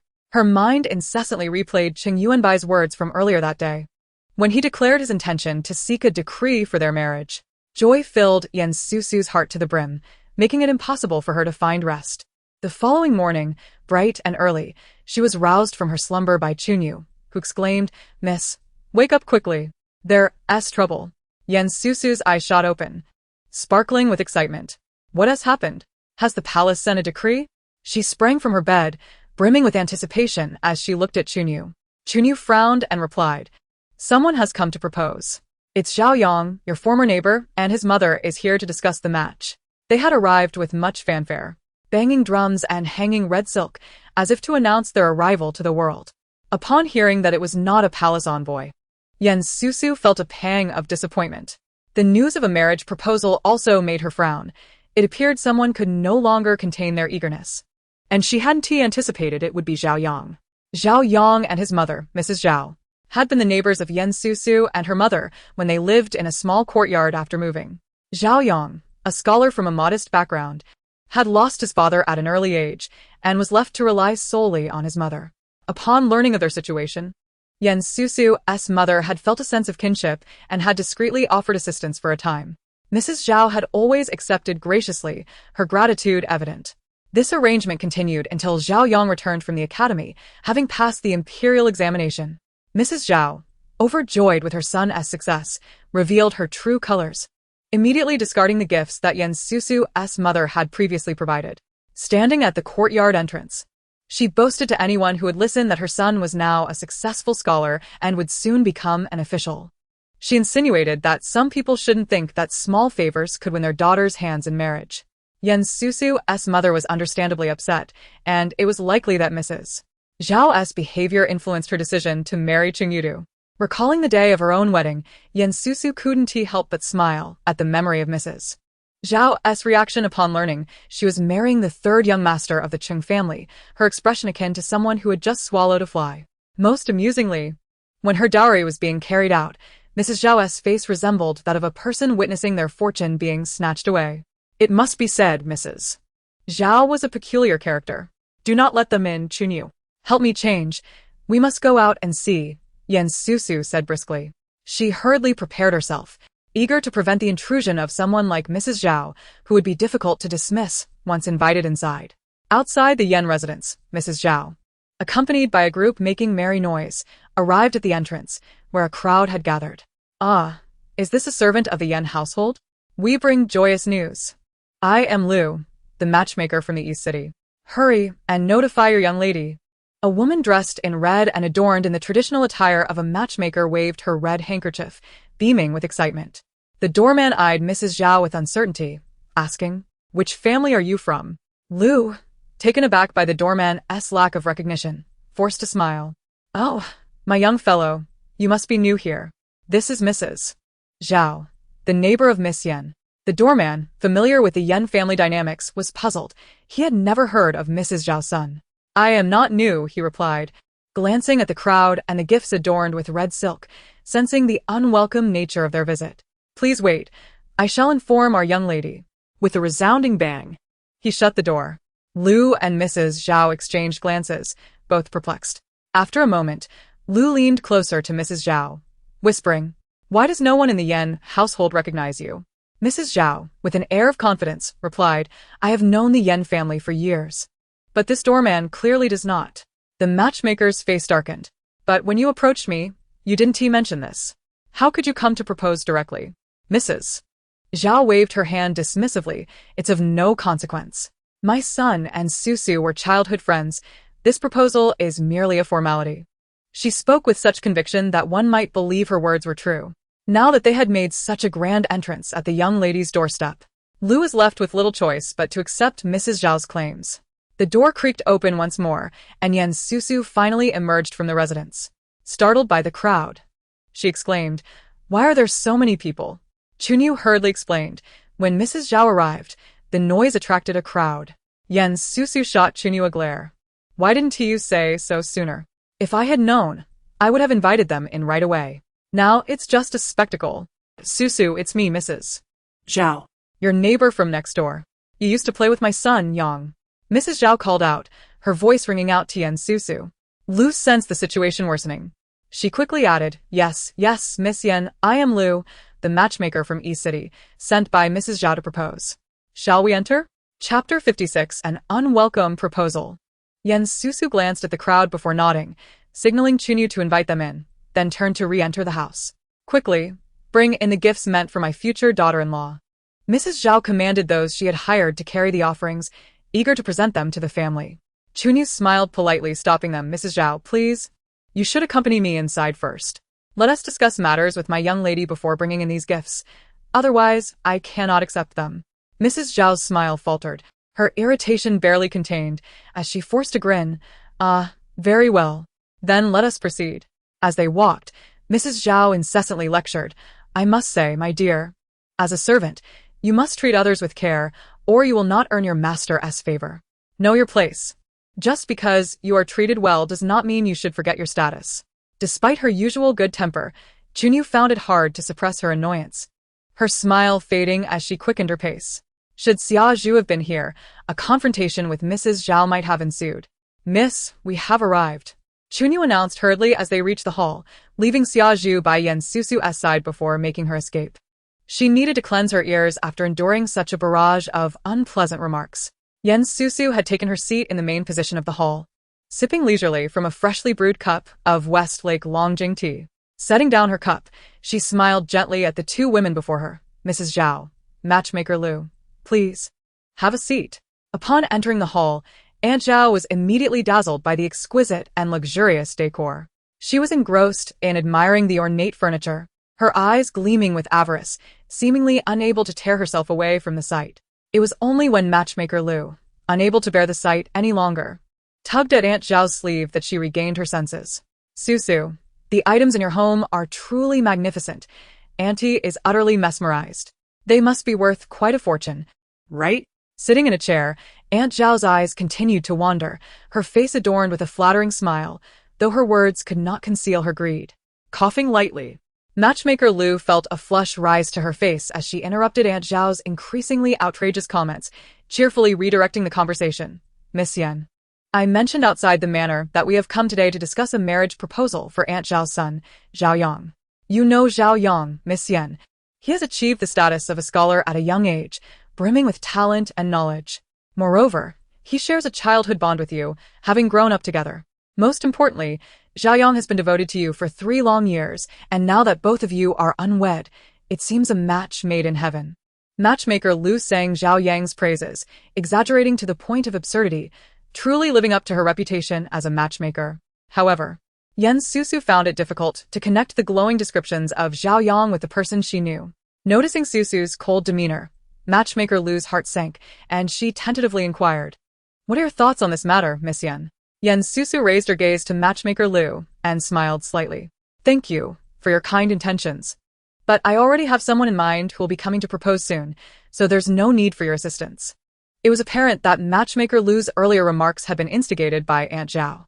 With this clear rejection, even the dimmest of matchmakers should have understood the situation. Upon hearing Yan Susu's words, Matchmaker Lu's face stiffened, but she maintained a polite smile. I see. Then I apologize for my presumption. We shall not impose any further. Matchmaker Lu grasped the implication and was eager to leave, but Aunt Zhao, overhearing this, became anxious. No, you cannot marry someone else. We arrived first. You must agree to my son Yang's proposal. Yan Susu dismissed Aunt Zhao's unreasonable outburst, uninterested in engaging with such a display. Xia Zhu raised her chin, casting a sidelong glance at Aunt Zhao and retorted sarcastically, Madam, do you think this is a matter of queuing? There are no rules of first come, first served here. Xia Zhu had long been irritated by Aunt Zhao, having heard her disparaging remarks along the way. Had it been herself in Spring Rain's place, she would have ensured that this old witch faced the consequences. Aunt Zhao, incensed and unable to counter Xia Zhu's words, began to lash out at Yan Susu. You, Miss Yan, are nothing but a seductress. If it weren't for your allure, my son wouldn't be so consumed by thoughts of you. Neglecting his studies and ultimately failing his examinations. His delay in marrying is all your fault. If my son insists on marrying you, do you think I would deign to look at a discarded woman like you? You must marry my son. Otherwise, you shall remain single. Aunt Zhao's threats dripped with malice. Yan Susu, observing Aunt Zhao's antics, gestured for her to be removed. Aunt Zhao, in a fit of rage, began to wail. Meanwhile, Matchmaker Lu, witnessing the uproar, regretted ever taking on this matchmaking duty, having thought that a scholar's mother would not be so irrational.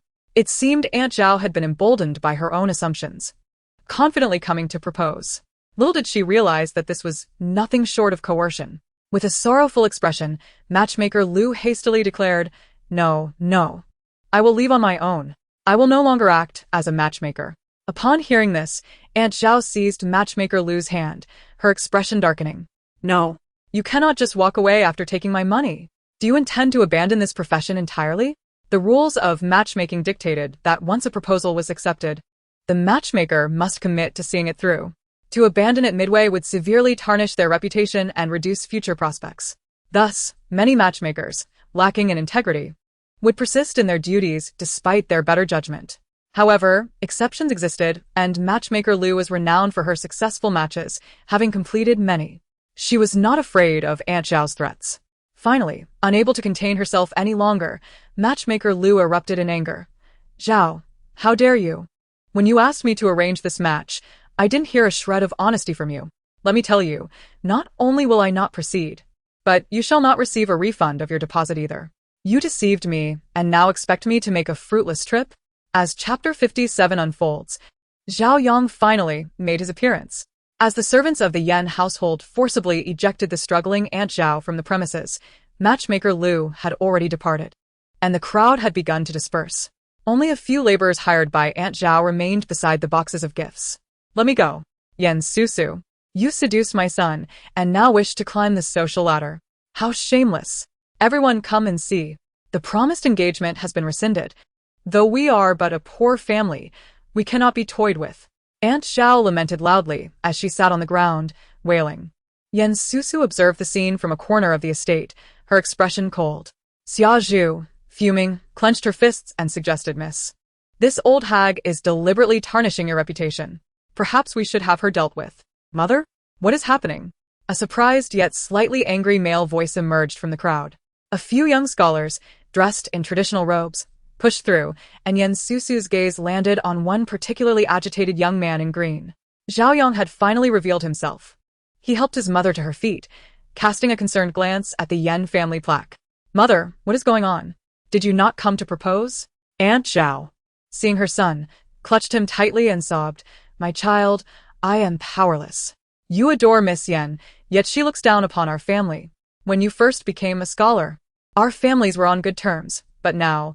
Zhao Yang's eyes reddened as he hung his head, uttering a single word, "Mother." His heart-wrenching expression sent shivers through Yen Susu, who observed from a distance. Yet, some of Zhao Yang's classmates, indignant, spoke up. "Zhao, why cling to a single flower when there are countless blooms in the garden?" They turned to Aunt Zhao, questioning, "What makes Miss Yen so unworthy of Zhao Yang?" Aunt Zhao, seizing the opportunity, replied, "This Miss Yen was once my son's childhood companion. However, she married the third son of the Cheng family. Recently, my foolish son heard rumors of her departure from the Cheng household and begged me to propose. Who would have thought?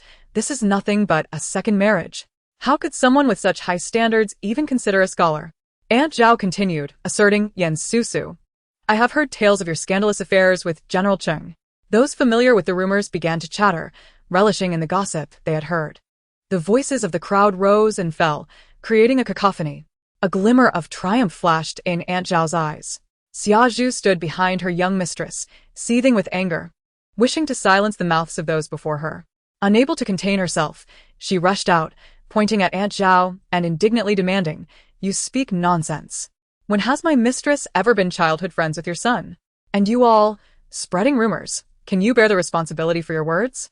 A slickly groomed man leered at Xia Zhu, a wicked smile curling his lips as he taunted, "My dear lady, how would one take responsibility?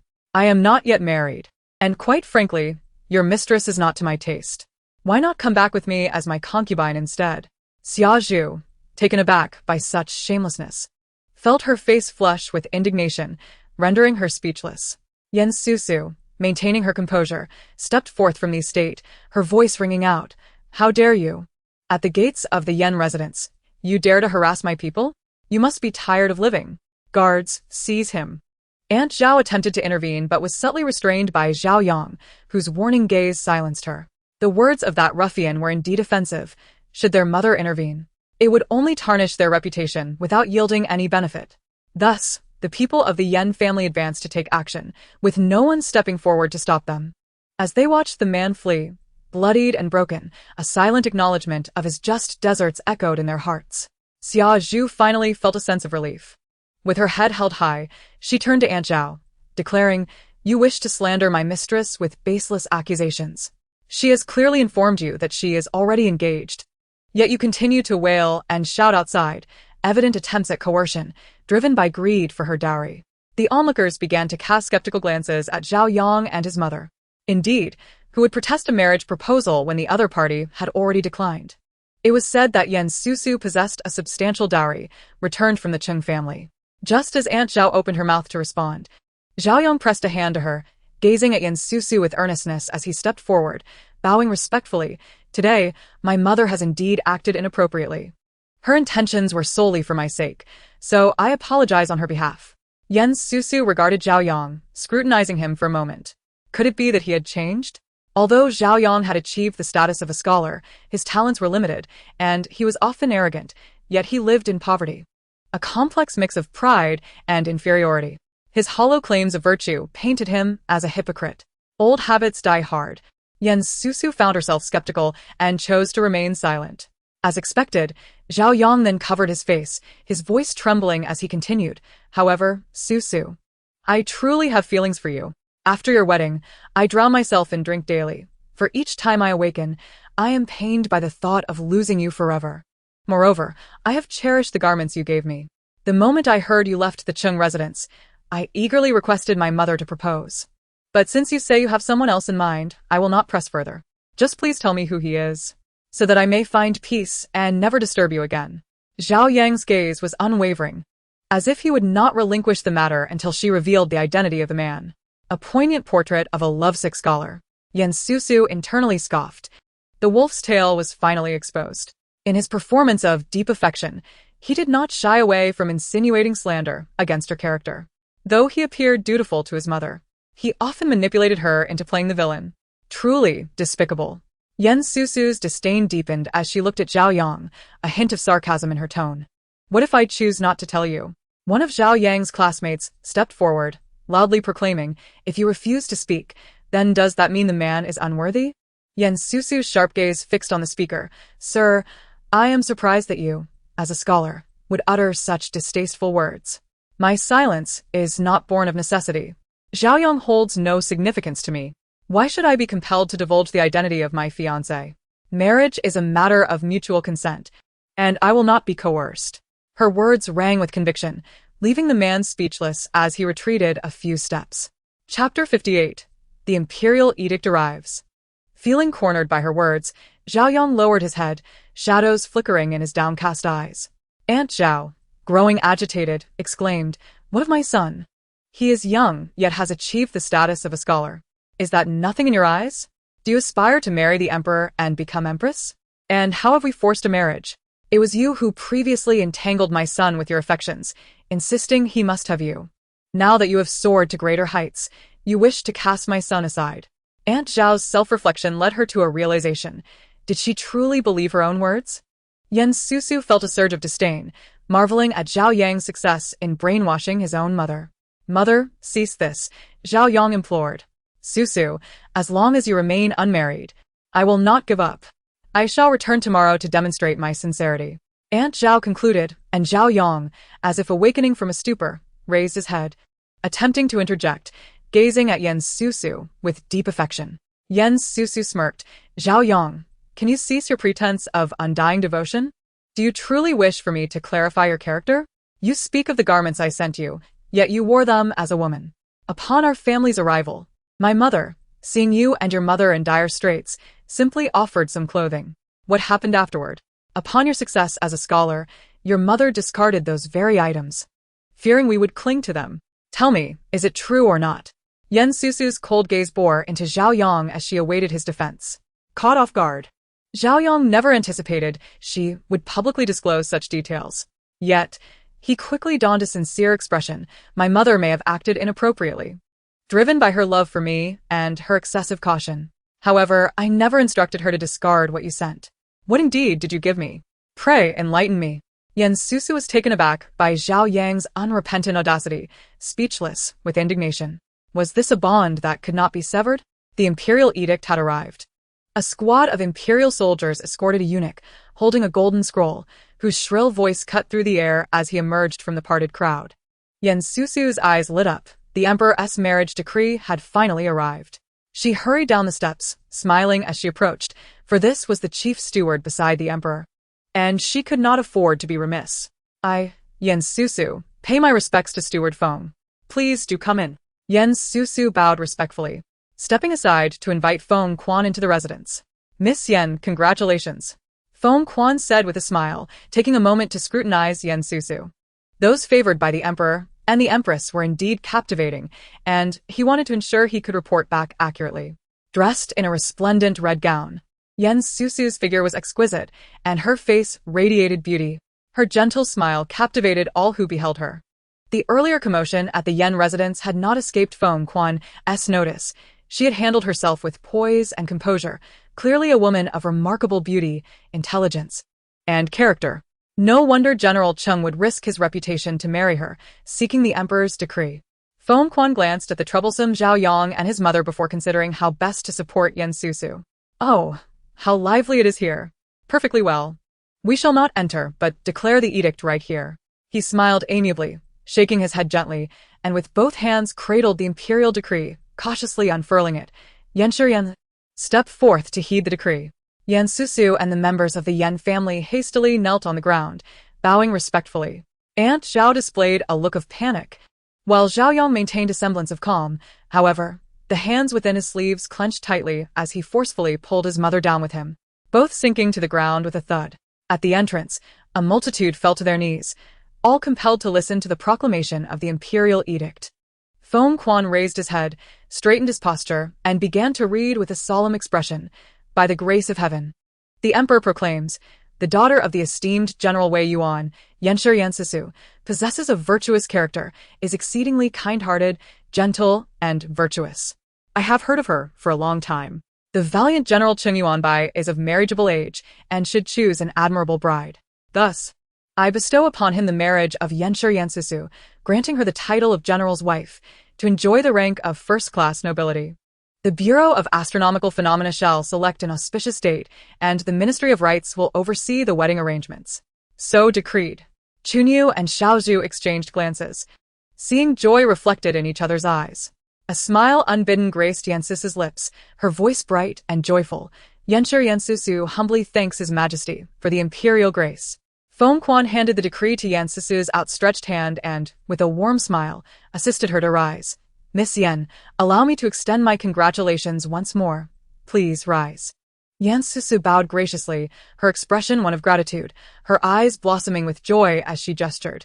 Thank you, Director Feng. Our household happens to have this year's new tea.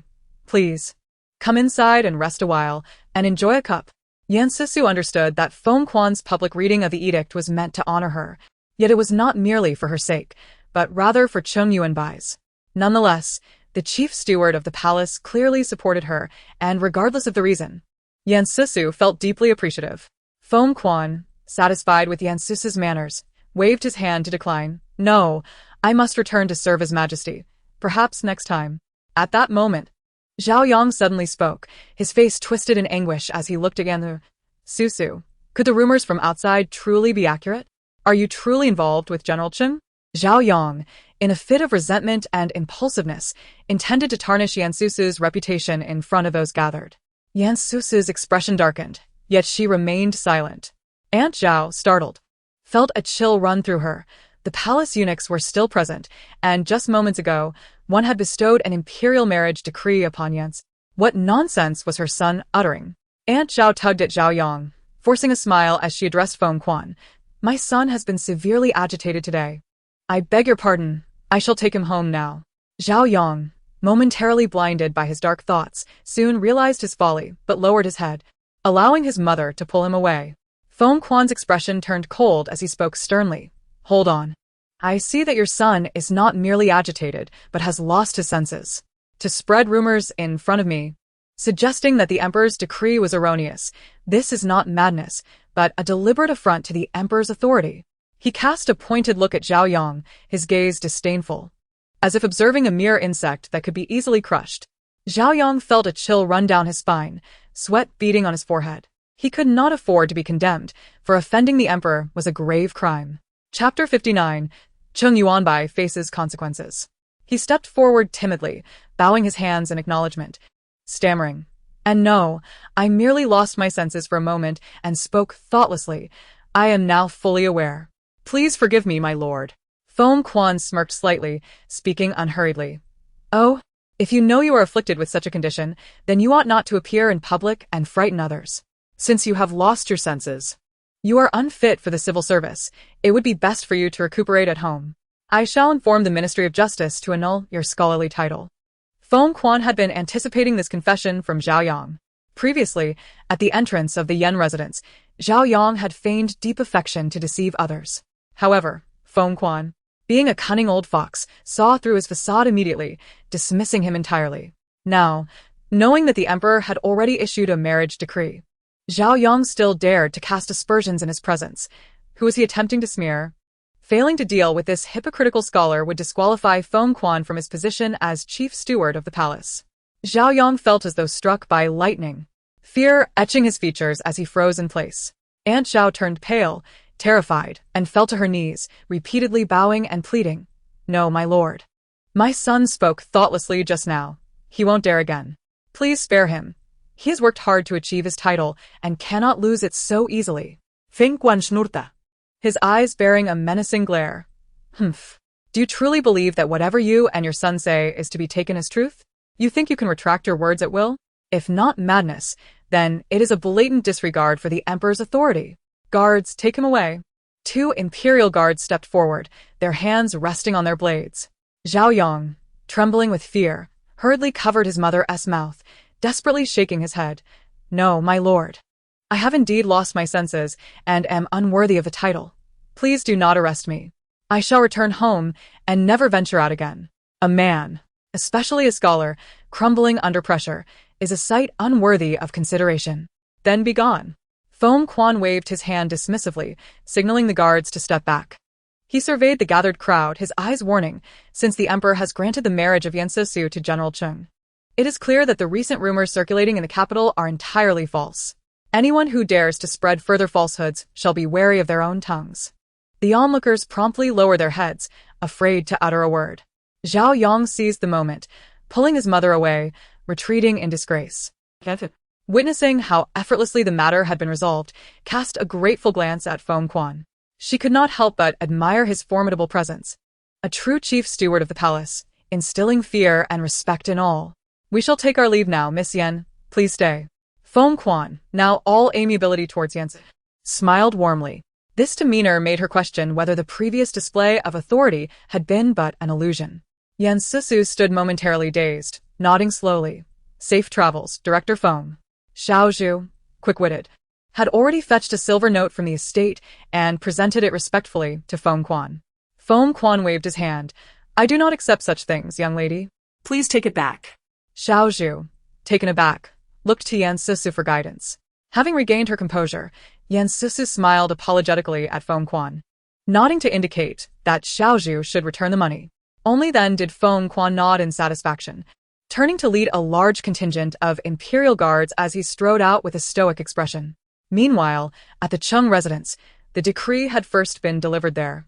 When informed that the edict had arrived and summoned the Cheng family to receive it, Cheng Yudu, believing it to be a commendation for his military service, excitedly disregarded his fractured limbs and had himself carried to the front courtyard. Even though Qianqian had married Cheng Yudu, she felt neglected, as he had not visited her courtyard since their marriage. Her complexion was pale, and she followed closely behind Cheng Yudu, accompanied by Hiro, his primary wife. Little did they know, when Foam Quan's edict was read aloud, it was a marriage decree for Cheng Yuanbai and Yan Susu, his former wife. This was a tremendous humiliation, and Cheng Yudu's face darkened immediately. He recalled the rumors he had heard from Hiro just days prior. She said, "Brother Du, there have been rumors circulating in the capital these days that Sister Yan has been closely involved with little uncle even before your departure. They claim that after you went to war, Sister became entangled with him. At first, I dismissed it, but who would have thought it to be true? Otherwise, why would the emperor suddenly grant a marriage?" The expressions of the other members of the Cheng family were also somewhat grim. Cheng Yuanqing, as the father and elder brother of Cheng Yuanbai felt a mix of love and respect for his younger brother and was momentarily at a loss for words. Cheng Yulian frowned, looking at Cheng Yuanbai with disbelief. Even Lien Qianqian's expression was quite evident, her face contorted. Her gaze towards Cheng Yuanbai filled with both infatuation and a seething hatred, as if questioning how he could marry that wretched Yen Susu. Cheng Yudu, witnessing Lien Qianqian's expression, felt a wave of nausea rising within him, clenching his left hand tightly. This wretched woman, already married to him, still looked at Cheng Yuanbai like that. Just like that Yen Susu. They both deserved to perish. Unable to see Yen Susu, Cheng Yudu's resentment towards her was directly transferred to Lien Qianqian, who also harbored feelings for Cheng Yuanbai as a murderous intent flashed in his eyes. Once he had recovered from his injuries, Cheng Yuanbai sat quietly, surveying the room and taking in the distinct expressions of everyone present.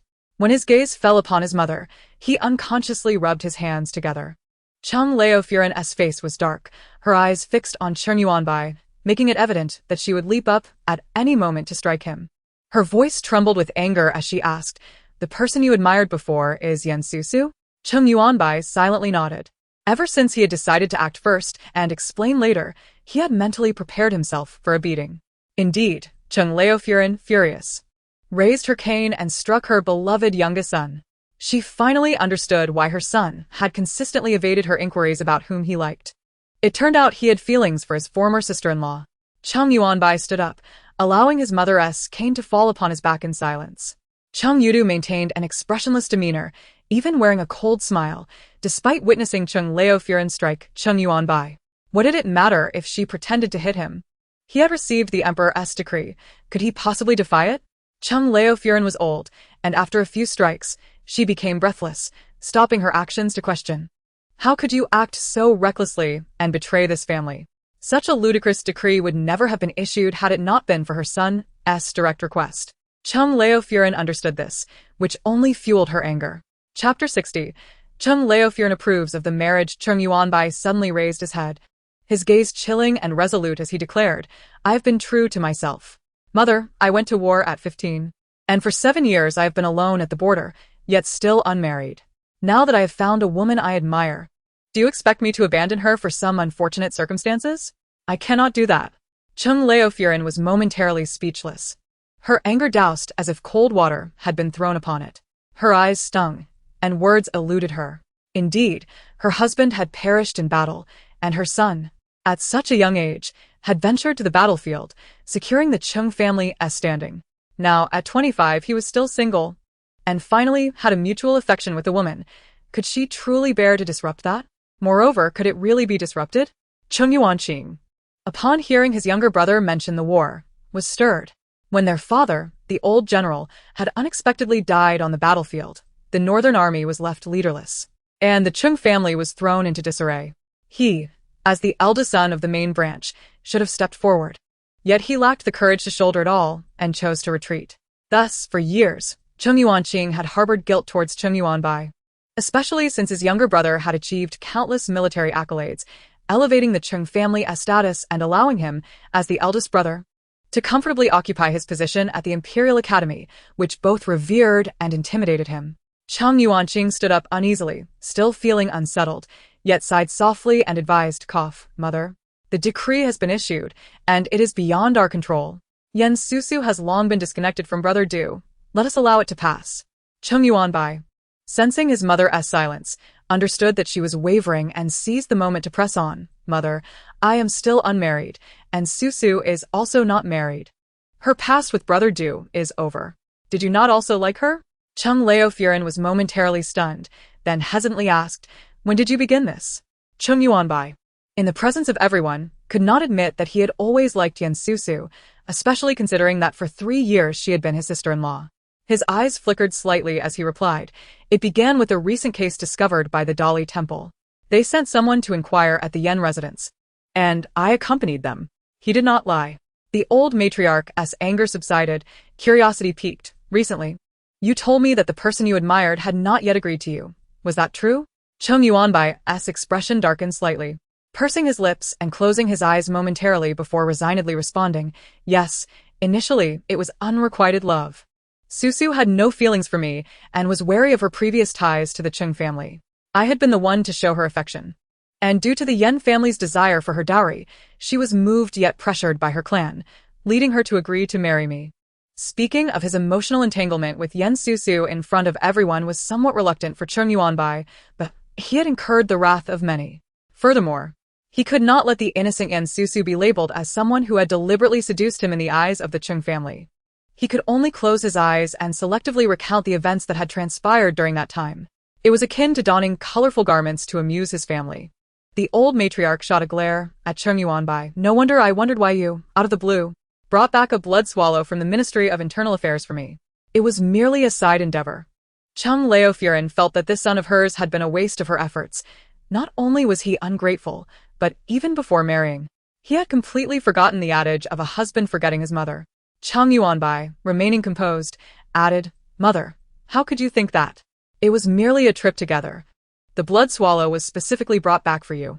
Cheng Leofuren scoffed, neither affirming nor denying her trust, but choosing not to pursue the matter further.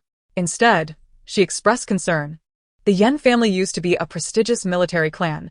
How have they fallen so low as to snatch the dowries of the women in their clan? Is Susu all right? Did you intentionally leave her without assistance, hoping she would have no choice but to marry you?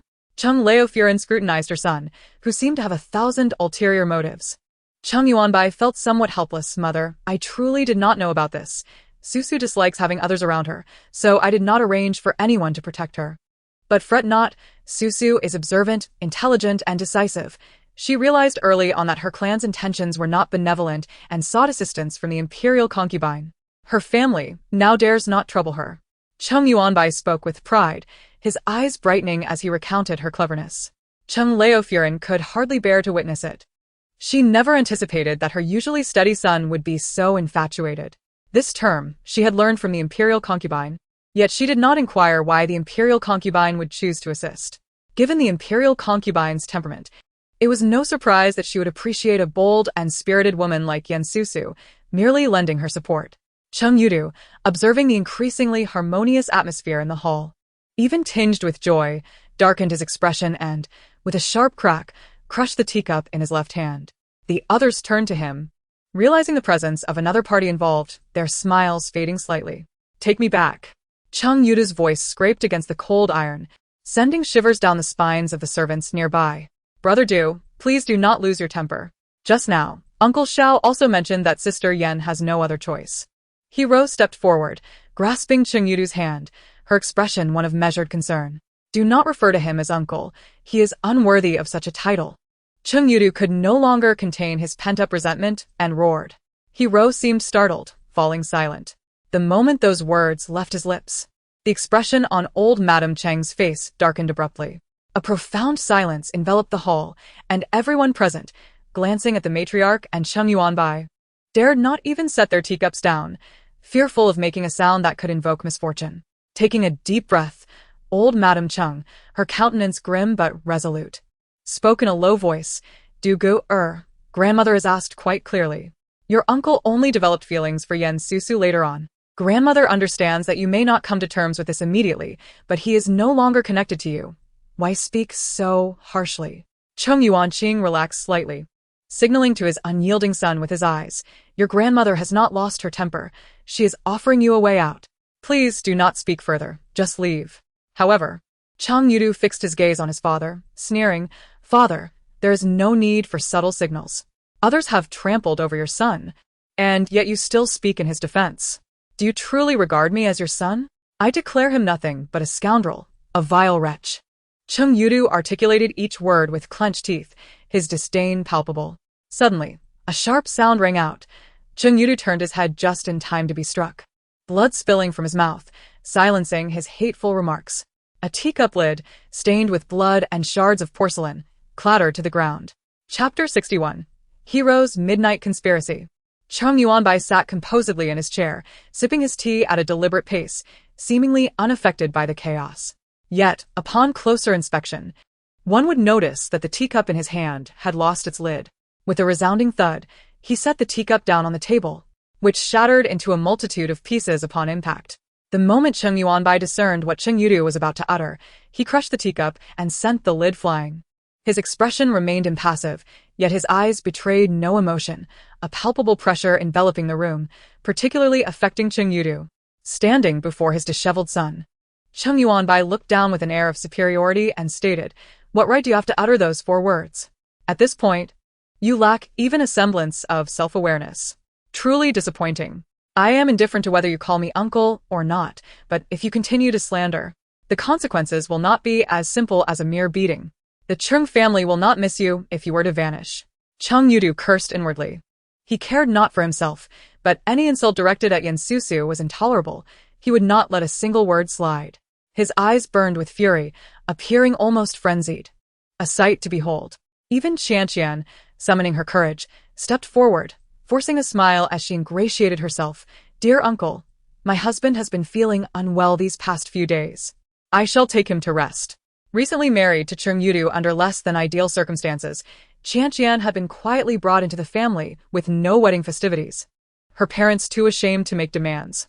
She felt deeply neglected and wept silently at night, unable to comprehend why things had turned out this way. Yet, she now feared offending Cheng Yuanbai, knowing that should he be angered, it could result in her husband being cast out of the Cheng family, leaving her to fend for herself on the streets. Cheng Yuanbai observed Qian closely, recalling something, and scrutinized her with piercing eyes. "The recent chaotic rumors circulating in the capital, did they originate from your family? More specifically from you?" Qian felt a chill run down her spine, her heart racing as she shook her head in panic. "No, it wasn't me." She recalled the rumors she had asked her parents to spread and felt a wave of dread. Cheng Yuanbai smiled, but the mirth did not reach his eyes. "So someone from the Lien family harbors resentment towards me?" Qian stammered in denial, weakly attempting to explain, "No, that's not." Cheng Yuanbai's smile was inscrutable, and he ultimately said nothing further, allowing her to escape lightly. With a sigh of relief, Qian directed the servants to carry her husband, Cheng Yudu, away. Despite his murderous glare directed at her, Hero followed behind, her head bowed, embodying the image of a delicate flower on the verge of tears. "Has he arrived?" A low voice questioned in the flickering candlelight of the room. Hero reclined on the imperial couch, idly toying with the ornamental koi on the table, her tone questioning yet seemingly cheerful. Xiao stood respectfully below, responding cautiously to Hero's inquiry. "The message has been sent, but it remains uncertain when the prince will arrive in the capital or when he will contact me. That individual cannot be summoned by mere words on a letter." Hero, intrigued, reached out, intending to lift Xiao's chin for closer inspection, but recoiled in revulsion, recalling that her face had been peeled from a living person. Instead, she merely glanced at Xiao, a slight smirk gracing her lips. "Oh?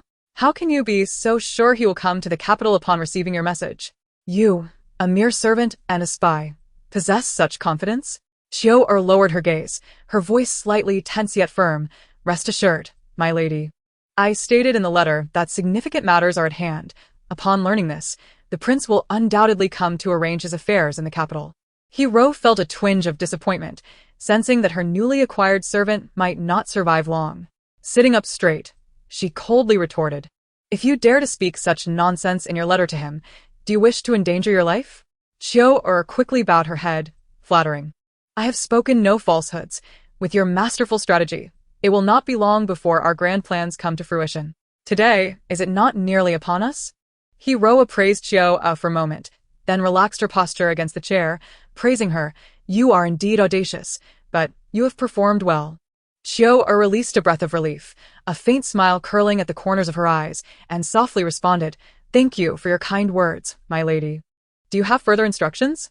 Hero felt a surge of pleasure at being addressed so respectfully. She continued to play with the koi, speaking leisurely. "What you guessed earlier was correct. Cheng Yudu is nearly driven to madness today. There is no need for me to intervene. All it takes is a gentle push. Once he can bring down Cheng Yuanbai, I believe he will be willing to do anything." Reflecting on how Cheng Yudu had returned to his quarters, eyes bloodshot, face contorted with rage, and mouth stained with blood, Hero was convinced he had lost his sanity. Henceforth, he would dare to act, capable of anything. When discussing Cheng Yudu, Hero exhibited no emotion, revealing nothing of the concern she had shown him just the day before, nor the affection shared during their 3 years of marriage. Even if their union was a facade, the adoration Cheng Yudu had for her was genuine, and the intimacy they had shared was real. Yet, He Ro remained cold and unfeeling. Kia fällt an involuntari Schill. However, I cannot partake in this matter. In his eyes, I am merely a delicate, frail flower. Do you understand? He Ro emphasized, locking eyes with Chiao, enunciating each word. Cheng Yudu may be unguarded against my fragile demeanor, but he is not foolish. If the tender flower he has cherished transforms into a carnivorous bloom tempting rebellion, he would undoubtedly grow suspicious. Without further inquiry, Chiao responded quietly, "Yes, I understand, my lady." As summer approaches, conversing with intelligent individuals proves far more agreeable, sparing one from unnecessary vexation. He Rushu stretched her face, nonchalantly continuing with her scheming. My sister, Yen, is currently of great importance to Cheng Yuanbai. After he arrives, I will have him send someone to find an opportunity to abduct Yen Susu. Even if it does not threaten Cheng Yuanbai, it will certainly distract him. When his own nephew insults him, he remains indifferent. However, as soon as Yen Susu's name is mentioned, he becomes furious, and he is not one to take her lightly. Chiao bent slightly, respectfully indicating her understanding, though her lowered head obscured her expression. He Rishu paid little mind, lifting the corners of her lips as she tossed her chopsticks aside and gracefully walked into the inner chamber to rest. Her initial plans were nearly complete, and now it was up to him. It was imperative that she succeeded. There was no turning back. As she entered, her mind was filled with chaotic thoughts. Before the noble concubine's couch, Chiao seemed stirred, her gaze fixed intently on the fish tank, her breath subtly quickening. The koi that he Rishu typically adored now lay belly up, lifeless. Chapter 62.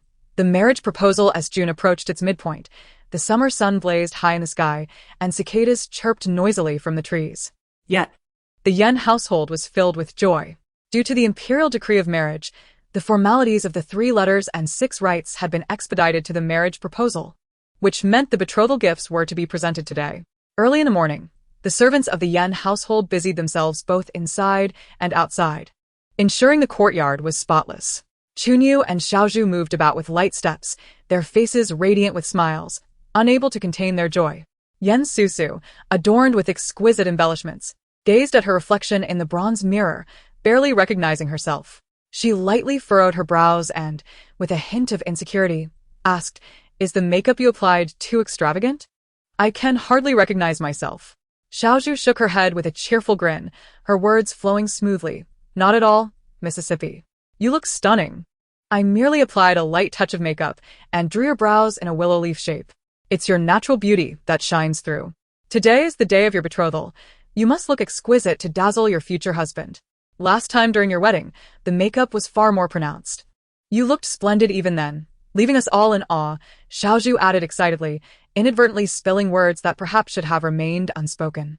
Chunyu coughed softly, covering her face, unable to bear the awkwardness. Yen Susu pondered in silence, contemplating whether to feel pleased or dismayed by Xiaozhu's comments. Xiaozhu possessed the uncanny ability to evoke both affection and annoyance, leaving one helplessly amused. Realizing her slip, Xiaozhu covered her mouth with both hands, her large eyes sparkling with apology, silently conveying, "Miss, I am sorry." The atmosphere grew momentarily quiet. "Miss, your 4th aunt is here," announced a young maid from outside. Yen Susu quickly rose to greet her. Her 4th aunt was the wife of her 4th uncle, the very matriarch who had recently scolded Yen Susu harshly within the clan. Traditionally, parents would be present during such occasions, but both of Yen Susu's parents had passed away, leaving no suitable elders in the household. The only option for familial support was to seek someone within the clan. However, given the recent strife with her 3rd uncle, who had suffered a stroke due to anger, it was clear she could not approach his wife. The clan leader's wife had long since departed this world. After much deliberation, Yen Susu decided to send word to her 4th aunt. If she did not arrive, Yen Susu would have to face the betrothal guests alone. Fortunately, her 4th aunt did come, and Yen Susu awaited her at the entrance with joy. The carriage of her 4th aunt arrived slowly at the Yen household, and an elderly lady, beaming with warmth, stepped out gracefully. Yen Susu hurried forward to support her hand, respectfully yet affectionately greeting her as 4th aunt. Her 4th aunt kindly regarded Yen Susu, nodding with a smile, and with Yen Susu's assistance, she descended from the carriage and entered the Yen residence. Seated in the main hall, her 4th aunt appraised Yen Susu, noting her beauty and grace, coupled with the respect she showed, which made her heart swell with warmth. You are now an unmarried young lady. Rest assured, you may remain here in the comfort of your chamber. There is no need for you to concern yourself with the remaining matters. I promise to handle everything meticulously, her fourth aunt assured. What a lovely girl you are.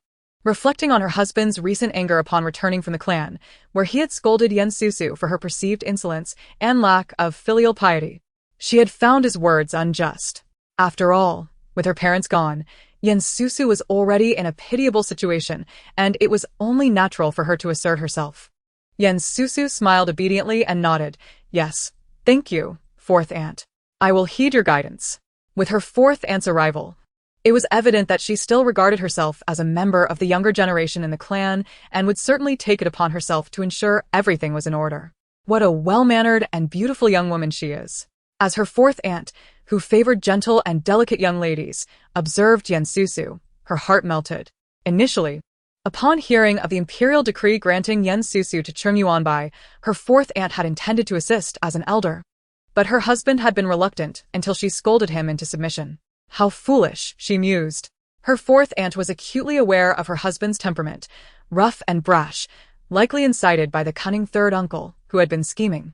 It was said that after recovering from his stroke, he had been doing well, yet upon hearing the news of the imperial marriage decree, he had sought a doctor again. Now rendered speechless. Serves him right, she thought. As her fourth aunt's thoughts swirled, her gaze softened towards Susu. Gently patting Susu's delicate hand, she smiled warmly and teased, You should return to rest. Soon. The Cheng family will arrive. I will send for you when they do. Today. Your sole duty is to sit gracefully, allowing your future husband to admire you. A blush crept across Susu's face, and with a shy nod, she obediently returned to her room with Xiaozhu. Before long, her fourth aunt had arranged the household staff and sat patiently, awaiting the arrival of the Cheng family. Soon, visitors arrived, Madame Cheng and Cheng Yuanbai, accompanied by an official from the Ministry of Rites. Betrothal gifts, draped in vibrant red, were carried into the Yen residence, filling the courtyard. As an elder, her fourth aunt felt a sense of satisfaction. The more gifts presented, the more it indicated the groom's esteem for the bride. Madam, please come in. We have prepared fine tea. Let us sit and converse leisurely, her fourth aunt said, a touch of nervousness lacing her warm invitation. It was no wonder she felt apprehensive. She had never encountered such high-ranking nobility in her life. Madame Cheng, sensing her discomfort, approached with a friendly demeanor, calling out to her as a respected elder, which eased her fourth aunt's tension considerably. Cheng Yuanbai first assisted his mother to a seat on the right before he himself settled into a lower seat. Her fourth aunt regarded him. Indeed, he was strikingly handsome and emanated an aura of authority, instilling a sense of pressure simply by his presence. The official from the Ministry of Rites approached with a smile, presenting the list of betrothal gifts to her fourth aunt for her perusal. Madam Yen, here are the betrothal gifts and the list for your review. Auntie C withdrew her gaze and glanced at the list of gifts. Noting that the betrothal money alone amounted to 300,000. The accompanying items, including pastries, seafood, sacrificial offerings, silk, and cloth, were all lavishly prepared. Satisfied, Auntie C nodded and handed the list to Chunyu, instructing her to present it to the young lady, inviting her to meet her future mother-in-law and fiancé. With that, she warmly resumed her conversation with the elderly Lady Cheng. Chunyu promptly nodded, took the list, and respectfully bowed to everyone present before excusing herself. Chapter 63. Gifts of Affection. As Susu entered the main hall, Lady Cheng was discussing the wedding date with Auntie C. Although Cheng Yuanbai wished to marry quickly, the astrologers from the court informed him that no auspicious dates were forthcoming after analyzing their birth dates. Ultimately, 3 dates were proposed, the earliest being the 15th of August, coinciding with the Mid-Autumn Festival, followed by the 6th and 28th of September. Susu and Cheng Yuanbai had previously expressed their preferences to the elders, and they unanimously agreed on the nearest date, the 15th of August.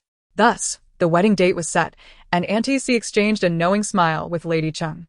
Once the elders finished their conversation, Susu, displaying her awareness, approached to pay her respects, accompanied by Chunyu and Xiaozhu, each holding an exquisite wooden box.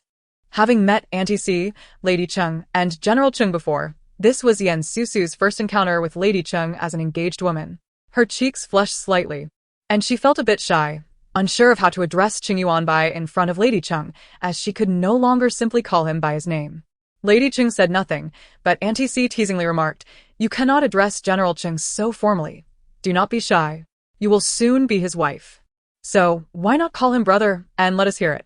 Yen Susu's face turned a deep crimson, almost as if it could bleed, and she murmured shyly, "Yuanbai, brother." Cheng Yuanbai's expression remained unchanged, merely responding with a soft hum. However, his back was straight, and he did not avert his gaze, making it difficult for outsiders to perceive his feelings. Lady Cheng, observing this, found it amusing. Yen Susu, too flustered to notice Cheng Yuanbai, lowered her head, her fingers curling, and her toes gripping the ground, feeling an overwhelming urge to burrow into the earth. Previously, she would feel goosebumps hearing Hero refer to someone as brother, yet now, as she uttered the term herself, she felt inexplicably embarrassed.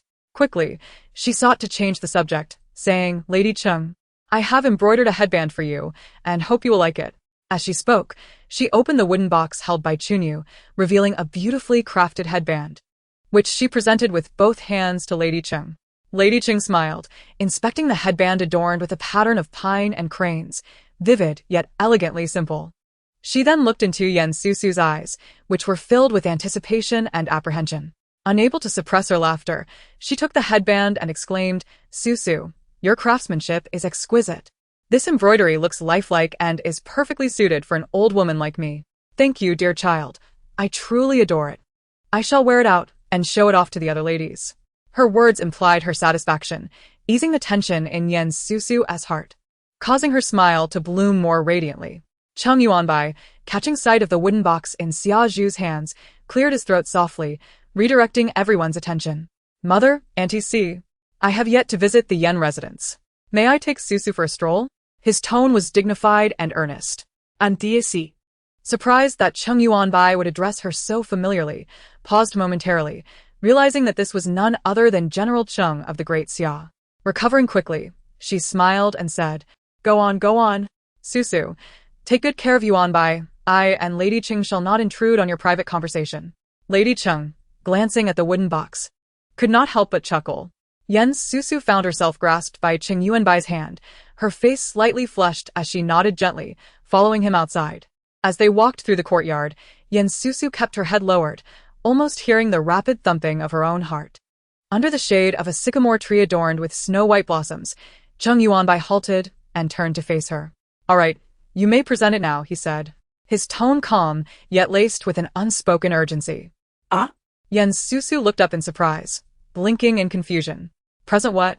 Cheng Yuanbai's gaze darkened slightly, his voice taking on an edge of inquiry. "You gifted my mother the embroidered headband. Do you not have something for me?" It then dawned on him that Xia Zhu, holding the wooden box, had not followed them out. Could it be that she truly had not prepared a gift for him?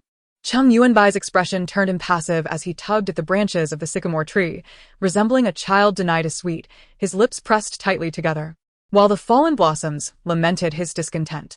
Unable to contain her amusement, Yen Susu laughed. "I was just teasing you. Here. This is a sachet I spent over 10 days embroidering, specially for you." With a slight blush and a hint of shyness in her eyes, she retrieved the sachet from her waist and offered it to him, avoiding his gaze. Cheng Yuanbai caressed the sachet in his hands, warmth igniting in his gaze. A woman gifting a man a sachet signified a bond of affection.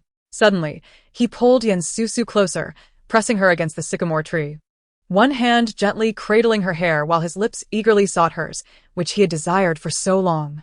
Ah! Yen Susu gasped, her whimper stifled by his kiss. Her eyes widening as she beheld the man so near, feeling his heated breath and intense gaze as if he would devour her. Indeed. It felt as if he truly intended to consume her. Moments later, her mind grew hazy as she realized there was no escaping this moment. She could hardly breathe. With a soft whimper, she pushed against Cheng Yuanbai's shoulder, unable to endure any longer. Cheng Yuanbai regained his composure, reluctantly releasing her while his gaze remained fervently fixed upon her. Yen Susu, breathless and flushed, looked enchanting, her eyes glistening with emotion, creating a mesmerizing aura around her. Cheng Yuanbai swallowed hard, closing his eyes as he forcibly suppressed the feelings surging within him. What are you doing?" Yen Susu stammered, her gaze evasive as she breathed heavily. Despite having been engaged once before, Yen Susu had never experienced a kiss so passionate. Cheng Yuanbai's voice was hoarse as he replied, I apologize for startling you. Your gift of the sachet overwhelmed me momentarily. He acknowledged that he had indeed allowed his emotions to take over. Susu, however, did not truly hold it against him, for they would soon be husband and wife. Moreover, the depth of his affection she felt during that kiss stirred her heart. She bit her tingling lips, somewhat awkwardly suggesting, we should return. We've been out for quite a while. As she turned to head back to the main hall, Cheng Yuanbai blocked her path. Susu cast him a puzzled look. Wait, I still have something to discuss with you. Chapter 64. The courteous Cheng Yudu speak.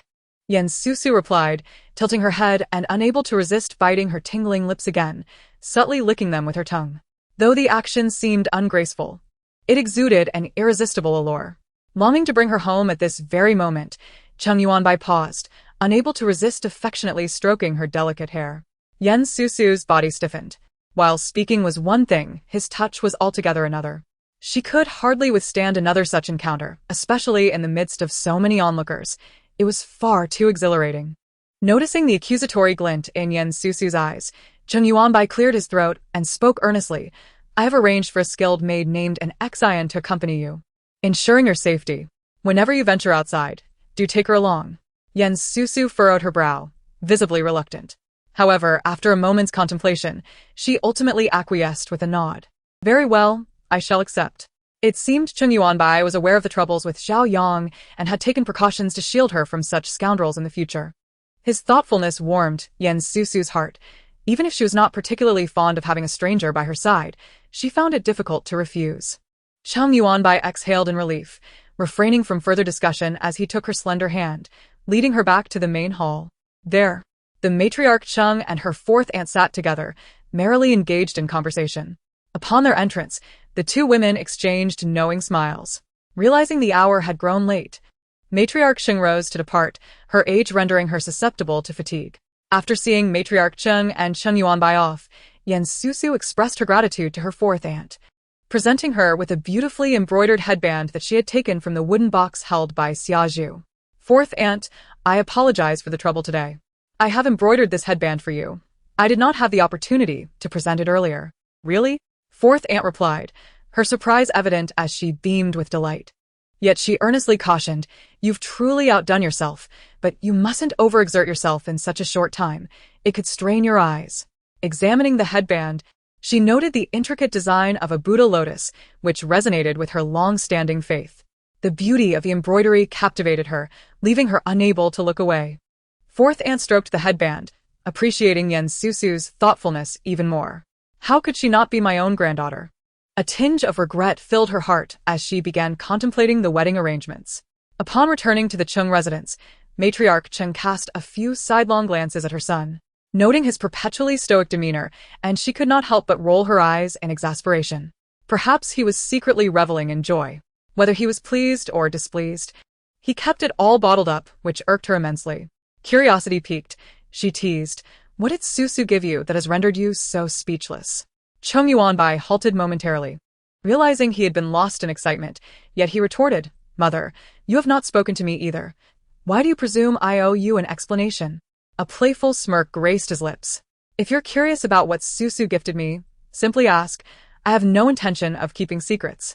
With that, he produced the embroidered sachet and leisurely attached it to his waist. Observing its plumpness filled with fragrant herbs, Matriarch Cheng recalled how he had requested the carriage to stop earlier, prompting her to connect the dots. Did you purchase these fragrances in haste? Suddenly feeling a little choked, she feigned praise. Very nice indeed. The sachet, elegantly embroidered with intertwined lotus flowers, was both exquisite and imbued with emotion, captivating the eye. However, it was hardly so extraordinary as to warrant her son's overt display of affection. Indeed, he was utterly besotted. Cheng Yuanbai could not suppress a smile, continuing earnestly. Of course it is lovely. It took Susu over 10 days to embroider it. Pausing for emphasis, he added, only my sachet took that long. None of yours received such dedication. Matriarch Cheng fell silent, choosing not to engage further with her infuriating son as she hastened towards her chambers with the assistance of a servant. Unfazed by her departure, Cheng Yuanbai strolled through the garden, savoring the delightful fragrance of his sachet. It was then he encountered Cheng Yudu and Hero, who were admiring the flowers together. Cheng Yuanbai merely cast them a fleeting glance, akin to observing two trees, and continued on his way, without breaking stride. Cheng Yudu, however, smiled broadly, approaching him with deference. "Uncle, you have returned. How did it go with grandmother? Was everything smooth sailing?" Cheng Yudu's demeanor was markedly warm, a stark contrast to his previous arrogance. Cheng Yuanbai halted, his gaze darkening slightly as he inquired, "Do you wish for my success or failure? It appears your injury has healed?" Cheng Yudu's expression faltered, and he pouted, remorse evident on his face. "Uncle, I was too arrogant before. My past achievements clouded my judgment. Please do not hold it against me. Of course, I wish for your success, especially since Miss Yan has feelings for you, and the Emperor has granted the marriage decree. What could possibly go awry?" Cheng Yudu's tone was sincere, his demeanor devoid of the resentment he previously harbored. Cheng Yuanbai scrutinized his nephew closely.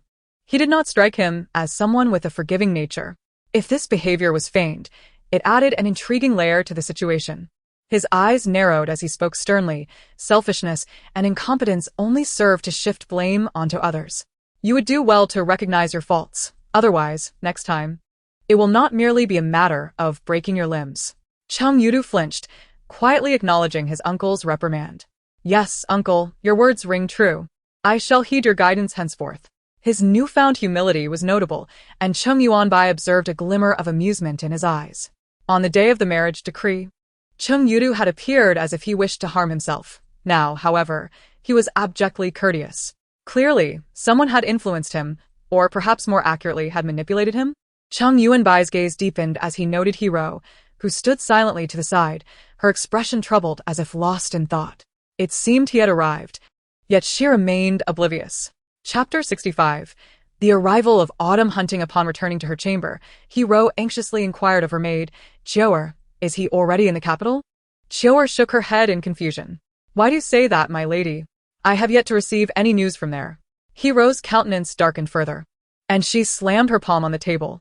Cheng Yudu has changed overnight. Today in the garden, he approached Cheng Yuanbai, confessing his wrongs with unprecedented humility. Someone must have influenced him, promising him irresistible benefits, such as eliminating Cheng Yuanbai. He must have arrived in the capital. Why has he not contacted me?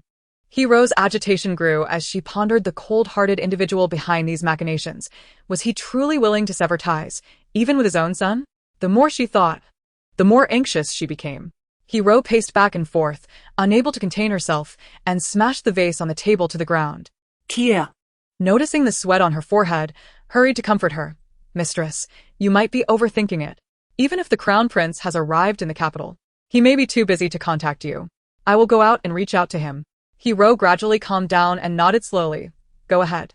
If you manage to get in touch, tell him that Susu will participate in this year's autumn hunt. This opportunity must not be missed. They should find a way to capture her. Also, ask him when he has time to meet with me." Hero had long suspected his collusion with a certain powerful figure in the capital, but she did not know who it was. Not wanting to be abandoned, she felt the need to prove her worth. "Yes, mistress."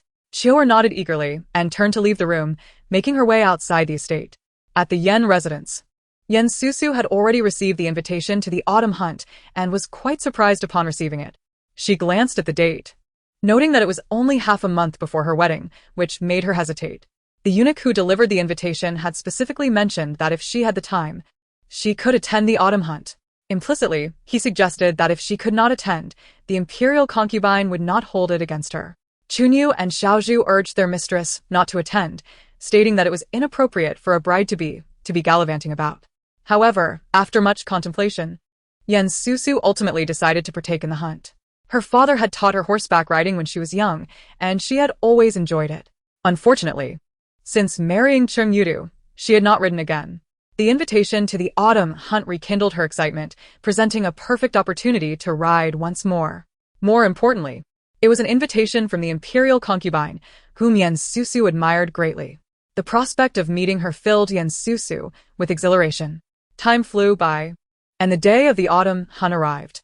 Susu rose early, donning a striking red riding outfit that made her appear gallant, resembling a female general. Chunyu and Xiaozhu were left in awe. Even Anshin was momentarily taken aback. Having accompanied Susu for some time, Anshin had become familiar with her future mistress. and their relationship had developed well. The sight of Yen Susu in her riding attire was truly stunning. "Mistress, you look beautiful today," Anshin exclaimed.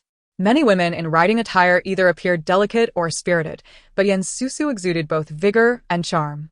While seated in the swaying carriage, she felt a bit dizzy from the motion.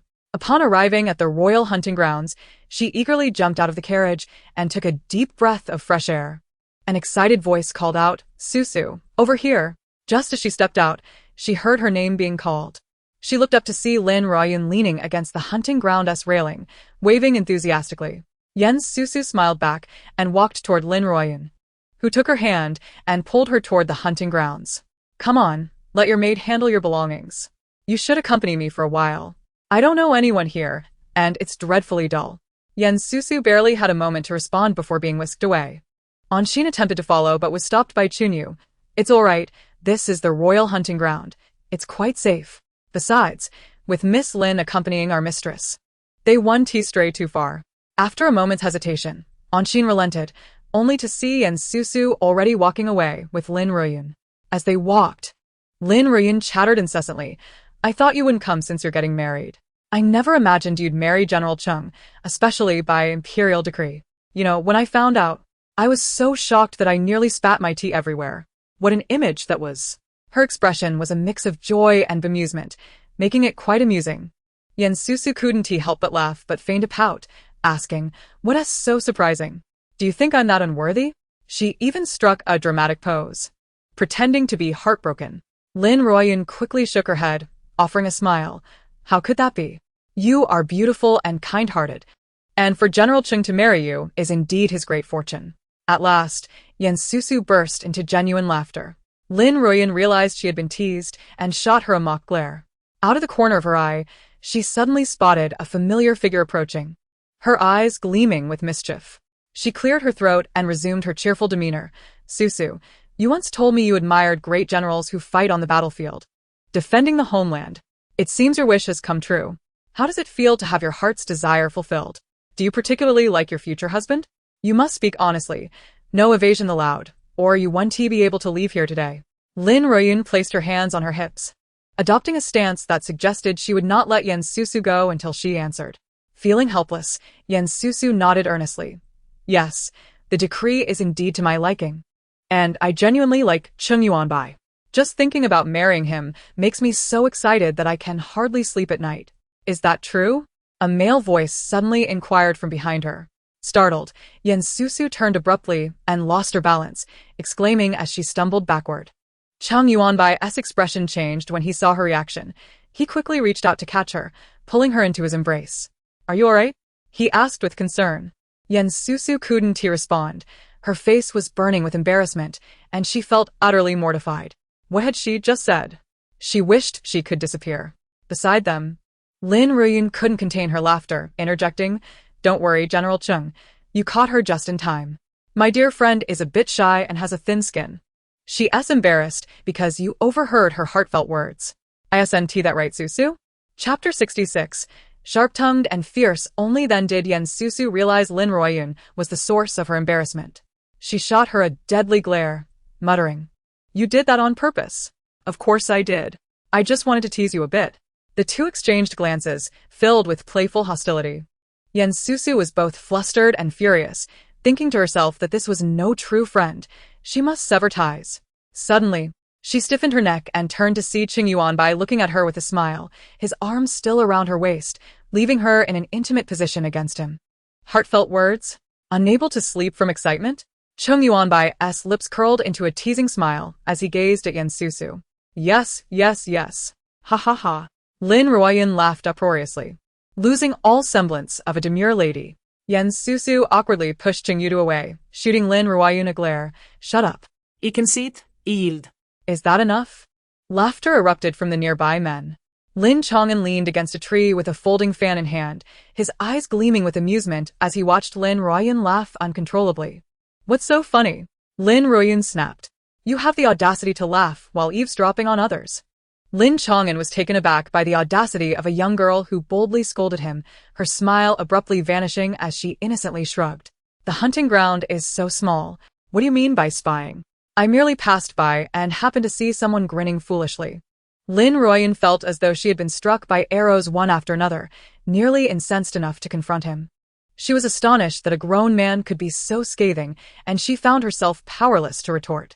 Upon reflection, she realized his description was quite vivid, which only fueled her anger further. Despairing, she discovered she could not outwit him. You. She wanted to seek her second brother, believing only he could handle this detestable, sharp-tongued man. Susu, observing Lin Ruoyun's eyes nearly ablaze with fury, blinked knowingly. What are you stammering for? The spectacle is over. I'm leaving and have no desire to engage with you. Lin Chong'an waved his folding fan and turned away gracefully. Lin Ruoyun stamped her foot and shouted, Stop right there. What is your name? The only response was Lin Chong'an's retreating figure. Susu smiled faintly, her lips curving slightly. No need to shout, I know. Lin Ruoyun quickly turned to her, asking, Who is he? She was determined to settle the score. Susu regarded her intently, a smile lingering on her lips, yet silent. Recognizing the moment, Lin Ruoyun shook Susu's arm playfully, pleading, Oh Susu, I was wrong. I won't joke with you again. Please, just tell me. Susu cleared her throat and finally spoke. His name is Lin Chong'an, the second son of the Prime Minister, currently the Deputy Minister of Justice. Lin Ruoyun's eyes widened in realization. He is the infamous Lin Chong'an, known for his sharp tongue? Indeed, he is even more detestable than the rumors suggest. Susu nodded vigorously, sharing in her indignation. Yes, that scoundrel even dared to invade my estate. Hearing that Susu had also faced his cruelty only intensified Lin Ruoyun's anger. Susu, rest assured, I will not let him get away with this. Wait for me to avenge us. Cheng Yuanbai, noticing that the two women seemed to have forgotten his presence, cleared his throat loudly. Frowning, he scrutinized Lin Ruoyun, feeling uneasy about her proximity and their physical interactions. Lin Ruoyun, suddenly reminded of Cheng Yuanbai's presence due to his coughing, flushed and stepped back, awkwardly saying, I should head back now. I'll come find you tomorrow, and we can go horseback riding and hunting. With that, she hurried away as if pursued. Susu, feeling a bit awkward, glanced back at Cheng Yuanbai. If nothing else, I should take my leave too. I just got off the carriage and feel a bit tired. She lowered her eyes, appearing somewhat drained. Cheng Yuanbai, with a smirk, remarked, You were just chatting animatedly with your dear friend, and now you claim to be tired? You still haven't answered my question. The blush returned to Susu's cheeks as she lifted her gaze slightly, softly pleading, Brother Yuanbai, please let it go. Very well. If you're tired, then rest properly. I shall escort you back. Today, Susu, clad in riding attire, appeared captivating. Cheng Yuanbai, unable to resist, reached out to ruffle her hair, his gaze inadvertently falling to her neck, where the striking red of her attire accentuated her delicate collarbone, a sight both dazzling and radiant. Susu nodded slightly, only to feel her hand gently taken, the cool touch making her flinch, a rosy hue creeping up her neck, rendering her all the more alluring. Cheng Yuanbai's eyes deepened, discreetly averting his gaze as he calmly led her towards the camp. The following day dawned bright and beautiful, perfect for horseback riding and hunting. Just as Susu finished arranging her attire, Lin Ruoyun burst into her tent. Initially thinking she was eager, she soon realized that Lin Ruoyun was even more impatient. Susu shot her a glance. How dare you come here? The events of yesterday have not yet passed. Don't think that a few kind words will suffice. I merely jested, but you made a fool of me. I'm considering severing our friendship. Lin Ruoyun felt a pang of guilt and stepped forward, grasping her hand. Oh. Come on, don't be like that. You must understand. I was only trying to enhance the bond between you and your fiancé. This was for your own good. If I hadn't acted this way, would you have been able to speak so freely in front of General Cheng? Susu responded with a cold laugh. Fine. Then, when it's your turn to marry, I shall treat you the same way. Lin Ruoyun dismissed her words with a nod, unconcerned. After all, what was a mere confession? She would not be intimidated. In this moment, Lin Ruoyun could not foresee that she would later regret her flippant words for years to come. Seeing her nod, Susu revealed a chilling smile, which finally allowed her to relent. Lin Ruoyun exhaled in relief, suddenly remembering her purpose for visiting. She straightened up and said, By the way, Susu, do you know how General Cheng obtained the imperial decree for marriage? I heard from my father that the emperor initially refused, and it was General Cheng who knelt until the emperor granted the decree. You must be cautious at today's banquet. Avoid provoking the emperor. Lin Ruoyun mused that General Cheng must be deeply in love with Susu to disregard the emperor's wrath. At the autumn hunting banquet, the male officials were engaged in lively toasts on one side, while laughter and chatter echoed from the female side, creating a vibrant atmosphere. Yet, Yen Susu sat at the table, her brow furrowed, lost in thought, repeatedly pondering Lin Ruoyun's earlier words. She understood that, given her status, the emperor would not easily grant consent to Cheng Yuanbai's request for marriage. However, she anticipated that this matter would incite the emperor's fury. Had she known, she might have dissuaded Cheng Yuanbai from seeking the decree. Yen Susu yearned to confront Cheng Yuanbai immediately to ascertain whether the emperor would punish him, or if this would lead to discord between ruler and subject, thus jeopardizing his standing. Yet, throughout the banquet, she found no opportunity to speak with him, so she reluctantly joined the festivities. However, as the banquet unfolded, she still did not catch a glimpse of Cheng Yuanbai, which only heightened her anxiety. Lost in her thoughts, she failed to notice the calculating gazes directed at her from the front row of the male section. The emperor has arrived. The empress is here, a sharp voice announced. The hall fell silent instantly, with everyone rising in respect as they turned towards the entrance. The emperor, clad in resplendent yellow, entered with the elegantly adorned empress. His expression stern. The officials exchanged glances, wondering who had offended the emperor to warrant such a grim demeanor during the autumn hunt.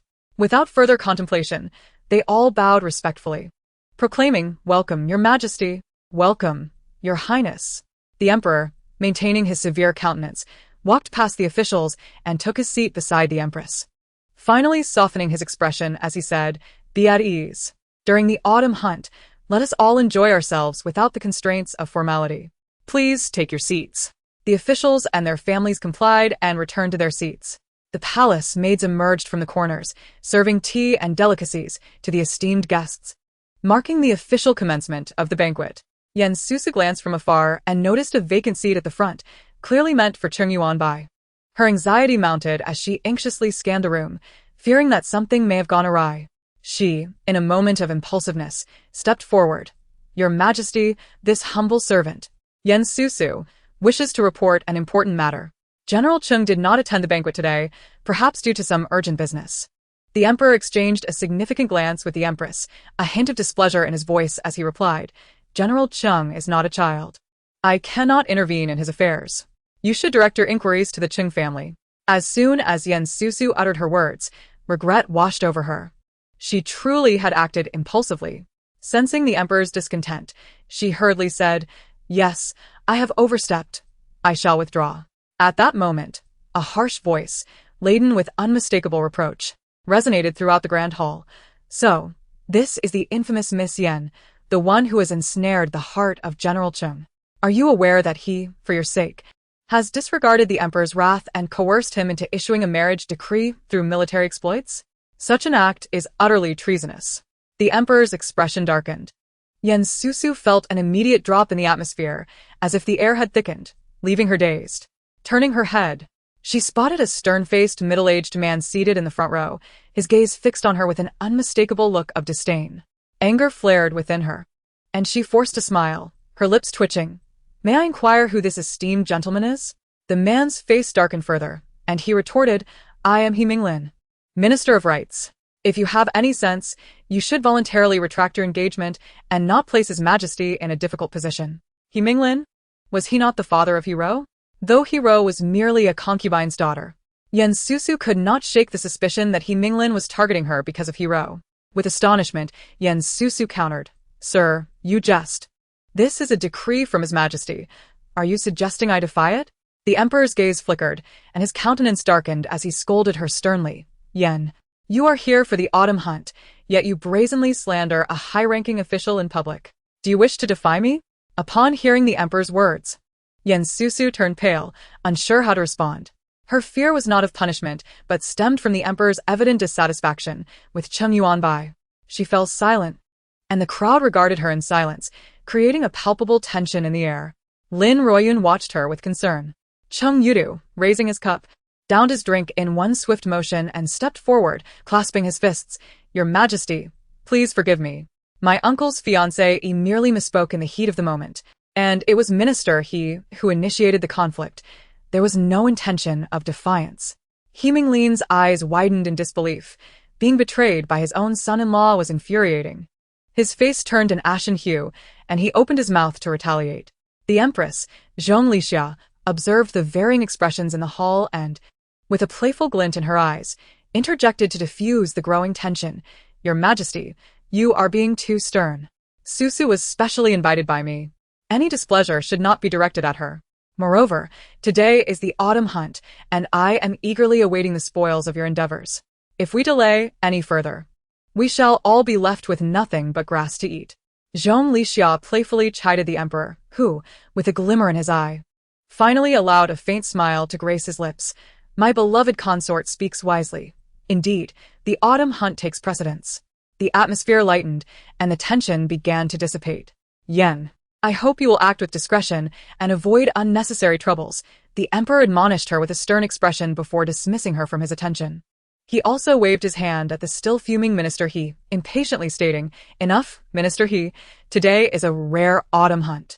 Do not let trivial matters spoil everyone's enjoyment. Ming Lin was momentarily taken aback, his eyes twitching. Trivial matters? Your Majesty, it seems you were just angered by this very issue. He cast a fleeting glance at the man in the dragon robe seated to the left, who nodded slightly, prompting him to retract his indignation. Your Majesty, I beg your forgiveness. It was I who acted impulsively. He returned to his seat. Meanwhile, Susu remained bewildered. The Empress's timely intervention was something she had anticipated and was genuinely grateful for, wishing she could express her gratitude more profoundly. Yet, what was Cheng Yudu's motive? If memory served her right, he had recently caused quite a commotion at the Yen residence, bearing a fierce grudge against her, especially when she glanced at Cheng Yudu, who, with a smile, returned her a respectful salute, treating her as if she were destined to be his future aunt. The unexpected gesture left Susu taken aback, her scalp tingling. Finally, a light cough from Zhong Lixia brought her back to reality, and seeing the Empress's reproachful gaze, she hurriedly bowed and withdrew. Chapter 68. Inquiring the Emperor, having navigated through the tumultuous moment, the attendees turned their eager gazes back toward the Emperor.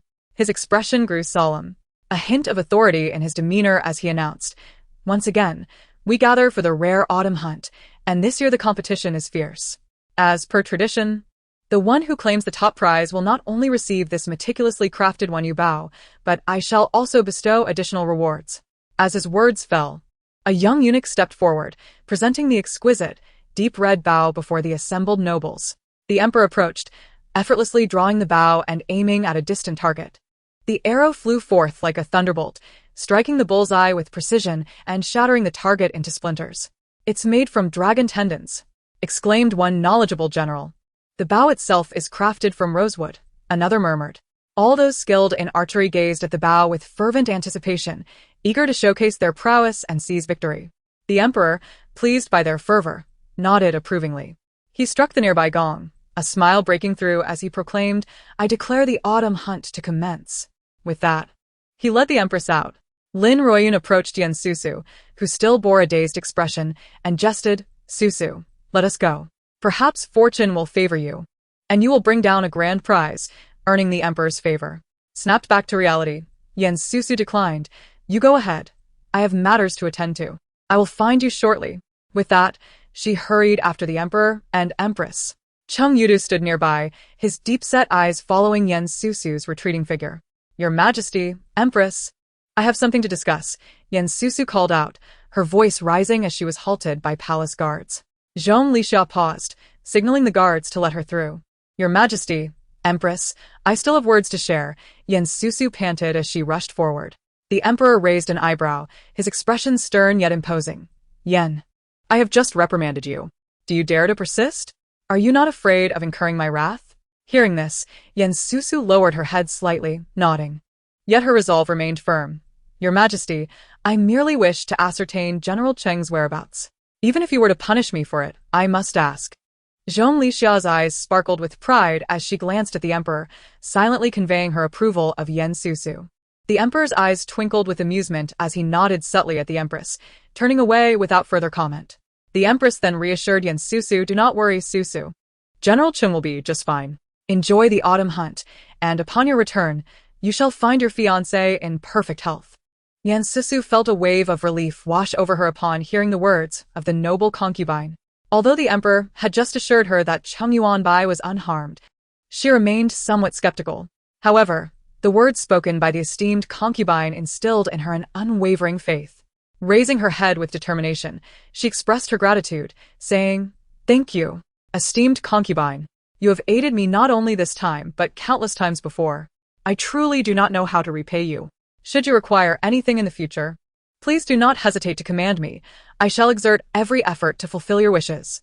Her gaze was sincere, brimming with gratitude, as if she wished to offer her very life in service to the concubine.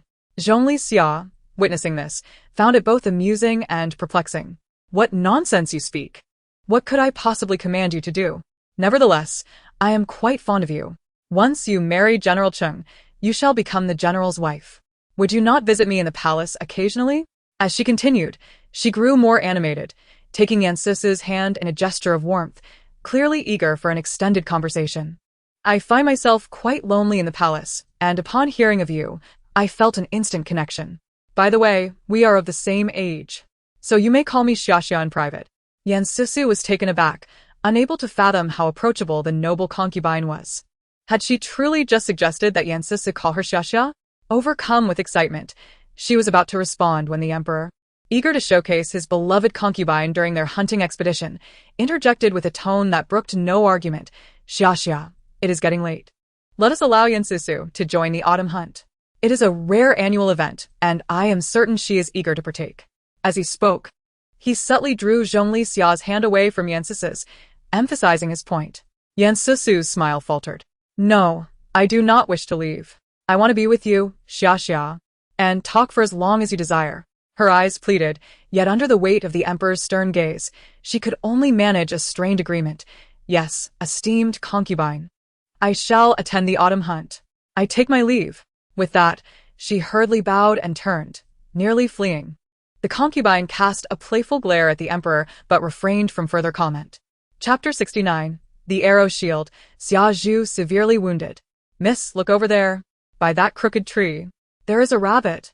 Xia Zhu shouted excitedly, pointing in a direction. "What crooked tree?" "That is a dragon claw locust," Yan Susu retorted, setting down her bow with exasperation. She was not particularly skilled in archery, and before she could aim, the rabbit had already scurried away, startled by Xia Zhu's antics, leaving her to retract her arrow in disappointment. "Indeed, the name is quite fitting," Xia Zhu muttered under her breath, sensing her mistress's disapproval. Her voice lowered as she awkwardly turned her gaze away. Even an Xian, known for her serious demeanor, could not suppress a smile at the scene. Yan Susu, resigned, merely smirked at her and decided not to engage further with the lively girl. She gently urged her horse forward, navigating deeper into the woods. The trees became denser, and an Xian frowned slightly, suggesting, "Miss, it is getting too deep. Perhaps we should venture back towards the perimeter." Yansu, not one to disregard sound advice, was about to nod in agreement when Xia Zhu suddenly exclaimed, Miss, what is it now?" "Xia Zhu, please refrain from startling me so. You are giving me quite the fright," Yan Susu replied, her patience wearing thin, yet her words were cut short as an unexpected figure lunged at her, knocking her from her horse. She tumbled to the ground, pain flashing through her body, and as she opened her eyes, she called out, "Xia Zhu, what are you?" Her voice caught in her throat as she saw an arrow protruding from Xia Zhu's back, the tip emerging from her chest, blood saturating her garments in a vivid crimson that seared Yan Susu's vision. "Xia Zhu," Yan Susu cried, scrambling to embrace her friend, her lips quivering as she trembled. "Stay with me. Miss, hide. There are hidden arrows. You must hide." Xia Zhu's face was pale, her voice shaky as she urged Yan Susu to escape, pushing her away just as another arrow grazed her arm, leaving a fresh wound. "Miss, you must hide." An Xian rushed over, seizing Yan Susu, pulling her behind a stone. Tears streaming down her cheeks, protested, "I cannot leave Xia Zhu. I must save her." An Xian held her firmly, imploring, "Miss, you must ensure your own safety to honor Xia Zhu's sacrifice." Yan Susu shook her head in agony. Just then, two figures clad in black emerged from the shadows of the forest, charging toward their position. An Xian shot a grave warning to Yan Susu, her focus shifting as she engaged the attackers. With tear-filled eyes, Yan Susu dashed back to Xiaozhu, finding her still and pale, her eyes closed. Fear gripped Yan Susu, and she hesitantly touched Xiaozhu's nose, relieved when she detected a faint breath. "Help! Someone please! Is anyone there?" Yan Susu cried out, unable to move Xiaozhu, desperately pressing on her wound. And Xian, equally anxious, wondered why no help had arrived yet. The general had tasked her with safeguarding the future lady, and she could not allow harm to come to her. Yan Susu remained focused on Xiaozhu, unaware of the danger lurking nearby. As an Xian grappled with the two assailants, she caught sight of an arrow being loosed, her heart racing in panic as she shouted, "Miss, be careful." Yan Susu turned just in time to see an arrow hurtling toward her chest, too close to evade. In despair, she shut her eyes. A clang of metal rang in her ears, and the expected pain never came. She opened her eyes to find Cheng Yuanbai standing protectively in front of her, the arrow lying harmlessly on the ground. Tears welled in Yan Susu's eyes, and she could no longer contain herself. "Brother Yuanbai," she sobbed, collapsing into his embrace. Cheng Yuanbai held her tightly, shaken by the near loss. "I almost lost you," he murmured. "General, I have failed in my duty to protect the young lady. Please punish me." An Xian knelt before him, her head bowed in shame, while Xiaozhu, a girl without martial skills, lay gravely wounded from shielding Yan Susu. An Xian, who prided herself on her prowess, felt a deep sense of guilt for not recognizing the danger sooner. Had the general not arrived in time, the young lady would have perished. Overwhelmed with shame, an Xian felt as if she could not bear to face the world. Cheng Yuanbai's cold gaze swept over her just as he felt a tightening in his arm. Yan Susu had suddenly tensed, pulling away from him, clutching his arm while pleading. "Xiaozhu, Brother Yuanbai, you must save Xiaozhu. She was shot while protecting me. Please find someone to help her." Yan Susu's heart raced as she looked at Xiaozhu, who lay on the ground, barely breathing. Meanwhile, Wenlin, who had been leisurely interrogating the captured black-clad assailants, remained oblivious to the chaos unfolding nearby. However, upon hearing that the person on the ground was Xiaozhu, his composure was abruptly shattered. Wenlin's expression changed dramatically as he abandoned the two black-clad individuals he was interrogating and swiftly dashed to Xiaozhu, who was drenched in blood. Observing the arrow lodged in her chest, her face as pale as parchment and devoid of her usual vivacity, an inexplicable pang pierced his heart. He scooped Xiaozhu into his arms, his breath unsteady, and urgently sought permission from Cheng Yuanbai. "General, I shall take Miss Xiaozhu to the physician at once." Without waiting for a response, he employed his lightness skill, rushing towards the outskirts of the hunting grounds with Xiaozhu in tow. Yan Susu's heart raced. She instinctively lifted her foot to pursue them. Cheng Yuanbai helplessly grasped her hand, gently patting her back in a soothing manner. "Do not worry. Wenlin is taking her for treatment. He is adept in lightness skills. You cannot catch up to them." Yet, her concern for Xiaozhu's well-being consumed her, and she exclaimed, "But I fear for Xiaozhu. I must see her."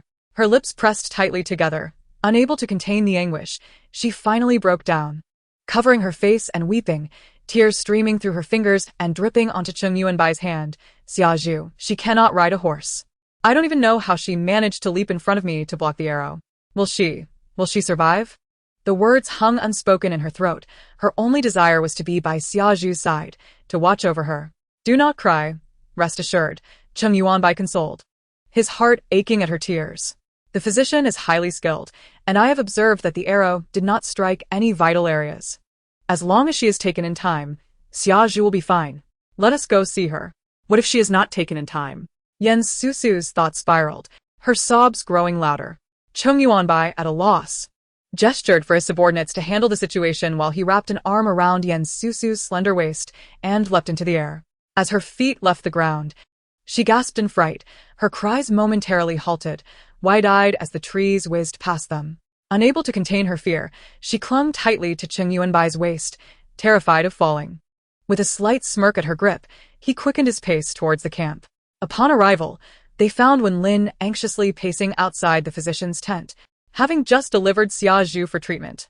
"Wenlin, how is Xiaozhu?" Yan Susu called out, her anxiety evident. Wenlin shook his head. "I just brought Miss Xiaozhu inside. The physician is currently attending to her. We will only know once he comes out. However, the physician is exceptionally skilled. I believe Xiaozhu will be all right." Despite his words, a shadow of concern lingered in Wenlin's eyes. Unbeknownst to Yen Susu, who was too anxious to notice, Cheng Yuanbai observed Wen Lin with a knowing gaze, realizing that Wen Lin harbored deep feelings for the young maid named Xiaozhu. As Yen Susu stood outside, anxiously awaiting news, the door creaked open and the physician emerged. "Doctor, how is Xiaozhu?" Her eyes brightened as she rushed forward to inquire. Noticing the physician's forehead glistening with sweat, she quickly offered him a handkerchief. The old physician accepted it, wiping his brow and sighing. "The arrow has passed through her body. Although she was delivered in time, and I have done my utmost to treat her, the injuries are severe, and she has lost considerable blood. While her life is not in immediate danger, if she remains in a coma for too long, she may never awaken." Having met Xiaozhu previously, the physician was particularly invested in her recovery and had exerted all his efforts, but human capabilities were limited, and now fate would take its course. Yen Susu felt as if struck by lightning, her body swaying unsteadily. Cheng Yuanbai quickly steadied her, reassuringly saying, "At least she has been saved. Let us go in and see her." Tears welled in Yen Susu's eyes as she nodded absently and stepped inside. Wen Lin, upon hearing the physician's words, felt a sting in his eyes, gritting his teeth as he strode out. His heart ached like 1,000 needles. He yearned to confront the two assassins and exact vengeance upon them. Desiring solitude with Xiaozhu, Yen Susu dismissed everyone, including Cheng Yuanbai, and sat by Xiaozhu's bedside, staring blankly at her pale face. Time passed, and eventually, Yen Susu snapped back to reality, realizing that Cheng Yu was still unaware of the situation. Cheng Yu and Xiaozhu shared a bond akin to sisters. It was imperative she be informed. Yet, Yen Susu was at a loss for words. She moved her stiffened body towards the door. "General, the Emperor has sent for you. He wishes to see you now," came Wu Yan's voice. "Understood, I shall go shortly," Cheng Yuanbai replied after a moment of silence. "General, you must go according to plan now," Wu Yan urged, his tone tinged with urgency. Yen Susu halted in confusion. "What plan?" "I sent you to protect Susu and her companions, but if it were not for her maid blocking the arrow, the consequences would be dire." "How could you have failed to protect her?" Cheng Yuanbai's voice brimmed with anger, causing Wu Yan to falter. Feeling somewhat aggrieved, Wu Yan replied, "General, the information we received indicated that they intended to abduct the lady to threaten you. I was closely monitoring the situation, but who would have anticipated that someone would strike in secret? I rushed to pursue them, but alas, I could not catch up." Upon hearing Wu Yan's explanation, Yen Susu could scarcely believe her ears. Her face drained of color, and she staggered back a few steps, colliding with the table. With a crash, a vase toppled, shattering on the ground, mirroring the state of Yen Susu's heart. Cheng Yuanbai, alerted by the noise, hurriedly entered the room. "Susu, what is the matter?" he asked, seeing her pale face as she collapsed onto the floor. He rushed to help her up. Yen Susu pushed his hands away, her breath quickening and trembling as she gazed at him as if he were a stranger. After a long pause, she bit her lip, her eyes reddening as she questioned, "What happened? You knew there was a threat against me during the autumn hunt, yet you did not inform me, did you?" Cheng Yuanbai nodded silently in acknowledgement. Wu Yan could not hold back any longer, stepping forward to defend his superior. "Madam, the general had everything arranged. This was unforeseen." Yen Susu fixed a piercing gaze upon him. "Unforeseen? If you had informed me of the danger, I would not have participated in the hunt. And Xiaozhu would not be gravely injured and unconscious, with her life hanging in the balance. And do not call me madam. A mere bait does not deserve such a title." How absurd it was. She had wholeheartedly trusted the man she was to marry, only to plunge herself into despair once more. A chill enveloped Yen Susu, leaving her feeling utterly cold. Sensing her despair, Cheng Yuanbai grasped her shoulders and gazed deeply into her eyes, his voice steady. "Susu, I am a general of the Great Xia. With internal strife and external threats, my intention was indeed to draw out certain individuals. But trust that I would never gamble with your life." Yen Susu pushed his hands away, shaking her head wearily. "It no longer matters. I am indifferent to all of this. My sole desire is for Xiaozhu to awaken. Rest assured, the imperial decree for our marriage cannot be altered. I will still marry you. However, do not expect anything more from me. I shall no longer foolishly invest my emotions." With that, she brushed past Cheng Yuanbai's shoulder and left in a daze. Cheng Yuanbai did not retract his hand nor pursue her, standing in stunned silence before finally closing his eyes and coldly stating, "Very well, I shall go see the emperor now. The situation has escalated to a point where..." Regardless of the circumstances, the play must continue, and a conclusion must be reached. Chapter 71. Questioning accountability. Cheng Yuanbai entered the grand hall with a somber expression. Bowing deeply to the emperor as he addressed him directly, "Your Majesty, I, Cheng Yuanbai, am at your service. May I inquire what matters you wish to discuss with me?" In the hall stood several princes, including Prince Rong and Prince Li, along with a number of high-ranking officials. Upon seeing Cheng Yuanbai, their expressions were peculiar. The emperor, equally displeased, questioned Cheng Yuanbai with a darkened countenance. "Today, during the autumn hunt, I was attacked. Where were you, the Grand General?" Prince Rong observed the unfolding drama with evident amusement, while others awaited Cheng Yuanbai's explanation. Their expressions varied. Cheng Yuanbai, unyielding, replied, "Your Majesty, my fiancé, he was also attacked. I went to rescue my betrothed." His words were blunt, causing an uproar among those present. To abandon His Majesty for the sake of his wife was indeed an affront to his duties as a minister. The emperor, infuriated, slammed his hand on the table, exclaiming, "What a loyal subject you are! You disregard my safety for a mere woman. Cheng Yuanbai, have you grown too arrogant?" Minister He Minglin seized the opportunity to interject. "Without reservation, Your Majesty, this is not merely arrogance. General Cheng has shown utter contempt for the emperor, failing to regard your safety. Such insolence warrants severe punishment." The Minister of Revenue shook his head in disagreement, engaging in hushed conversation with other officials. Prince Rong, reveling in the spectacle, could hardly conceal his glee at Cheng Yuanbai's predicament. Prince Li, noticing his brother's inappropriate mirth during such a grave moment, coughed forcefully to remind him to temper his expression. With the emperor's life at stake, it was foolish for a royal to wear a smile. Prince Li silently cursed, hoping his brother's folly would not implicate him. Realizing his misstep, Prince Rong glanced at the emperor, who was casting a cold gaze in his direction, prompting him to feign humility. Cheng Yuanbai, undistracted by the exchange between the emperor and the two princes, directed his attention toward He Minglin. The audacity to humiliate his future wife in front of so many was intolerable. Upon learning of this affront, Cheng Yuanbai had crushed the gun barrel in his hand. Now, He Minglin, unaware of the peril he faced, had brazenly stepped forward.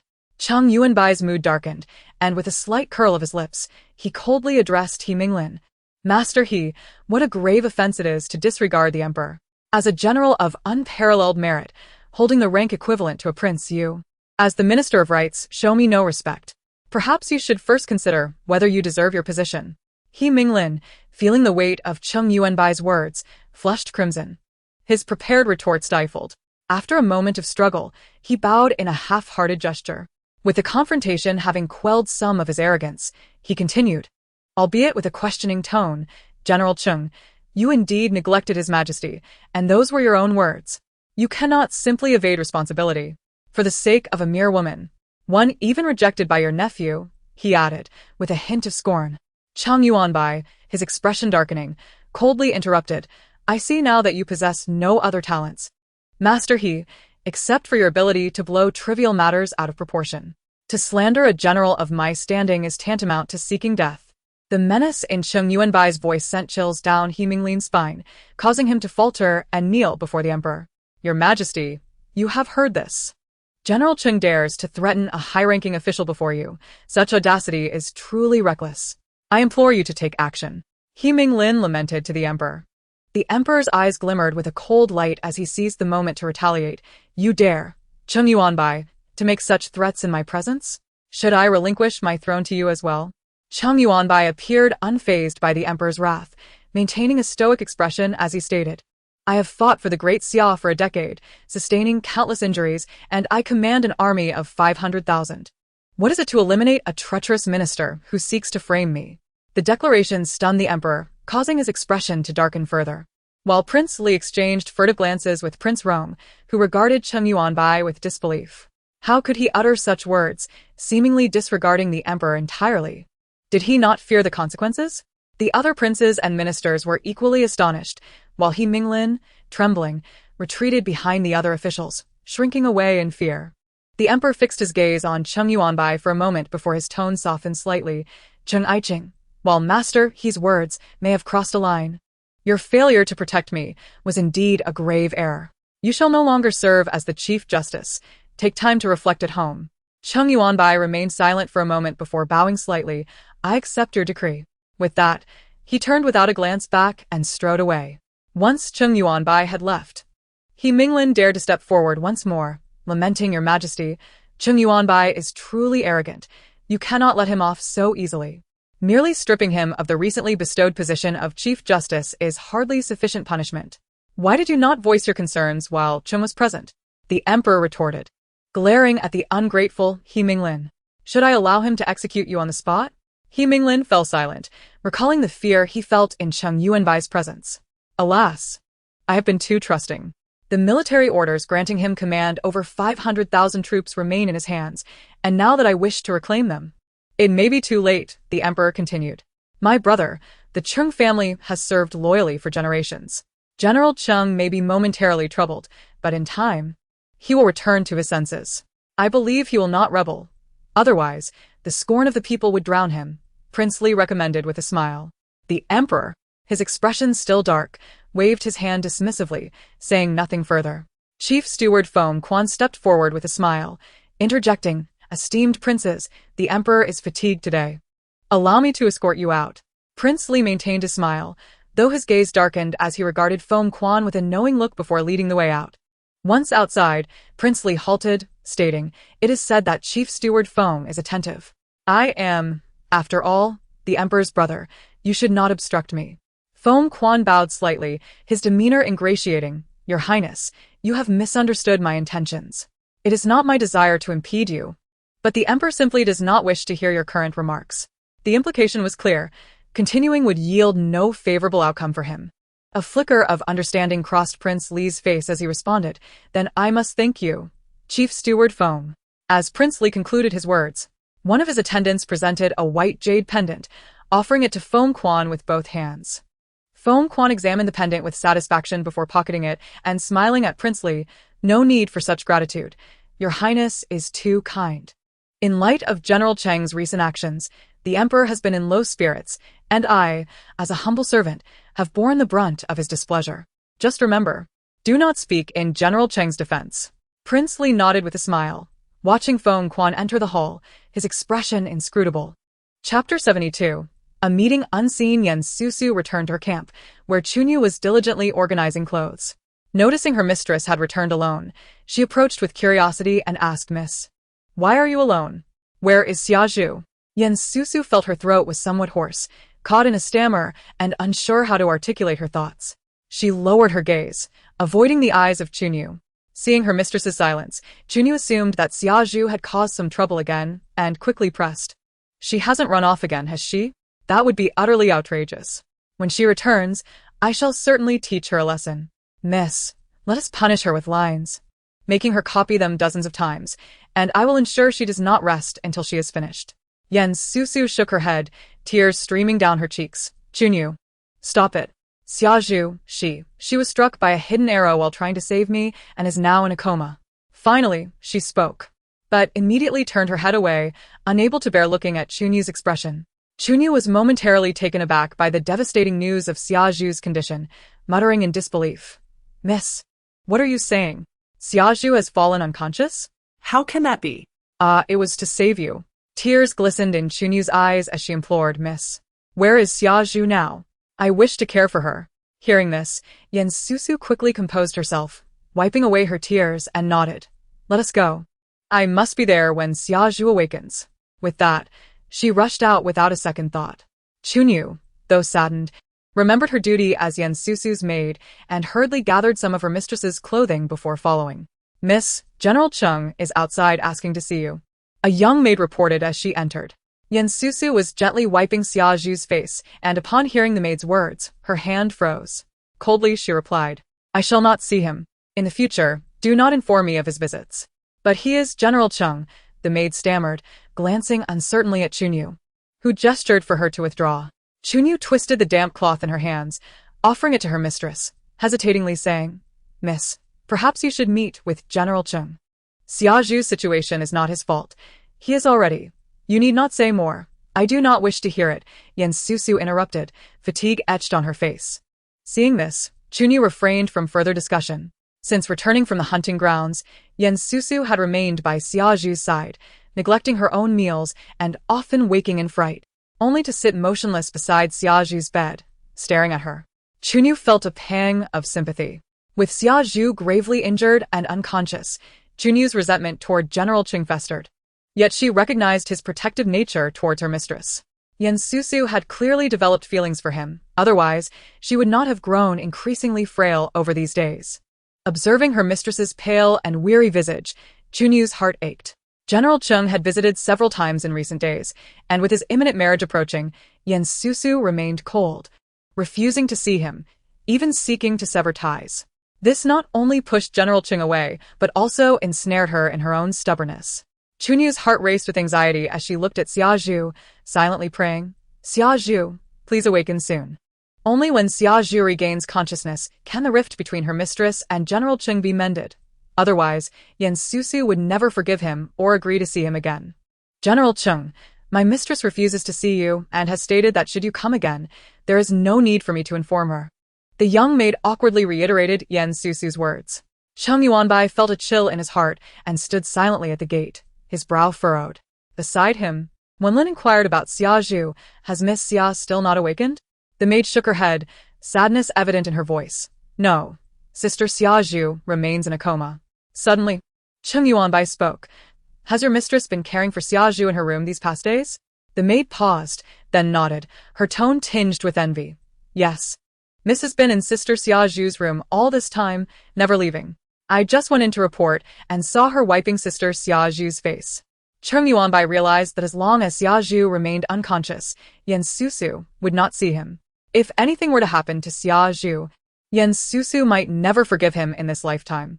Standing at the gate of Yan's residence, Cheng Yuanbai's expression remained stoic, but carried a hint of melancholy.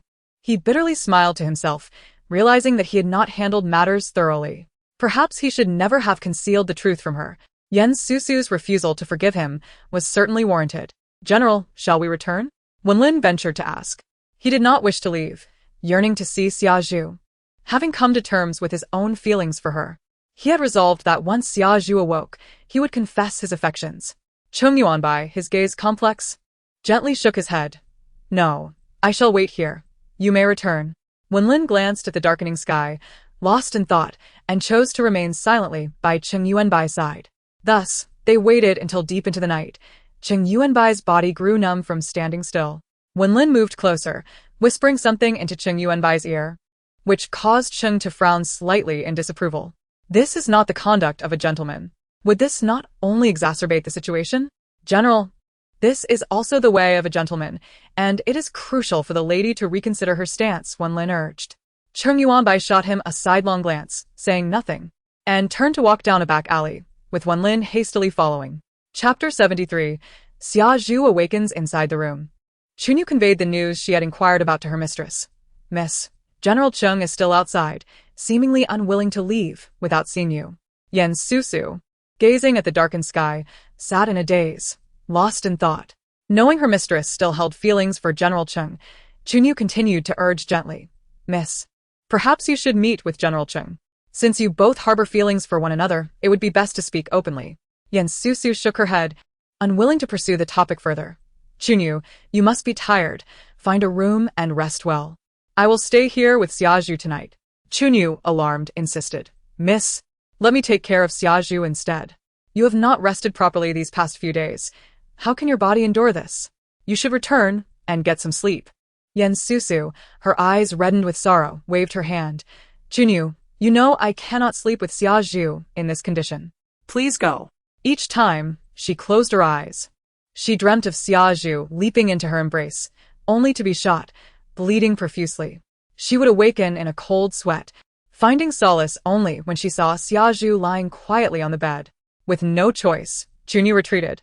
Time passed, and Susu sat by Xiaoju's bedside, her hand propped against her forehead, her eyelids drooping as if she had fallen asleep.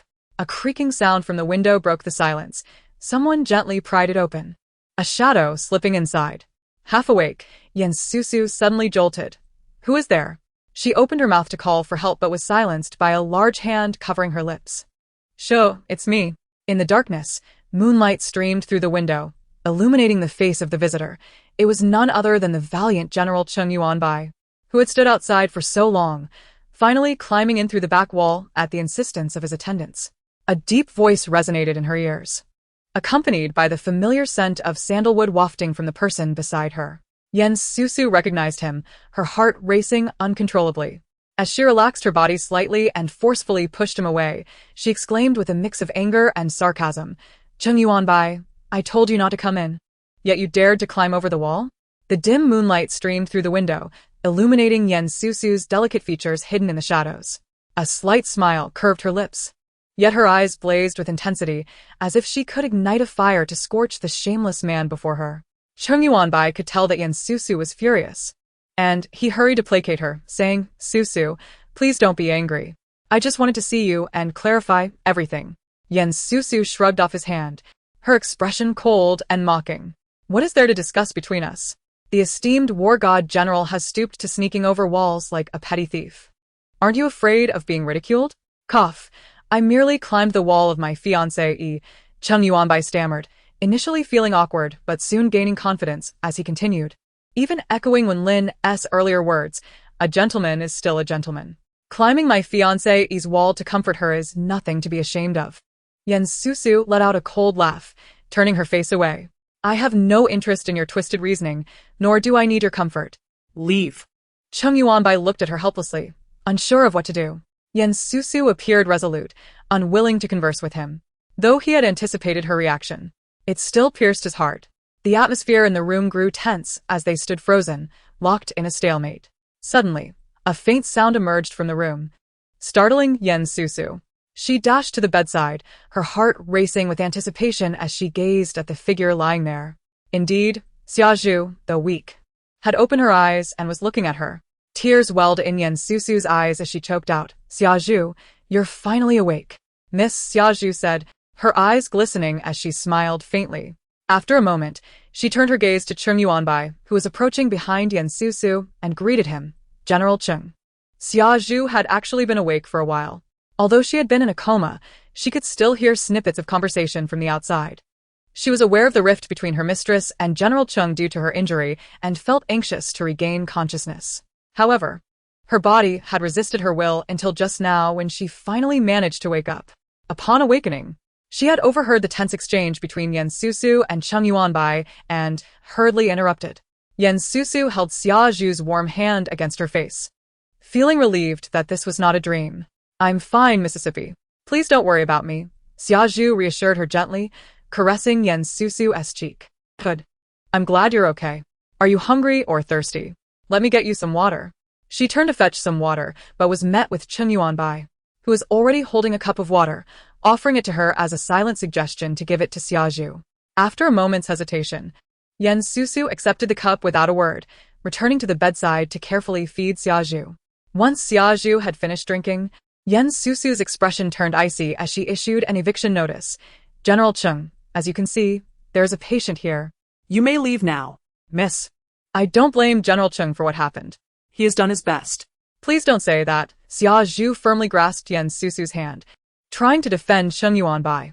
Cheng Yuanbai had previously thought of Susu as overly playful and felt that Susu spoiled her. But her actions had completely changed his perspective. The little maid was genuinely devoted to her mistress and loyal. Susu shook her head, feeling guilty. She understood that Susu's words were meant to absolve her of blame. "Miss, this was merely an accident. General Cheng acted out of necessity for the greater good of the daxia. Didn't you say your favorite heroes are those who protect the people and defend the country?" Susu smiled gently. Go on, speak your minds. "After all, I bear no grudge against General Cheng, and you shouldn't either. I know you care for him." She made a playful expression that caused a slight smile to break through Susu's stern demeanor. Susu glanced at Cheng Yuanbai, and the ice in her eyes began to thaw. Cheng Yuanbai, akin to a tormented prisoner awaiting judgment, felt a wave of relief at the shift in her demeanor. He realized he had navigated through his most challenging trial. "Follow me," Susu said, stepping in front of Cheng Yuanbai and speaking with a calm demeanor. Cheng Yuanbai nodded slightly to Susu, then followed Susu outside. Chapter 74.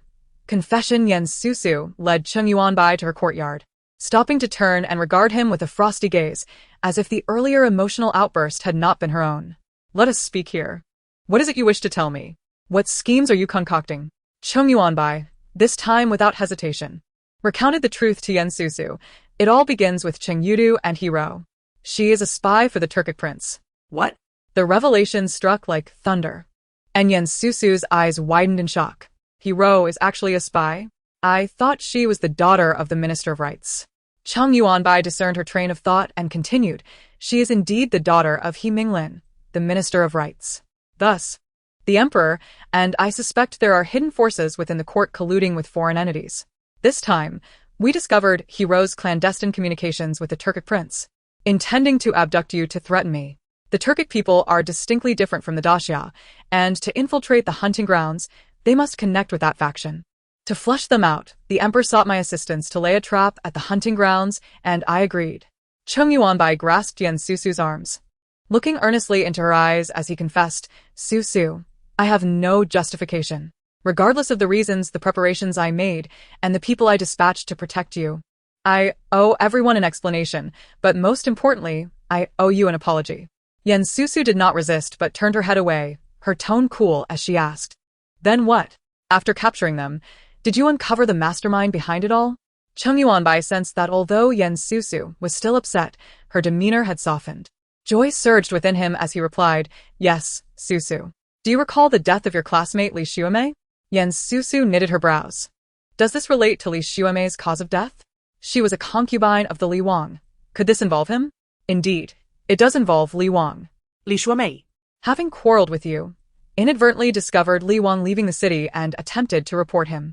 She followed him outside the city, only to stumble upon Li Wang conspiring with the Turkic prince and was killed by his men upon discovery. Among those we apprehended, one was the very killer of Li Xuemei, who confessed. Yen Susu was overwhelmed by the revelations, yet quickly connected the dots. Could the weapons on my estate have been acquired by Li Wang from the Turkic prince? Cheng Yuanbai nodded. It is highly probable. However, I have already sent someone to investigate, and the weapons are no longer on your estate. Hearing that the weapons had been relocated, Yen Susu felt a sense of relief. Then does this mean we can apprehend the Rong Wang as well as Hero and the Turkic prince? How could Hero be a spy for the Turkic prince? She has children with Cheng Yudu.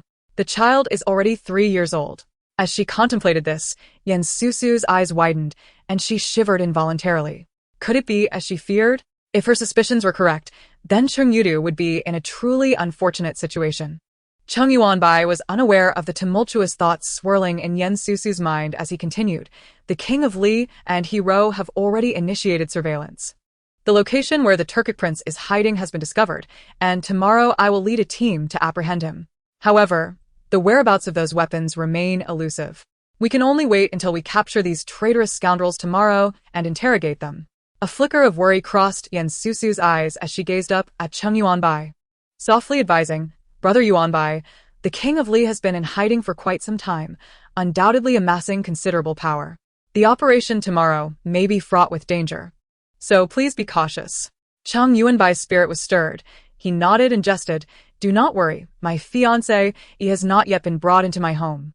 I cannot bear to leave such a beautiful wife behind, causing her sorrow. Yen Susu shot him a reproachful glance, complaining, Haven't you caused me enough heartache these days? Cheng Yuanbai's eyes dimmed momentarily as he embraced her waist, apologizing, Susu, I am truly sorry. I promise I will not let you suffer in the future. Yen Susu wrapped her arms around Cheng Yuanbai, and her heart, which had been aching for days, finally found solace.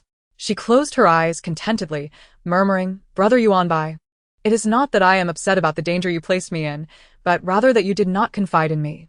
Your silence makes me feel like I am not your future wife, but merely a pawn. Cheng Yuanbai gently caressed her hair, his voice low and hoarse. Silly girl. How could I ever see you as a pawn? I was wrong not to share everything with you. Trust me, I will not do so again. Yen Susu nodded, resting her head lightly on his shoulder, smiling and closing her eyes, falling into a peaceful slumber. She had not rested in quite some time, and now, with her worries set aside, she drifted off in Cheng Yuanbai's embrace. Cheng Yuanbai tenderly brushed aside the strands of hair at her temple, gently lifting her and carrying her into the room, laying her down carefully on her bed. After covering her with a blanket and extinguishing the candlelight with a flick of his sleeve, he intended to leave when he heard a soft creak. It was Chunyu. who had returned to the room, tossing and turning in concern for Xiaozhu and the young lady, unable to sleep. She stared blankly at the young lady's chamber. Noticing the candlelight suddenly dimming, the young lady had not returned to her room, so Chunyu had instructed the servants to keep the candle lit for her convenience. The unexpected extinguishing of the flame led her to wonder if the young lady had finally returned. Chunyu approached the door cautiously, peeking into the dimness, and asked softly, "Miss, is that you?" "Shu," came a male voice, startling Chunyu nearly into a scream. Steadying herself, she discerned the figure's identity. "General Cheng?" Cheng Yuanbai frowned at the frightened expression on the young maid's face, whispering, "Your young lady is asleep inside. Do not make any noise that might wake her." Chunyu nodded, realizing that the general was in the young lady's room and that she was asleep. But what about Xiaozhu? Suppressing her excitement, she looked at Cheng Yuanbai with hopeful eyes and inquired, "General Cheng, is Xiaozhu awake?" Cheng Yuanbai nodded, glancing at Chunyu, noticing her trembling hands, and assured her, "Yes. Xiaozhu just woke up. You need not worry." Chunyu nodded vigorously and hurriedly bowed to Cheng Yuanbai, exclaiming, "That is wonderful. Thank you, General Cheng. I shall go check on Xiaozhu now. I take my leave." Cheng Yuanbai inclined his head slightly and turned towards the wall, gracefully scaling it with ease. Despite her excitement, Chunyu couldn't help but feel a sense of bewilderment as she stood outside the door, caught in the wind. Chapter 75. The Capture the following morning. At the King of Li's residence, the area was surrounded by guards clad in green armor, armed with blades, sealing off any escape routes. "What are you doing?" "I am the King of Li, appointed by the late emperor." The King of Li was being forcefully escorted out by two soldiers wielding swords, his indignation echoing as he shouted. Cheng Yuanbai stood at the entrance, observing the King of Li's disgraceful state with a calm demeanor. "Cheng Yuanbai?" The King of Li finally recognized him standing at his own door. "Is it you? Did you lead your men to invade my residence? Are you plotting rebellion?" The King of Li questioned sternly. "Rebellion? Is it not you, King, who is instigating a rebellion?" Cheng Yuanbai replied coolly. The King of Li was unwilling to admit defeat. Retorting loudly, "Cheng Yuanbai, you are framing me. Do you have any evidence? Do you remember Cheng Xiume?" Cheng Yuanbai suddenly interjected. The King of Li's expression stiffened. How could he forget? She was his concubine, a woman he had ordered to be killed. "How far along is your conspiracy with the Turkic prince?" Cheng Yuanbai continued. The King of Li's forehead glistened with beads of sweat, his shirt damp with cold perspiration. His lips trembled as he stubbornly replied, "What are you talking about? What Turkic prince? I know nothing." Cheng Yuanbai dismissed his claims. "Stop pretending. The individuals you sent to capture my fiancé, have already confessed everything. Your words hold no weight now. You would do well to be of some use. Otherwise, should you harm my fiancé, you'll find yourself facing dire consequences." The King of Li realized that further denial was futile, his face twisted into a snarl. "I see now. You and His Majesty were merely playing a part. How foolish of me to believe it." He laughed mockingly. "Cheng Yuanbai, do you think your family is composed of loyal ministers and generals? Nonsense. You are just as ambitious as the rest. I did not send anyone to kill your fiancé. Care to guess who did?" Cheng Yuanbai frowned, recalling something, and replied with disappointment. "It was Cheng Yudu." "Ha! General Cheng is astute. It was indeed your dear nephew, Cheng Yudu. He conspired with me, aiming to be the hero who rides in to save the day. He is well aware of the plans to capture Susu. After much contemplation, I realized that the only one who harbors such hatred for that woman is your dear nephew, considering he is your fiancé's former husband." "Ha." The King of Li had become brazen, relishing in the misfortune of others. Cheng Yuanbai's expression darkened as he seized the king's throat, demanding, "What else did he conspire with you about?" "Guess," the King of Li replied, his face turning red from the grip, yet he laughed with arrogance. "General, spare me." The surrounding soldiers watched nervously, fearing that their general might inadvertently kill the King of Li. Cheng Yuanbai regained his composure, releasing the King of Li with a cold smirk. Cheng Yudu has been putting on a facade in front of me these days, repeatedly finding excuses to enter my study. I suspect he wishes to steal my military tokens. That is his only talent. You conspired with him. You must be seeking a swift demise." The King of Li's expression shifted slightly. In a sense, it was indeed Cheng Yudu's actions that led to Susu's exposure, resulting in the King of Li facing the reckoning at Cheng Yuanbai's hands. The King of Li gritted his teeth in silence. "Do not be so smug. Those who have outshone their masters throughout history have met unfortunate ends. You too shall not escape a grim fate. The king of Li cursed viciously. You need not concern yourself with my fate, one who is already destined to perish. Cheng Yuanbai waved dismissively. Take him away. The king of Li had been restless even during the reign of the late emperor, who had spared his life out of consideration for the former ruler's legacy. Currently, he harbors treasonous intentions, and the evidence is irrefutable. He is utterly doomed and cannot hope for redemption. Meanwhile, in a bustling red light district, a scene unfolds. What are you doing? Murder. A patron, startled from his pleasures by the sounds of chaos outside, hastily rises from the bed. He flings open the window to peer below. A throng of soldiers storms into the establishment, engaging fiercely with the guards who had previously fawned over them. The guests and courtesans below scream in terror. What on earth is happening? He stutters to himself, disregarding the woman beside him as he hastily dons his clothing and rushes for the door. As a court official, he cannot be found in such a compromising situation. Upon exiting his room, he finds the staircase congested with people, rendering escape impossible. He quickly turns left into a corridor, remembering that the left leads to the quarters of the establishment's top courtesan, where a private staircase awaits.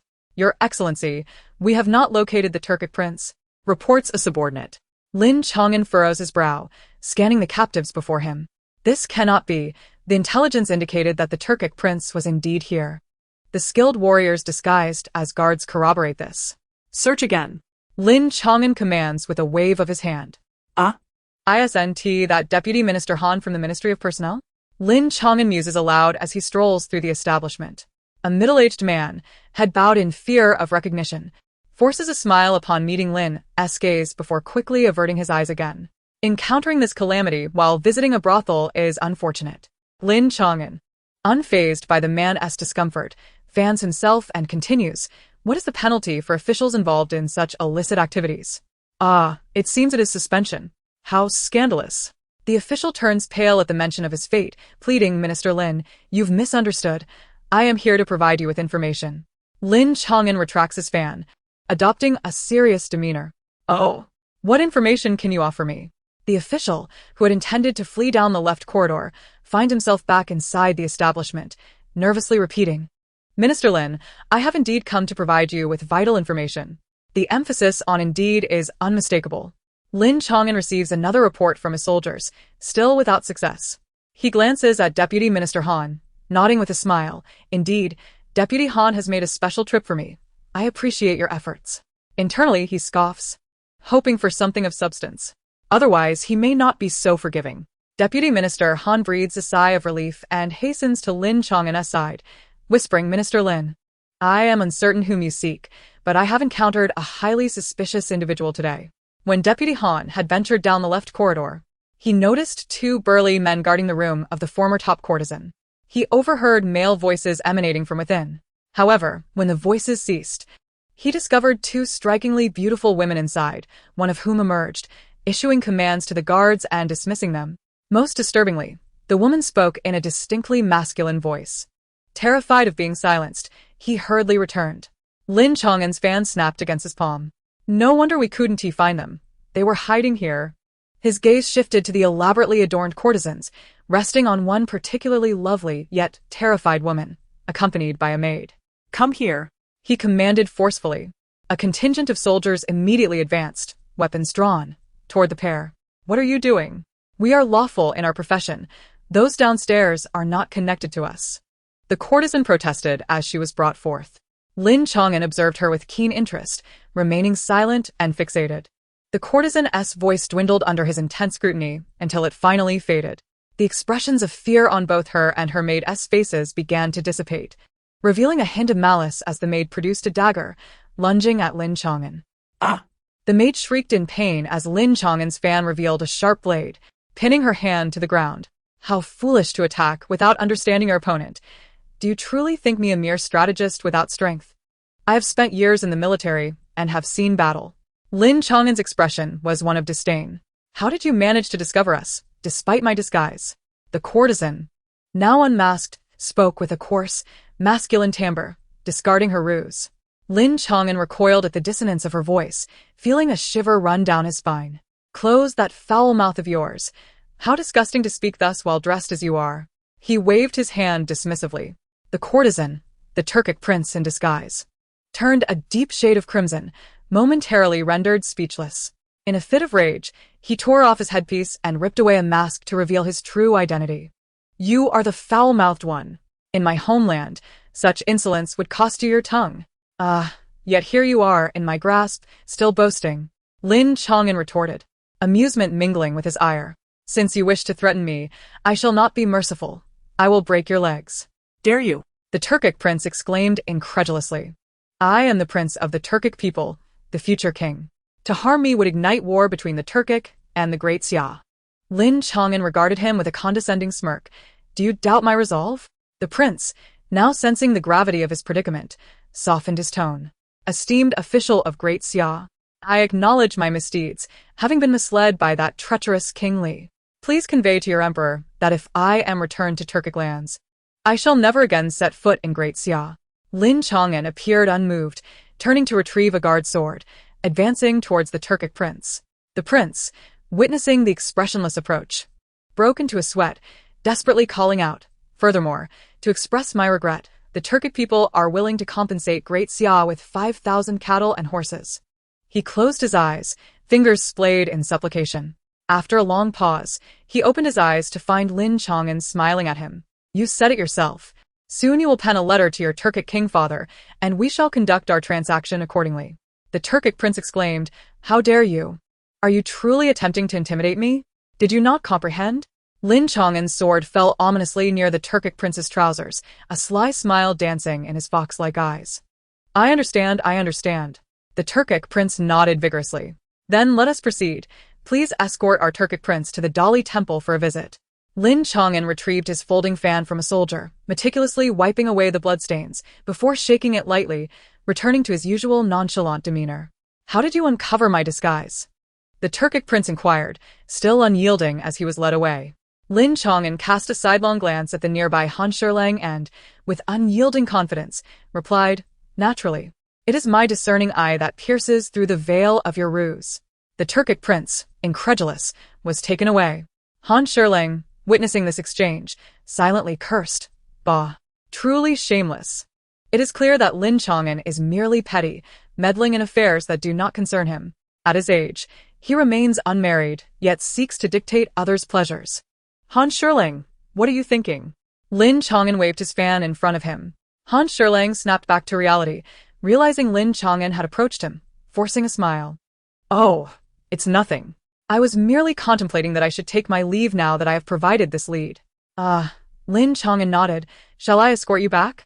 It would be a pleasure to meet your esteemed wife. Han Shirlang's expression darkened. What would you want to see my wife for? Lin Chang'an replied matter-of-factly. You have rendered great assistance today, so it is only fitting that I share your remarkable achievements with her. Han Shirlang's face turned ashen, and suppressing his fury, he waved his hands repeatedly. No. This is all the merit of Lord Lin. It has nothing to do with me. I merely happened to pass by. Congratulations, Lord Lin, on successfully capturing the Turkic prince on your own. I shall not disturb your leisure any further. With that, he hurriedly departed, not daring to look back. Lin Chang'an observed Han Shirlang's hasty retreat and scoffed, as if I were unaware of the curses he was hurling at me just moments ago. He desires accolades. How naive. With a buoyant spirit, he hummed a tune and swaggered out of the brothel. Chapter 77. Cheng Yudu's turn. Old Cheng, I have successfully captured that Turkic prince for you. Now, all that remains is to deal with your family. Lin Chang'an called out as he strode through the entrance. What do you mean by your family? I am giving you a chance to start anew. Cheng Yuanbai frowned, casting aside the documents in his hand and speaking nonchalantly. It concerns your nephew's family, hero, that scheming infiltrator. Lin Chang'an sensed a subtle undertone of threat, and his triumphant smile faltered, reluctantly changing his words. Cheng Yuanbai rubbed his temples, feeling a headache coming on as he thought of Cheng Yudu's concubine, Hero. Hero was the illegitimate daughter of He Minglin, the Minister of Rights, and had borne Cheng Yudu a child, named Li Ge. He Minglin was not to be trifled with. And Hero's status, as Cheng Yudu's acknowledged concubine, further complicated matters, as she had produced an heir for the Cheng family. If Hero's identity as a Turkic spy were to be exposed, the Cheng family would face severe repercussions, suffering the wrath of the literati. Cheng Yuanbai's thin lips pressed into a straight line, his mind made up. He declared, "You need not concern yourself with this. I will bring Hero back." With that, he rose and headed towards the Cheng residence. Lin Chang'an, recognizing his intent, mused aloud, "Things are about to get lively at the Cheng estate." His tone was laced with schadenfreude. At the Cheng residence, elder brother, I have something to discuss with you. Cheng Yuanbai entered Cheng Yuanqing's study. Oh. The last time you visited, it was not for anything pleasant. Third brother, allow me a moment to sip my tea.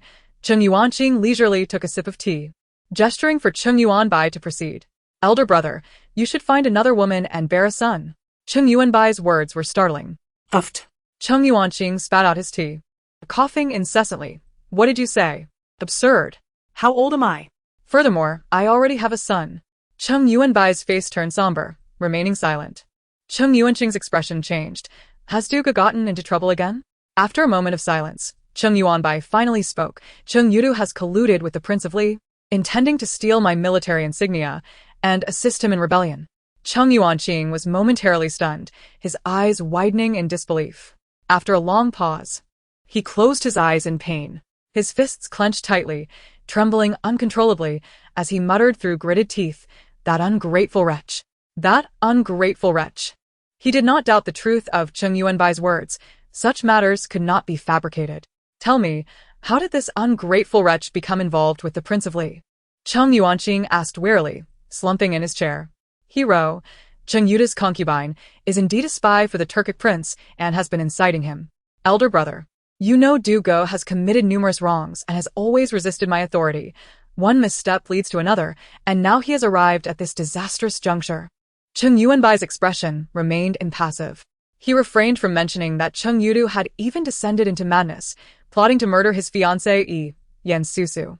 There was no need to complicate matters further. Hero? It turns out he is the architect of his own demise. Cheng Yuanqing sighed in frustration.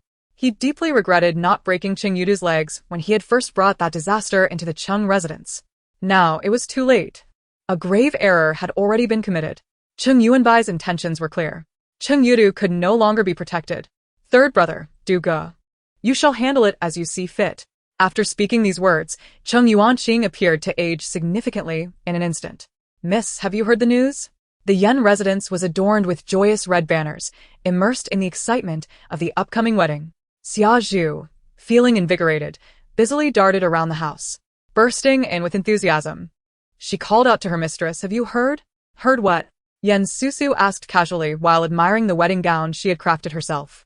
In the days since her emotional turmoil with Cheng Yuanbai had resolved, Susu had been eating well, drinking well, and delighting in the process of embroidering her dowry, eagerly anticipating her marriage.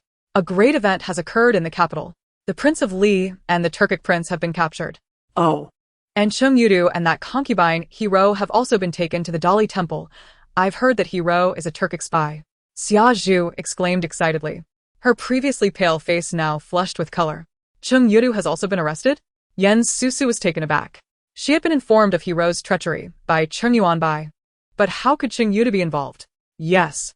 They say he colluded with the Prince of Li, attempting to steal military insignia and assist in rebellion. How audacious. Xia Zhu scoffed. As Susu recalled Cheng Yudu's strange behavior during the hunting expedition, realization dawned upon her. Her fingers tightened around the fabric of her wedding gown, creating creases as she remained oblivious to her own distress. Miss, what is the matter? Cheng Yu noticed Susu's unusual demeanor. It's nothing. Susu forced a smile. She let out a deep sigh, realizing that regardless of whether he was the culprit or not, there was no longer a need to voice it. He had already faced his consequences. Casting aside the sudden surge of discontent, she smoothed out the creases in her dowry, and her face brightened once more. A thought crossed her mind, and a mischievous smile graced her lips. Xia Zhu, I've heard that the guard has been visiting you frequently these past few days. It seems that our Xia Zhu's romantic prospects are blossoming. It's time I prepare your dowry. Xia Zhu's face flushed crimson. Miss, what are you saying? I will accompany you for a lifetime. I shall never leave your side. That one Lin hasn't he said much. Yes, just a friend, here to visit me. As she spoke, Xia Zhu's mood dimmed slightly, indicating her own feelings were stirred. Friend? Merely a friend who has yet to express his intentions. I assure you, he will be yours sooner or later. Yan Susu gently tapped Xia Zhu's forehead, speaking with certainty. Xia Zhu couldn't help but smile shyly, falling silent. Chapter 78. The wedding, complete, on the 6th day of September. It was the joyful day of Yan Susu and Cheng Yuanbai. Outside the Yan residence, Yan Susu donned a vibrant red wedding gown. A red veil covering her head as she sat poised in the wedding chamber she had meticulously arranged. Listening to the distant sound of firecrackers growing nearer, her heart raced as she clutched the wedding scarf on her lap. Soon, the cheerful shouts of her aunt and the boisterous teasing of her relatives echoed within the house. Suddenly, Yan Susu felt a wave of silence wash over her. Nervously speaking, Xia Zhu, has the general arrived? Xia Zhu remained silent, but as Yan Susu sat there, her eyelashes fluttered, and she caught sight of a long, strong hand emerging from beneath the veil. Oh, no longer should we refer to him as general. It's time to call him husband, came the teasing voice of her aunt from within the room. Yan Susu's face flushed with embarrassment as she shyly placed her delicate hand in Cheng Yuanbai's. Though Cheng Yuanbai's expression remained unchanged, the excitement in his eyes was unmistakable as he gently tightened his grip around her slender fingers. The groom is here to fetch his bride. The bride is ready to leave. The joyful cries of the matchmaker rang out, and once more, the sounds of festive music filled the air. Yan Susu was swept into Cheng Yuanbai's arms and carried outside to the bridal sedan chair. At the Cheng residence, the premises were adorned with lanterns and decorations, with guests arriving in a continuous stream. The faction of the ruthless king had been entirely apprehended by Cheng Yuanbai, who even captured the ambitious Turkic prince. Cheng Yudu, having conspired with the ruthless king, was the only one exiled 3,000 miles, leaving the Cheng family unscathed, proving the emperor's continued favor towards Cheng Yuanbai even stronger than before, solidifying the Cheng family's foundation. Consequently, Cheng Yuanbai's prestige in court soared. Despite some officials privately criticizing Cheng Yuanbai for marrying his former nephew's wife, Yan Susu, they still donned smiles as they attended the wedding of this esteemed court official. Congratulations. Congratulations, dear matriarch. May General Cheng soon be blessed with a son, so you may cradle your grandson. The ladies seated among the guests joyfully offered their well wishes to the elder matriarch. Dressed in a vibrant crimson satin robe adorned with simple yet exquisite embroidery, the matriarch beamed with delight, appearing as if she had regained a decade of youth. Her visible joy assured the other ladies of her fondness for Yan Susu, prompting them to exchange glances and resolve to cultivate a closer relationship with the new general's wife. On the men's side, Cheng Yuanqing welcomed the guests with a somewhat strained smile. Congratulations, Lord Cheng. Congratulations. Congratulations. Regardless of their sincerity, the male guests greeted him with smiles, feigning ignorance of the tension in his heart. After all, Cheng Yuanqing's son had just been sentenced to exile, and his former daughter-in-law was marrying his brother. Cheng Yuanqing had to maintain a cheerful facade while hosting guests, a disheartening situation for someone of his stature. Matriarch, the bride has almost arrived. She is at the door, announced the smiling Granny Shen as she hurried into the main hall. The matriarch nodded to the other ladies and was assisted by Granny Shen to take her seat of honor. The groom and bride have arrived. Cheng Yuanbai, lifting the red veil from Yan Susu's head, entered the main hall, his eyes brimming with uncontainable joy as they traversed the guest area to stand before the assembly. The guests murmured in astonishment, for they had never before seen the usually stoic General Cheng display such elation. What magic did this young girl possess to evoke such tenderness from the fierce warrior?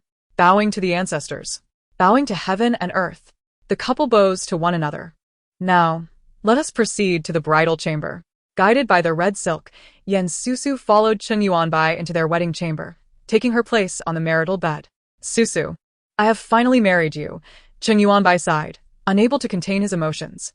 Yan Susu, veiled, remained silent, her expression hidden. General, it's time to greet the guests. When Lin reminded, Yan Susu felt something being placed in her hand, only to hear Cheng Yuanbai whisper in her ear, I must step out now. Here are some pastries. Eat if you feel hungry. Do not let yourself go without. As he spoke, he turned to leave, but Yan Susu's shy voice called after him. Husband, return soon. I shall wait for you. Cheng Yuanbai smirked, Fear not, Susu. I am eager to see my wife. Nothing shall keep me from you. Miss No. You should now be called Madam. Madam, Xia Zhu will accompany you, came the playful voice of Xia Zhu. Yan Susu suddenly realized there were others present in the bridal chamber, her cheeks flushing with embarrassment. The sounds of merriment and clinking glasses from the guests outside capture her attention. The door creaked open, and she noticed that the congratulatory voices had faded away. A joy stick lifted the red veil, revealing her husband, Cheng Yuanbai, clad in a brilliant red wedding robe, gazing at her with deep affection. Susu, husband. Cheng Yuanbai embraced the bashful Susu, gently pushing her onto the bed. As the night unfolded, Susu drifted into a dreamy slumber. General, urgent news from the army. The emperor demands your presence at the palace. When Lin's anxious knocking at the door roused Susu from her sleep, she saw Cheng Yuanbai already dressed, hastily trying to rise. Rest a while longer. I shall see what this is about. We will return together to serve tea, he said softly, placing a gentle kiss on her forehead for comfort before swiftly exiting. Susu sat at the vanity as Cheng Yu combed through her silky hair. Cheng Yuanbai entered, holding a bright yellow imperial edict, his brow furrowed. Hearing the commotion, Susu turned with delight, only for her expression to shift at the sight of his serious demeanor. Husband, what troubles you? Susu. Urgent news from the border. The Turkic forces have amassed 500,000 troops. Conflict may resume. The emperor has just issued an edict. I must depart for battle once more, Cheng Yuanbai stated gravely. When will you leave? Susu asked, her voice trembling. Immediately, he replied after a brief silence. You must ensure your safety, she urged, her eyes shimmering with unshed tears as she bit her lip. Cheng Yuanbai stroked her hair, nodding with a heavy heart. Outside the Cheng residence, the plaque still hung adorned with red silk. The Cheng family gathered at the door to see Cheng Yuanbai off. He mounted his horse and turned to face them, preparing to spur forward. Husband, I await your return, Susu called out. Susu could not help but take a step forward, exclaiming loudly. As she gazed at the figure on horseback, tears streamed down her face. Lady Cheng, filled with compassion, gently patted Susu's hand. Good child, you have endured much. 2 years later, Susu held a rattle, entertaining her 1-year-old son, Zhang. Susu, I have returned. Susu abruptly turned, and there stood Cheng Yuanbai at the entrance, clad in battle armor. Husband. The rattle slipped from Susu's grasp as her eyes instantly filled with tears. She excitedly rushed into Cheng Yuanbai's embrace. Susu, you have worked so hard. It was not difficult, my husband. This is our son, Zhang. Susu released Cheng Yuanbai and lifted her son from the ground. Zhang, call your father.